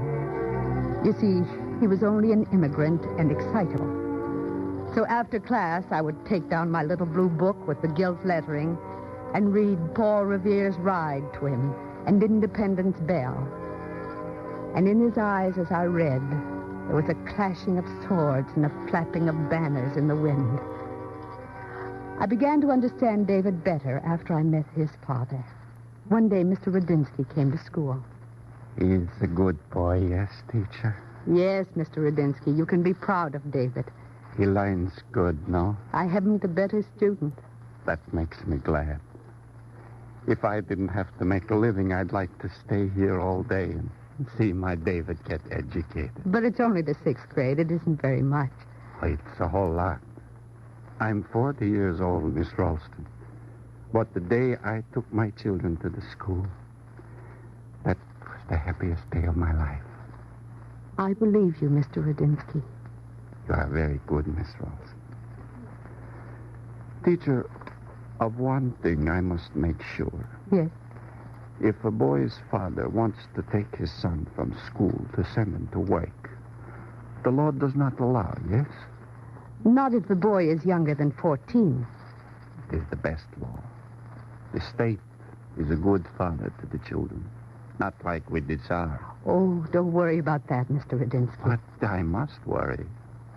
Me in business are not so good. If I fail, for David, it will be writing papers. But David must be allowed to remain in school at least till he's 14. Yes, David must study. No matter what happens to his father, at least till he is 14. And that's several years off, isn't it? Yes. Yes, I have made sure of it. Have you? Yes, teacher, I have. And my boy will study and he will make a good American. Yes, teacher. Mr. Rudinsky, with such a father, how could he help it? God bless you, teacher. Right now, I would not change places with Vanderbilt, the millionaire.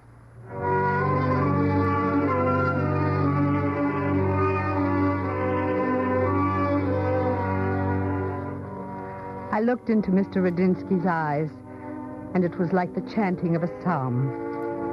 He turned and went out. And when he was gone, something remained in the classroom that hadn't been there before. I thought of David Rudinsky's father while the children filed into the classroom and began the day's lesson in the usual way. All right, children, all right. My country, 'tis of thee, sweet land of liberty, of thee I sing. Land where my fathers died, land of the Pilgrim's pride, from every mountain side, let freedom ring. You may be seated. Miss Ralston, teacher. Yes, David? Teacher, what does it mean, land where my fathers died? Can someone explain that to David? Yes, Jaime. Well, land where my fathers died means America. The Pilgrims came here in a Mayflower, and they slugged it out with the Indians. The Pilgrims, Jaime? Sure, that's right. Come here. Look here at my mouth. Now place your tongue like this. I'm placing, teacher. Against your front teeth. Like this. I gotcha. Now blow out. Good. Now say this. This. Now say that. That. With. With. I say it pretty good. Soon I'll be talking better than my brother.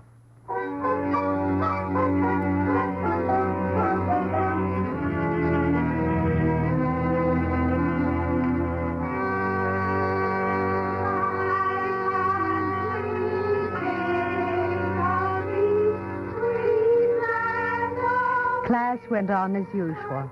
Each morning the children rose and sang America, and the lessons began. Then I began to notice that David was troubled. I watched him. His lips formed the words, land where my fathers died, and then they stopped. His eyes fixed themselves on my face, but he did not sing the words. This wasn't life, David. I asked him to remain after school.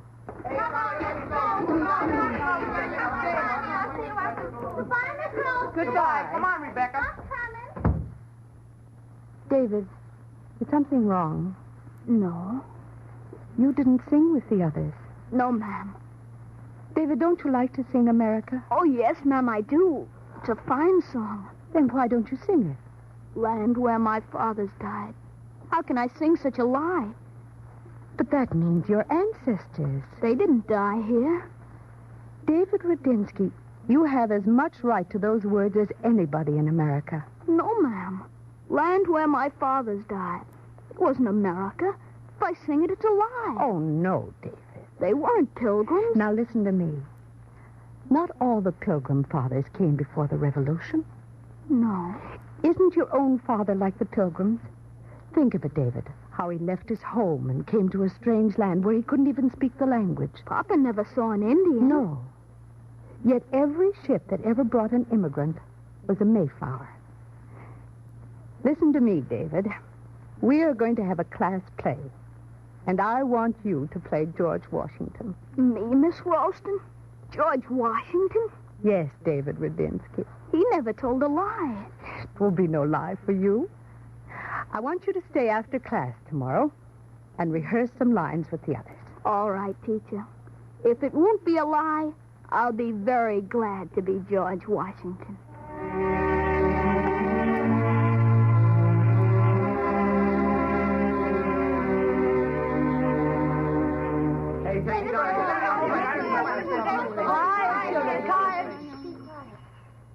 David, read General Washington's speech to the Hebrew congregation of Newport. It is now no more that toleration is spoken of, as if it were by the indulgence of one class of people that another enjoyed the exercise of their inherent natural rights. For happily the government of the United States, which gives to bigotry no sanction, to persecution no assistance, requires only that they who live under its protection should demean themselves as good citizens. Not bad, kid. Very good, David. When we put the play on, you're going to wear a uniform and a powdered wig. Me? Yes. And you'll look just like George Washington. It'll look fine on the program, too. George Washington, played by David Radinsky, age... Oh, how old are you, David? David, I asked how old you are. Me, teacher? Yes, of course. How old are you? 12. Yes, I'm 12. Don't you know? David. Teacher, he's getting all white. David, is something wrong? Are you ill? No, nothing's the matter. I'm all right. If he's going to play George Washington, he's got to tell the truth. He's sick. Be quiet, honey. David, your hands are so cold. I guess you don't feel good. Now, come on, get your coat on. I'm taking you home. Here, you're crying. No, don't take me home. Don't anybody take me home. I go myself. I'm not sick. I ain't sick. I'll go myself, I tell you. All she does is ask him how old he is. And look at him. Who wants to play George Washington anyhow?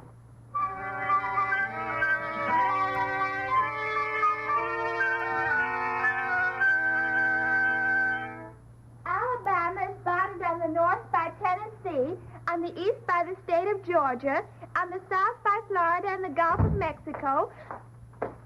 Yes? I'm Benny, David's brother. Take up your compositions, children. Benny, why didn't David come to school? He's very sick. Oh. Did you have a doctor? Not yet. My mother says you can die 10 times before the dispensary doctor comes. Well, Benny, you tell David to get well quickly.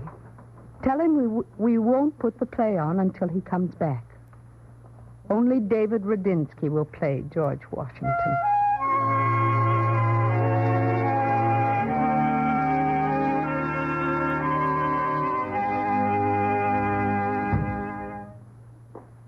How is he, Doctor? Sit down, Mrs. Rudinsky. Doctor, tell us, is it so bad? Well, his fever isn't anything to be alarmed at. His pulse is rather fast, but it isn't his physical condition. No? Something else, Doctor? No, I can't make it out. It is my fault. He works too hard. He reads too many books. Mama, books don't hurt nobody. Did he say something, Doctor?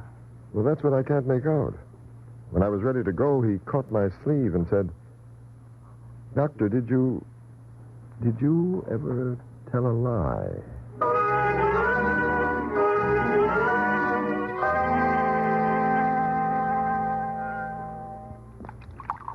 Here's some water, David. Thanks, Jaime. I'm glad you came to see me. Oh, it was nothing. What's that? A letter from Miss Ralston. You give it to her, Jaime. Sure. Dear teacher, Miss Ralston, I can't be George Washington anymore because I have lied to you. I must not tell you about what because you would blame somebody who didn't do wrong. Your friend, David Rudinsky. You take it to her, Jaime. All right. David, what's the lie? All right, you don't have to say nothing. David, teacher gave me something to read to you. I don't want to hear it. It ain't about George Washington. No? Honest. All right, Jaime. You can read it if you want to. A song of David. Behold how good and how pleasant it is for brethren to dwell together in unity. It is like the precious oil upon the head, coming down upon the beard. Even Aaron's beard that cometh down upon the collar of his garments, like the dew of Hermon that cometh down upon the mountains of Zion. For there the Lord commanded the blessing, even life forever. Jaime, teacher sent you the wrong thing to read. Don't cry, David. I didn't say nothing. She sent you the wrong thing. She should have sent you the 10 Commandments. She should have sent you, thou shalt not bear false witness. You know what that means, Jaime? It means you mustn't tell a lie. It means a liar can't play George Washington. It means a liar can't be a good American.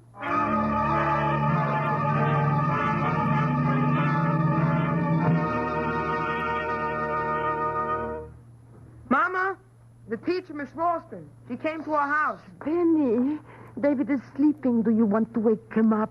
He won't wake up. I hope I'm not disturbing you, Mrs. Rudinsky. Oh, you are an angel, Miss Ralston. I'm sorry the house is upset. Oh. Such company should not sit in the kitchen. We got a parlor, but David's sleeping there. That's enough, Benny. You go mind the store and tell Papa to come here. All right, Mama.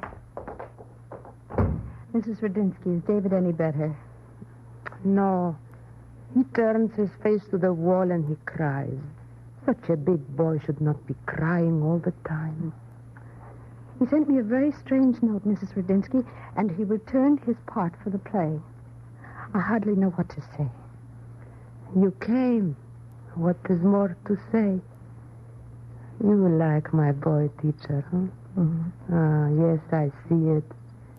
The first time in your class, David come home. Mama, he said to me, that is what he said. Mama, teacher talks with her eyes.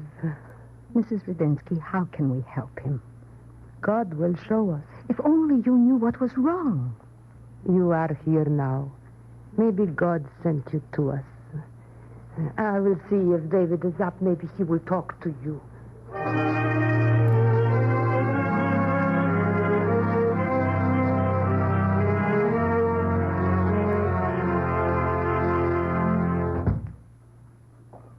Well, teacher.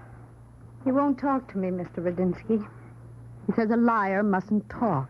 Teacher, he's an innocent soul. There is no spot on my David. Maybe I am to blame. What did I do? All I wanted was strength from God to earn a living, to have my children go to school, to be educated Americans. Try not to worry. This will pass, whatever it is. Oh, no, teacher, this will not pass. Body sickness passes, but soul sickness does not pass. Look, teacher, these books. This is what my David reads. On his vacations, he goes to the library. All day, he sits on the fire escape and he reads. At night, we put out the light and he burns matches to read by.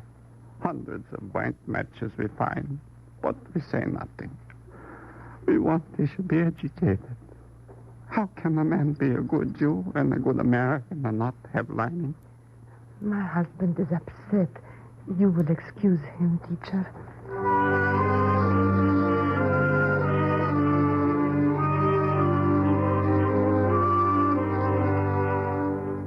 Suddenly, there was nothing more important in the whole world than to mend the sickness that was in David Radinsky's soul. The tenement where he lived was dingy and airless, but there was a cleanliness of soul in that house, a cleanliness that shone like Mrs. Radinsky's kitchen. And then, perhaps Mrs. Radinsky was right, and God did help, for almost accidentally, he showed us the terrible enormity of David Radinsky's lie. Teacher, you will not give David a bad mark for this? Oh, no, Mr. Radinsky. He's my best pupil. He's done splendidly for an immigrant boy of 12. Yes, teacher. No, teacher. He is really 14, but his father made him out younger on purpose. What did you say? His father made him out younger on purpose. Why did you do that, Mr. Radinsky? Well, after 14 years, a boy can take out working papers. No, you told me. Yes, but why did you... I don't understand. Teacher, in America, the state is a good father and a good policeman. But, Mr. Radinsky, why did you do it? Maybe times will be bad. David will have to work. No. If I fail in business, David will not have to work. The policeman will keep me from robbing my David of an education. Go on. On the certificate, I put down he's 2 years younger, so he will stay in school longer, even if I fail. Then David isn't 12. I just told you he's 14. Mr. Radinsky, don't you see? That's it. Don't you see? Please, teacher, see what? But it's so clear. Clear, teacher? His note. Listen. I can't be George Washington anymore because I have lied to you. I must not tell you about what, because you would blame somebody who didn't do wrong. You mean, teacher, it is not David? Is that it? I asked him his age. He said 12. That's his lie. No, teacher. That's why he's sick. May God forgive me. The lie belongs to me. Yes. I have done this to him. Try to be calm. But, teacher, God in heaven, teacher, I didn't want to do wrong. All I wanted was to tie my hands, to tie my own hands so I couldn't pull my David down with me, so he would stay longer in school. I'm glad I know you, Mr. Radinsky. We are the liars, teacher. David is no liar. He would have told, but it says, honor thy father and thy mother. And how could a little boy say his father is a liar? How will he ever respect me? How will he ever respect me? He doesn't blame you, Mr. Radinsky. He only blames himself. And he wouldn't tell me because he respects you so much. Teacher, you really think so? Yes, I do. And if you don't mind, I want to see David now.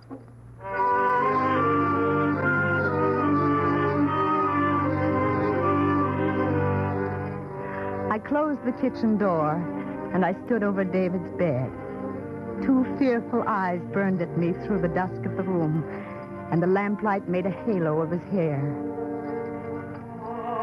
And from the next flat, a plaintive voice sang sweetly in words I didn't understand. But the song was as healing as silence. What are you bringing me, teacher? Cool hands for your head, David. And words to tell you that I know what your lie is. Then my father... I didn't want him to. He's worthy of you, David. And you are worthy of him. But George Washington didn't tell a lie. I said I was 12. It was a lie. Still, David, you will put on the uniform, and we will give you a powdered wig for your head and a sword for your side, and you will play George Washington. And I will say the words, teacher. Yes, David. Say them now. Oh, yes, teacher, yes. Everyone shall sit in safety under his vine and fig tree, and there shall be none to make him afraid. May the fathers of all mercy scatter light and not darkness in our paths. Yes, David. He said that to the Newport congregation for the Jewish soldiers dead in the American Revolution. Oh, teacher, it's true. Land where my fathers died.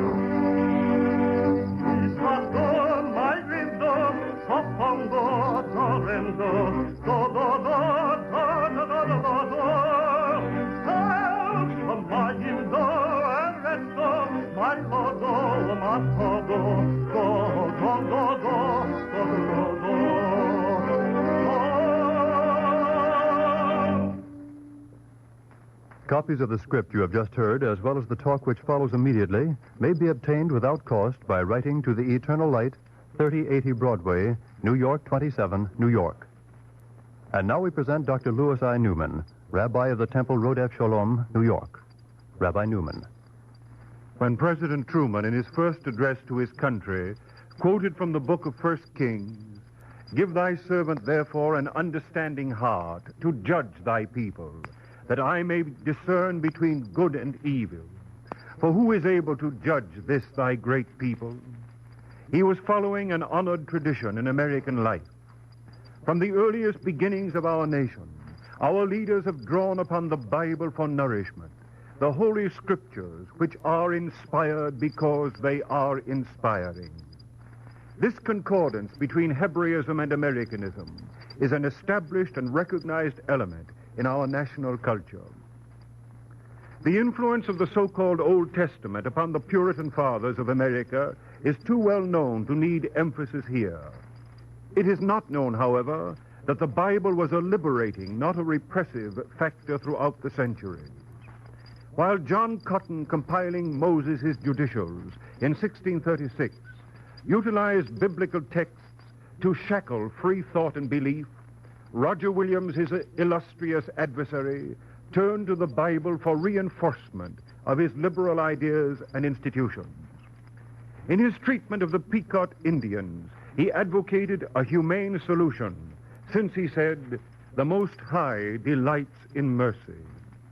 In championing the principles of liberation in England, he speaks of himself as sounding a blast on his despised ram's horn. And in his Portsmouth Code of 1647, he paraphrases the prophet Micah, saying with reference to the laws, "Otherwise than thus what is herein forbidden, all men may walk as their consciences persuade them, every one in the name of his God." The revolt against Sir Edmund Andros in 1639 was fortified with biblical quotations, sanctioning a protest against tyrannical power. During the Revolution, preachers and laymen alike drew abundantly upon citations from the Bible, notably the magnificent warning of the prophet Samuel against submission to a despoiling king. Abraham Lincoln again and again adorned his utterances with biblical references, one of which, dealing with David's pardon of his enemies, the emancipator president applied to the rebellious South after its defeat. Woodrow Wilson, speaking of the Bible and progress, declared America was born to exemplify that devotion to the elements of righteousness which are derived from the revelations of Holy Scriptures. And Franklin Delano Roosevelt, of blessed memory, reminded the world at a time when the dignity of man was being defiled that Genesis speaks of God as creating man in his own image. May the world, dawning amid the ruins, hold fast to the Bible of Israel and make it the chief cornerstone for the edifice of peace and brotherhood. Thank you, Rabbi Newman. Today's script was adapted for radio by Morton Wishengrad from Mary Anton's short story, The Lie, which first appeared in the Atlantic Monthly. The music was written by Henry Brandt and conducted by Milton Catons. Cantor David Putterman of the Park Avenue Synagogue, New York, was the soloist. Charlotte Holland appeared as the teacher, and Michael Artist was featured as David. The entire production was under the direction of Ira Avery. This program is a public service of the National Broadcasting Company and its affiliated independent stations, and presented under the auspices of the Jewish Theological Seminary of America. If you would like a free copy of today's script, write to the Eternal Light, 3080 Broadway, New York 27, New York. This is the National Broadcasting Company.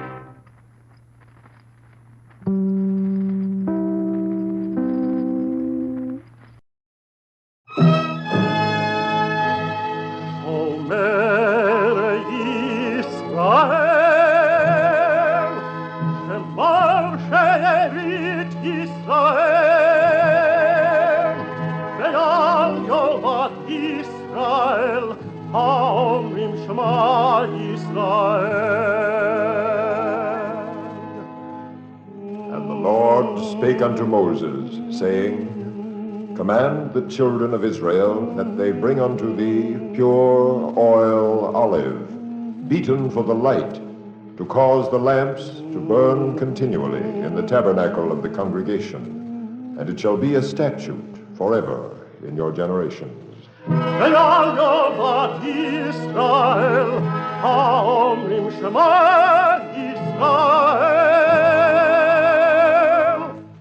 The Eternal Light.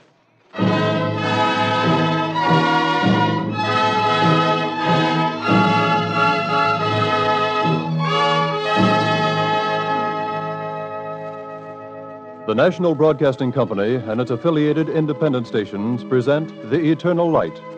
This public service program is prepared under the auspices of the Jewish Theological Seminary of America. Our drama today is a radio adaptation by Morton Wishengrad of Stephen Vincent Benet's story, Jacob and the Indians, featuring Alexander Scorby as the narrator and Jack Lloyd as Jacob. Following the dramatic portion of the program, you will hear a talk by Dr. Ira Eisenstein.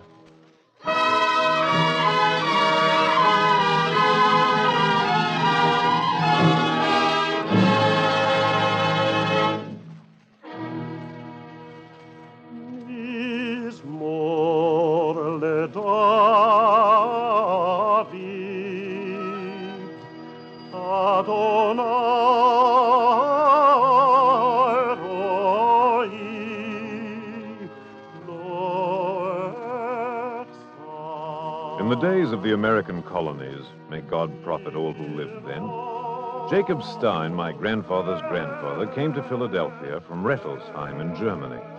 An orphan in a sailing ship, but not a common man. No, he had learning. He could have been a scholar among scholars. Then you may ask, why did he come? Well, there was a plague and a new Grand Duke. Anyway, they had left the teeth in his mouth. We are children of the dispersion. We know a black day when it comes.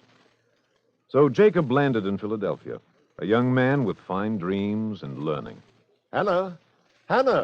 Here is Jacob Stein from Rettelsheim in Germany. Peace be with you, Jacob. And with you, peace, Hannah. What are you staring at, Hannah? His face is pale and his shoulders are narrow. Well, do you expect a scholar to look like a peasant? Sit down, Jacob, and we shall give you something to eat. Jacob, what can you do in this new land? Do? What should a scholar do? Naturally, I shall study the law. Learning is all very fine, but it does not fill the mouth. Hannah, you can dispute with him later. The man is hungry. Ah, but he has a fine face. Scholar, did you ever hear the words of the preacher Koheleth? Rejoice, O young man, in thy youth, and walk in the ways of thy heart. You see, she can quote scripture. Well, Jacob, what's your answer? Know thou that for all these things God will bring thee into judgment. Therefore remove vexation from thy heart, and put away evil from thy flesh. Now will you get him something to eat, Hannah? His learning still does not fill his mouth. She's right, Jacob? But what can I do? My husband will take you to Simon Ettelson. He will put a pack on your shoulders, and you will go from door to door. What for? To sell, of course. But my life has been spent with books. You will have time for your books. Oh, Jacob, do not look so downcast. Selling is no disgrace.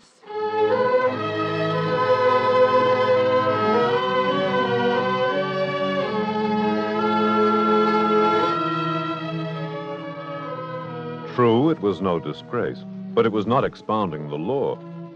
At first, Jacob would sit in his room at night with one candle and read the preacher Koheleth till the bitterness rose in his mouth. Myself, I'm not sure Koheleth was a great preacher, but if he had had a good wife, he would have been a more cheerful man. But that is neither here nor there. One day, Jacob saw his first Indian, a tame Indian who bought a ribbon from him. After that, Jacob felt better. He worked hard, and Simon Ettelsohn sold him trinkets for his pack. Now, Simon Ettelsohn was a pious man and well thought of in the congregation Mikveh Israel. And it happened one day that Jacob found him arguing with a friend over a point of the law. I say you're wrong. And I say you're wrong. How do you know? It says so in the Talmud. Show me where. The Talmud is where. That's what you say. Where? The place, in which chapter, on which and which page? Oh, never mind that. It is written that if a righteous man persecutes a wicked man, God stands with the righteous man. That's nonsense. If a righteous man persecutes a wicked man, he stops being righteous, and God stands with neither. You're wrong. You're wrong. Excuse me, you're both wrong. Huh? What do you know about it? I was listening. It is written that if a righteous man persecutes a righteous man, God stands with him who is persecuted. If a wicked man persecutes a righteous man, God stands with the righteous man. That's not our point. I am coming to it. If a righteous man persecutes a wicked man, God stands also with the persecuted. By the very act of being persecuted, a man becomes the ward of God. For is it not written in the book of Ecclesiastes, God seeks out the persecuted? Now it says in the Talmud that Rabbi Akiba and Rabbi Judah... They stared at him, and he spoke and told them where they erred. For half an hour he spoke, with his pack still upon his shoulders. And never has a text been expounded with more complexity, not even by the great Reb Samuel. Simon Ettelsohn listened to Jacob with respect, and then with admiration, till at the end he threw up his hands. You are young David and a candle of learning. I didn't mean to speak so long. Nonsense. Come to my house. Don't say no. We'll have stuffed fish and raisin wine. For a scholar, even stuffed fish isn't good enough.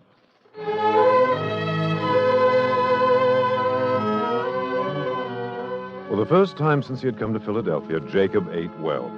Also, he laid eyes on Miriam Ettelsohn, and she was Simon's youngest daughter and a rose of Sharon. After that, Jacob came many times to Simon Ettelsohn's house. But Maya Kappelheist came also. Miriam! Miriam, where are you? Look, Miriam! Look at the present I brought you.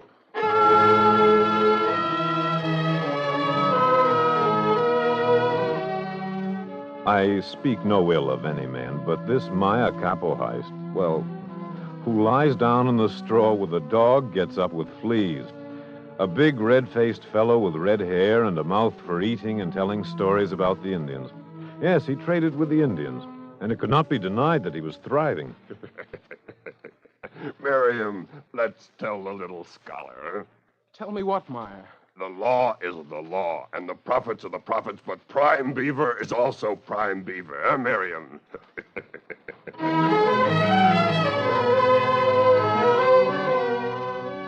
Maya Kappelheist laughed. It took the pleasure from Jacob's learning and the joy of the maiden from his heart.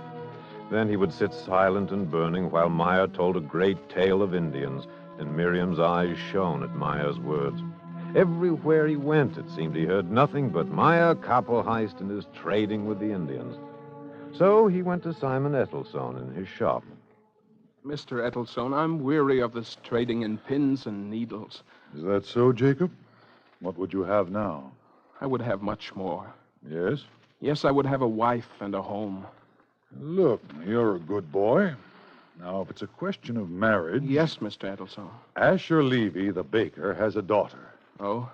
It's true, she squints a little, but her heart is a heart of gold. It's not of Asher Levy's daughter I'm thinking. I see what's in your heart, Jacob. Well, you're a fine scholar. In the old country, well, I'm not saying... If I were like Maya Kappelheist, it would make a difference, wouldn't it? Well, Maya trades with the Indians. He's a little rough, it's true, but he'll die a rich man. All right, Mr. Edelstone. I will also trade with the Indians. You trade with the Indians? You're a scholar, Jacob. Leave that to Maya Kappelheist. And Miriam? Shall I also leave her to Maya Kappelheist? Well, it's not settled, of course. I will go forth against him as David went against Goliath. I will go forth into the wilderness. Let God judge the better man.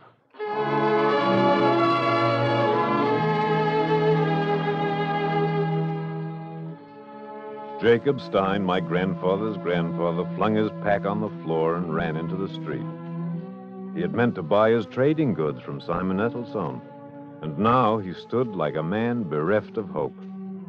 And then he remembered Rafael Sanchez, an arrogant old man he was, with fierce black eyes and a beard that was whiter than snow, and one who sat in the congregation Mikveh Israel like an eagle. Well, what's for sale today, peddler? Man ba'i Talmid Chacham. A scholar is for sale. Now I am rebuked, for you have the tongue. Enter, my guest.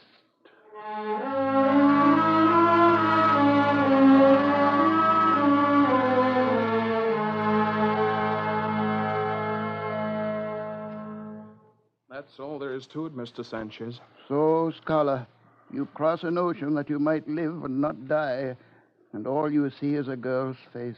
Didn't Jacob serve 7 years for Rachel? Twice 7, scholar. Let me tell you why I came to this country. Wasn't it for the trading? No, for the promise. The promise of William Penn that this land should be an habitation and a refuge. Are you spat upon in the street here, scholar of the law? No. It is not so in all countries. No, it is not. The spittle wipes off the cloth, but one does not forget. One does not forget the persecutor or the persecuted. I don't understand, Mr. Sanchez. That's all right, scholar. In the congregation Mikveh Israel, they think I'm mad. Tell me what you want. Look at the map here. There. There is New France, see it? And down the great river come the French traders with their Indians. Well? Well, are you blind? I don't trust the King of France. The king before him drove out the Huguenots. Who knows what this one will do? I still don't... Don't you see? If they hold the great river against us, we shall never go westward. We? We are a part of it. This is the new era where our people make a new beginning. It is something beginning to live. It is faceless and nameless yet. But it is our lot to be a part of it. You remember that in the wilderness, my young scholar of the law. Then you lend me supplies? Yes, and you will make maps of the new land. I will, Mr. Sanchez. Scholar. Scholar, you think you are going there for a girl's face. But you'll find what you don't expect to find. One pays for the land of Canaan. One pays in sweat and blood.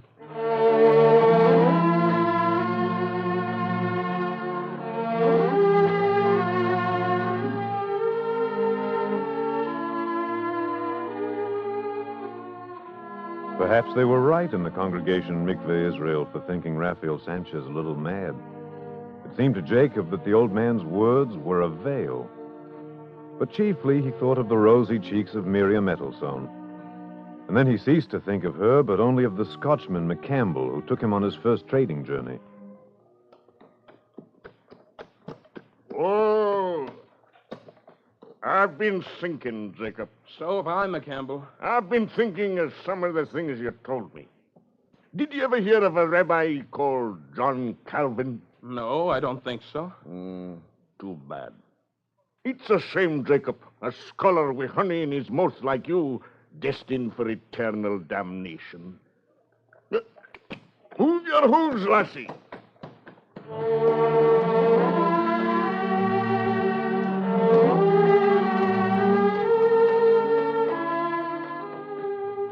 McCampbell and Jacob. McCampbell quoted Calvin, and Jacob quoted Talmud, and together they rode through the wilderness. And Jacob began to learn many things that even a scholar of the law may not learn.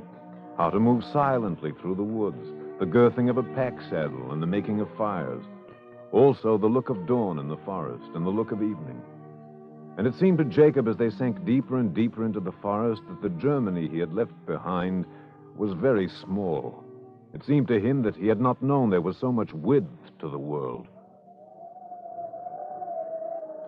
Yonder, Jacob, lies the great river of the West.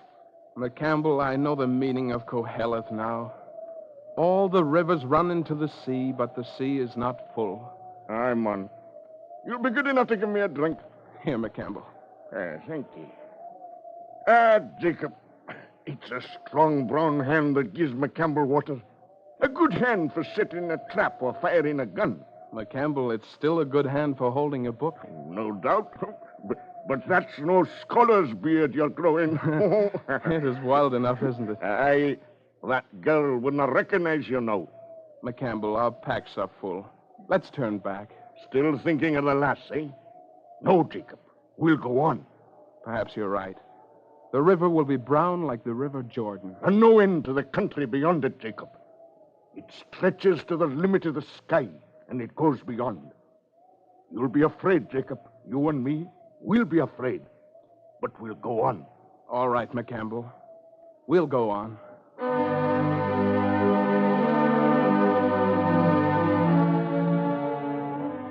It was a green world and a dark one that they had come upon. Dark with the shadow of the forest, green with its green.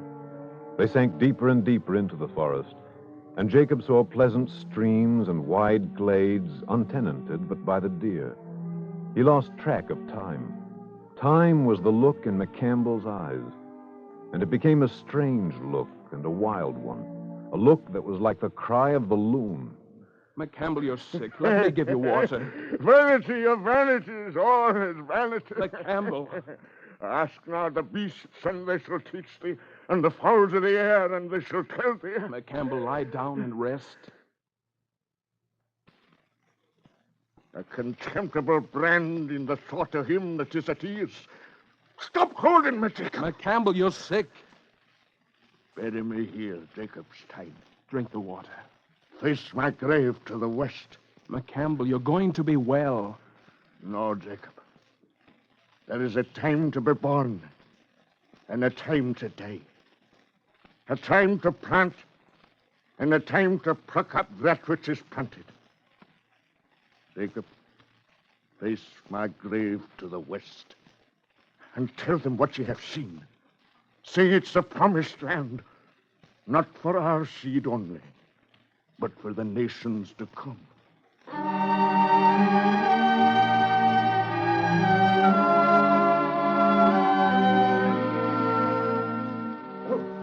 He buried him on a bluff overlooking the river, and Jacob was alone in the wilderness.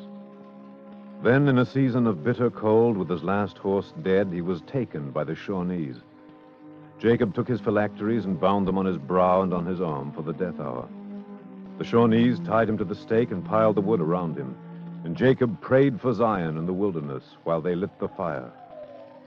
Thou who art the father of the fatherless and judge of the widow, into thy hand I commend my spirit. Thou hast redeemed me, O Lord God of truth. Amen and amen. They lit the fire under my grandfather's grandfather, and the smoke took him, and he coughed. His throat was hot, and he called out, Water! Give me to drink. Water! All men know the signs of thirst, and an Indian brought him a bowl that was filled. Jacob put it to its lips eagerly, but the stuff in the bowl was scorching hot and burned his mouth. And Jacob was angry, and he flung the bowl straight into the face of the man who had brought it, scolding him.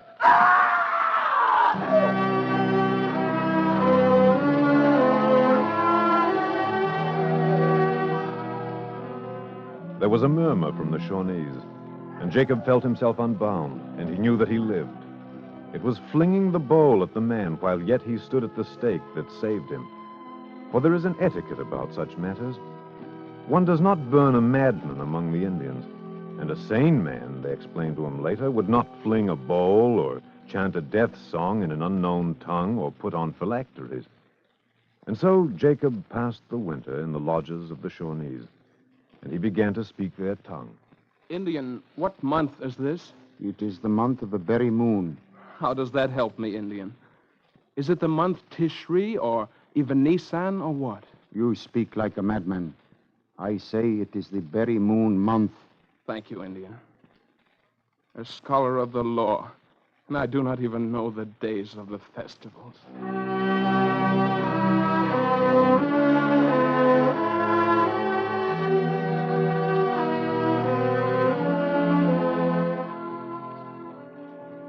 Perhaps it was the month of the berry moon, or perhaps it was the month of the bee moon when Jacob escaped.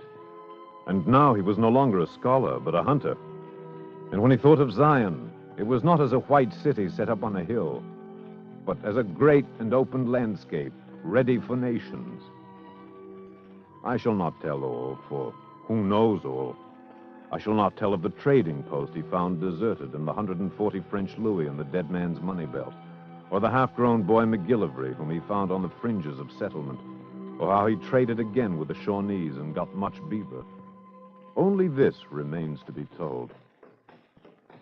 Not 30 miles from Lancaster, Jacob came upon a man with red hair on the back of his hands. Maya Kappelheist. Oh! What do you want? Why, it's the little scholar. I've been long away, Maya. What's the news? Have a drink first. No. I suppose you have news of Simon Ethelstone and his family? Sure. The old man has promised his daughter to a cousin of the Seixas, a greenie just come over. I see. Well, we're well out of it, scholar. To tell you the truth, she was always a little too skinny for my taste. She was a rose of Sharon, Maya Kappelheist, and a lily of the valley.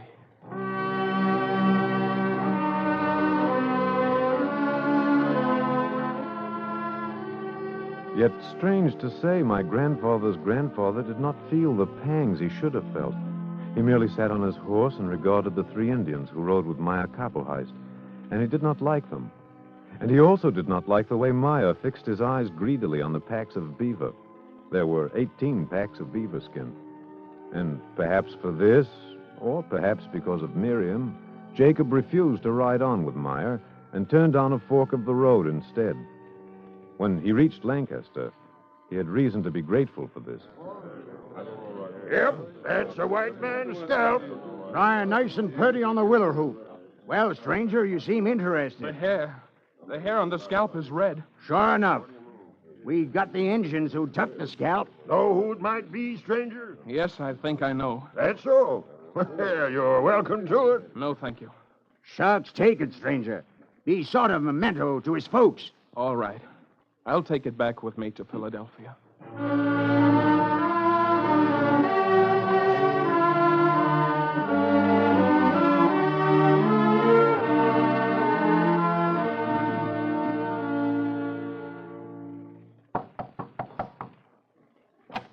What is your business with me, frontiersman? The price of blood for a country, Rafael Sanchez. It's you. Touch the scroll on the doorpost and enter, my son. What have you seen, Jacob? Rafael Sanchez, I have seen the land of Canaan flowing with milk and honey. I've brought back grapes from Eshcol and other things that are terrible to tell. Yes. What else, Jacob? My friend McCampbell lies buried near the banks of a river, and his face is turned to the west. Beyond the river, there's country, Rafael Sanchez. Country that stretches to the end of the world. Did I not say, my son, that there was more than a girl's face to be found in the wilderness? She is to be married. But what's a girl's face besides this thing in my pocket? This thing with red hair growing from it. Put it down, Jacob. Maya Kappelheist, and he was a strong man. And I am not strong, but a scholar. But I have seen that we must say Kaddish for him. Yes, it will be done. I'll see to it. You don't understand, Rafael Sanchez. I have eaten deer's meat in the wilderness and forgotten the month of the year. I've been a servant to the heathen and held the scalp of my enemy in my hand. I will never be the same man. You'll be the same, and perhaps no worse a scholar in this new country. It must be a country for all. For my friend McCampbell died also, and he was a Gentile. Let us hope, Jacob. Let us hope. And Raphael Sanchez touched Jacob upon the shoulder. Then Jacob lifted his head, and he saw that the light had declined, and the evening was upon them. And even as he looked, Raphael Sanchez's granddaughter came in to light the candles for Sabbath. And Jacob looked at her, and she was a dove with a dove's eyes.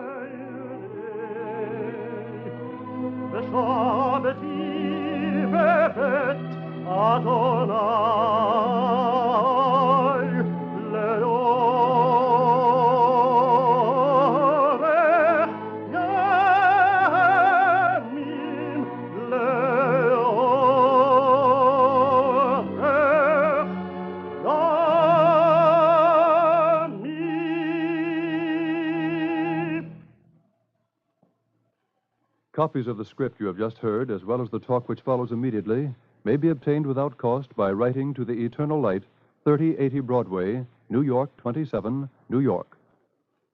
And now we present a brief talk by Rabbi Ira Eisenstein, leader of the Society for the Advancement of Judaism in New York City.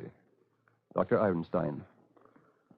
The Jacobs and the McCampbells who pushed back the wilderness in the early days of our country's history indeed learned many things that even a scholar of the law may not learn. From the remote serenity of the study room and the book, they turned to outwitting Indians, hunting for furs, charting uncharted plains.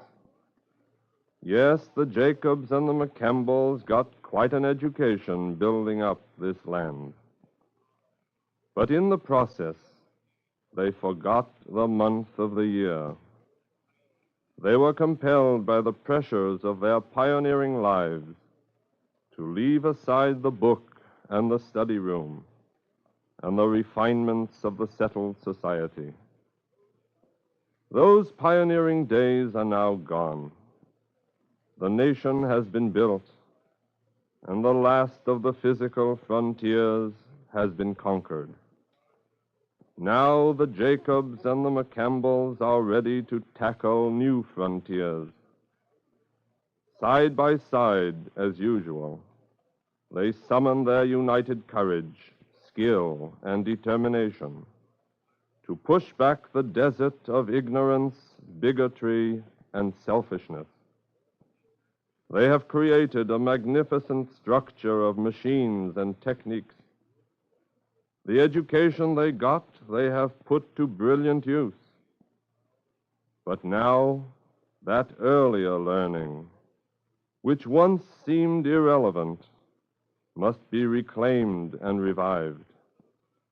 For it must be put to the task of making themselves and the world safe from greed and excessive rivalry. To do their share in extending the limits of physical civilization in this land, the Jacobs had to make difficult adjustments. Faced with the challenge, they went forth fearlessly. But for the Jacobs to do their full share in the tasks that lie ahead, they need only return to the spirit of their book and their study room. There they have learned the frustration of tyrants. There they have learned the moral causality that operates in the world, bringing evil to evildoers. There they have learned, and in the tragic story of their people they have learned, that this is one world, equally sensitive in all its organs, healthy only when all are well, and sick when even the least are stricken. They have learned the corroding power of hate, the sustaining power of justice, the healing power of love. It is time the Jacobs and the McCampbells retrieved something of the learning they left behind when first they set out against the desert. The world sorely needs that learning. Thank you, Dr. Eisenstein.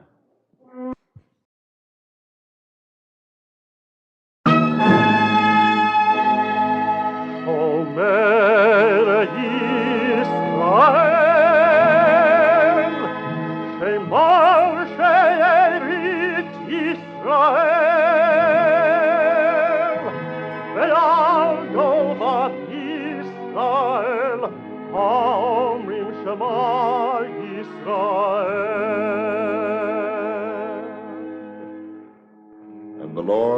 spake unto Moses, saying, Command the children of Israel that they bring unto thee pure oil olive, beaten for the light, to cause the lamps to burn continually in the tabernacle of the congregation.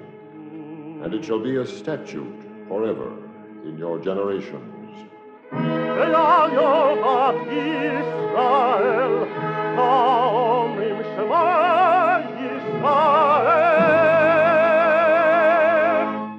The Eternal Light.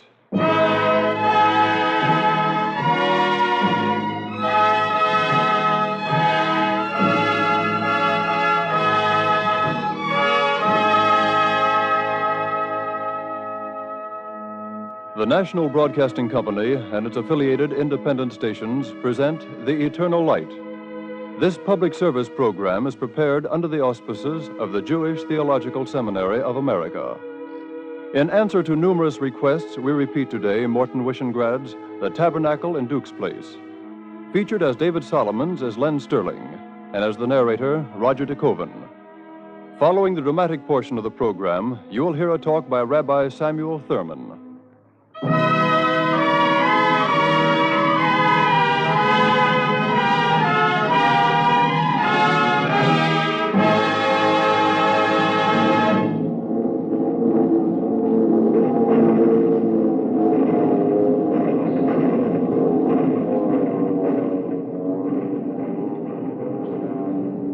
Somehow it was more terrible at night. More terrible and more beautiful. A trace of bullets would stitch a quick seam of flame up into the sky. And the incendiaries and the bombs spilled down like beads from a broken string. That's how it was the nights of May 10th and May 11th, 1941.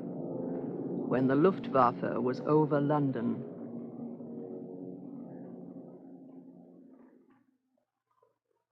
Uncle Nathan died the first night. There was a neat hole through the top of his helmet. He had been on air raid duty over at Duke's Place, just outside the great synagogue.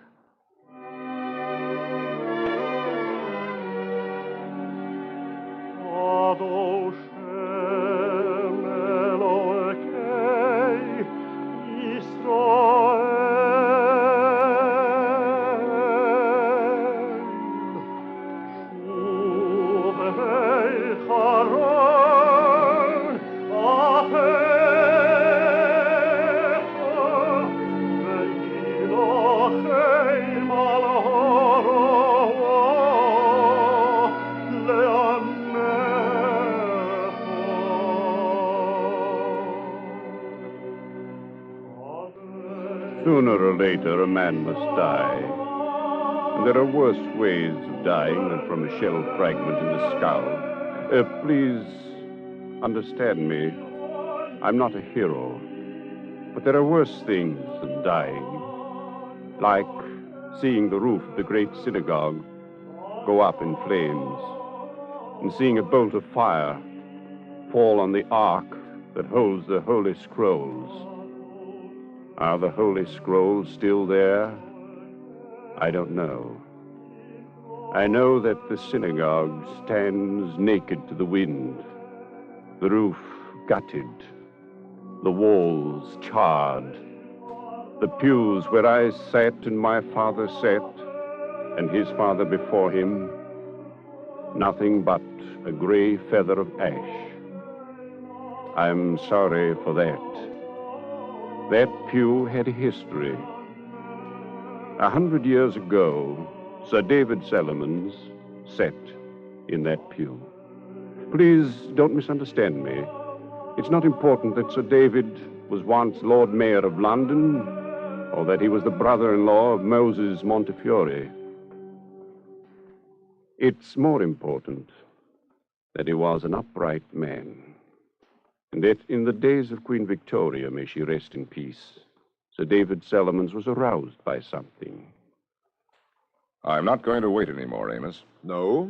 No, I'm not going to wait. I'm not going to pussyfoot. I'm not going to hold my hat in my hand and ask for favors. Save your speeches for your constituency. That's exactly what I'm going to do. I see. Then you're going to stand for Parliament again. That's what I mean. It isn't wise, Sir David. Why not? Because it isn't wise. Now, that's no answer. You know the answer. You're a Jew. No Jew has ever sat in Parliament. Amos, a few years ago, no Catholic sat in Parliament. That's different, Sir David. You will be attacked because you're a Jew. The Catholics were attacked because they were Catholics. The same civil disabilities applied to them. They fought against it. And that's what we have to do. Perhaps. You stood for Parliament twice already. 3 times. So much worse. You lost each time. This time I won't lose. All right, suppose you win. Well? They won't seat you. Exactly. But I'm going to oblige them to say why they won't seat me. I've told you why. Let them tell me. They'll tell you you're a Jew. Amos, I'm running for office as an Englishman. So, David, you're going to get into trouble. Thanks, Amos. It seems to me that's a risk I have to take.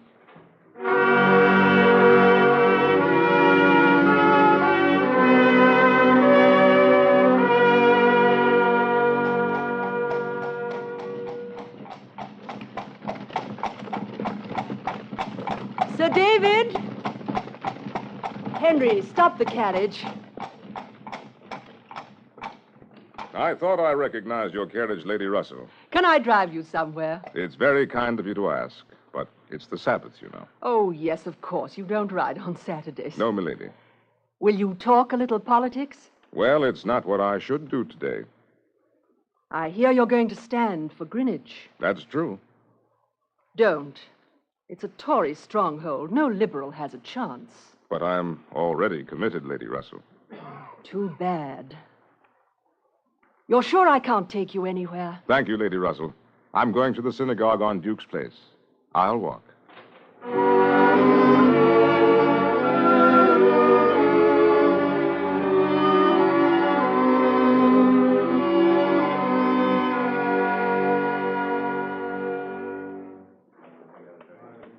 David, I want to see you. Yes, Rabbi. Come in here where we can be alone.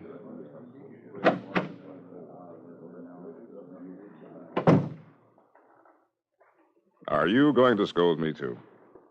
Why do you want to do this foolish thing, David? Is it foolish to want to serve your country? The question is, do you want to serve your country or yourself? I don't know what that means, Rabbi. We read a Sabbath chapter from Pirkei Avos today. I'll repeat it for you. Seek not greatness for thyself, and court not honor. Let thy works exceed thy learning, and crave not after the table of kings. For thy table is greater than theirs, and thy employer is faithful to pay thee the reward of thy work. I don't want greatness, Rabbi. I don't crave the table of kings. And what are you after?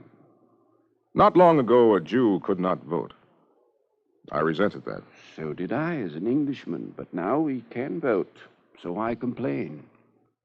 We still can't sit in Parliament. Does it rankle so much? Very much, Rabbi. I'm quite willing to be barred from Parliament because I'm incompetent.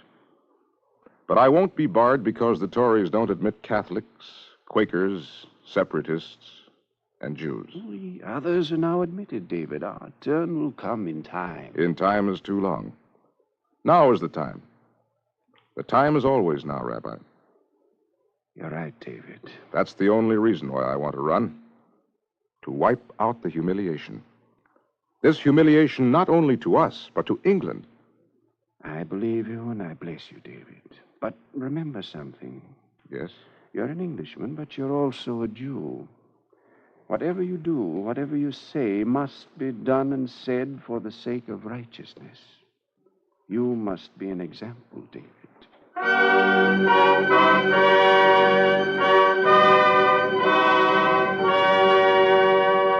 a few more questions I've got to ask you, you know.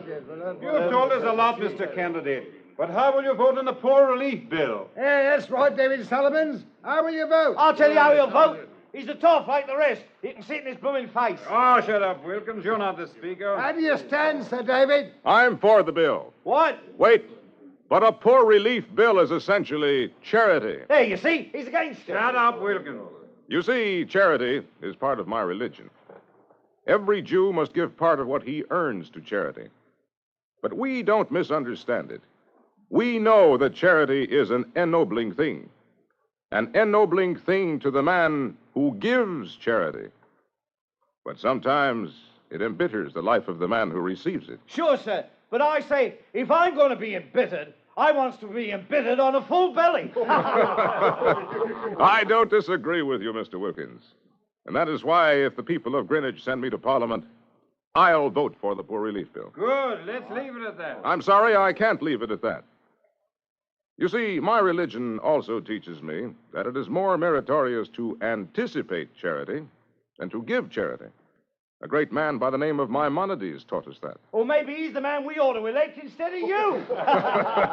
Well, gentlemen, that might be rather difficult to arrange. You see, Maimonides happens to be dead. Oh, that's too bad. You've all been very kind.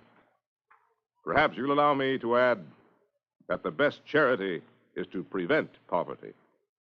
I hope you agree with that. If you don't, I advise you to vote for my opponent.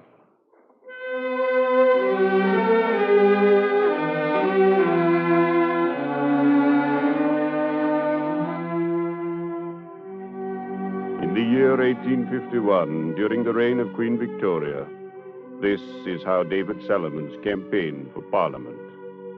The people of Greenwich were Christians. David Salomons was a Jew. And for them, there was much cause for misgiving in the fact. It happened once at a meeting that a man rose in the audience and put to David Salomons the question that was on many lips. Mr. Salomons, you're a Jew. How can we elect you? I asked you to elect me as an Englishman, not as a Jew. But you won't stop being a Jew. Well, should I? I always thought that in England a man's religion was his own affair. Perhaps, but if you represent us in Parliament, then your religion also becomes our affair. I think that's wrong, sir. Your affair is how I vote, not how I pray to God. But suppose what you say is true. Why should my religion bar me from Parliament? That's what we want you to tell us. Well, I think in that case I should tell you what the Hebrew law is. Perhaps you should, sir. Once in the days of the Caesars, a smiling Roman commanded the famous Rabbi Hillel to stand on one leg and expound the entire law. Well? Hillel also smiled, and he answered, "Do not unto others what you would not have others do to thee. That is the entire law.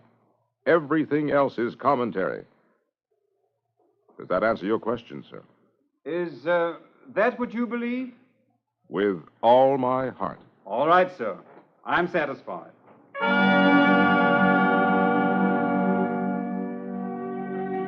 Greenwich was a Tory stronghold, and David Salomons was a liberal. But in the year 1851, the people of Greenwich elected David Salomons to Parliament. And now there was a turning of eyes from Ireland and Scotland and Wales and the villages of England toward the Speaker's table in the great House of Commons. Your name, sir? David Salomons, Mr. Speaker. Are you prepared to take the oath? I am, sir. Do you, David Salomons, truly and sincerely acknowledge, profess, testify, and declare in your conscience before God and the world that our sovereign Queen Victoria is rightful queen of this realm and all other dominions and countries thereunto belonging? I do, Mr. Speaker. Without any equivocation? Without any equivocation. Or mental evasion or secret reservation whatsoever? With none of these, Mr. Speaker.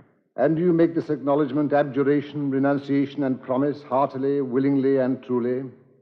I do. Upon the true faith of a Christian?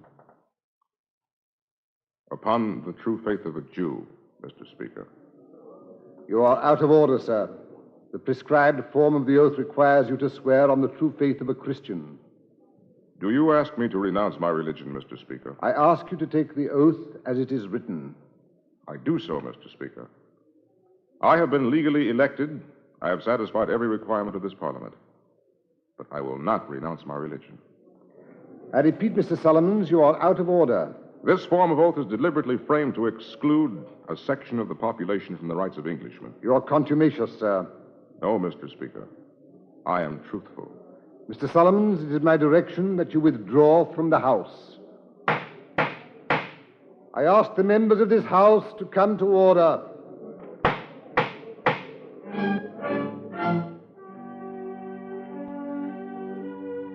David Solomon stood before the Speaker's table in the great House of Commons. Then slowly he turned. A hush fell upon the assembly as the elected member for Greenwich walked slowly from the rostrum. The sergeant-at-arms held the famous doors open. And then David Solomon stopped. He stopped, then quietly he approached a vacant seat among the liberal benches, and he sat down. Mr. Speaker! Mr. Speaker! I recognize Sir Robert Inglis. I rise to protest, sir. The Speaker of the House has ordered this gentleman to withdraw. Thank you, Sir Robert. Do you withdraw, Mr. Solomons? No, Mr. Speaker. You are presumptuous, Mr. Solomons. I regret it, sir. I appeal for the indulgence of the House. I ask leave to defend my position. You may not do that, Mr. Solomons. You are not a legal member of this body. Let him speak. Yes, let him speak. Gentlemen, I ask you again for order.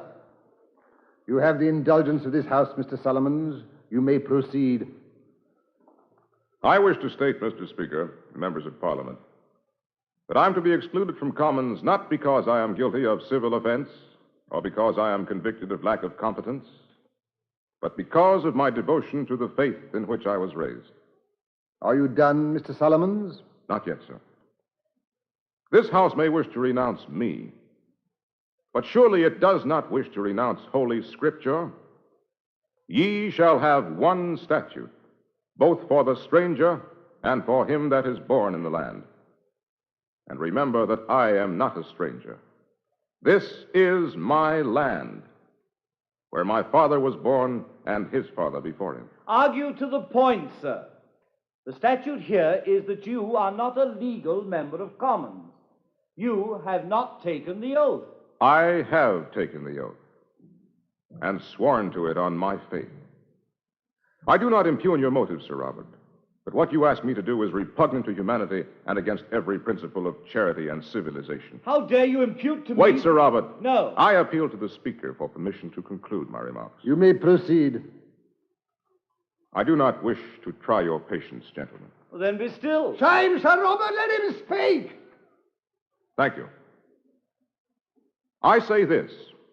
If you disqualify me on religious grounds, you are imposing a penalty for the holding of opinion. You are stigmatizing persons for differences of faith.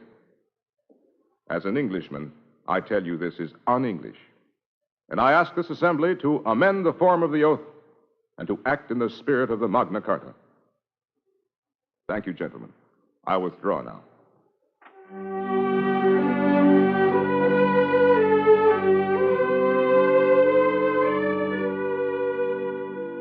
The seat that rightfully belonged to David Solomons remained vacant. And because David Solomons had taken that seat briefly and spoken in the House of Commons without having previously taken the full oath, Sir Robert protested. I rise on a point of law. What is your point, Sir Robert? The member for Greenwich has violated an act of Parliament. Yes, Sir Robert, but what is your point? If I am not mistaken, the member for Greenwich is liable to cumulative penalties of £1,500. Am I mistaken, Mr. Speaker? No, you are not. Will the government sue for the penalties? The government will not, Sir Robert. I protest. That is your right, Sir Robert. But may I point out to you that Mr. Solomons has greater right to protest. If there is no further business, the House will adjourn.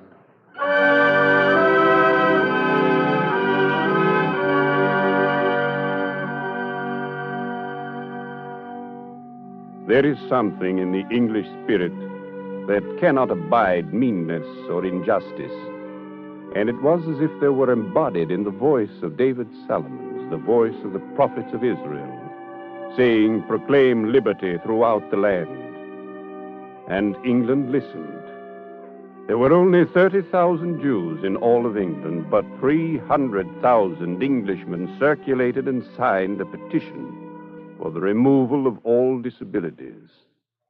And the Houses of Parliament began to respond to the will of the people.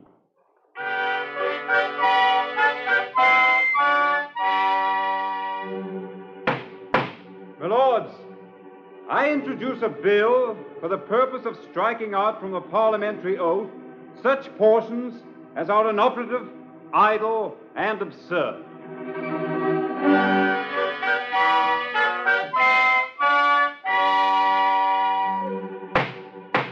And be it further resolved that when any of Her Majesty's subjects professing the Jewish religion shall make the said declaration, the words, "upon the true faith of a Christian," shall be omitted.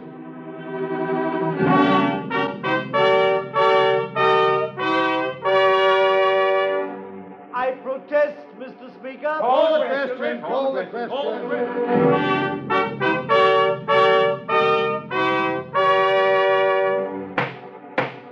Gentlemen, the motion to amend the oath has been carried overwhelmingly.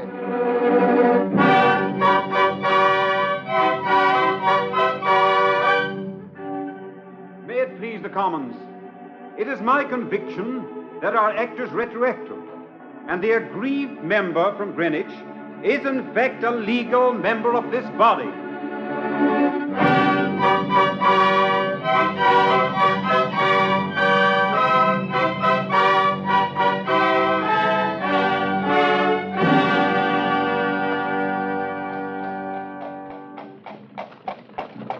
David Salomons! I say, David! Henry, stop this infernal carriage. Hello, David. You look very well, Lady Russell. You look even better, David. In Parliament. It's kind of you to say so. It's where you've always belonged. Thank you. Fiddlesticks, don't thank me. You belong among the peers of the realm. I hope the Queen makes you a lord someday. And so does my wife. But the rabbi doesn't. Oh, what's he got against the nobility? Nothing. But another rabbi, someone called Shemaiah, once said, "Love labor, hate lordship, and seek no intimacy with those in authority." Indeed? Is that in the Talmud, David? I believe so, milady. Interesting. You must send me a copy sometime. Now, let me give you a lift. Thank you, no, Lady Russell. I'll walk. Oh, I always forget. It's your Sabbath, isn't it? Yes, milady. I'm going to the synagogue. Seems to me every time I see you, you're going to the synagogue. Perhaps so. But tell me, Lady Russell, can you think of a better place for a man called Salomons to go?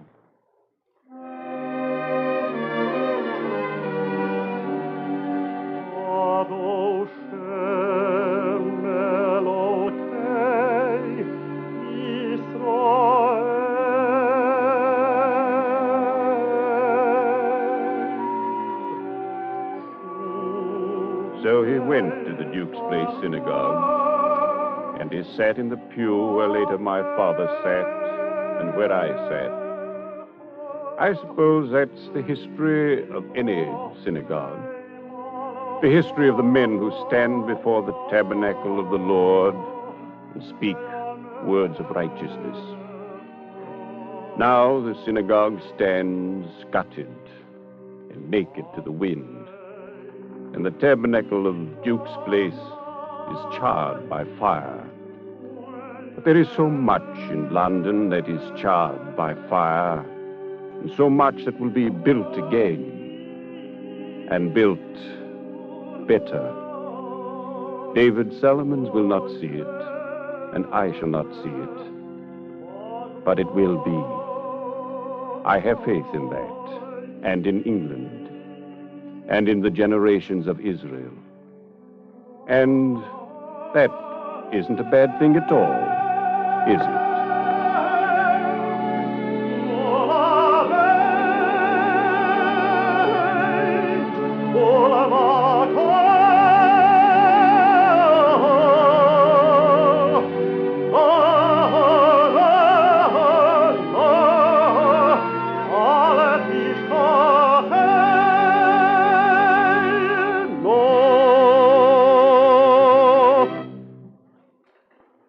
Copies of the script you have just heard, as well as the talk which follows immediately, may be obtained without cost by writing to the Eternal Light, 3080 Broadway, New York 27, New York.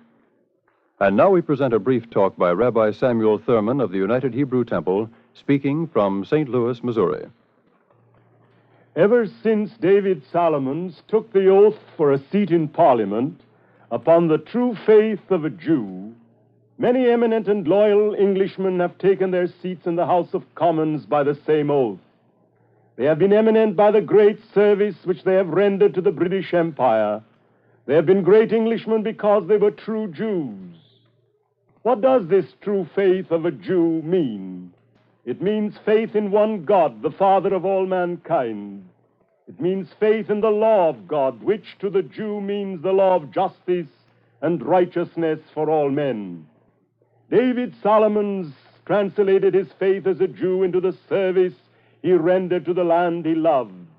He stood for Parliament as an Englishman. He sought to be seated in Parliament as an Englishman. And when his right to be seated was challenged because he would not be false to the faith of his fathers, he protested with the dignity and the justice which he felt must prevail with the vast majority of his fellow Englishmen. When he pressed upon Parliament the word of Holy Scripture, ye shall have one statute both for the stranger and for him that is born in the land, no true Christian in that noble body could make rebuttal. It is no far cry between the time of David Solomons and our own day. The world knows now that those who would discriminate against Jews simply because they are Jews and would persecute and exterminate the Jews for no other reason than that they still believed in the commandments of Sinai and still looked with age-old longing to the reestablishment of Zion, those same people would, in their pagan cruelty, persecute, torture, and exterminate Catholics because they're Catholics and Protestants because they're Protestants. The Jew Solomons may well be the symbol of every minority group or people in all the nations.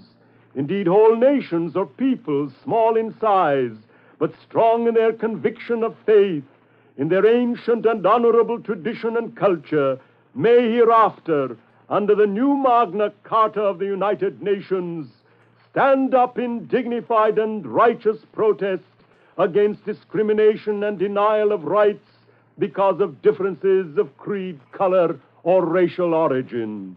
The proclamation of liberty throughout the lands must have behind it all the dedication and devotion of a united, civilized world. Then will liberty become the beacon light of justice, guiding mankind on its high path to the recognition of the fatherhood of God and the brotherhood of man. Thank you, Rabbi Thurman.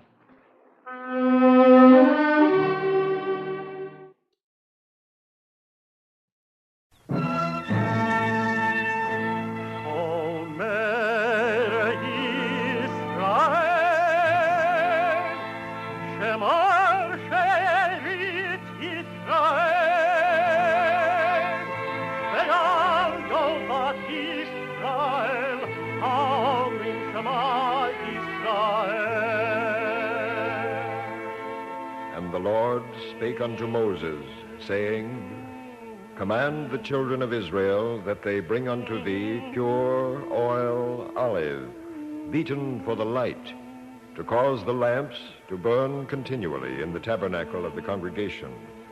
And it shall be a statute forever in your generations.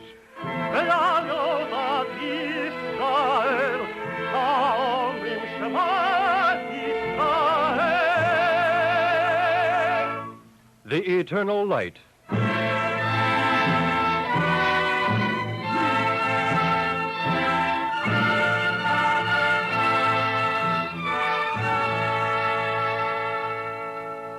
The National Broadcasting Company and its affiliated independent stations presents The Eternal Light.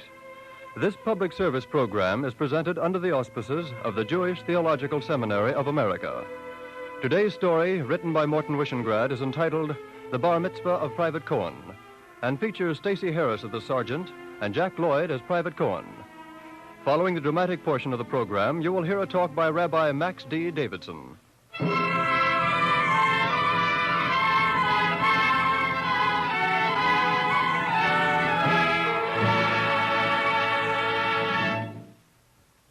Maybe I'm not the one who ought to tell this story. I'm just a sergeant. But anyhow, you're listening to me, and if you want to make something out of it, you know what you can do. Well, coming to the point, this is the story of Private First Class Cohen, a little kid that he found, and the chaplain. Mostly it's the story of how Private Cohen got to be bar mitzvah. If you don't know what that means, you're ignorant, same as me. So stick around.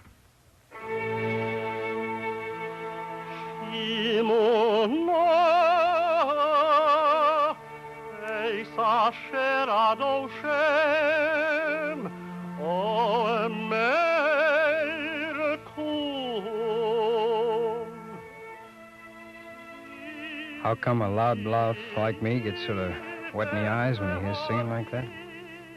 Well, you can put it down to the chaplain. I don't say that nobody rolls the dice since the rabbi is assigned to this sector, but he's what you might call a decent influence. And on him, it looks good. Well, coming to the point, this happened in Germany, just after the German High Command signed a little paper for Eisenhower. Private Cohen came to me and spilled the whole story. Right away, I knew we had to see the chaplain. Listen, Sarge, I tell you the chaplain can't do anything about it. Cohen, you and me is going in and talk to him. But, Sarge, I swear it's 7 years too late. I'm 20. Private Cohen, you want to get to be 21? Sure. Then come on. All right, don't push me. I'm a little nervous. Nervous Cohen, pride of the regiment. You got a cigarette? Okay. Today I can afford it. Take one. Thanks. Got a match? Don't you ever carry anything? Here. Thanks, Sarge. In case you don't know, the cigarette is stale as usual. Oh, so now you're a critic. And stop changing the subject. Chaplain ain't got all day. Cohen, inside.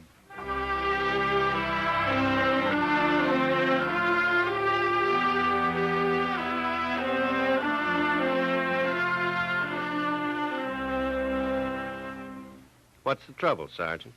Chaplain, what happens to a Jewish boy when he gets to be 13 years old? Why, he's called before the congregation, reads the Haftorah, and is formally admitted to the congregation of Israel. That's bar mitzvah, right? Yes, the ceremony of confirmation. You been bar mitzvahed, Chaplain? Oh, certainly. Well, Chaplain, look at Cohen here. Now, he ain't like me. He can talk geometry. Sarge, believe me, you don't talk geometry. Shut up. Look at him, Chaplain, smoking my cigarettes. I'd give him a rap in the teeth. Well, Chaplain, Private Cohen here ain't never been bar mitzvahed. Is that right, soldier? Yes, Chaplain. It was the Depression. My folks didn't have beans. I had to quit school and go to work. So I wasn't confirmed. Chaplain, that's the truth. That's all right. Jewish boy enters the congregation of Israel when he's 13, whether he's called to the Torah or not. No one excludes you from the services, do they? I know that, Chaplain. But, well, it's on my conscience. I got through the shooting all right, but, well, maybe we'll be sent to the Japanese front, and, well, a fella can't tell. Do you think, Chaplain, you might stretch your point? Well, it's really not necessary, Private Cohen. It's necessary to me, sir. But the entire point of confirmation is the calling of the young boy to the altar in the presence of the congregation. Then call me to the altar, Chaplain. Well, you'll have to learn the portion for the week. Just you teach me, sir. Well, there's a good deal more, Private. Reading the daily prayers, studying Hebrew, putting on the phylacteries, learning the benedictions. Perhaps several hours a day for weeks. Whenever you want to begin, sir. Well, I'm fairly certain there's no rabbinical precedent for my action. But you'll help me, Chaplain? I'll be very glad to see that you're confirmed, Private Cohen. I'm going to send a letter to my mother, Chaplain. She'll be pretty happy.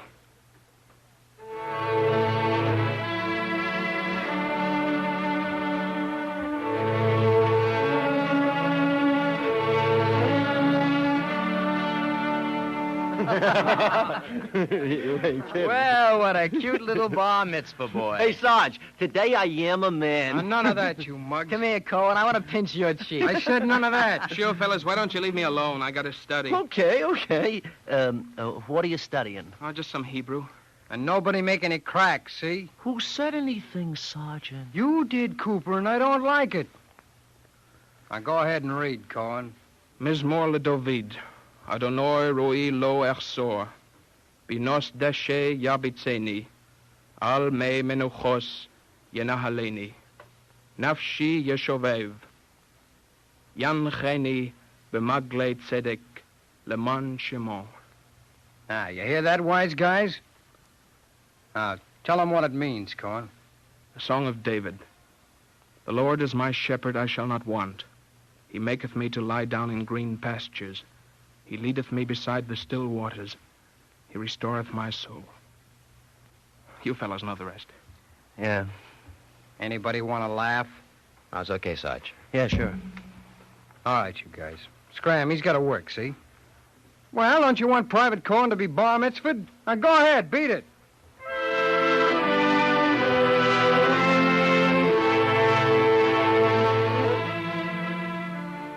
After that, nobody kids Private Cohen. The outfit moves on, but the lessons, they don't stop. And nobody says a thing. Then one day, me and Cohen are in a German town, and Cohen starts giving me the usual treatment. You got a cigarette? Oh, quit mooching. Here. Thanks, Sarge. Got a match? Here, burn yourself. Thanks. Sergeant, what do you do to make them so stale? Would you shut up? I'll recite your lesson, Mug, and do it good. All right. Nafshi yeshovev, yancheni b'maglei tzedek, lemon shemo. Gam ki elech b'gei salmove. Hey. It's a little kid. Hey, you. Hey, where you going? You, come and see here. I don't mean anything harm. Holy cats, he speaks English. Ooh, and what English? You got chocolate? Hey, Cohen, is this a relative?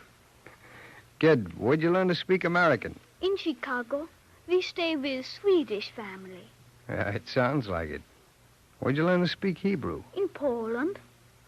Well, then what in Adolf's name are you doing in Germany? I live here.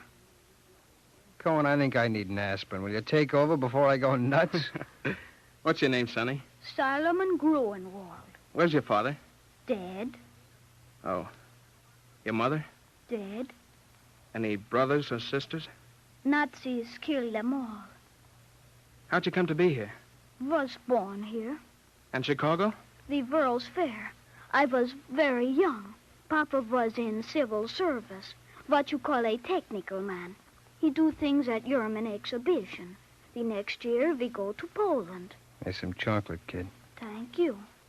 Sonny, why didn't the Germans get you? People here hide me. Every week, a different family. Come on, Sonny, come with me. Hey, where are you taking him? To the chaplain, naturally. This boy needs a home. If anybody can do it, I guess the chaplain can.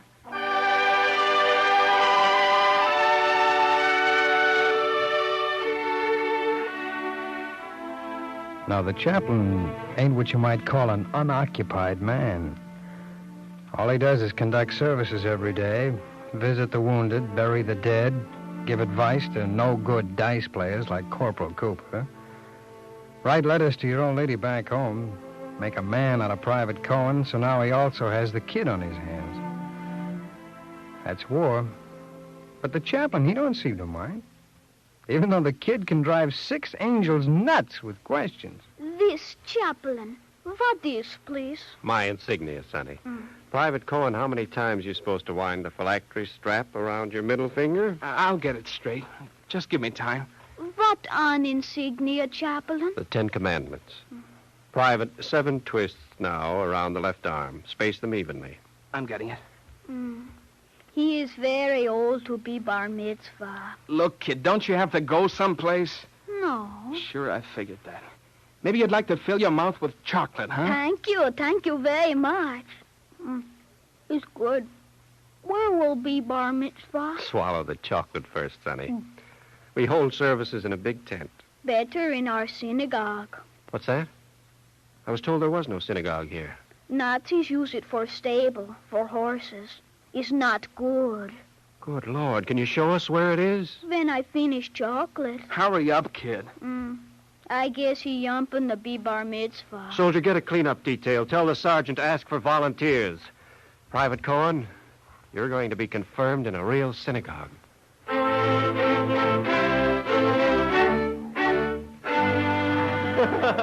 Okay, guys, the chaplain wants volunteers. You volunteer, Cooper. Huh? Oh, sure, Sarge. I was going to do it anyhow.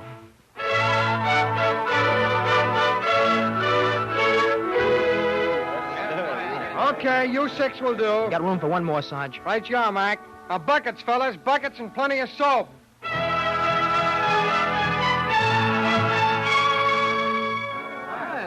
You got some room for me, Sergeant? Yeah, it's mighty decent of you, Mooney. Oh, save it.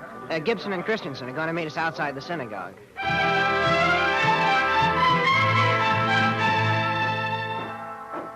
Got a cigarette, Sergeant? Shut up, you moocher. Come on, guys.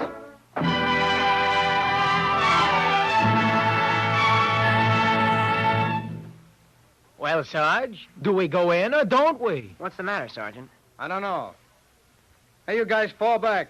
What's eating you? Fall back. Oh, these buckets of water are making me round shouldered. Come on, step back. I don't like the looks of that synagogue door. You think it's booby-trapped? I wouldn't put nothing past the Krauts. Hey, where's our little bar mitzvah boy? You mean me, Sergeant? Yeah, give me that wire. No use taking any chances. You've been reading too many books, Sarge. Don't get wise. If that there door is booby-trapped, why, I swear to Lord, I'll mend my ways. I'll hold you to that. Give me room, fellas. Okay, guys, watch it.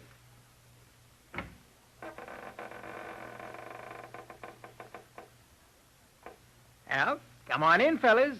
It looks like I still have to be a sinner.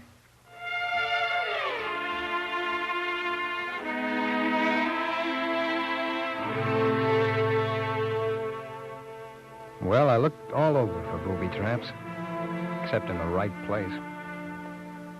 Maybe if the chaplain and his aide had been there, it wouldn't have happened.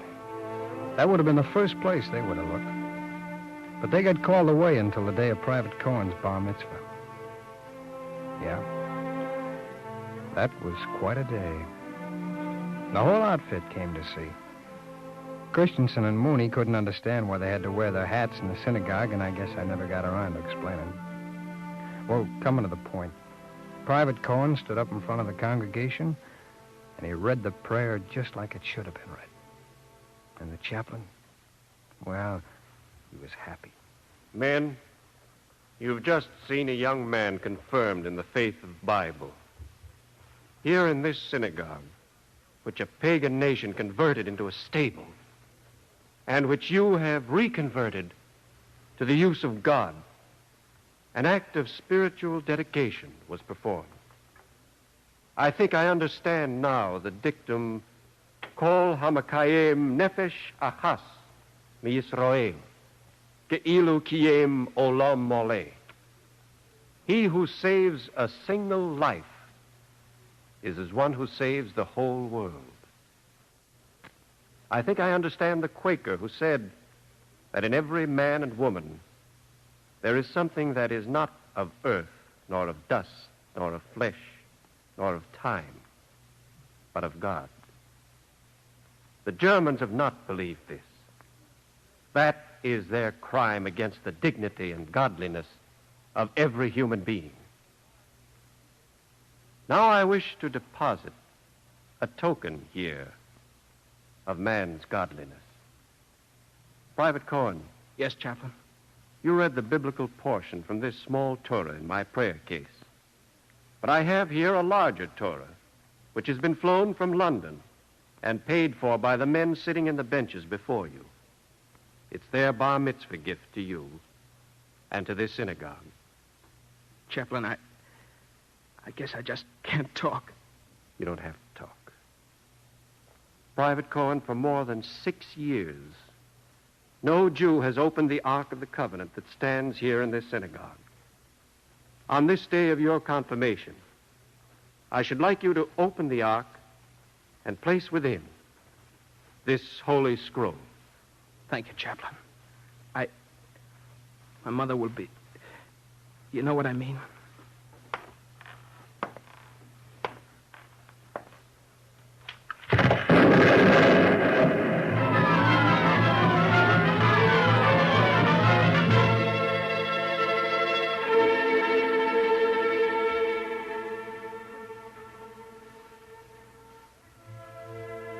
That was the booby trap we didn't look for. Private Cohen, he just lay there with the Holy Scroll still in his arms and the warm blood running over it. We just sat. We just didn't know. It was the chaplain who got to him first and carried him to the hospital. Soldier, can you hear me? Here's the sergeant. Hiya, Sarge. Save your strength, kid. No, it's okay. It doesn't hurt much. Chaplain, Yes, soldier. back in my billet. You'll find it with my stuff. Let it to my mother. Send it to her, please. No, kid, no. You'll send it yourself. Yeah, I know. All right, soldier. The address is 249 Ashford Place, Lancaster, PA. Tell her I was confirmed. I'll tell her. Her name is Sarah Cohen. Sure. I won't forget. Thanks. Sarge. Yeah, kid? Got a cigarette, Sarge? Mooching again, huh? Here. Got a match? Private Cohen, all you got's the habit. Yeah, like living. Gonna break the habit, I guess. Chaplain, is more le David, Adonai roi lo erso. Say it for me, please. Maybe your aide can sing the words. Yes, of course. He'll sing the words.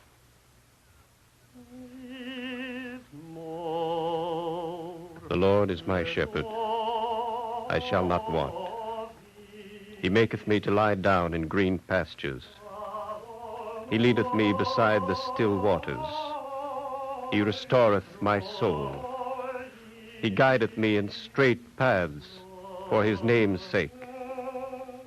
Yea, though I walk through the valley of the shadow of death, I will fear no evil, for thou art with me. Thy rod and thy staff, they comfort me. Thou preparest a table before me in the presence of mine enemies. Thou hast anointed my head with oil. My cup runneth over. Surely goodness and mercy shall follow me all the days of my life. And I shall dwell in the house of the Lord forever.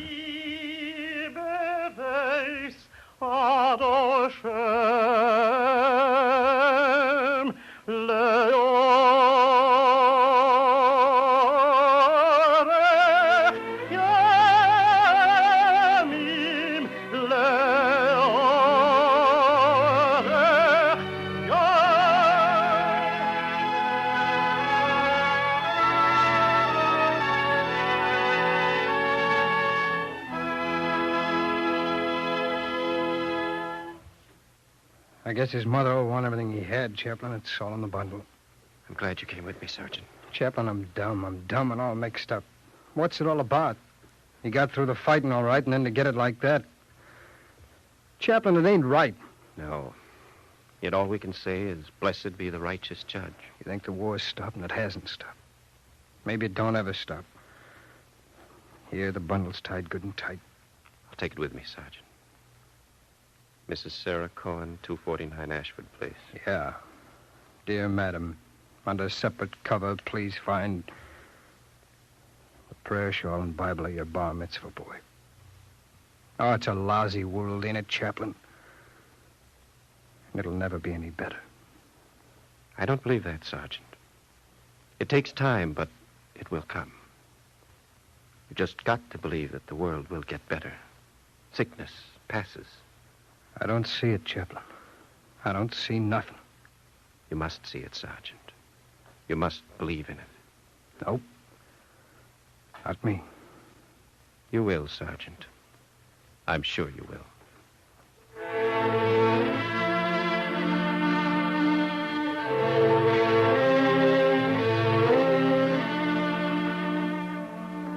can fight a war and see 100 dead guys, but you never get used to it. It ain't like a bank teller counting $20 bills that ain't got value for him anymore. You live with guys, you bury them, but you never get used to it. You wonder what it's all for. Sure, the chaplain said it could be a good world, but you need people to make it good. That's what he meant. Maybe I didn't understand him, but I understood the kid. Maybe that's why I told you the whole story of Private Cohen's bar mitzvah. Because of what happened to me with that funny little kid we picked up in the German town. The kid who was always asking questions. What is in newspaper, Sergeant? Nothing, kid, nothing at all.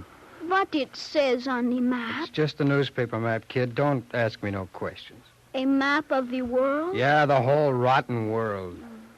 Sonny, why don't you go away? I don't want to talk. If you don't talk with me, I have nothing to do. Yeah, I guess you're right. Look, kid, this will keep you busy. Here's the map, see? Now, we'll make a puzzle out of it. And now you take the torn pieces and put it back together. It's a puzzle, see? It's good, a puzzle. Yeah, kid, especially this one. My generation tears up the map, and your generation puts it together. Now, go away and take 2 hours. Just don't bother me. Okay. I take it in next room. Sure, I take it and bring it back when I finish puzzle. Maybe it won't take very long.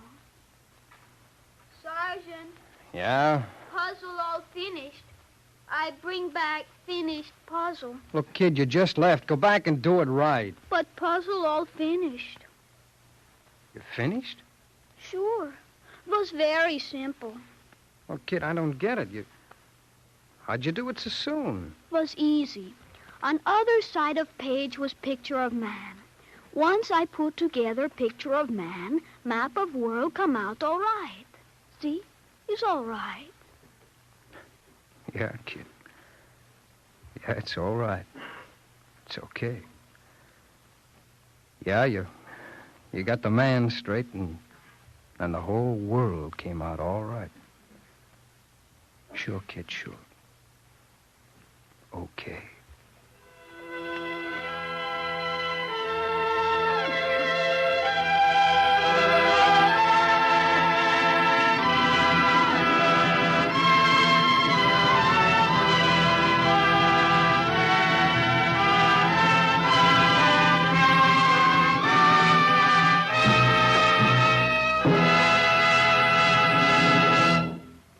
Copies of the script you have just heard may be obtained without cost by writing to The Eternal Light, 3080 Broadway, New York 27, New York.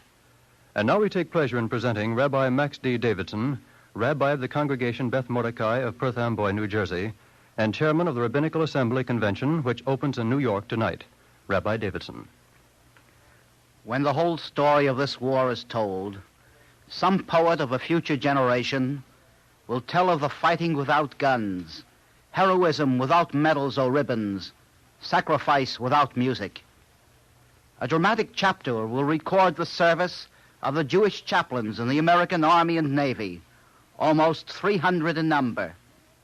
These Jewish chaplains are establishing new relationships between minister and congregant. Men and women in service are coming to their chaplains, their rabbis. Some of them may have drifted far from the faith of their fathers. Many of them are coming under the compulsion of a great crisis far away from home, or because they see life and death dealt with so casually all around them, or simply because they don't understand themselves as Jews.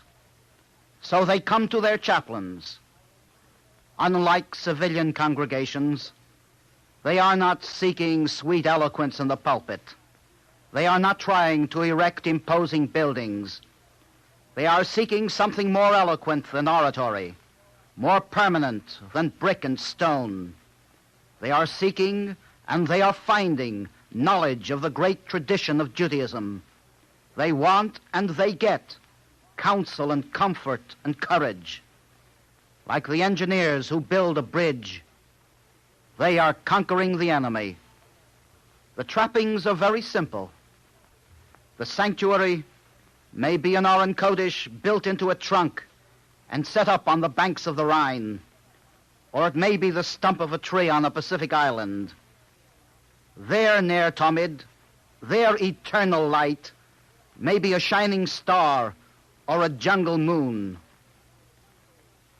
Not all their religious experiences are as dramatic as the bar mitzvah of Private Cohen, but many a boy has had his faith confirmed through the influence of the rabbis in uniform, the 300 rabbis, Jewish chaplains, who are now serving on land, on sea, and in the air all over the world.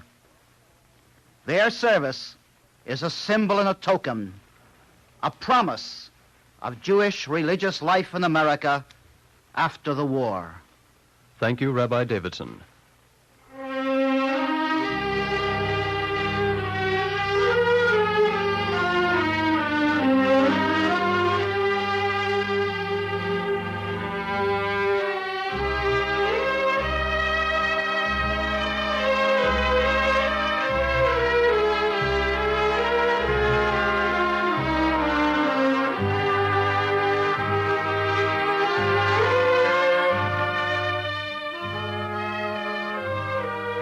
The Bar Mitzvah of Private Cohen was written by Morton Wishengrad. The music was composed by Henry Brandt and conducted by Milton Catums. Cantor David Putterman of the Park Avenue Synagogue, New York, was the soloist. The sergeant was played by Stacey Harris, Jack Lloyd appeared as Private Cohen, and Roger de Koven was the chaplain. The entire production was under the direction of Frank Papp. This program has been a public service presentation of the National Broadcasting Company and its affiliated independent stations, and was brought to you under the auspices of the Jewish Theological Seminary of America. If you would like a free copy of the script, write to The Eternal Light, 3080 Broadway, New York, 27, New York.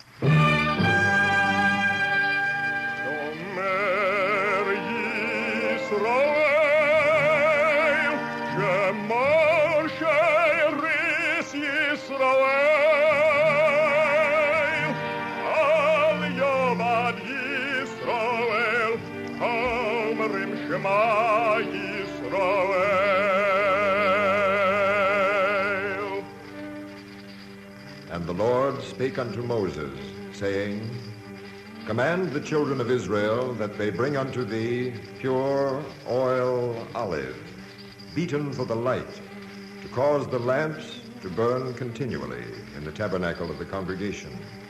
And it shall be a statute forever in your generations.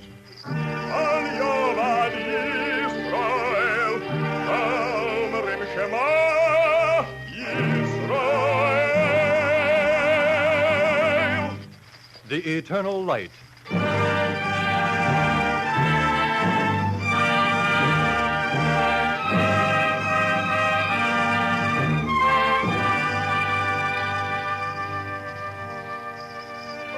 The National Broadcasting Company and its affiliated independent stations present The Eternal Light.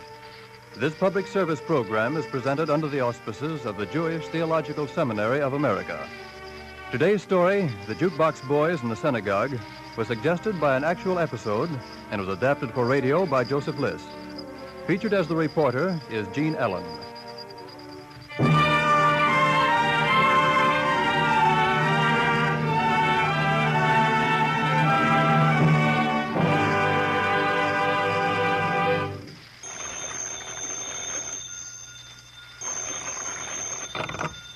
City desk. Hello? Yes, hello, city desk. This is the newspaper office? Yes, of course. You gotta send somebody up here right away. Where? What for? Oh, it's terrible. Terrible. What's it about? I can hardly talk about it. Listen, what happened, lady? What happened, yes. Did a tree fall, a house burn? Did a horse get run down by a trolley car? Please send somebody. Where? Miller Park section. What happened? An incident. What kind of an incident? I'm sorry. I can't talk about it. Janie, Yes? this may not amount to anything, but you covered some stories up around Miller Park. That's right. What kind of a neighborhood is it? Oh, it's just a neighborhood. A bit of a stepchild of the city fathers, but otherwise just a neighborhood full of people. Will you tell me what you mean? Well, there are no Parisian boulevards. It used to be mostly a Jewish neighborhood, but then quite a few Spaniards and Puerto Ricans moved up there. Now, the Jewish section is just a few blocks around the park. It's a small park. All right, Miss Guidebook, go up there, see what you find. A lady just phoned to say an incident has come to pass. And don't ask me what's an incident.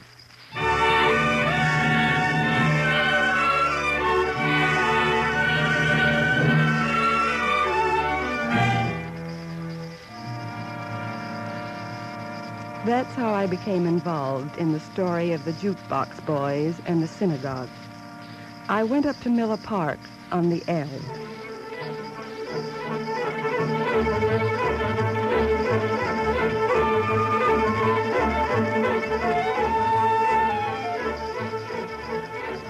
You know the L. From the window, you can see people sleeping on pulled-out Davenports in the parlor. You can see a boy doing his homework on a dining room table. And a fellow and a girl practicing steps to the top tunes of the week.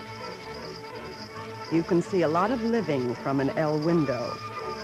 And if a man from these parts seems to talk loud, don't think he's shouting at you. It's only a rapid transit bellow.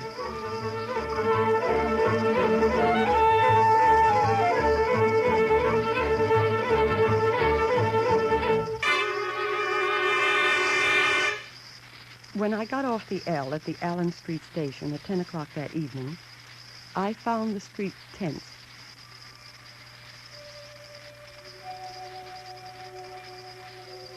There wasn't anything actually happening, but you could see that people were on edge. Around the shopping center at the corner of Gurney Boulevard and Jackson Street, people were standing in twos and threes, talking in low voices. I saw 4 patrolmen standing in a watchful knot. There was no way of telling what it was all about, so I asked questions. What's going on around here? Huh? What's happening around here? Well, I'm not sure. With his head, he indicated the policeman. They're ready for trouble. I understand some man was shot. Oh. Maybe killed over near the synagogue. How awful. How did it happen? I don't know. Well, where's he now? I couldn't tell you. I walked on.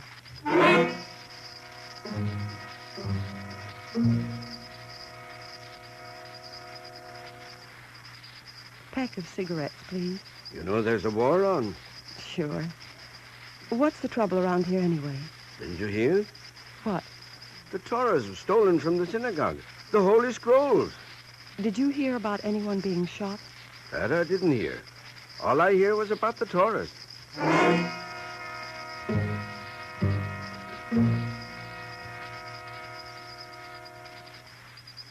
Has something happened around here? I hear there was a fire. Some kids started it. Isn't it terrible what they'll do?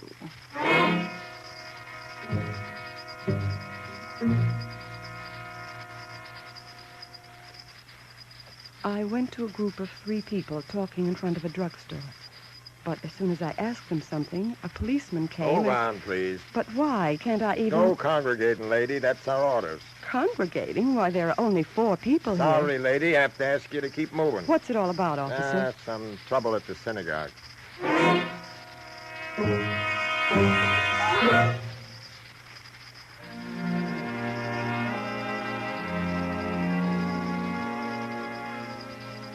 I walked 2 short blocks up Beckley Street to where the synagogue was. I heard all kinds of stories, but the synagogue was still standing, dark and quiet, with its gates locked. Police strolled up and down, keeping people on the move. They didn't seem to know just what was wrong. So finally, I went to the police station on Allen Street, not far away. All right, sir. Why don't you just tell your whole story right from the beginning, the way it happened? I will. You see, today is Simchas Torah, the day we finish studying our Torah for the year. At the synagogue school... A quiet man was just entering a complaint. He was telling his story to the sergeant. Our boys were rehearsing with our cantor. Rejoice and be happy in the rejoicing of the Torah. It's a traditional song we sing at the festival celebrating the conclusion of the reading of the Pentateuch. The rehearsal was going fairly well.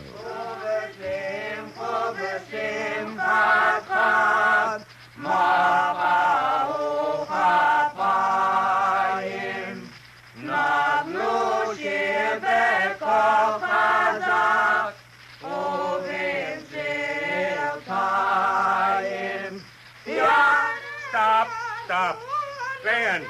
Leon, close your mouth. Oh, I'm sorry. When I want you to sing, you eat candy. When I holler for you to stop, you're Caruso. Now just relax, and I'll tell you what each of you is supposed to do. That part was much better that time. Now listen. When the procession passes 7 times around the pulpit, all of you sing. You listening, Harold? You told me I wasn't supposed to sing. Your voice is changing, but not your ears. Listen. The scrolls of the law will be taken out of the ark by the men. When do I walk around with an apple on a stick?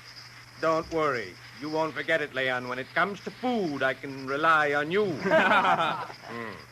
The apple on the stick, by the way, is the sign of fruitfulness, because this holy day is so near the harvest time. And the candles, Joseph. What do the candles mean? The candles are a symbol of the light of the soul, which is the Torah.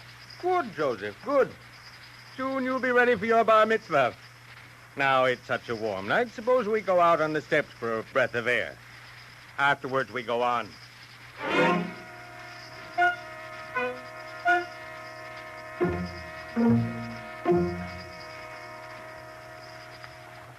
That's how it was that our kids were on the steps all together eating candy. Suddenly, 5 Gentile boys came along and asked one of our boys for a nickel. I don't know why. But before he could get an answer, 2 of our boys ran down the steps and chased the other boys. As they ran away, one threatened to come back with his gang. What gang? I don't know. Go on. Well, they came back an hour later, about 9 o'clock. Some of them were carrying sticks and stones. But they never threw the stones because I saw them and began blowing my air raid warden whistle. Maybe they thought it was a police whistle. They ran away, and I chased them. While I was running, one of them hit me on the head with a stick. I couldn't catch them. And that's all there is to the story as you saw it? That's all. All right. Thank you.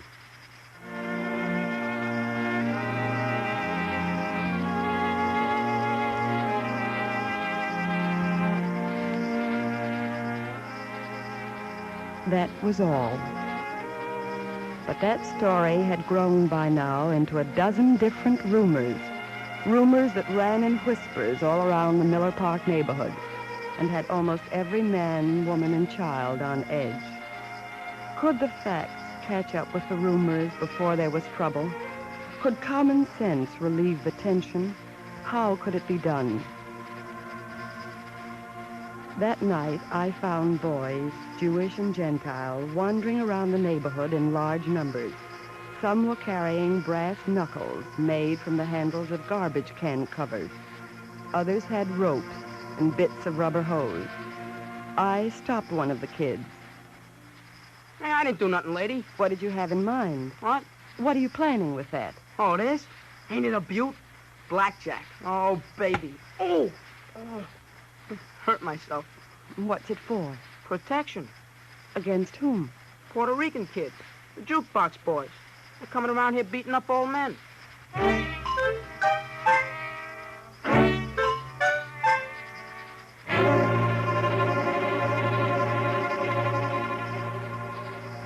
Nothing happened that night. The next night, Tuesday, I went back to the synagogue. A crowd had gathered. Mostly boys. Bring it up. Now, move on. We're just holding a meeting, officer. Well, you can't do it here. I'm sorry. I'm just trying to organize a truce. Well, you can't take the law into your own hands. You'll have to move on. Now, move on. Now, how do you like that? What's the trouble? I was organizing a truce. I'm a newspaper reporter. Won't you tell me about it? I guess we'll just have to hold the meeting somewhere else. Do you want to come along? Sure. Maybe you can help me calm him down. Tell me, who are you, and what's your idea? Come on, and I'll tell you. I'm nonpartisan. Joe is my name. Mm-hmm. You see, I'm going into the Army pretty soon. I'm almost 18, and I'll get my greetings any day. I'll only be around here a little while longer. I'm a sophomore in college. Well, what's the use of me going off to fight overseas if there's going to be this sort of thing back home? So, I'm trying to patch this up before I go. Anybody in his right mind would do the same. Maybe you're right. I just talked to the leader of the Jukebox boys an hour ago. Now we've got to get busy here. Come on, let's get moving.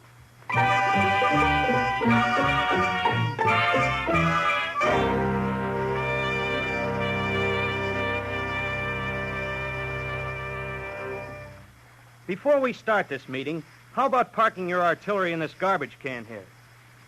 Are you living in a democratic country, or is this a fascist country where you have to carry weapons? Can't you trust your neighbors? Aren't there good Jews and bad Jews? Good Puerto Ricans and bad Puerto Ricans? Well, we got some Puerto Ricans in our club. Some of them is okay. Well, all I know is they're organizing against us. The Puerto Rican Knights, the Mysterious Five, and the Terrors, all down by the Jukebox. And we'd better be ready. All right. Now, here's the point. I've been talking with their leader. They'll agree on a truce if you will. We'll set up a meeting tomorrow night at the synagogue and work out the terms. Now, here's what I want to know. If I can round up the Jukebox boys and bring them to that meeting, will you meet with them? Sure. What we got to lose? Well, if I don't hear any dissenting vote, I guess it's unanimous. You mean that you and the dame, without any ammunition on you, are going to walk down to the jukebox? Why not? You just don't know the facts of life.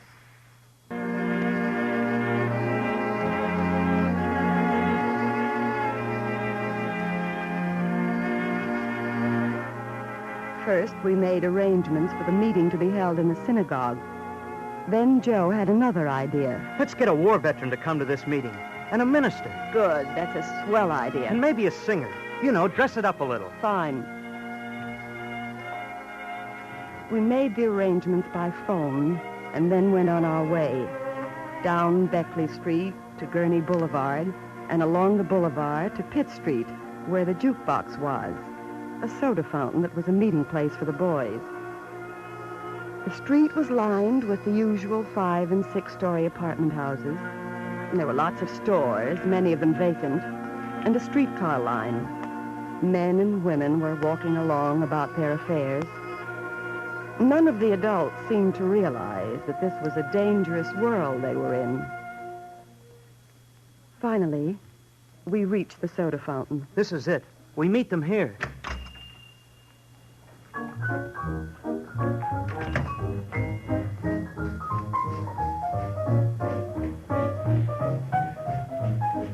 It was an ordinary place with a few table booths in the rear and telephone booths. There were 6 Puerto Rican boys sitting at the soda fountain. Joe went up to them. Hello, fellas. What's on your mind? The boys around Miller Park will meet with you under a flag of truce. Yeah? Yeah, we're going to have a meeting tonight. You and they.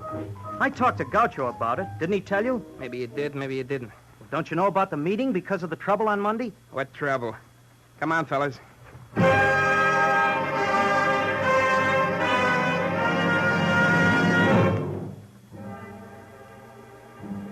They slid off their chairs and walked out into the street. Joe and I followed, but they quickly disappeared. Then another boy came up to us. Hey, Gaucho wants to see you. Follow me. Why can't Gaucho come here to see us? Huh? Well, I'll ask him. The boy left, and we waited. One by one, they began to appear. The kids, none older than 17. They crowded around us. Quizás una emboscada de los judíos. Let's get out of here, Gaucho. Hello, Gaucho. Que contera eso de un meeting. Who wants a meeting? It's a frame-up, Gaucho. Here come the cops. Beat it. No, wait. Hey, what's all the crowd for? We're waiting for a delegation to take to a peace meeting. A crowd like this? That's asking for trouble, lady. This is for a meeting in the synagogue. The Puerto Rican and the Jewish boys. How's that? Jack Davis, commander of Post 62, is going to represent the war veterans. And Reverend Donald Franklin will be there, too, the Protestant minister. Well, all right, but keep them moving.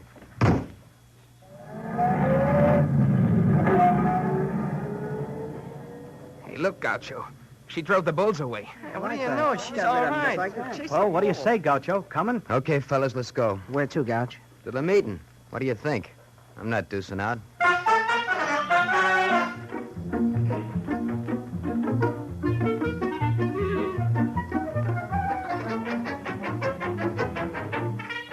We started off. At the head went Joe, broad-shouldered and husky, and Gaucho, no more than 5'4", with a long, thin face and dark, sleek hair. He wore a broad-brimmed hat and pegged trousers. As we neared the Miller Park section, another policeman suddenly came running up. Hey, where do you think you're going? All right, keep going, fellas. What's going on here? Keep moving, Gaucho. I'll explain it to him. It's all right, officer. What's it all about? Joe talked to the policeman. I watched Gaucho. He seemed to have shrunk in his tracks, but he kept moving. The others followed. Finally, we reached the synagogue and stopped. Hey, Gouch. Maybe it's a trap, huh? We're not backing out. Juan, go on in there, see if the coast is clear. Report back. The scout went in, and in a moment came back. He nodded reassuringly. It's okay. No cops in there. Fine, let's go. We started to file into the vestibule, looking back at the policemen and the people who had gathered on the sidewalk. Then we entered the auditorium.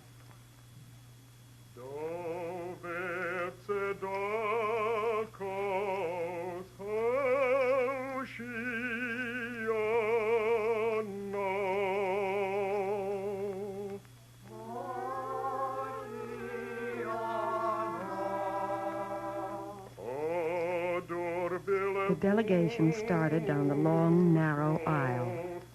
On one side, the Jewish boys were sitting on the benches. Their heads turned and they stared in amazement at the visitors. They could hardly believe their eyes.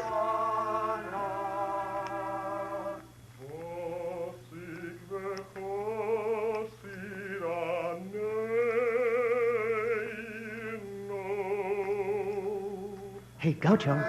Yeah? In a synagogue here, people are supposed to wear these little black skull caps.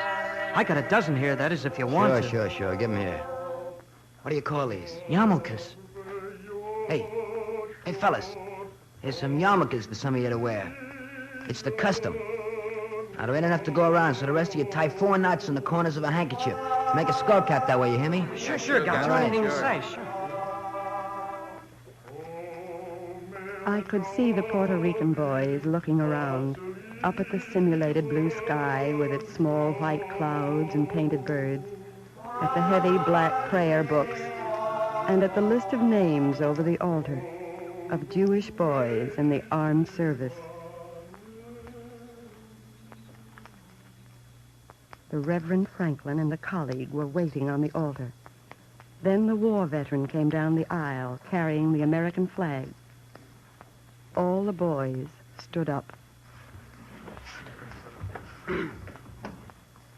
I pledge allegiance to the flag of the United States of America and to the republic for which it stands, one nation, indivisible, with liberty and justice for all. Now then, first I want to know, have any of you boys got any gripes you want to get off your mind? If so, now's the time. Sure. Go ahead. The other day in front of the synagogue, when you guys chased us away, we weren't doing anything. Why did you have to chase us? It's a free country. Well, why did you ask for a nickel? We just asked. We weren't doing anything. No harm in asking. Well, one of you hit a 60-year-old man on the head. What did you do that for? He got in our way. We didn't mean to hit him. Reverend Franklin, have you got anything you'd like to say? Well, let's all try to forget what's happened. Not very much has happened. It's just that we got excited, and, well, that's not surprising in times like these. But let's just remember this.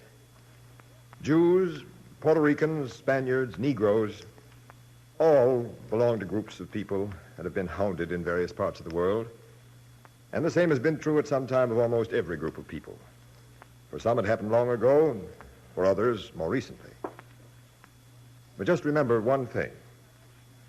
Overseas, we're fighting for democracy and freedom. Let's win the fight here, too.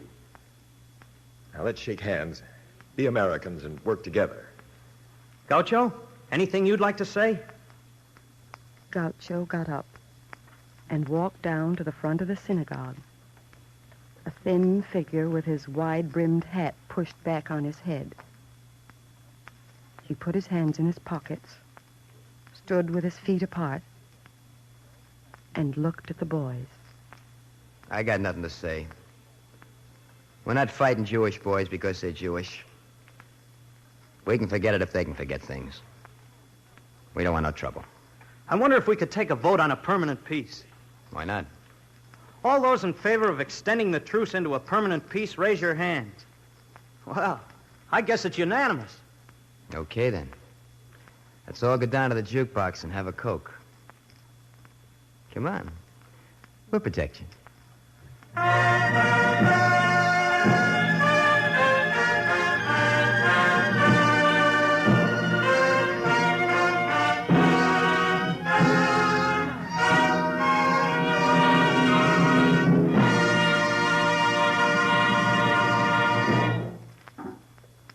And now we take pleasure in presenting on the Eternal Light Rabbi Herman M. Cohen of the Temple of Aaron Congregation of St. Paul, Minnesota. Rabbi Cohen. In the preamble of the United Nations Charter, drawn up at San Francisco and now seeking ratification, we find the following statement. We, the peoples of the United Nations, have agreed to the present charter to practice tolerance and to live together in peace with one another as good neighbors. America is a microcosm and includes in considerable numbers people of various races, ethnic groups, and creeds. The same desideratum of the United Nations applies with equal intensity to us. There can be no durable international peace unless we have intranational understanding and harmony. To achieve this, we must eradicate suspicion and fear from our midst. It is essential that we cultivate confidence in humanity. A Jewish sage taught that everyone should judge his fellow in the scale of merit. Suspicion is a relic of primitive society which regarded every stranger as an enemy. Many of our fears turn out to be groundless. What we call an act of aggression is often an innocent prank in which there is no intention to do us harm. But the comedy of errors may lead to the tragedy of terrors. We must cultivate respect for differences. We need to realize that our ways are as strange to others as theirs are to us. The story is told of a Chinese youth who obtained permission from his employer to attend a Chinese funeral. Before the boy left, the employer asked him if he was going to place food on the grave of his deceased friend. "Yes, of course," said the boy. "This is our custom." "And when do you expect your friend to come up and eat this food?" The lad was embarrassed for a moment and then retorted, "Just as soon as you expect the friend you buried last week to come up and smell the flowers with which you decorated his grave." America is a potential blessing to every group and to each individual in that group. Our help and goodwill can actualize it. In gratitude for the boon which America has been to us, we must strive to make it a blessing to our neighbor. We on the home front must avoid the snares and pitfalls of group indictment and group condemnation. Every person must be judged on the basis of what he achieves or fails to achieve. The fact that he is a member of a group which is white or black, native or foreign-born, Christian or Jew, is irrelevant. Our fighting men have learned this essence of democracy. The men in the bomber who are in the vicinity of the target are not concerned with the race or religion of the navigator or pilot or bombardier or gunner. They realize that the safety of all depends upon each man's ability to do his part at the critical moment. They have learned to appreciate each member of the crew on his merit.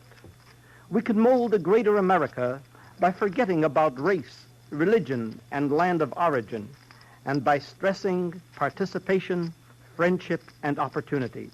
This is the spirit of America. This is the spirit of religion and the harbinger of peace, security, and happiness. Thank you, Rabbi Herman M. Cohen.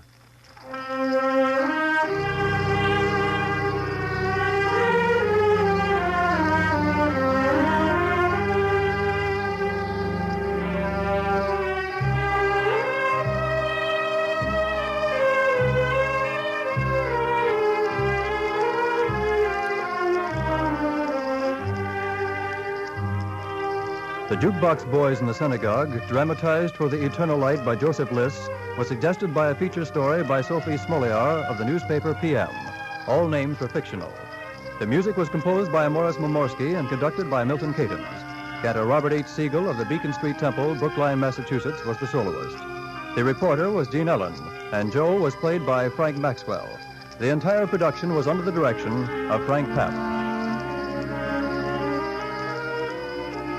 This program has been a public service presentation of the National Broadcasting Company and its affiliated independent stations, and was brought to you under the auspices of the Jewish Theological Seminary of America.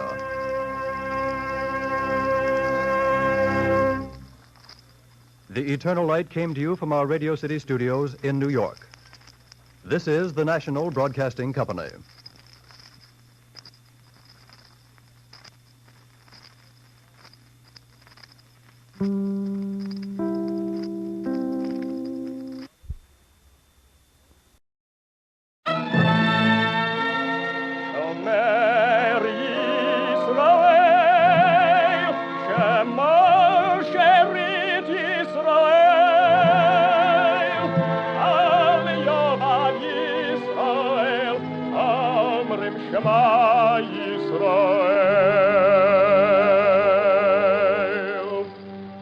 And the Lord spake unto Moses, saying, Command the children of Israel that they bring unto thee pure oil olive, beaten for the light, to cause the lamps to burn continually in the tabernacle of the congregation. And it shall be a statute forever in your generations.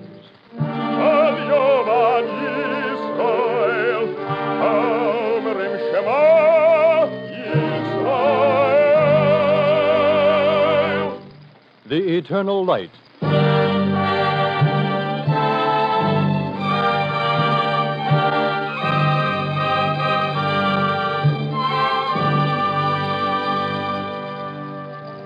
The National Broadcasting Company and its affiliated independent stations present The Eternal Light.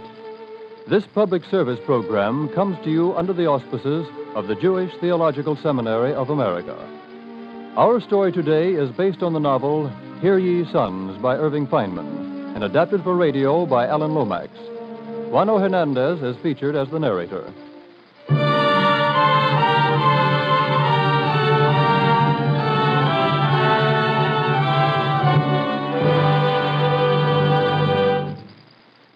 Hear ye, sons of Jacob, and hearken unto Israel your father.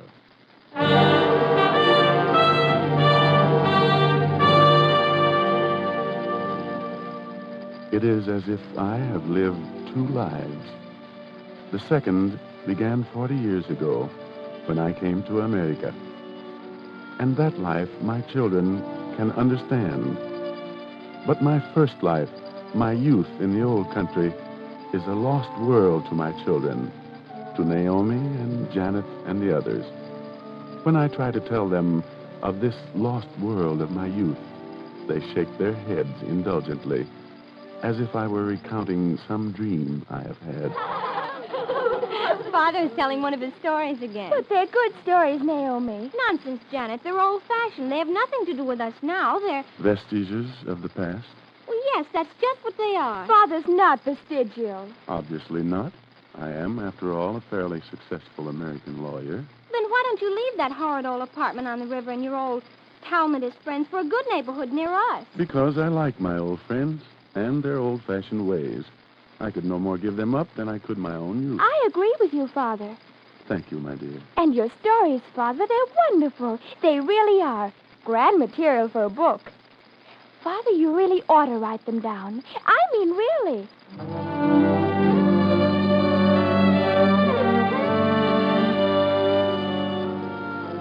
For Naomi, I am an old fogey, and even Janet appreciates my story as if it were a mellow ruin of some rare old print. And that is as it should be. This first life of mine is a sort of museum piece. But perhaps if I set it down, my children may see its strange beauty and terror. For it was no dream, but a life that was lived. And so I say, as Moses once said to the children of Israel, "Ask now of the days that are past, which were before thee, whether there hath been any such thing."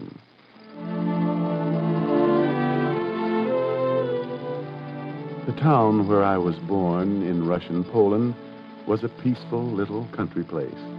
The natives of the district were simple, kindly peasants. On market days, they came to town to buy and sell. And afterwards, they sat in my father's store, stuffing their pipes with strong, acrid tobacco and puffing out clouds of smoke. And their talk was slow and concerned with the eternal things of the land. Why is this so, Fyodor? Calves are slaughtered constantly and colts are never killed. Well, why then are there more cows than horses? A good question, my brother. And there would ensue a few moments of thoughtful and smoky silence among the peasants. Then Fyodor would shift his massive thighs and remove his pipe deliberately from his lips. There are more colts than horses in our district, dear brother, because horses are more often stolen. Aha, I see. And the rascally czarist officials, in exchange for bribes, even help the thieves. That is true, Fyodor. I recall such an incident myself.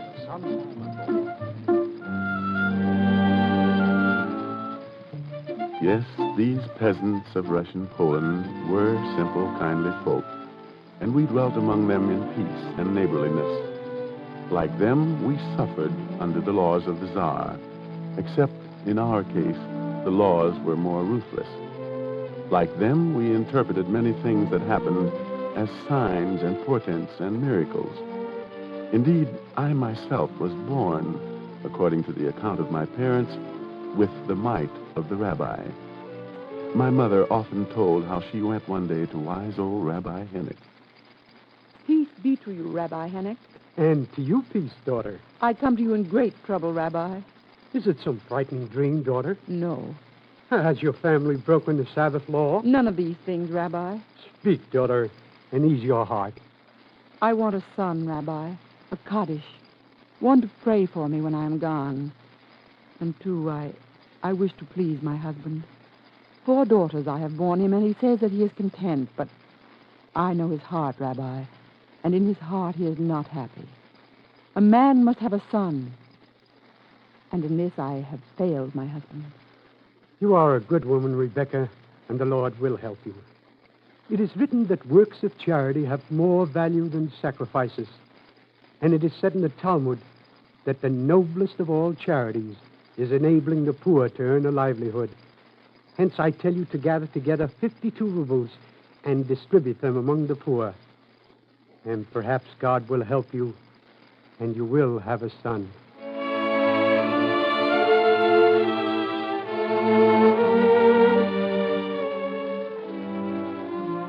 And my mother followed the instructions of Rabbi Henrietta, distributed money to the needy, and collected blessings for her interest. God listened to those blessings of the poor, And, as my mother used to say, I was born in a fortunate hour. My father danced and shouted and spread a feast for his friends at a ceremony of the covenant of Abraham.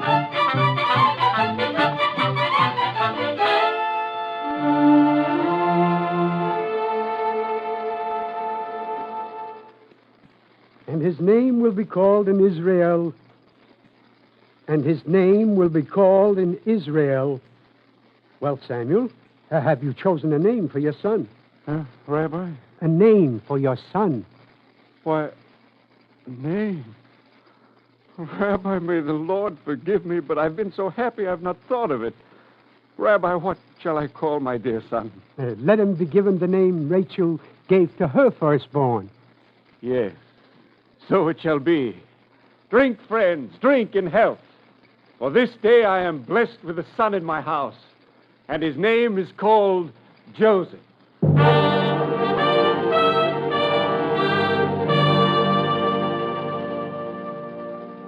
I remember a day, a bright and shining day, when I was 9.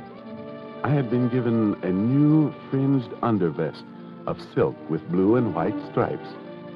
On my feet were new Russian boots with painted heels. And, delighting in the June sunshine, I strolled out of the Jewish quarter into the town park, strolled out under the trees. I hummed a song because of the joy I felt. I looked at the shade trees and at the fine ladies and the gentlemen, and my heart overflowed.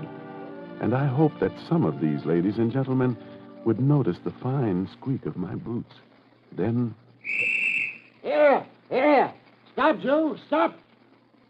You pesky little Jew, don't you know you ain't allowed here? No, sir. This park is for Christians, not for such as you. Do you hear? Yes, sir. And just to see you remember your place, we'll take you to see the magistrate. No, Come sir, along policeman, now. please. Come along. Please don't put me in jail. But the huge policeman had tight hold on my collar and dragged me off to the station. The news of my arrest traveled like a flash to the ghetto, and my father came running to plead for me before the magistrate. What do you want, Jew? My son, your lordship. Your son? Don't talk nonsense, Jew. What do I have to do with your son? Come, make yourself clear. The boy, Joseph, your lordship, he's my son. Oh, this young rascal, this impudent, lawless brat, this young criminal? He's only 9, Your Honor. Well, not too young to learn that he's a Jew. Not too young to know his place. Stop sniveling. Stop it. I'll have no weeping and moaning in my court. Hush, Joseph, hush. Your lordship, I have another errand here. My people have asked me to bring you a slight token of their esteem for your learning and your sense of justice. I pray that you do not hold this gift an impertinence on our part. Why, no, not at all. Not at all. Most respectful. Most respectful indeed. Yes, and now for this brat of yours. He's broken the law. The Tsar's law, and he must be punished. He's only a child, your lordship.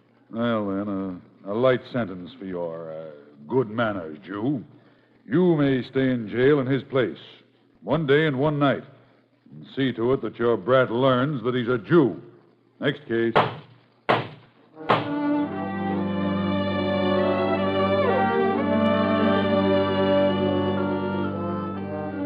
I had learned. The scene burned into my heart forever. The fat, mocking policeman, the filthy jail, and my father sitting quietly in the corner intoning the Psalms. Yes, I had learned that in my sleepy country town, snowbound in the winter and mudbound in the summer, there was a wall beyond which I could not go. And what was there then for a young Jew, my children have asked me? Well, there was the Schechter. Mapach, Pashto, Zakev,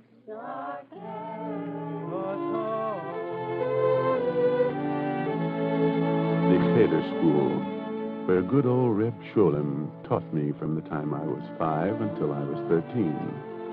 And after the Schechter, there was the Beis HaMidrash, where every day I lived elevated and apart in the world of subtle learning, that is, the Torah.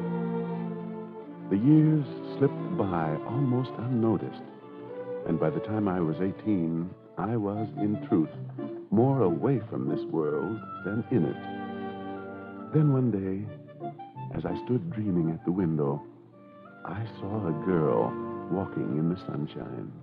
How beautiful are her feet and sandals.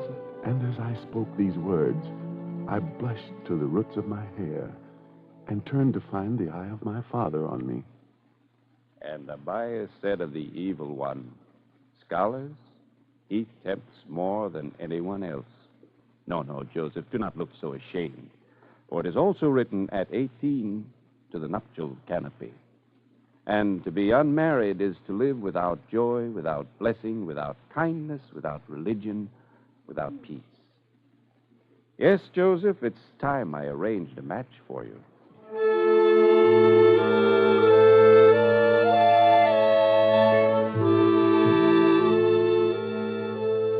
From that time on, I lived in a world that was strange to me.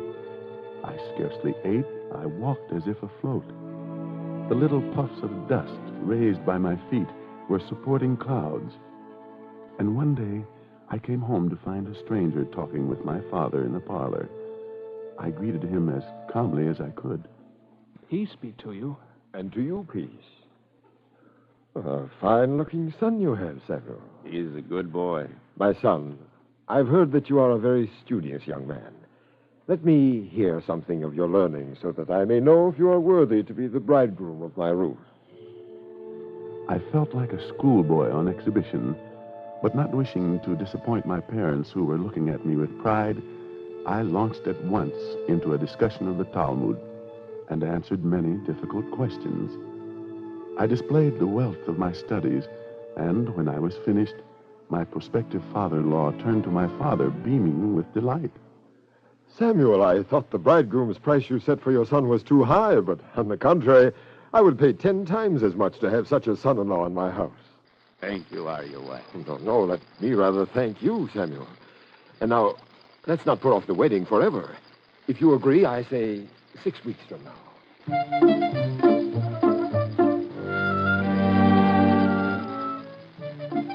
And so it was agreed, and Arya Weiss returned to Missionetz to arrange the wedding. That night, I went out of the house to walk by myself and collect my whirling thoughts. I passed the daughters of Aaron the baker. They were thick-bodied, red-faced, and their voices were like the voices of crows. I shuddered as I hurried past them, and the dreams I had had of a gentle princess turned into a nightmare. In vain, I tried to convince myself that personal beauty was not important in man or woman, but it was no good.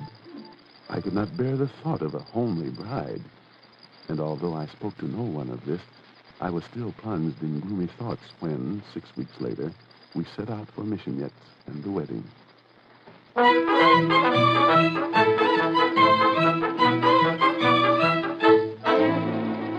And so we came to Missionetz and the house of my father-in-law. The room was warm and crowded.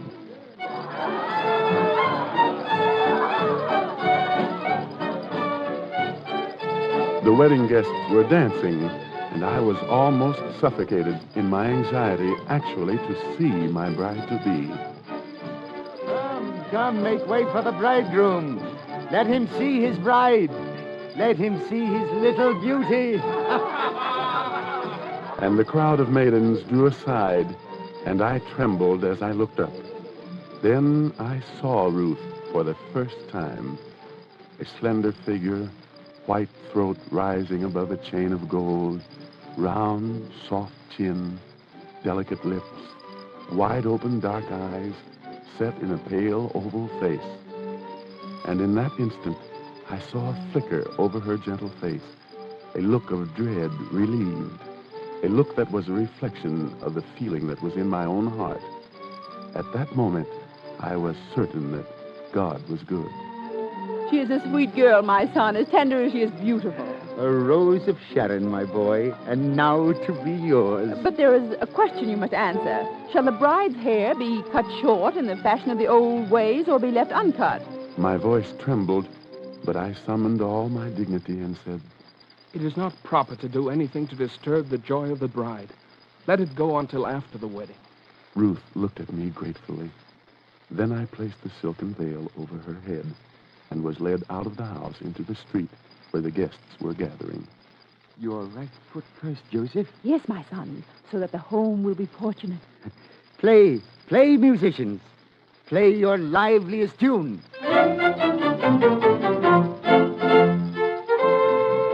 The way was across the market square, where the file of black-coated men and the procession of gaily dressed women converged on the canopy set up before the synagogue. All raised their candles high in the air as the rabbi, his face radiant under the pointed skull cap, began his sermon. This, my children, is the most momentous hour of your lives.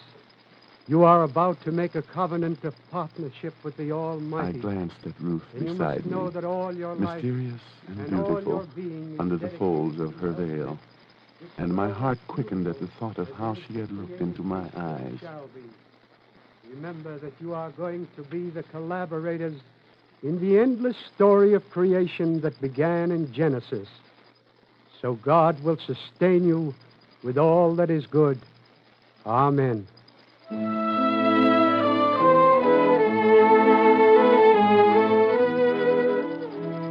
And as the musicians played a plaintive march, Ruth was guided so that she moved slowly about me under the canopy.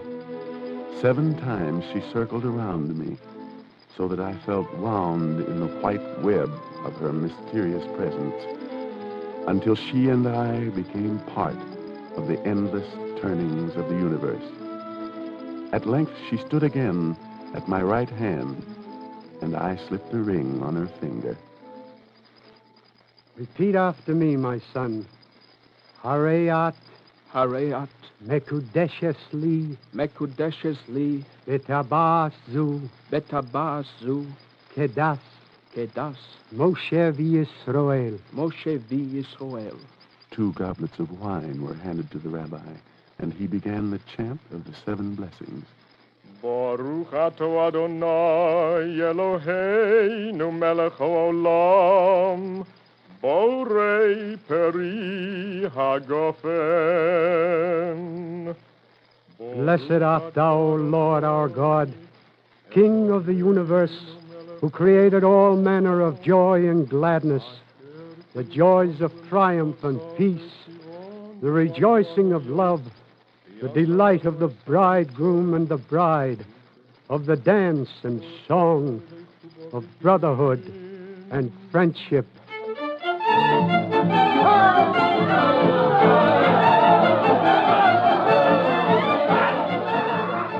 In the moonlight, the musicians leading the way, Ruth and I walked back across the square to her father's house. The whole town was dancing and singing around us. Indeed, it seemed to me everything was dancing. The air, the candles, the very stars. And we went in to supper, and afterwards danced until morning came. One evening at sundown, when we'd been married about 2 weeks, Ruth came into the room where I was reading. Husband. It was the first time Ruth had ever called me husband. The letters on the page swam before my eyes. Husband. I stared harder at my book and pretended not to notice her, although indeed I had heard her first footstep on the stair below. I had heard the light rustle of her dress as she entered the door. Joseph, my husband. Ruth laid her hand on mine, and my heart sounded like thunder in my ears. Joseph, aren't you weary of your book? Yes, very weary. When you didn't answer, I thought... You were wrong. I only wanted to hear you call me husband again. I knew that. How? Because I know you so well, my husband. We're not strangers anymore. We're like old friends. But, oh, Joseph, I was so frightened of you before I saw you. Why? Because I thought you might be... Horrible? Yes. How did you know, Joseph? Because I was afraid, too. Afraid you wouldn't be pretty. And now it seems to me I've known you all my life. I know. I can't remember when I first saw you, Joseph. And now it seems... Oh, don't laugh at me. It seems just as if we'd been born together. And indeed, it was so. For were we not born together into manhood and womanhood? We who had been just simple children before our marriage? And thinking what a miracle had befallen us, I kissed Ruth, led her downstairs, and went to the synagogue for evening prayers. Half the heavens were steeped in the blue portent of a clear and starry night. But in the west, the sunset sky was aflame with the joyousness of my spirit.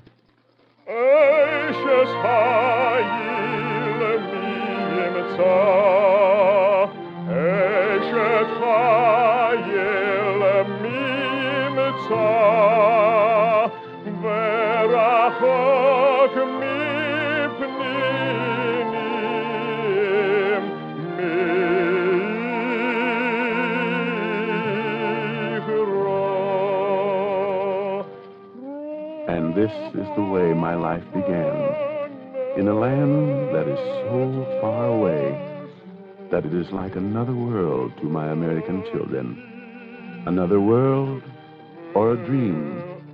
And yet it was no dream, but a life that was lived.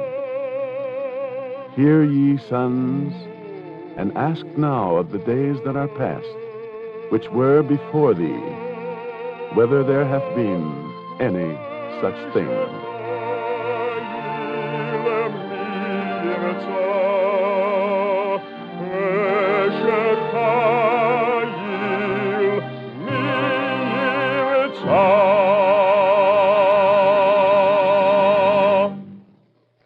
The dramatic portion of our Eternal Light program today was based on the novel Hear Ye, Sons by Irving Feynman, author of Dr. Adams, Jacob, and other novels. And now we take pleasure in presenting U.S. Army Chaplain Isidore Signer of Chanute Field, who will talk from Chicago. This dramatization pictures the customs and practices current in Jewish life only a generation or so ago. They, in turn, reflect the lofty conceptions which Israel evolved of the relationship of man and woman to each other, and of both to God and to the community of which they are a part. The ideas concerned with love, marriage, and the family provided the Jew with pivotal values, enabling him to keep his balance when buffeted by the winds of cruel chance and mishap. In a day when marriage vows are apt to be lightly taken and just as lightly kept, it is well to think of marriage as neither conquest nor even partnership, but as collaboration with God. That moment, which is at the same time the culmination of courtship and the beginning of family life, is Kiddushin, meaning not marriage, but sanctification, as if to say that the Jewish home should be not even castle, but shrine. Kiddushin implies that the holiness of the relationship depends not upon any formula uttered under the canopy, but on the frame of mind with which the man and woman enter the married state. In the Hebrew, Ishon, woman, is synonymous with Bais, the home. To be sure, they're husband and wife, entities engaged in a romantic and often great enterprise. But as parents, they represent the repositories of the traditions of the race. Hence, their offspring are not only bonim children, but bonim builders as well. Love, says Maimonides, is the motive which gives all human action its true ethical value. But love by itself is not firm enough to form the foundation of life, whether in individuals who must strive for self-fulfillment or in society which cannot afford to tolerate wrongdoing. In all human relationships, love must be governed by disciplines. Otherwise, love may fail. Love succeeds and fulfills itself when in marriage, the disciplines of human relationships are practiced in the building of the home and the rearing of children. It wasn't merely a naive conceit that prompted our forefathers to view marriages as made in heaven, when they said that 40 days before the formation of a child, a heavenly voice announces, this person is to marry so-and-so's daughter. They believe that as children of God, we are to exercise order and planning in our relationships, and to be held together by something more coercive than voluntary affection. Surely that is why they taught that when a man and woman merit it by their actions and behavior, the divine presence dwells in their midst. For marriage is neither conquest nor partnership, but in that union God occupies first place. He's the third party in the relationship whose prime purpose is to make for the continuation and preservation of the race. Men and women are collaborators with him in the work of creation. Could any loftier conception of love, marriage, and the family ever be evolved by the human mind? Thank you, Chaplain Signer.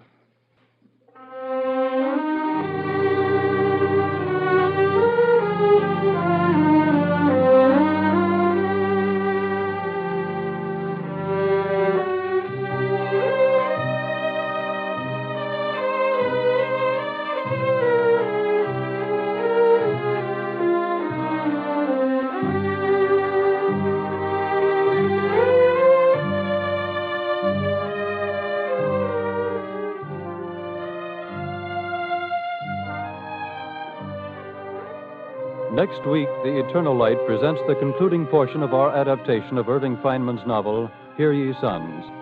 Music for today's program was composed by Morris Momorsky and conducted by Milton Katams. Cantor Robert H. Siegel of the Beacon Street Temple, Brookline, Massachusetts, was the soloist. Juano Hernandez was featured as the narrator. The entire production was under the direction of Frank Papp.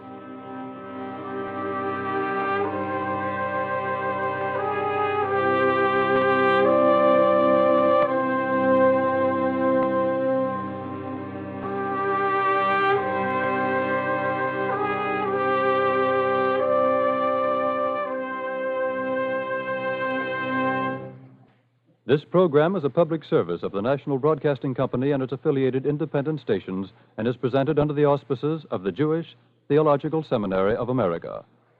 This is the National Broadcasting Company.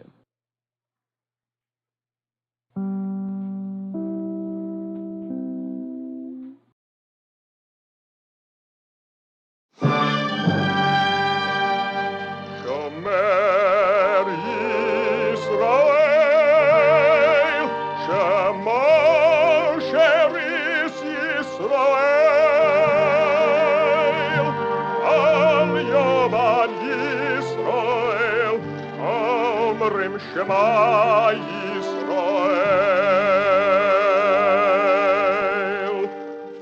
And the Lord spake unto Moses, saying, Command the children of Israel that they bring unto thee pure oil olive, beaten for the light, to cause the lamps to burn continually in the tabernacle of the congregation.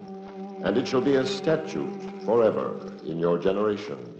Al Yom Ad Yisrael, Omrim Shema Yisrael. The Eternal Light.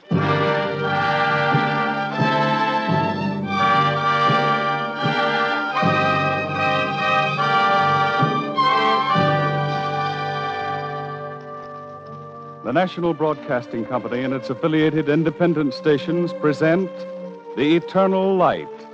This public service program is presented under the auspices of the Jewish Theological Seminary of America.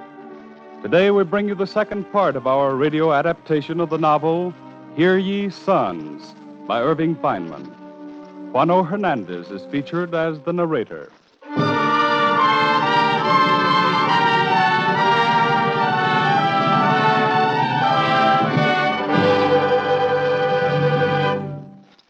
Hear ye, sons of Jacob, and hearken unto Israel your father.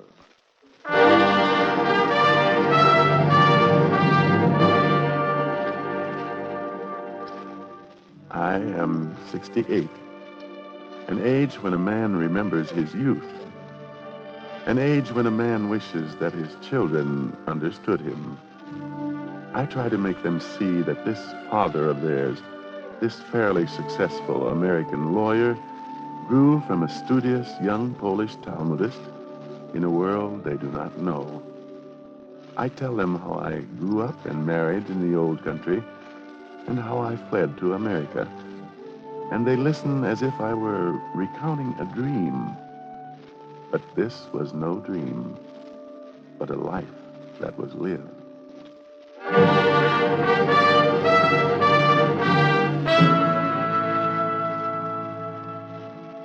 It was in the first year of my marriage. I was 18, living with my wife's parents in the little town of Missionetz in Czarst, Poland. We were in the fast of Esther, and the morning was one of burning frost.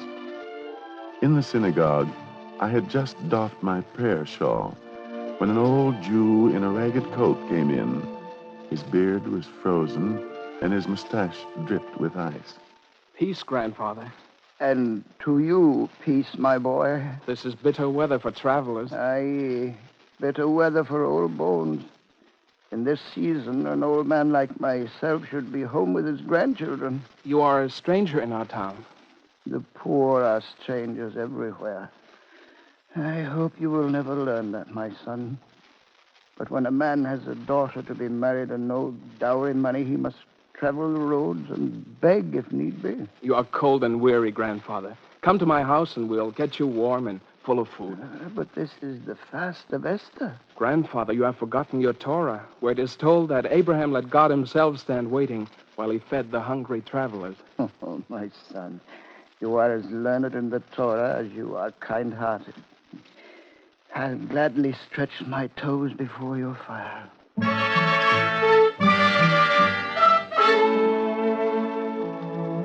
I led the old man to my house, and my wife, Ruth, set cheese and eggs, herring and bread and brandy out for him. Young man, I understand now why you are of such a fine disposition. Your wife is beautiful and a fine cook. I know how lucky I am. You have made a feast for me, daughter, and in return I have nothing to give you but advice. If you'll allow an old man... We'd be grateful. Well then, my dear girl, in your condition, you must avoid the sight of anything ugly and unclean. For it is said of Rabbi Yochanan... Oh, no, what have I said? What's the matter? Ruth had blushed scarlet and had run to me and hidden her head on my breast. I looked at her in confusion. What had the old man meant? Then I saw her eyes, and my heart leaped with happiness so that I could not speak.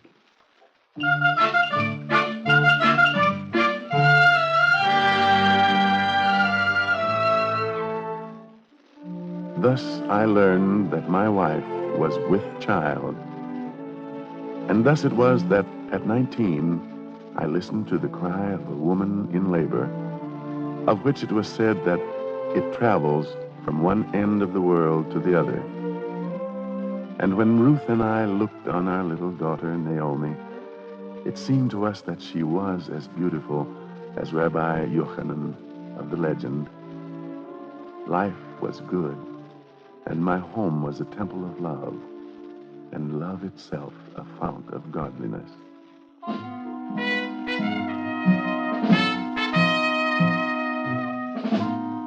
Then, in 1887, I was called to the provincial capital to be examined for 5 years' military service. It was a time of unrest, especially in the universities, and many young men were being put in the army for reasons not military. I was ushered before a red-faced Tsarist official. Well, Doctor, what is your report? Underweight, tubercular type. Chest measurement is below the required minimum. But this is a Jew. Are you using the special adjusted standards for Jews? Oh, yes, but even with those, the measurement is below military requirement. Distinctly tubercular type. Unfit for military duty, huh? Yes, sir. And yet some of these little Jews know how to make trouble. Right, Doctor? Oh, yes, sir. Well, then, what do you say we put him in the army out of harm's way? Well, sir, my examination... I'll accept him on my responsibility. Quite right, sir. Off with you, Jew. For 5 years, you'll be a soldier in the army of the Tsar, if you last that long.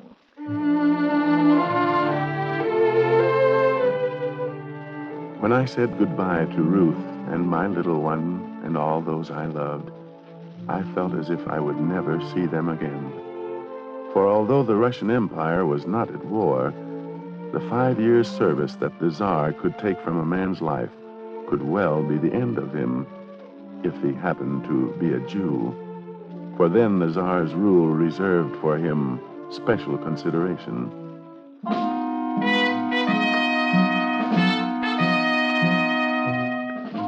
With other new recruits, I was taken to a lonely northern station somewhere in a treeless and a frozen landscape, marched for miles through the snow to a filthy barracks. Standing there, half frozen, half conscious, I became aware of a loutish, brutal face staring into mine.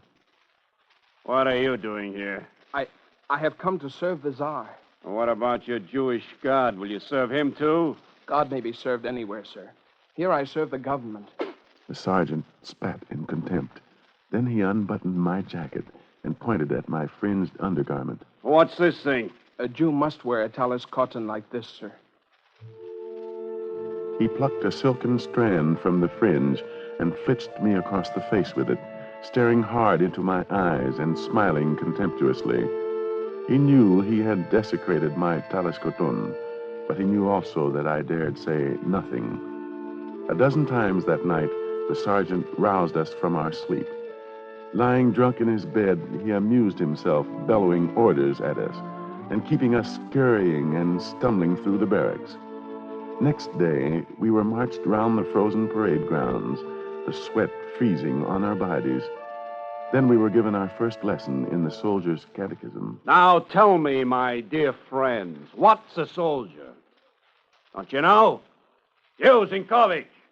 A soldier is a man of low rank whose duty it is to endure hunger and cold and all other sufferings he may be subjected to in line of duty, and if need be, give up his life for the Tsar. The sergeant walked up to a poor, illiterate peasant, one Anton Radom, a man who had been in the army for 2 years and was still in his first stage of training. Now, dear Private Radom, I have an easy question for you, yes. You get 2 pounds of bread each day. How much will you have in a year? Come now, think. The peasant sat silent, dull fear staring out of his cow-like eyes. You don't answer, huh? You ox, you swine. Well, answer this, then. How many days in a year? I don't know, sir. I can't seem to think. Next, you, Jew. How many pounds of bread a year? 20 pud and 2 pounds, sir. Very good, Jew. Since you're so well informed, you'll help me teach this blockhead Radom. You will help? If I can, sir. The first lesson is now, Jew. Give him one in the jaw. Strike him, sir? That's an order. Well? Sick at heart, I raised my fist and landed a blow on Radom's face. He did not even wince. That's no kind of a blow for a soldier. You've insulted him with your ladylike slap. I'll show you how to strike a soldier.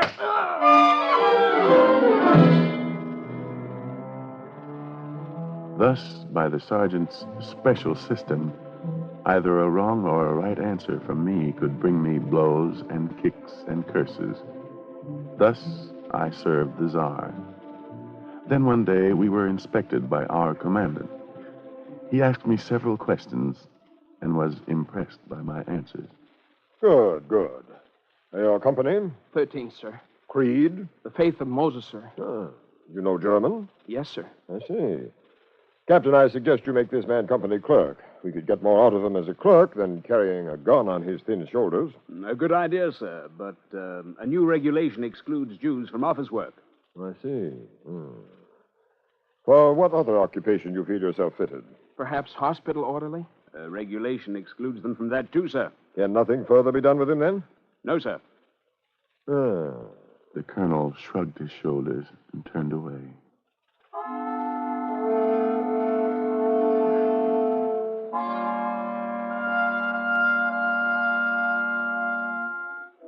The life of cruelty, bestiality, and persecution continued.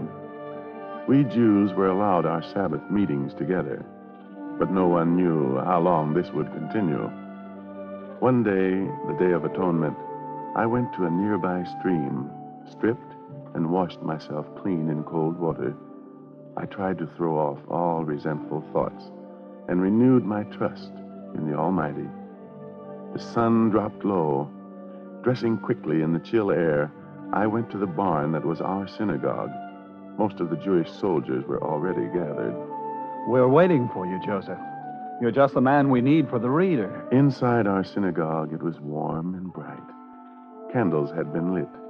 Each man was putting on, over his uniform, the loose white robe and the striped prayer shawl. Some had begun to read from the thick prayer books. Gone was every sign of their ignoble slavery. They stood with dignity, free souls returned to the judgment of their Maker. A light shone in every face. I put on the robe and shawl. In my mind's eye, I could see Ruth at home, sitting alone with our child on this Day of Atonement, a tear falling from my wife's dark eyes. I took my place. We began the Kol Nidre.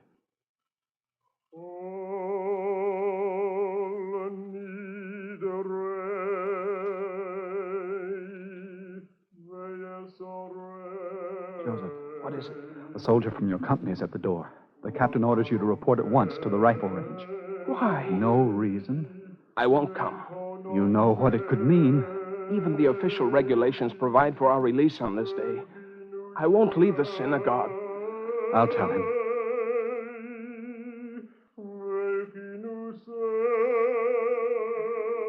We passed the night in the synagogue, in study, in talk. The candles burned down, dripping warm tears that congealed in the sconces.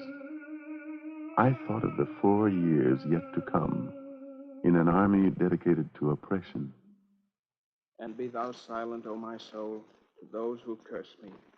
Frustrate the devices of those... At dawn, I led the morning prayer. Thus began the long day of fasting and penitence. Be acceptable to thee, O Lord, my rock and my redeemer. Grant peace to us and to all Israel. When I had finished the prayer, Mendel tapped me on the arm. The captain has sent several men. You're to report at once for special target practice. I can't. The regulations... He says the regulations are being set aside. I won't leave. If you've made your decision, we'd better hide you in the hayloft. We'll talk later.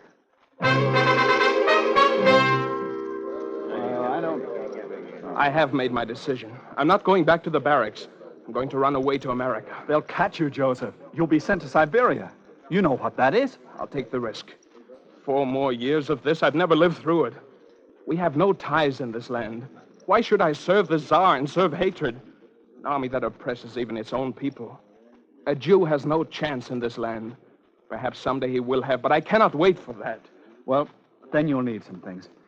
Let me see. Levy, run to our friend Dimitri in town and get civilian clothes. Quick. Now, Paul, go and ask Gregor to buy a ticket at the station.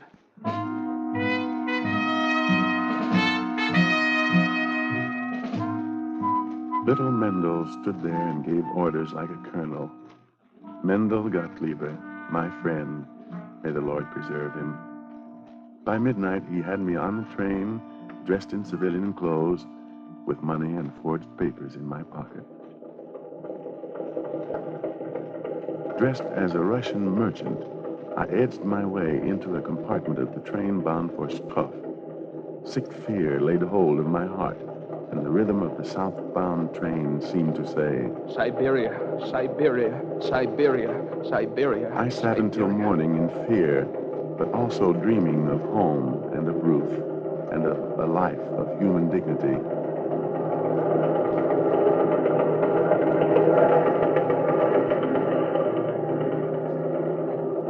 Early next morning at Pskov, I found I had 5 hours to wait for the train that would carry me south.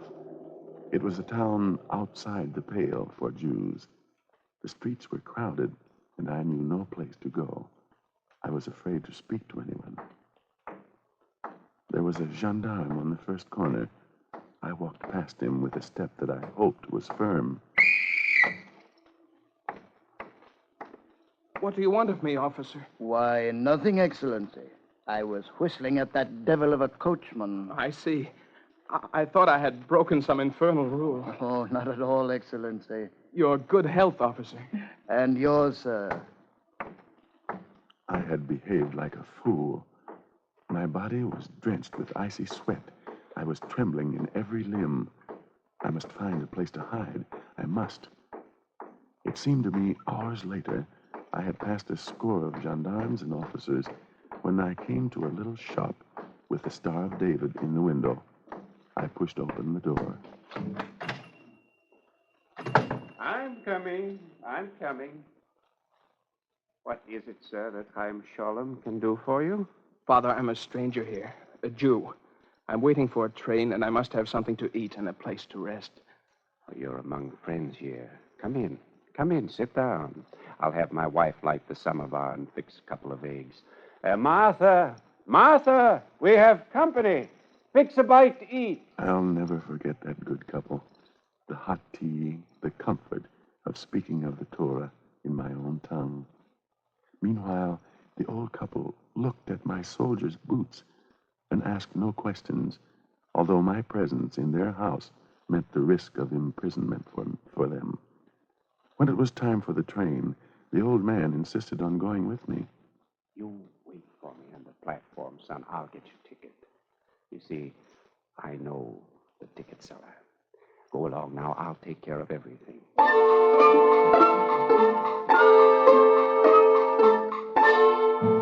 Here is your ticket, son, and when you get to Bialystok, ask for the shop of Altman, the silversmith.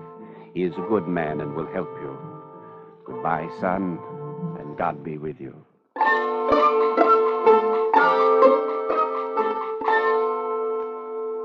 Another sleepless night, then Bialystok, the shop of Altman, the silversmith.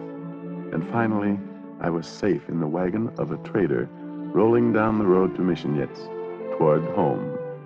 At the edge of the village at midnight, I jumped down from the wagon and walked home through the silent streets. I tapped on the window. Ruth came running to the door, and by the time I had stepped inside, her arms were about my neck.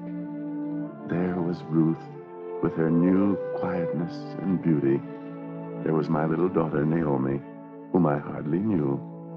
There were 1,000 things to be done and said, and there was time only to make plans for my escape, and for how Ruth would follow me to America. The next morning, 3 hours before dawn, Jan, the peasant, Jan, the old friend, came for me in his cart. Quiet there, Trichka. Quiet, girl. Are you ready, Joseph? I'm ready, Jan. Get in the back and hide under the straw. Quick now. The patrol is on the road all night, those long noses. Now, when I say jump, jump. Understand? I understand. Get him. There was a mist. 5 minutes later, the world had shrunk to a small circle in which the little cart moved mysteriously through the black woods. It began to rain. For a long time, I sat in the straw and listened to Jan humming.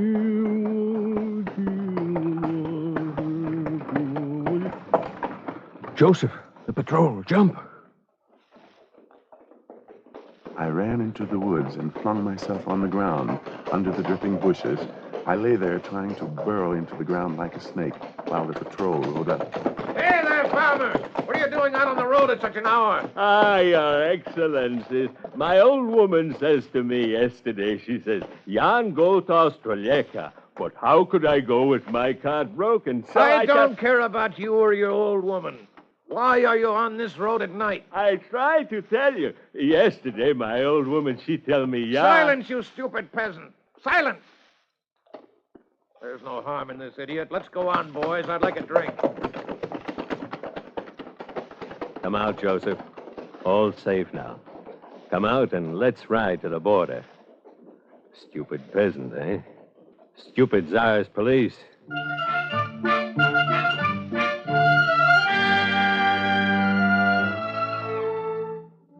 In the dawn, we got out of the cart and walked across the fields together.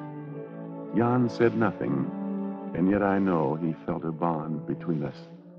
He was showing me the way to freedom. Above us, the birds wheeled and whistled against the blue sky. Then Jan stopped and smiled at me and pointed. There. Look, Joseph, my friend. There it is. He was pointing at a ditch a few yards away. This ditch was the thing I had come so far to find. This scratch in the earth, scarcely 3 feet deep, this tiny, muddy mark across the green fields, was the border. I began to run. Don't run! It is past. It is past. Don't it is run, past. Don't run. It is past. Jan laughed. Peasants looking up from their work began to laugh, and so did I.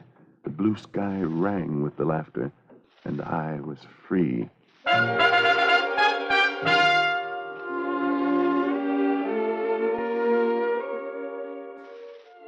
The rest of the road was easy, a tale not worth the telling, but the end was something I shall never forget. I came up on the deck of the ship after many days of storm. Passengers were gathered at the rail of the great ship. There was the smell of land in the air, and there in the sunshine, the wide harbor sparkled and danced in the sun as the arm of my new land reached out to receive the ship.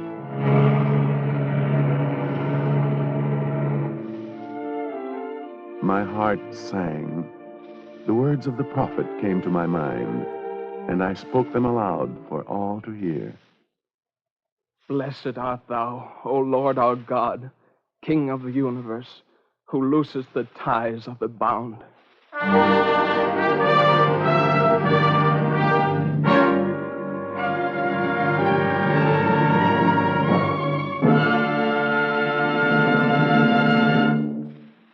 The dramatic portion of our Eternal Light program today was based on the novel Hear Ye Sons by Irving Feynman, author of Dr. Adams, Jacob, and other novels. Now we present a brief talk by Mr. Irving Feynman, who will speak to you from Hollywood.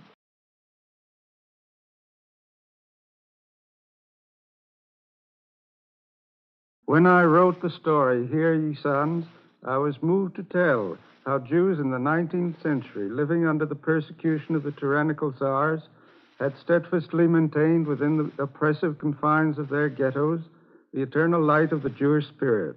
It happened that this book was first published in 1933, the year in which another tyrant, Hitler, came to power and began the most terrible persecution of Jews in all history, which we now know resulted in the torture and slaughter of millions of Jewish men, women, and children.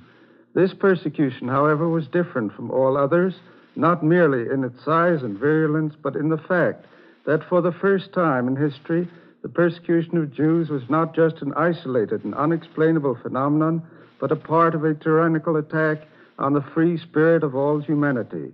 Hitler made no bones about saying that in his war on democratic freedom, the Jews were his enemy number one.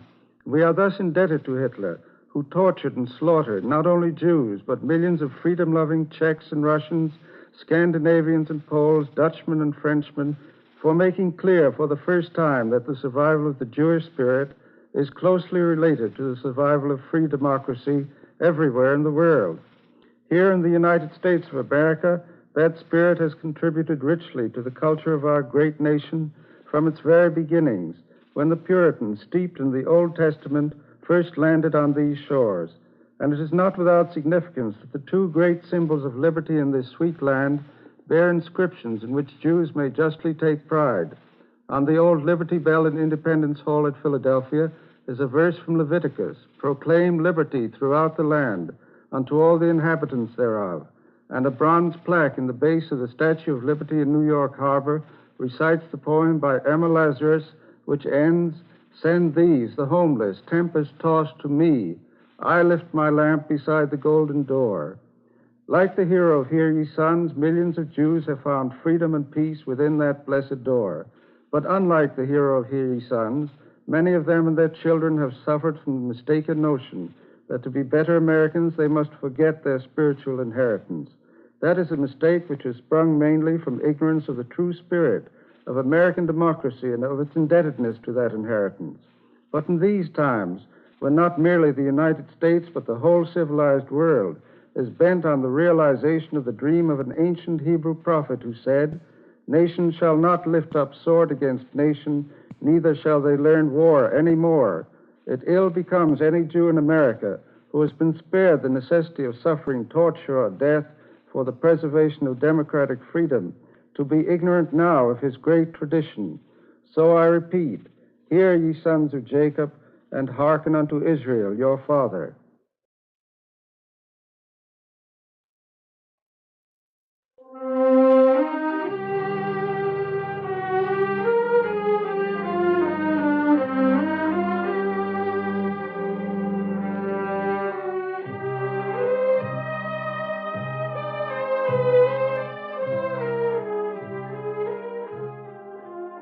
The Eternal Light has brought you another in a special summer series of dramatizations, which we call Stories of a People.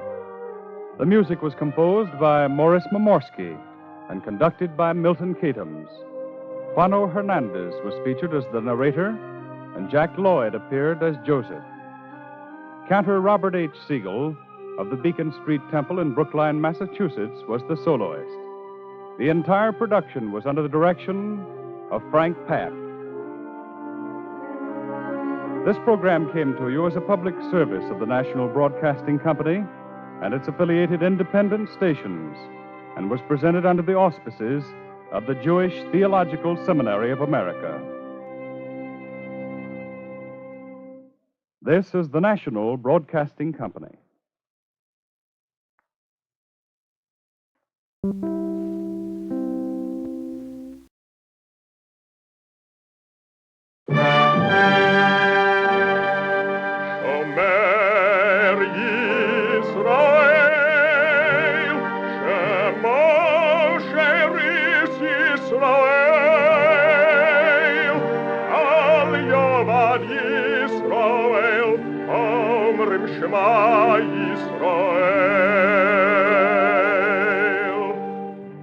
And the Lord spake unto Moses, saying, Command the children of Israel that they bring unto thee pure oil olive, beaten for the light, to cause the lamps to burn continually in the tabernacle of the congregation, and it shall be a statute forever in your generations.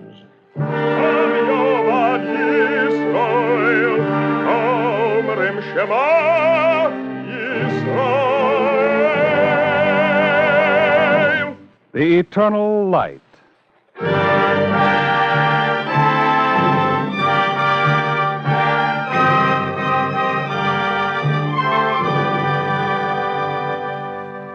The National Broadcasting Company and its affiliated independent stations present The Eternal Light. This public service program comes to you under the auspices of the Jewish Theological Seminary of America. Our drama today, The Man Who Flew to Heaven by Eve Miriam, is based on a famous Yiddish short story by Isaac Loeb Peretz. Joseph Boland is featured as Bonche Schweig.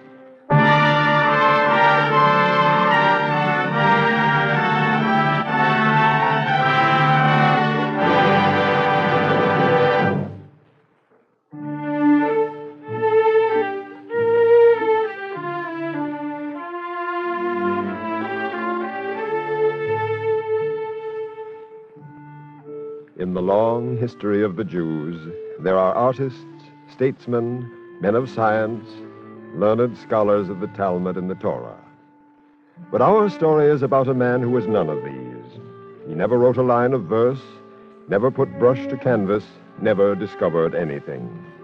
And yet he became so famous that his name reached higher than the tallest building, higher than the moon and stars. It reached into the very gates of heaven.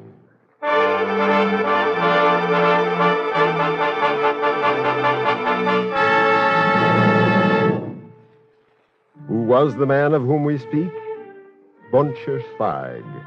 That's right. Schweig. You never heard of him before? Do not be disturbed, because the whole time he was on earth, nobody ever heard of him. And yet, as you shall hear, he did get to see heaven. When a man dies, there are usually many signs to mark his passing. But when Boncher Schweig died, not a single note of a song was sung. There remained no widow to mourn him, and no children, not even one. On his grave, there were no flowers. There was not even a small notice in the paper. So he died like no mortal being. Nowhere was there a single soul to mourn for Boncher Schweig. Not even a dog to thump his tail against the ground searching for his master. Meanwhile, in the darkest corner of the hospital... This must be the one over here. Yeah, that's the old guy, all right. Last cut. That's what they said at the front office. Skinny enough. That's good. He won't be hard to lift. Here, you hold the barrel while I push him in. Looks awful pale. Wonder what he died of. What kind of disease? Feels like it could have been just plain starvation. But we're not getting paid to worry about what he had. Well, he's in.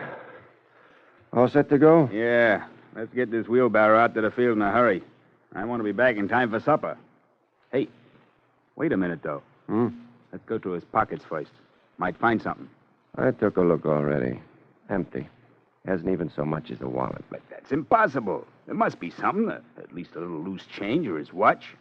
Surely he must have had an old watch. There's not a thing there, I tell you. Not even a photograph or a letter with his name written on it. Well, let's get going then with whoever he was. Yeah, we've wasted too much time with him already. Come on.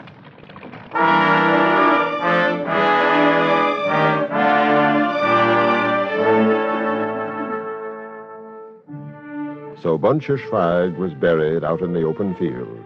There was no ceremony, no flowers except the few dandelions that grew untended in the field. There was no tombstone to mark his name at all, only a bare wooden board nailed over the top, and even that was blown away by the wind. And that was the end of Boncher Schweig on earth. But in heaven it was a different story.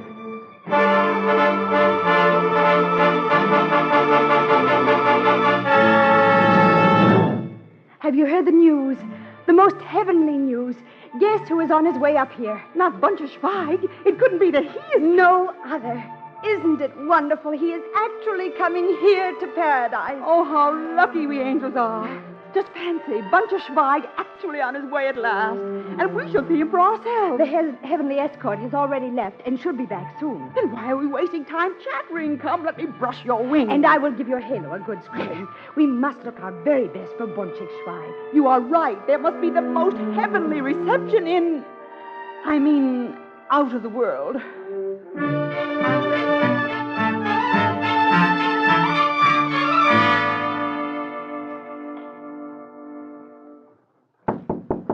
Boncher Schweig, are you there? You don't need to lie still in the ground any longer. I have come. My name. I must be dreaming that someone called my name. Wake up. I'm ready to take you with me, Boncher. My name. Nobody in my whole life ever called me anything but you and hey there. Boncher, please answer. I know you can hear me. Such a golden voice. Must be the devil come to fetch my soul. Of course, I should have known and expected it. The devil knocking on my grave. I wonder he didn't come even sooner. Boncher, will you listen to me? You're quite free now. Just lift back the coffin lid and come with me. How can I refuse? His cloven hoofs would kick in the boards and smash my face.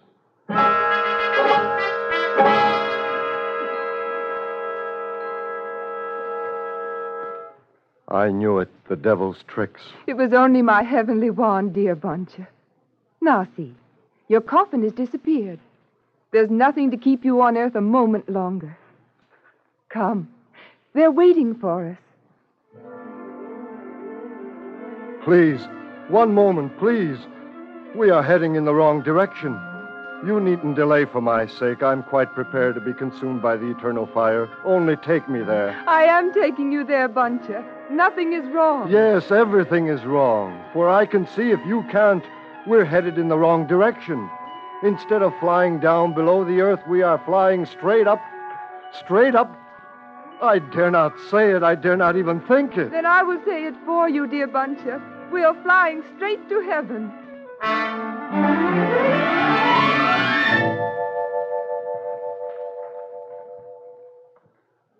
That golden gate, so bright it makes my eyes spin. Now do you believe me, Buncher? Do you see now that it was no trick of the devil, but that I truly came to earth to fetch you as your heavenly escort? I believe you. Oh, yes, I can believe it now. Come, let me put my wing around you. Why do you tremble so? I'm afraid for you. As soon as they find out this dreadful deed you have done. Oh, why did you wish to deceive them? I have never deceived anyone in my angelic life. I think, my dear Buncher, that you're a trifle upset by the amount of oxygen in the upper air here. But you will grow used to it in a very short while. No, listen. You must let me explain.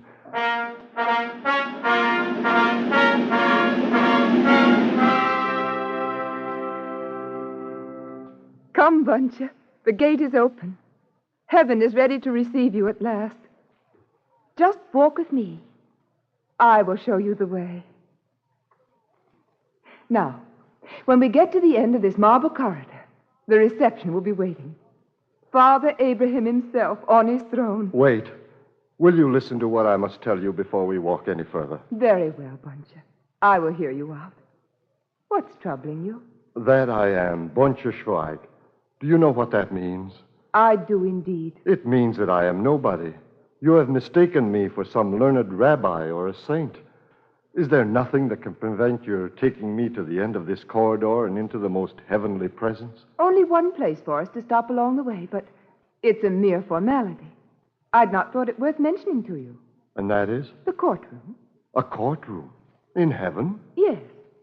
Every new person who enters heaven must have his case tried before the judge. The facts of his life are reviewed, and then he's meted out his just reward. A courtroom to be on trial. Not on earth, but in heaven itself. And you had not thought it worth mentioning to me before. In your case, dear Buncher, I can set your mind at rest. The trial will be a mere formality. A mere formality. It will be my last glimpse of heaven. Nothing of the sort. The whole trial will not last 5 minutes. You shall see for yourself. Yes, I will see for myself.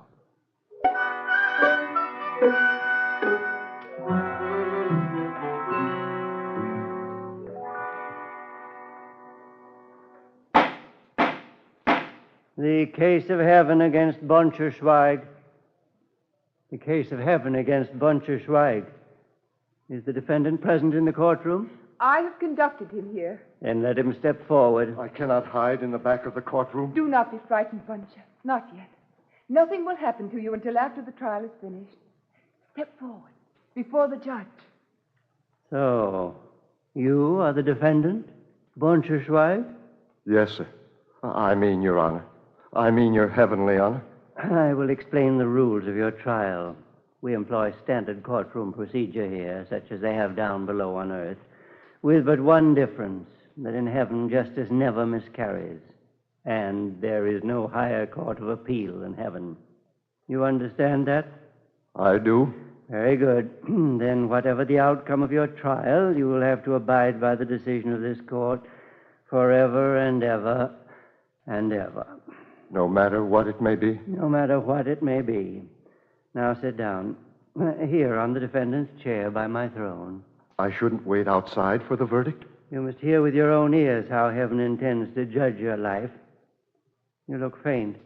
Do you wish a glass of ambrosial water to be brought in for you? Only to sit down here and be silent, if I may. Then the trial can begin. Now, first, we shall need an advocate to speak on behalf of the defendant. Gentlemen and lady angels, please. One at a time. Me, then. Angel of the outer golden stairway speaking. Let me testify for the defendant. No, let me. Angel of the throne room. I wish to be the advocate. And what about me, standing outside by the heavenly gate in all kinds of weather? I never get a chance to know what's going on inside. Please, please. Strange that so many want to defend this defendant. It's true, angel of the heavenly gate, that you're kept outdoors a great deal. Very well, this shall be your case. I appoint you as advocate. Thank you.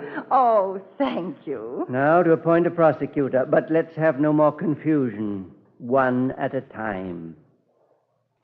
Well, you all spoke up loudly enough before. Is there no one who wishes to act as prosecutor against this defendant?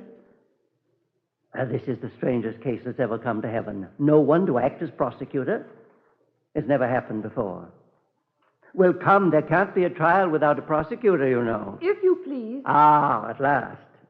You wish to prosecute the case of heaven against Boncheshweig? I do not wish to, especially, but since no one else is willing to take it on, and since I'm his heavenly escort, since I was responsible for bringing him here in the first place, well, yes, I will prosecute the case.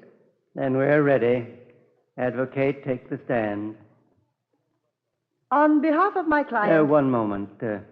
No books, no papers, no outline that you're going to read from? In this case, may it please the court, no portfolio is required. The facts in the case are too bare, too mean, too cruel. No editorials in the courtroom, please. Just the facts. Proceed. Fact number 1. Boncheshweig was born. There was no celebrating, no drinking of toasts, no party to honor the occasion. His father had died several months before, and his mother died as she gave birth to the baby. No brothers, no sisters, no relatives at all. He never had a toy, not even the cheapest rattle or second-hand doll, not so much as an orange rind to suck. No milk, and he never saw fresh bread. And yet he didn't cry, even though he had no chance to go to school, to study and better himself.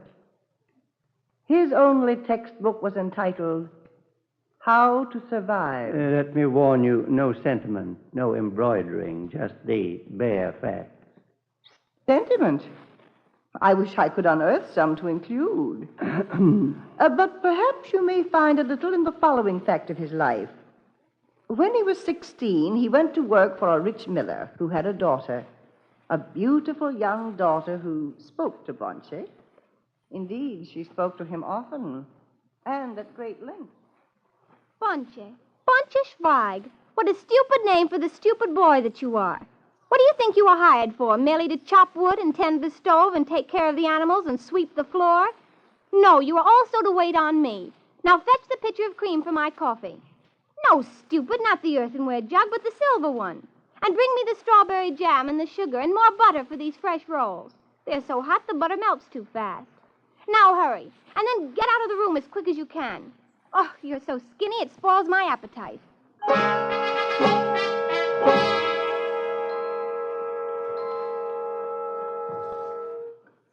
And not once in those boyhood years did he complain. Did he think how life would be if he were the son of the house instead of the servant? So he grew up. And he did not cry out or complain to anyone of his fate? To no one. But... Well, I'm sorry, but you asked for facts. There they are. I can't alter them. No, of course not. Proceed. So his unhappy existence, you could scarcely call it a life, went on, only leaner instead of fuller with the years. He drifted from job to job, always the last one to be hired and the first one to be fired. Chopping wood in the winter until his hands froze on the axe. Tossing hay in the summer heat till his hands burned on the pitchfork. And many times he was even cheated on his meager pay, shortchanged, or given counterfeit coins. He never handed them back? Never. Mm. Well, I promised I wouldn't embroider the facts, so I can't even plead that it wasn't his fault he wasn't born clever enough to complain. The truth is that he never once cried out against either God or man. The prosecutor may intend to argue that he was stupid or ignorant or a complete idiot. I say only that he was Boncheshweig and could act in no other fashion. What the prosecutor intends to make of... Please leave the prosecutor's words for his own mouth. Proceed. Well, then, just once in all this time, his bad luck changed. He was walking along a country road by the riverbank when he saw a man splashing about and struggling in the water. Bunchy dived in and rescued him. And when the man came to, when he finally caught his breath... Phew. That was the narrowest escape I've ever had. If you hadn't rescued me, I might have drowned. True. It's lucky that I happen to be passing this way. You're all right now? Perfectly, thanks to you. Tell me, what's the name of my benefactor so I can thank you properly? Oh, my name is nothing. Only Schweig, Bonche Schweig. Well, Bonche Schweig, I'm a wealthy man. Let me think how I can possibly reward you for saving my life. A reward? That is very kind. I could give you a large sum of money. That would be easy for me to do. Yes, it would. A very large sum of money, but no, that would not do. For after all, no amount of money in the world can balance a man's life. I suppose not, if you say so. Or I could hold a parade and a banquet in your honor. The finest, most succulent dishes and champagne and music. But no, that too would be unworthy, just like a gift of money. Tell me, have you any suggestions? None. I only happened along this road, you see, because I was looking for work. Well, for a job. But that's simple. I can give you a job as my private coachman. You shall drive the 2 finest horses in the whole countryside. Twin thoroughbreds, pure snow white they are. Report to my house tomorrow morning in a pair of russet leather boots and a green suede jacket. But, sir, I have no such garments. Well, buy them then. You have the rest of this afternoon free. But, sir, I'm afraid I cannot afford to buy new boots or a jacket either. So you're not interested in the job? Too bad. Well, I'm sorry, but I can't waste my time any longer. What's your name, Bag? Zag? You should have come along sooner, you know. My striped trousers would not have shrunk so much in the water. A good day.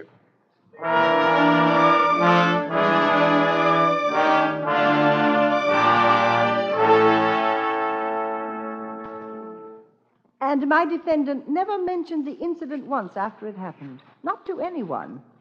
In fact, he didn't so much as think about it himself until the day of his death, when twin thoroughbreds, 2 snow-white horses, were being driven down the street.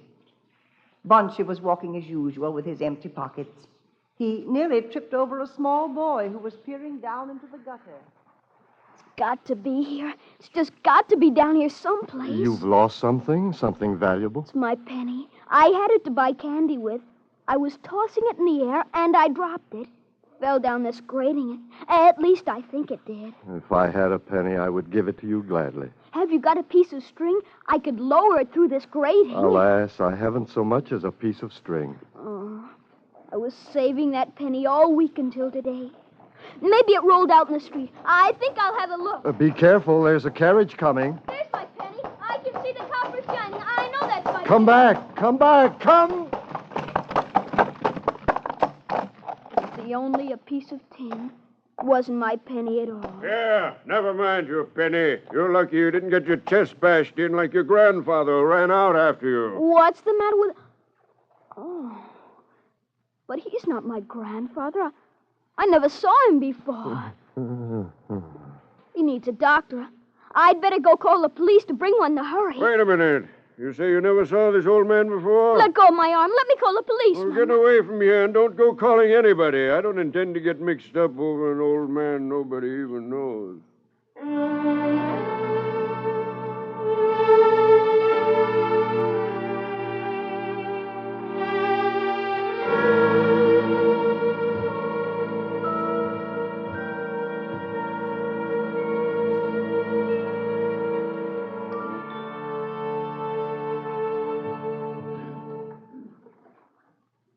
And that was the end of Bonche Schweig on earth. A quiet birth, a quieter life, and death. I have nothing more to say on his behalf. Let the prosecutor take the stand. There have been many famous cases tried here in heaven. I myself have acted as prosecutor against many famous men. I have spoken many harsh words at times. But this man's life was nothing but harshness. He has had enough. I can speak no word against him. As he did not complain, never once, against God or man. So I, too, will be silent now. The prosecutor will not press charges? He will not speak against the defendant? Then I shall have to. Boncher-Schweig, stand up and listen to the sentence that I pronounce. A sentence from which there can be no turning back.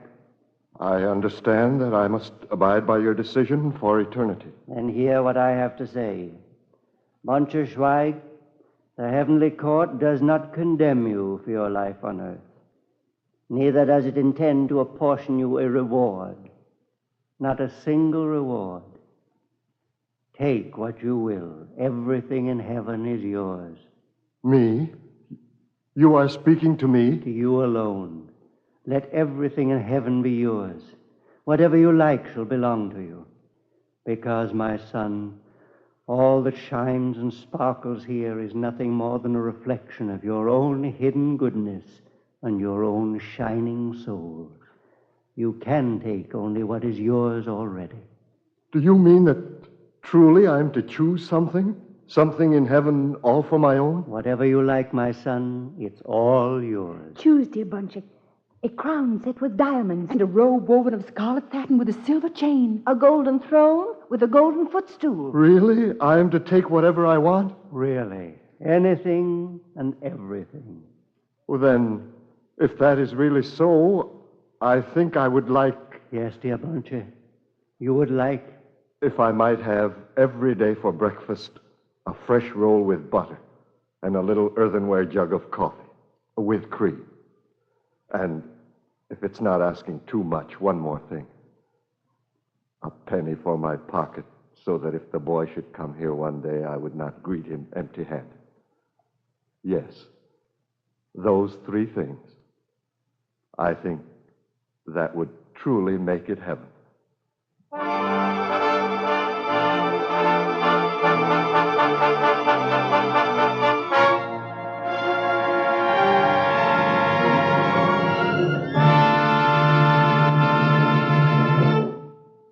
Now we take pleasure in presenting on the Eternal Light Rabbi Morris Schusheim of Congregation Beth Israel, Providence, Rhode Island.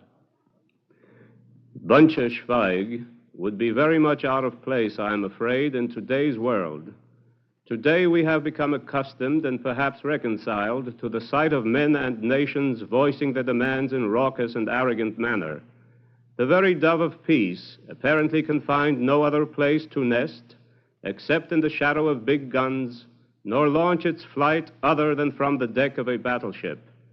To live and die undemanding and uncomplaining might be all right in the imaginative village of Peretz's brain, but hardly in the world of today. Even in that village and in its heavenly counterpart, Buncher was something of an anomaly. Well might the angels smile in shamefaced embarrassment at a naive and unsophisticated request for a fresh roll and butter for breakfast. That is hardly the manner of keeping a rendezvous with destiny. And yet one, I am sure, the Supreme Judge did understand. What more is there to all of heaven than a fresh roll? The great empires of the past, the magnificent monuments of antiquity, the vaunted greatness of the new order, are they not all dust, reminders of the insignificant vanity and the perishing arrogance of men? Has not mankind lived through endless horrors and recurrent strife in their lust for power and aggrandizement? How much happier would our world be if our desires were kept in check and wealth measured in terms of spirit and strength of soul? It hath been told thee, O man, what the Lord desireth of thee, to do justly, to love kindness, and to walk humbly with thy God. Thus spoke the ancient prophet, and his words were echoed by the ancient rabbinic sage who said, lust, envy, and the pursuit of glory deprive one of life. Over the ruins of a world still aflame with war, we might well ponder Buncher's simple formula for the reward of the good life. Let us just think for a moment what this would mean to the countless millions of dispossessed, the great masses of the downtrodden and exploited, the small peoples who are pawns in the schemes and maneuverings of the powerful, even to the very people who gave birth and genius to a Peretz and indeed formed a living counterpart of the author's imaginary character. Dogged by persecution for thousands of years, the homeless Jew has dedicated his whole being to the enrichment of the world's spiritual treasures. And now at the council table of the peace-loving nations of the world, he asks only in return a fresh roll and butter, a homeland of his own and the land of his fathers. With the sweat of his brow and with the very lifeblood of his youth, he has fructified this land of his ancestors and transformed a desert into a physical and spiritual garden spot of the earth. Amidst the demands of the powerful and the rich peoples of the earth, the Jew asks but this small reward. Surely a heavenly court will silence the prosecutor and will not deny the Jew Buncha his fresh roll. Thank you, Rabbi Schusheim.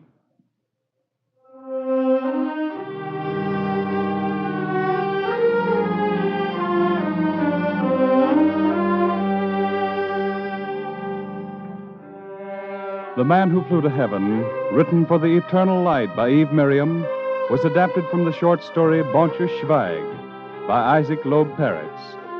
The music was written and conducted by Morris Momorsky. Cantor Robert H. Siegel was the soloist. Joseph Boland was featured as Boncher Schweig. Bernard Linrow was heard as the narrator. The entire production was under the direction of Frank Papp.